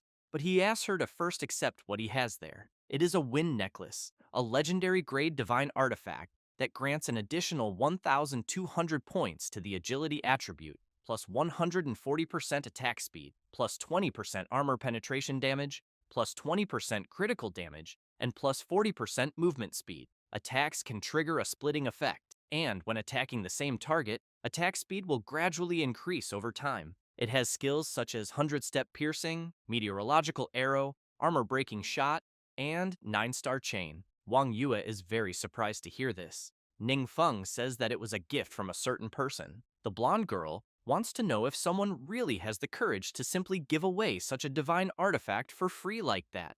Ning Feng remembers the goddess of the eternal morning star, saying that she found another divine artifact belonging to the commander of shadows and that her messenger would deliver it directly to him, and that the MC should believe in her complete sincerity. Then, after remembering this, he says that they will leave after they finish eating. 1 hour later, as they pass through the portal, Wang Yue wants to know if this is a world beyond the blue planet. Ning Feng only thinks that the sacred mark had already appeared in this world where they are before, but what he wants to know is how that person is at the moment. Meanwhile, in a village, some residents are frightened when they feel the ground shaking and shout, saying that the snow demon has appeared and that they need to run. From afar, it is possible to see a sinister creature with enormous red eyes. One of the residents shouts, telling them to grab the children and hide them, and for the guards to get into formation and prepare for battle, until, when he looks to the side, he is completely surprised, since the enormous creature is carefully watching everyone from afar. However, the resident who noticed the creature looking directly at them recognizes Lord Tuan Tuan and immediately wants to know what is wrong with him. Then, when the other residents also realize who it is, they comment among themselves that Tuan Tuan only acts like this when a great crisis is imminent. Then, someone arrives, asking all the residents gathered there to make way, which catches Tuan Tuan's attention. At that very moment, the enormous creature turns around, shrinks in size, and runs to hug the MC. Wang Yue is very surprised to see this, as is one of the village residents, who then says that Lord Tuan Tuan is the sacred beast of their tribe, and that he never expected him to be so affectionate with an outsider. Han Yin tells her master that Tuan Tuan is the mount of the sacred mark, and that from the looks of it, it seems he also recognized her master's aura. But these members of the Snow Spirit tribe are not his followers, and their origins are completely unknown. The resident says that they, the Snow Spirit tribe, are a people abandoned by the gods and have lived there for generations. In addition, Lord Tuan Tuan once protected them from an invasion, and since then, they have worshipped him. Having said that, he asked them to bring tea for the MC and Wang Yue. However, Ningfeng thinks that, from the looks of it, the Snow Spirit tribe does not hold the gods in high regard, and that they also do not know Tuan Tuan's true origins. So, he thinks it is better to keep his identity hidden for now. Therefore, he tells the tribe leader that they are looking for a nearby secret realm where they can level up. He says there is one to the west, but emphasizes that it is extremely dangerous. A few minutes later, the people of the Snow Spirit tribe take the MC to that secret realm. Wang Yue looks back and comments that she did not expect Lord Tuan Tuan to come along. Meanwhile, some members of the tribe ask the MC and his friend to be very careful because the Snow Giant tribe roams the area they are in. In addition, they worship the god of the true essence of the Holy Spirit and are their mortal enemies. They also say that if they spot Lord Tuan Tuan, something very bad could happen. But as soon as he finishes warning them, several snow giants appear and surround the group. The man who informed them becomes very scared and worried. The leader of the snow giants comments that he never imagined they would deliver the giant seal right to their doorstep, and that he hopes they do not mind what is about to happen. Having said that, he warns his partners that Lord Tuan Tuan is covered in precious materials and tells them to try to capture him alive. However, one of the ice giants becomes very confused when he sees something heading in his direction, and, with not much he can do, he is hit directly by an attack. But the creature manages to withstand it. Wang Yue comments that her attacks are not causing much damage. Ningfeng emphasizes that the level limit of the world they are in is higher than that of Blue Star, and that the natives there are also much stronger than those from where they come from. Therefore, he asks his friend to treat this as a test. The blonde girl thinks that, since her attacks are ineffective, she should focus on supporting the others. The ice giants charge forward, but they are hit before they can attack. One of the members of the Snow Spirit tribe lands a powerful attack on another ice giant. Then he turns to Wang Yue and comments that they both did a great job. With that, Wang Yue unlocks Giant Slayer, which, when fighting higher-level enemies, reduces all of their resistances by 10%. Ningfeng thinks that he did not expect her to unlock a new achievement there. At that moment, one of the ice giants charges at Lord Tuan Tuan, but the creature does not stay still and lands a tremendous headbutt on the giant. And, as he sends him flying, the residents comment that, from the looks of it, Tuan Tuan is even stronger than before. Then she touches the MC's hand, and both of them celebrate. The leader of the ice giants becomes furious and shouts, ordering them to call for reinforcements. However, as soon as he finishes shouting, he is brutally hit by an attack from someone unknown who has just arrived. And, to make matters worse, the other ice giants are also attacked and cannot even fight back. Ningfeng and Wang Yue, seeing this, become intrigued, wanting to know who it could be. After eliminating the ice giants, one of them comments that the MC is very impressive because he can sense the aura of an allied spirit inside him. Having said that, he asks whether the MC and Wang Yue want to join them and become members of the God Slayers. The blonde girl looks at the MC and then asks what exactly these so-called God Slayers are. The mysterious person says that they are those capable of facing the gods, and that each chosen one is a unique genius, one in a million. Ningfeng wants to know if the two standing there are God Slayers. The mysterious person replies that they are only external members and have not even crossed the threshold yet. Having said that, he asks whether they want to join. Wang Yue replies that for now, she thinks she will pass on the offer. This makes the masked person nervous, saying that they have a very narrow view, but he changes the subject and asks if, by any chance, they are heading to the secret realm nearby. Wang Yue replies that they are, but wants to know why he is asking. The mysterious person advises them to give up, because an internal anomaly has occurred, and even their leader could not defeat the boss of that secret realm. Then he says that they are going there to investigate and advises them not to follow. Otherwise, they will not have time to protect them. Ningfeng comments to his friend that he has the impression they actually want her to follow them. Wang Yue laughs and says that it is very likely just as the MC is saying. At that moment, one of the members of the Ice Spirit tribe informs them that the members of the Godslayers group are from their tribe because of their exceptional talent and were selected for special training from a young age. As a result, they became quite arrogant and rarely treat anyone as an equal. Ningfeng wants to know about these Godslayers they mention. The man says that they are like heroes living in an epic saga, and that people like them from the Ice Spirit tribe are not even qualified to cross paths with them. After learning this, the MC calls everyone to take a walk through the secret realm. After that, a few minutes later, already inside the secret realm, after seeing some defeated snow giants on the ground, the MC comments that, from the looks of it, those two from before already acted quickly. Then Tuan looks to the side after noticing something. Moga calls out to his master and says that this seems to be the former territory of the Sacred Mark. However, he thinks it has been severely corrupted by the power of darkness. At that moment, a loud noise and tremor occur in the depths of the cave. Then, the members who had appeared earlier are thrown away with full force, and a powerful creature appears, releasing its power. As soon as the members of the Godslayers group see Wang Yue, they shout for them to run, because the boss of the secret realm is going to eliminate them. But both Lord Tuan and Wang Yue do not feel intimidated and launch their attacks. However, the boss of the secret realm simply stands still, and the attacks collide with him without causing any damage. Then, he releases even more power. This leaves the members of the Godslayers group worried, saying that now everything is over, because it seems the creature has become even stronger. The creature then jumps forward to attack, but it is easily intercepted by Ningfeng, who with just one attack causes a lot of damage to one of the secret realm boss's arms.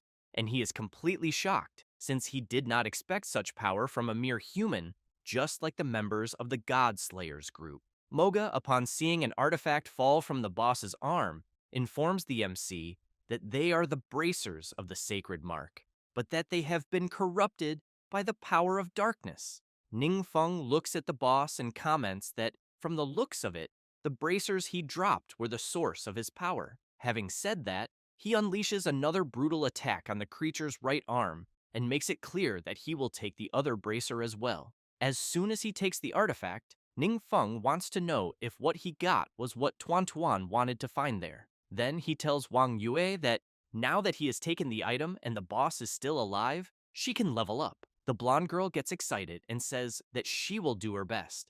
Meanwhile, the members of the Godslayers are trembling and commenting that the MC is even more terrifying than their boss. Wang Yue looks at them, winks, and asks if, by any chance, they want to join her group. The two are very surprised and completely delighted by the blonde girl's request. 1 hour later, several creatures appear running. As they run, the members of the Godslayers shout, telling Miss Wang that they managed to lure the monsters.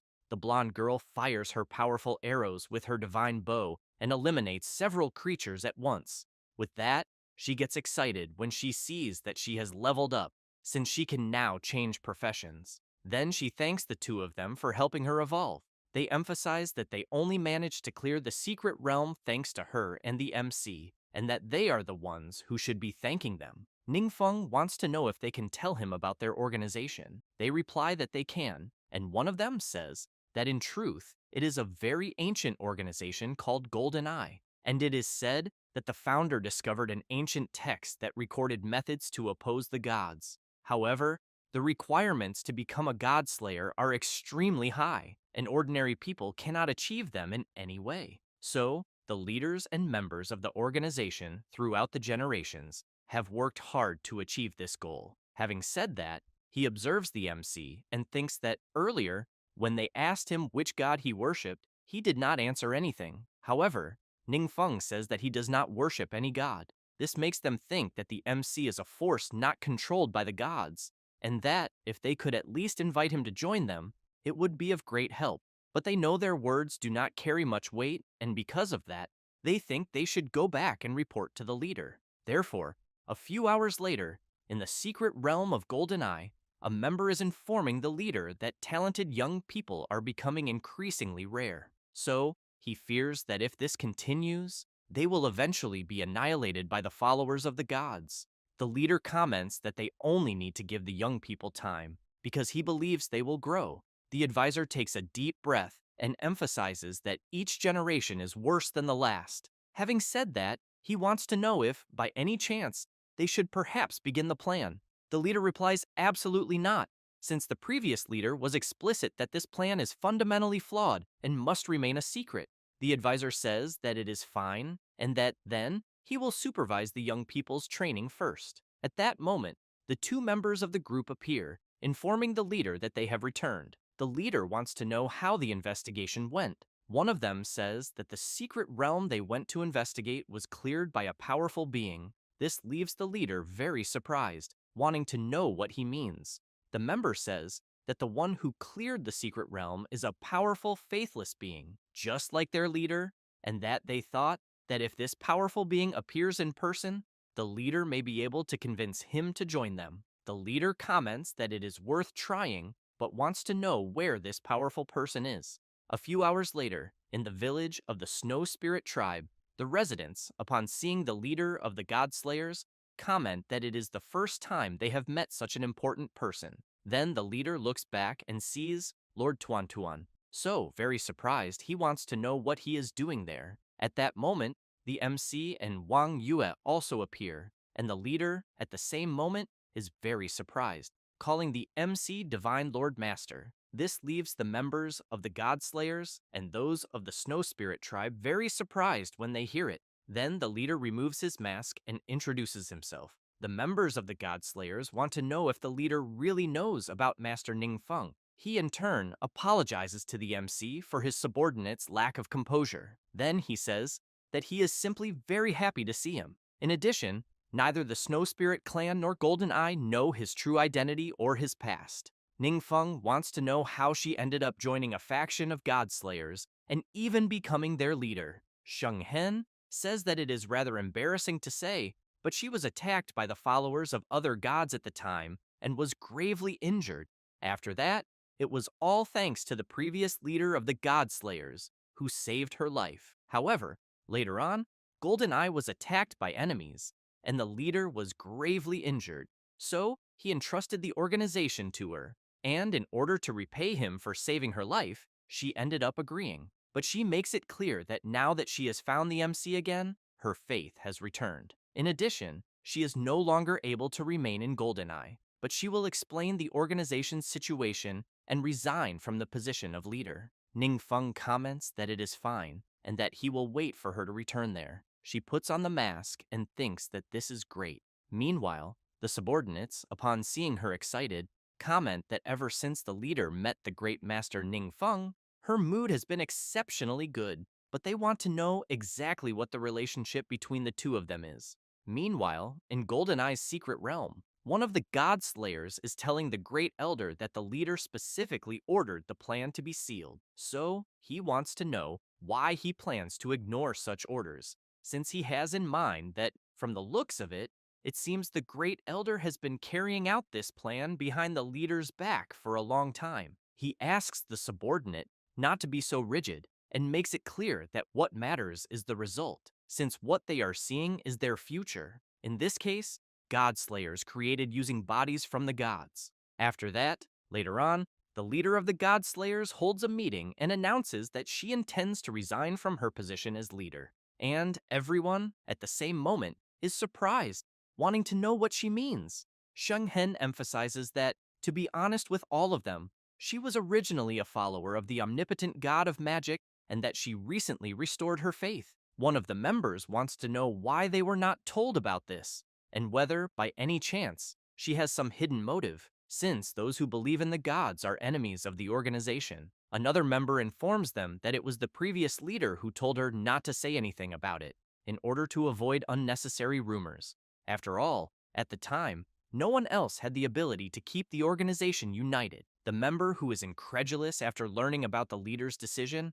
wants to know if, in the end, everyone knew about her identity and kept it a secret only from him. The other guy replies that it is because he is paranoid and extremist, and that the previous leader deliberately hid it from him. However, the member remains worried and shouts, pointing his finger at the leader and asking everyone to remember that she knows all the organization's secrets. And he fears that if they let her leave, she could become their enemy in the blink of an eye, because the one they are fighting against is the very god behind her. Having said that, he begins to release power and says that he even agrees with her resignation as leader, but he will not let her simply leave with the organization's secret. One of the members wants to know if the Great Elder carried out the plan after all. He continues releasing power and makes it clear that what everyone is about to witness is the true power of a Godslayer, and that they only realize this when they experience it for themselves. In this case, it does not require a special activation method, and no matter how high a mortal's aptitude is, he will never be able to reach the level of power he is about to demonstrate. Therefore, he releases even more power and charges at the leader with everything he has, asking her to simply surrender obediently. However, Sheng Hen activates her hidden power and, by creating an energy shield, blocks the Great Elder's attack. He is very surprised, wanting to know how she managed to do that. Then Sheng Hen releases her powerful power, but begins to remember some events from the past, where she woke up very frightened, and the former leader of the Godslayers wanted to know if she was okay. Sheng Hen, still confused, wanted to know if he had saved her. The former leader replied that he was just passing by and offered some help. Then he commented that if she had nowhere to go, she could stay there, because the cave was very well hidden and no one would find her there. And after some time, the former leader commented that, to be honest, after spending some time with her, he felt that she was different from the other followers of the gods, and that she did not seem to believe in them blindly, since apparently she always had her own thoughts.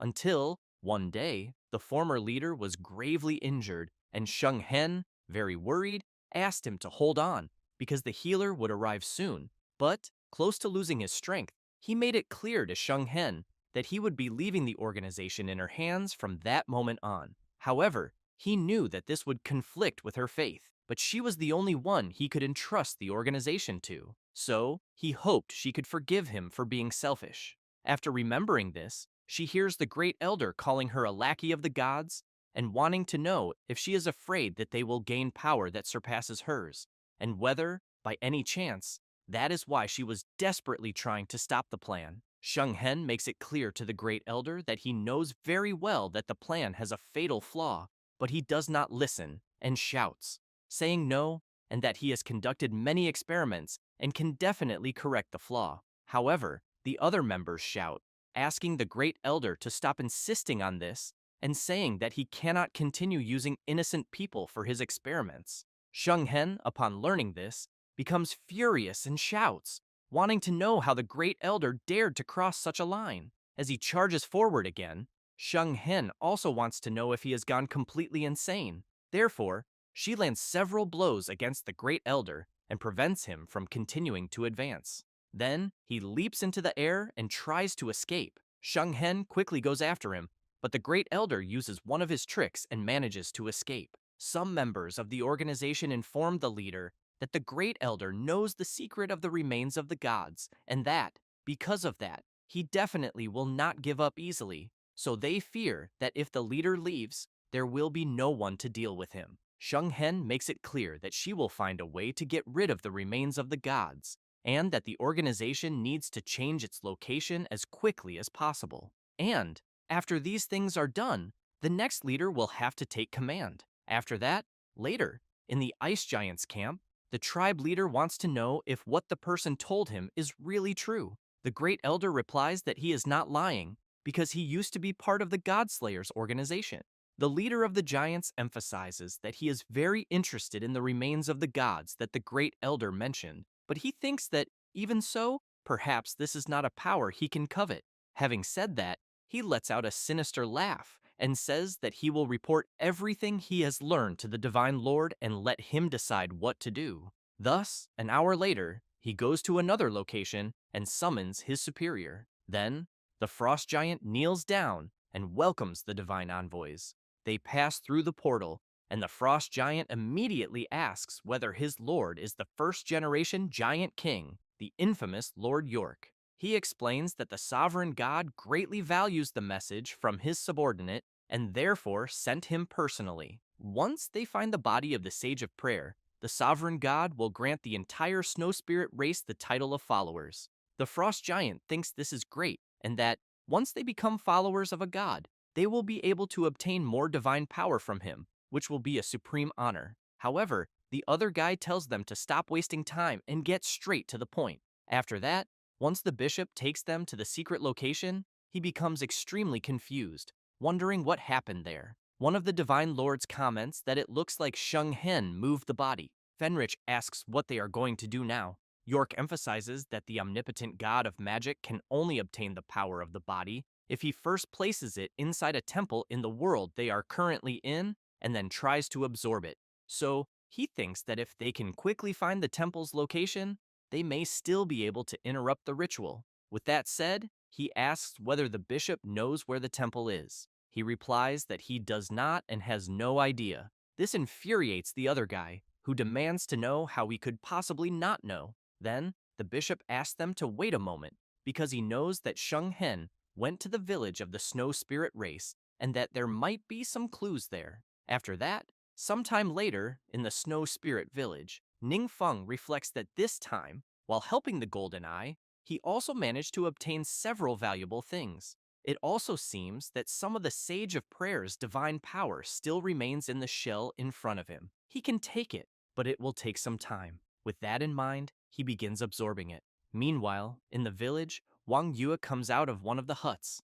Outside, Shung Hen is talking with York and his partner. She reflects that the true essence spirit sent 2 followers down. So, it seems that he truly wants the Sage of Prayer's body. One of the followers loses his patience and charges forward, saying that he will defeat her first and interrogate her afterward. Shung Hen blocks the guy's attack and then York's attack. She realizes that she cannot hold both of them off by herself and that she does not know how much longer it will take for the sovereign god to return. Then, a burst of power is fired from the middle of the village. One of the followers becomes worried, wondering what it is.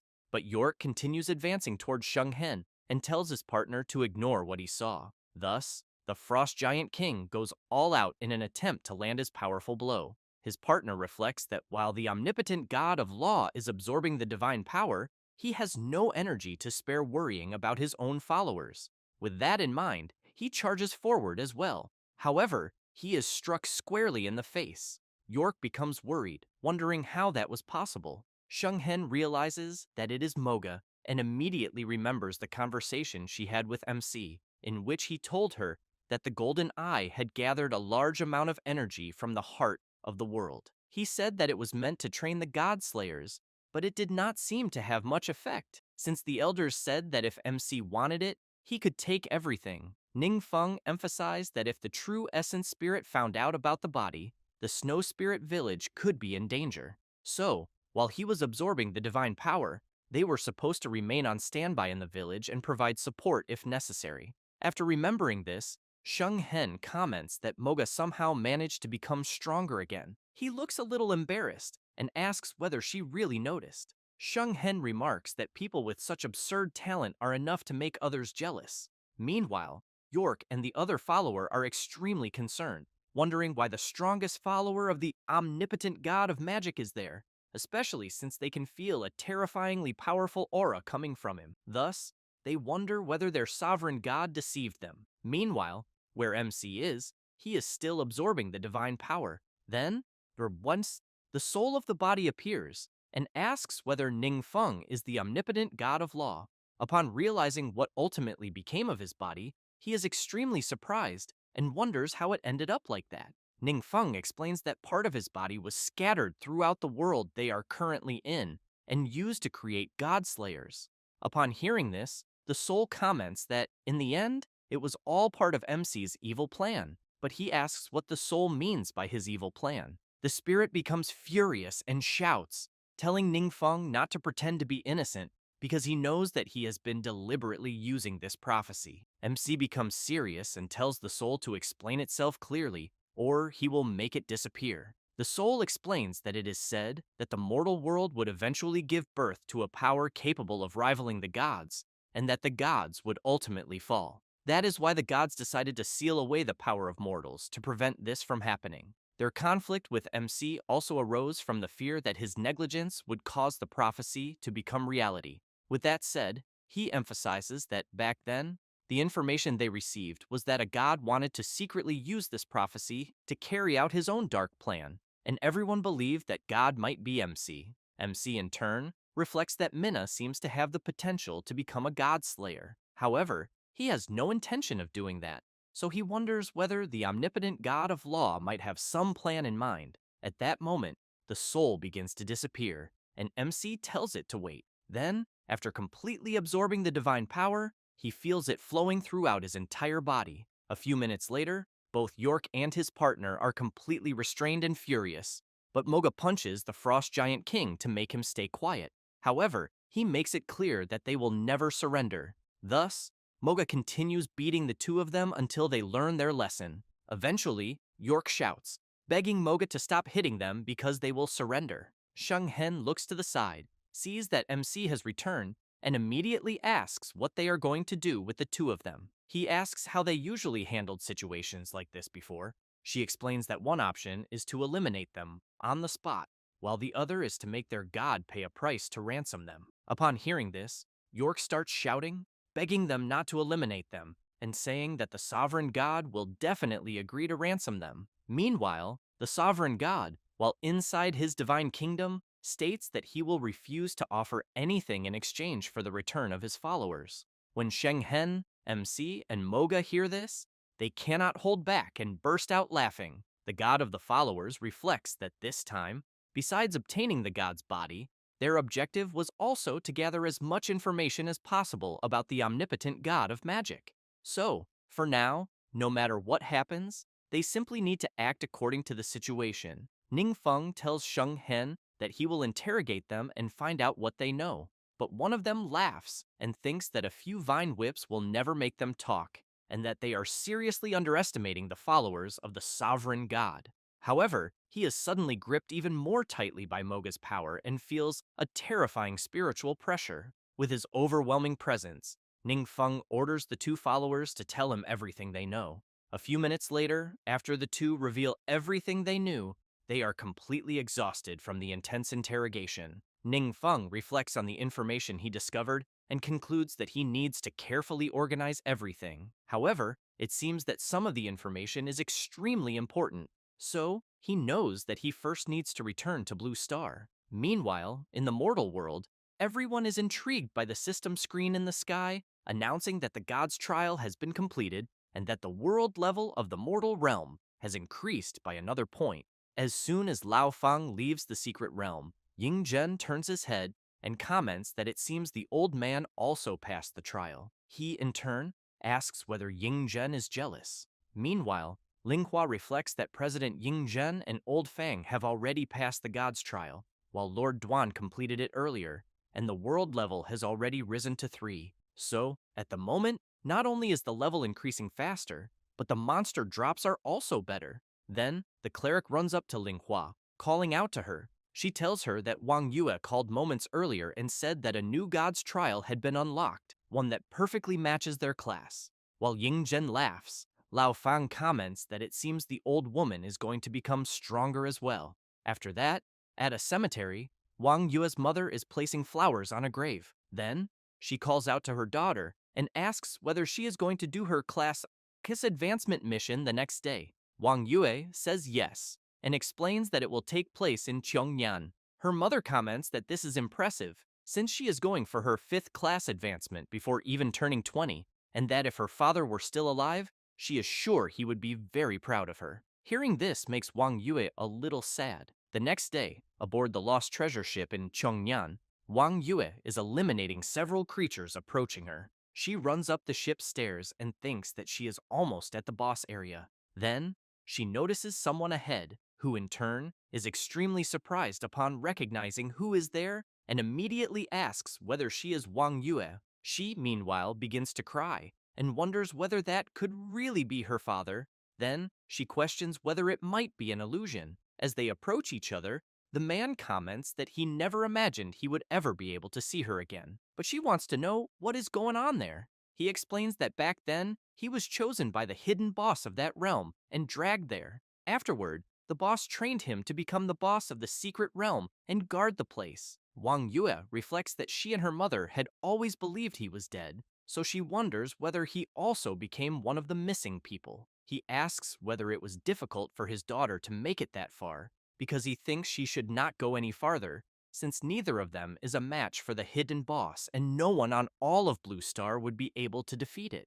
Then, he hears a voice asking whether he is really going to become a traitor. Immediately afterward, a massive wave with a face takes shape, and Wang Hang becomes worried and shouts that the boss has noticed them. He then tells his daughter to run away.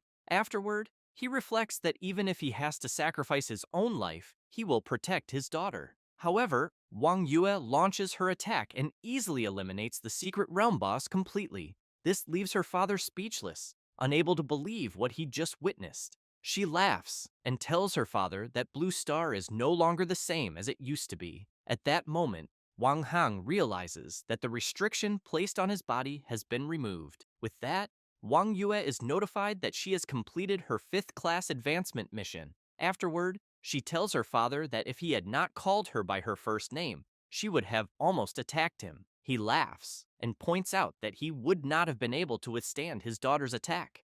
With that said, he shouts that he has finally returned. Wang Yue welcomes her father back home. Then, the two give each other a tight hug. After that, Wang Yue informs an adventurer that the secret realm there has already been conquered and that he can go take care of the rest. Her father comments that the adventurer seems to respect her quite a lot.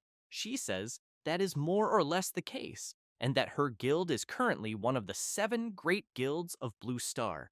This makes her father even more surprised, and he asks what that is all about. She points out that there is still a lot he does not know, and that in a few days, she will introduce someone to him. Meanwhile, MC is standing in front of a portal inside a secret realm. Then, he asks whether there is anything he needs to know. Mi Xiang tells him that he would like to know whether he is interested in the divinity of soul rest. However, he hears MC say that he does not have time for that right now, and that they can talk about it later. This infuriates Mi Xiang, who wonders what that is supposed to mean, since MC directly cut off the connection. He was talking about a divinity, such an important matter, and even then, MC did not care at all. Then he reflects that somehow, the omnipotent god of magic has always had a way of thinking completely different from everyone else. Then, he wonders whether what MC is doing right now could be more important than a divinity. With that in mind, he concludes that this must be the case,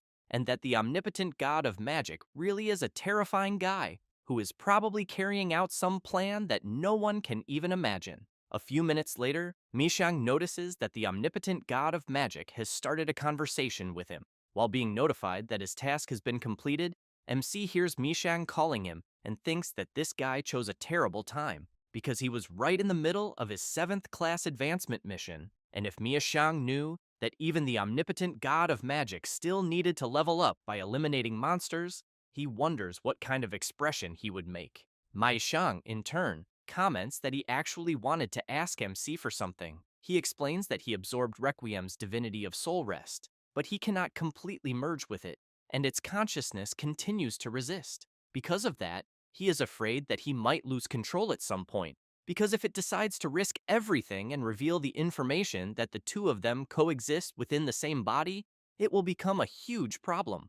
Upon hearing this, Ning Feng reflects that Requiem also knows his secret, making it a genuine ticking time bomb. Mi Xiang also comments that he noticed all the divinities inside MC's body are completely quiet. So, he thought that perhaps MC might have a way to merge his divinity as well. Ning Feng reflects that he merged with his own divinity without any effort, so he does not know what method he used. However, he asks how Requiem merged his soul with Mi Xiang's. He explains that Requiem had a book, and that he will send it to MC immediately.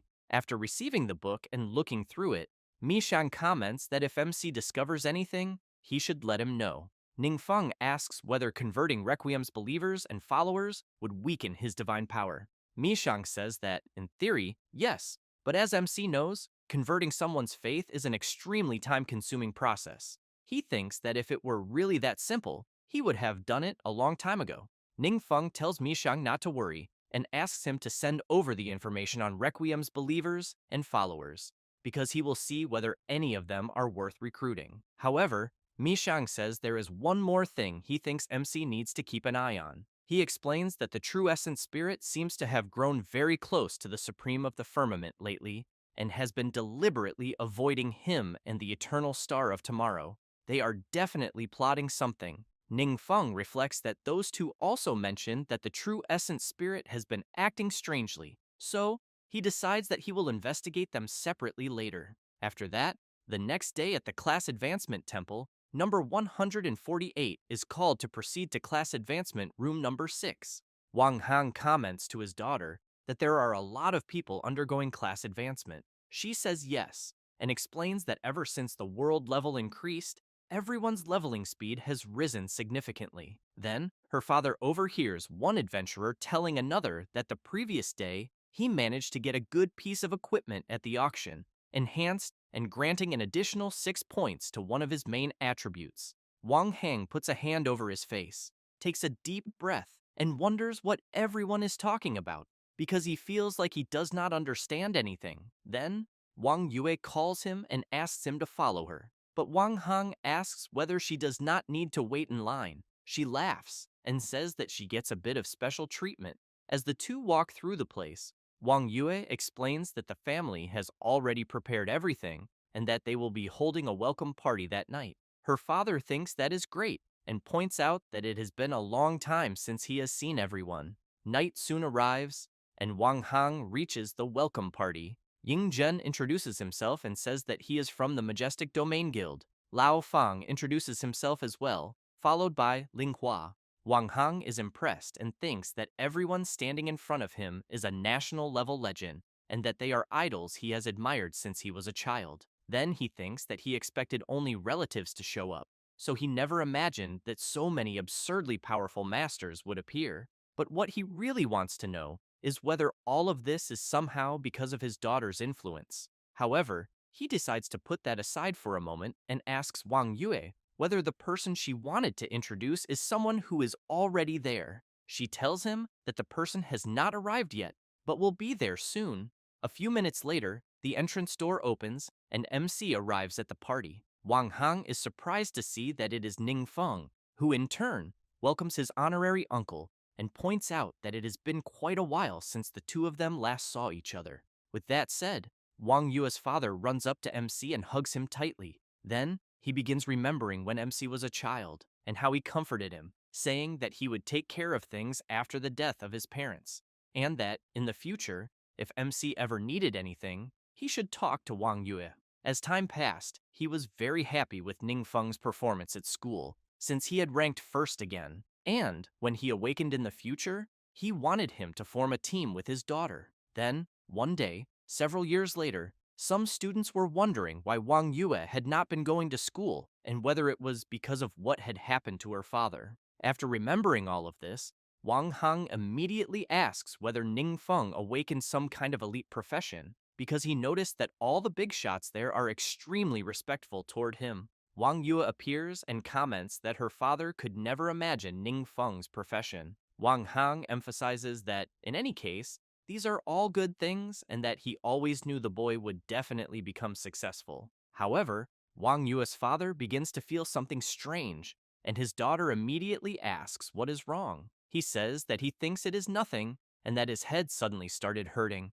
But Wang Hang begins hearing voices inside his head, saying that the body of experiment number 319 is being located and that the mental connection mode will be activated. Then, inside his mind, he sees several creatures who immediately wonder what kind of inferior being they are looking at and who gave him the qualification to become an experimental body. They say that it is no wonder his experimental area disappeared, which can only mean that the boss there was too weak. Feeling an intense headache and completely confused about what is happening, Wang Hang asks who the creatures he is seeing inside his mind are. Then, one of them does something, causing Wang Yue's father to fall to his knees. Afterward, the same creature makes it clear that he has no qualification to question them. Wang Hang reflects that he already felt this terrifying pressure inside the secret realm, and that they are far more powerful than the hidden boss who sealed him. The creature begins releasing its power and says that they will destroy him once and for all. Then, one of them is somehow struck. Wang Hang sees someone standing ahead and realizes that this person defeated the creatures that were speaking. It is MC who apologizes to his honorary uncle and emphasizes that it took him a little while to find the place where they were. One of the creatures tries to stand up and asks how MC found them. With his overwhelming presence, Ningfeng makes it clear to the creature that it has no qualification to question him. Wang Hang approaches the creatures and asks what exactly they meant by experimental body and experimental area, which they mentioned earlier. One of them points out that inferior beings really are stupid, and that being selected by the gods as an experimental body is a blessing beyond anything they could ever imagine.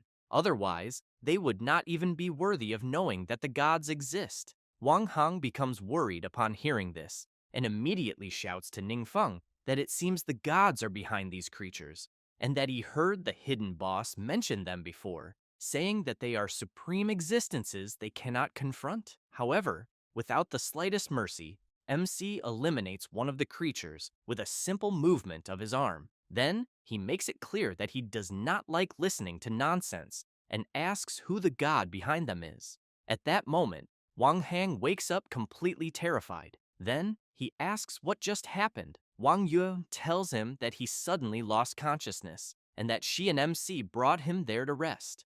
Ningfeng tells his uncle to rest easy because he will take care of everything and guarantees that those strange things will never bother him again. He takes a deep breath and says that it is fine. After that, Mishang asks whether the omnipotent god of magic was calling him. Ningfeng asks him to help investigate what is happening with the experimental area of the evil god of the shackles of sin. With that said, he emphasizes that once the mission is completed, he will teach Mishang the method of separating the divinity from the body. After that, Ningfeng asks Wang Yue's father to contact the creatures that entered his mind, as he intends to confront them again. One of them says they are researching methods to cultivate powerful bosses. The other explains that creatures from the real world can level up through battles, and if they become bosses of a secret realm, they will also be able to continue leveling up by eliminating invaders, which will rapidly increase the power of the secret realm. MC asks them to hand over the data from their experiments, but one of the creatures apologizes and says they cannot, because the core always issues the missions and sends them to carry them out, and once the mission is completed, the core retrieves and erases their memories. Ningfeng wants to know if the device that locates Wang Hang is the core the creatures mention. He replies that it is, and explains that it is an extraordinary divine creation that manages the followers and believers on behalf of the sovereign Lord God. MC becomes intrigued upon hearing this, and reflects that he had promised Wang Hang he would put an end to all of this once and for all. But apparently, for now, they need to find this so-called core. After that, in the divine realm of the abode of the dead, Mishang is shouting and ordering his followers to hurry everything up and find any clue related to the experiments of the shackles of sin. Then, the deity reflects that several days have already passed without a single clue, so he wonders whether the omnipotent god of magic will blame him for being unable to resolve the matter. Just then, one of Mishang's believers calls out to him and says that one of his subordinates has found some clues. The believer looks back and asks the subordinate to tell them what he knows.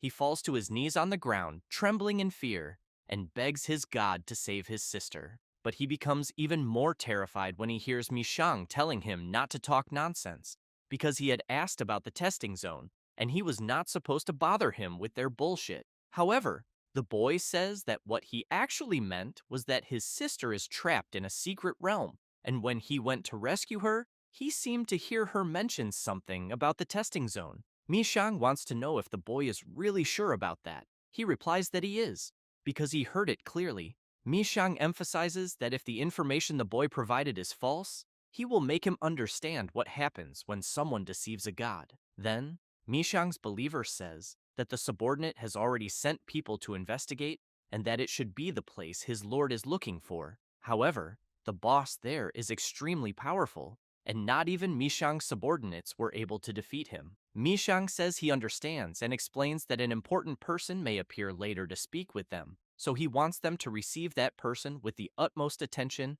and without making a single mistake. The believer becomes intrigued upon hearing this and wonders what kind of existence this important person his lord mentioned could be. Still worried, the boy wants to know if his god will help save his sister. However, he receives no answer. Mishang's believer tells the boy that the divine oracle has already ended, so he should stop bothering the sovereign Lord God with his problems, because if he angers him, he will also suffer the consequences. With that said, the boy turns around and leaves with his head lowered. Then, he begins remembering moments from his life when he was with his sister, and she wanted to know whether the sovereign Lord God would bless them. At the time, he laughed and said that the sovereign Lord God was the kindest being of all, and that he would definitely bless his most devoted believers.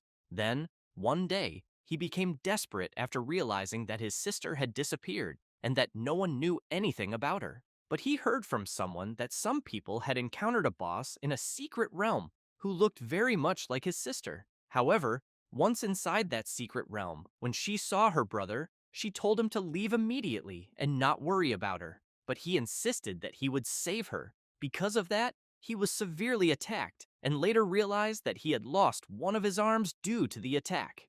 After remembering this, he places his hand over the wound he suffered back then and begins to cry. Then, he concludes that gods cannot be trusted and that it was his sister who saved him back then, but he was unable to save her. At that moment, something begins to glow brightly on his body. Then, a system screen appears asking whether the boy would like to become a god slayer. Upon seeing this, he becomes a little tense and wonders whether he can really do it, but he ultimately chooses to accept becoming a god slayer. With that, the system congratulates the boy and informs him that he has now become a god slayer, which leaves him quite worried, thinking that he ended up accepting it without meaning to. However, MC appears, apologizes, and asks whether he scared the boy. Then, Ningfeng says that he is there to save his sister. Ralph wonders whether the person who appeared is the important person the sovereign Lord God had mentioned, but since he is together with his lord, he also wonders whether he will notice that he has become a god slayer,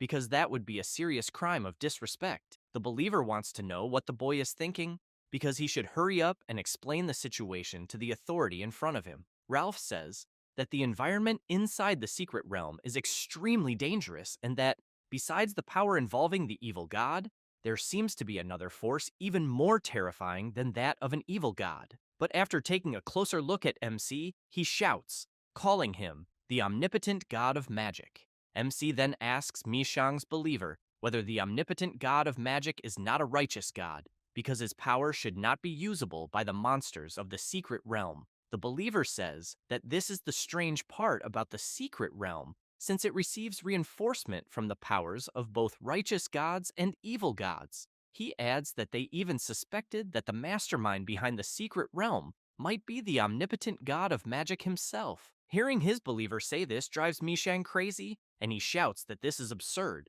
because there is no way the great omnipotent god of magic would do something like that. Then, he orders his believer to quickly apologize to MC. Immediately, both the believer and Ralph apologize and emphasize that they should not have profaned the name of the omnipotent god of magic. Mishang tells MC that it is his other half who keeps slandering him and that it has nothing to do with him. Ningfeng asks them to forget about it because he does not care, but he wants them to take him there so he can have a look. After that, already inside the mentioned secret realm, MC reflects that the place feels familiar, very close to his own power. He also realizes that the power structure inside the secret realm includes both the distortion and destruction of the evil god and the stability and order of the righteous god. Then, he remembers that Requiem's notes also recorded this fusion from the perspective of a righteous god, and that this even helps him better understand the rules of divine power. At that moment, several creatures appear and charge at MC's group, but Mishang's believer prepares his attack and strikes the creatures, only for them to easily withstand it. This leaves both the believer and Ralph unable to believe that the creatures possess such high magic resistance. However, Ning Feng uses one of his forbidden ice curses and easily eliminates the creatures. After that, he walks over to the bodies of the creatures lying on the ground. The believer comments that he cannot believe MC wiped out the monsters with a single strike, and that, apparently, he even used basic magic. Ningfeng realizes that it seems the creatures used a magic ritual to engrave a small magic circle onto the monsters, increasing their magic resistance, and that this is a copy of his own power. He also remembers that after his 7th class advancement, he obtained the magic ritual emblem as well. Then he continues walking even deeper into the secret realm. A few minutes later, one of the creatures tries to endure the pain it is feeling. Then, an insect appears and tells the creature to hold on, because if it can endure what it is feeling, it will become stronger again. Ralph's sister, inside the armor, reflects that 2 different types of mana are colliding inside her body and that the intensity is increasing more and more. The insect reflects that there are not many specimens capable of enduring so many experiments. Then, he thinks that he will definitely receive a reward from the sovereign Lord God for what he has done. With that, he tells the creature to stand up and emphasizes that she will not die so easily. However, the insect senses that intruders are approaching. Ralph and the others arrive at the location, and the boy immediately senses his sister inside the armor. The insect says that he knows the boy and points out that he is a little thing who was lucky enough to survive, but for some reason was foolish enough to come back. With that, the armored creature containing his sister rises at full strength. Then, the insect comments that it was great that he managed to awaken her, because now she will welcome them properly in his place. Ralph becomes worried about what is going to happen, and, even worse, about what his sister might end up doing. She, in turn, tries to call out to her brother. But the insect further explains that he decided not to eliminate him and that from that moment on, he will remain in the secret realm and help him awaken her. Ralph begins to cry because apparently he has no way out and no choices left to make. Meanwhile, the believer wonders why MC is not doing anything and thinks that apparently, to these superior beings, everyone else is nothing more than insignificant ants, and their lives mean nothing. At that moment, Ralph's sister charges forward, but Ningfeng simply counters with a slap, causing part of the armor to begin cracking. He reflects that he wants to keep the secret realm they are in intact as a trap to lure those experimenters back.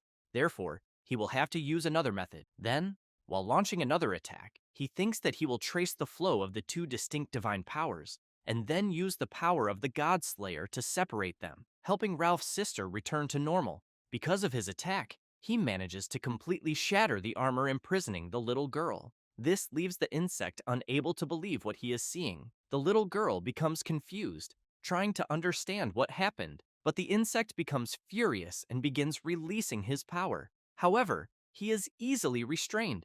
Ningfeng approaches with his overwhelming presence and makes it clear that if the creature wants to stay alive, he must behave himself and answer his questions.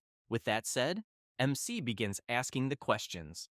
After that, Ralph thanks Ningfeng for saving his sister. He says it was nothing, but emphasizes that he needs her to cooperate and put on a little act. MC explains that he needs to find out who the mastermind behind the secret realm they are in is so that the enemy does not discover them. Then, he wants to know whether she is still the current boss of the secret realm, because the normal operation of the realm depends on her. But of course, if she does not want to stay there, he can simply destroy the secret realm and set her free. She says that since he saved her, as long as she can help, she is willing to do anything he asks.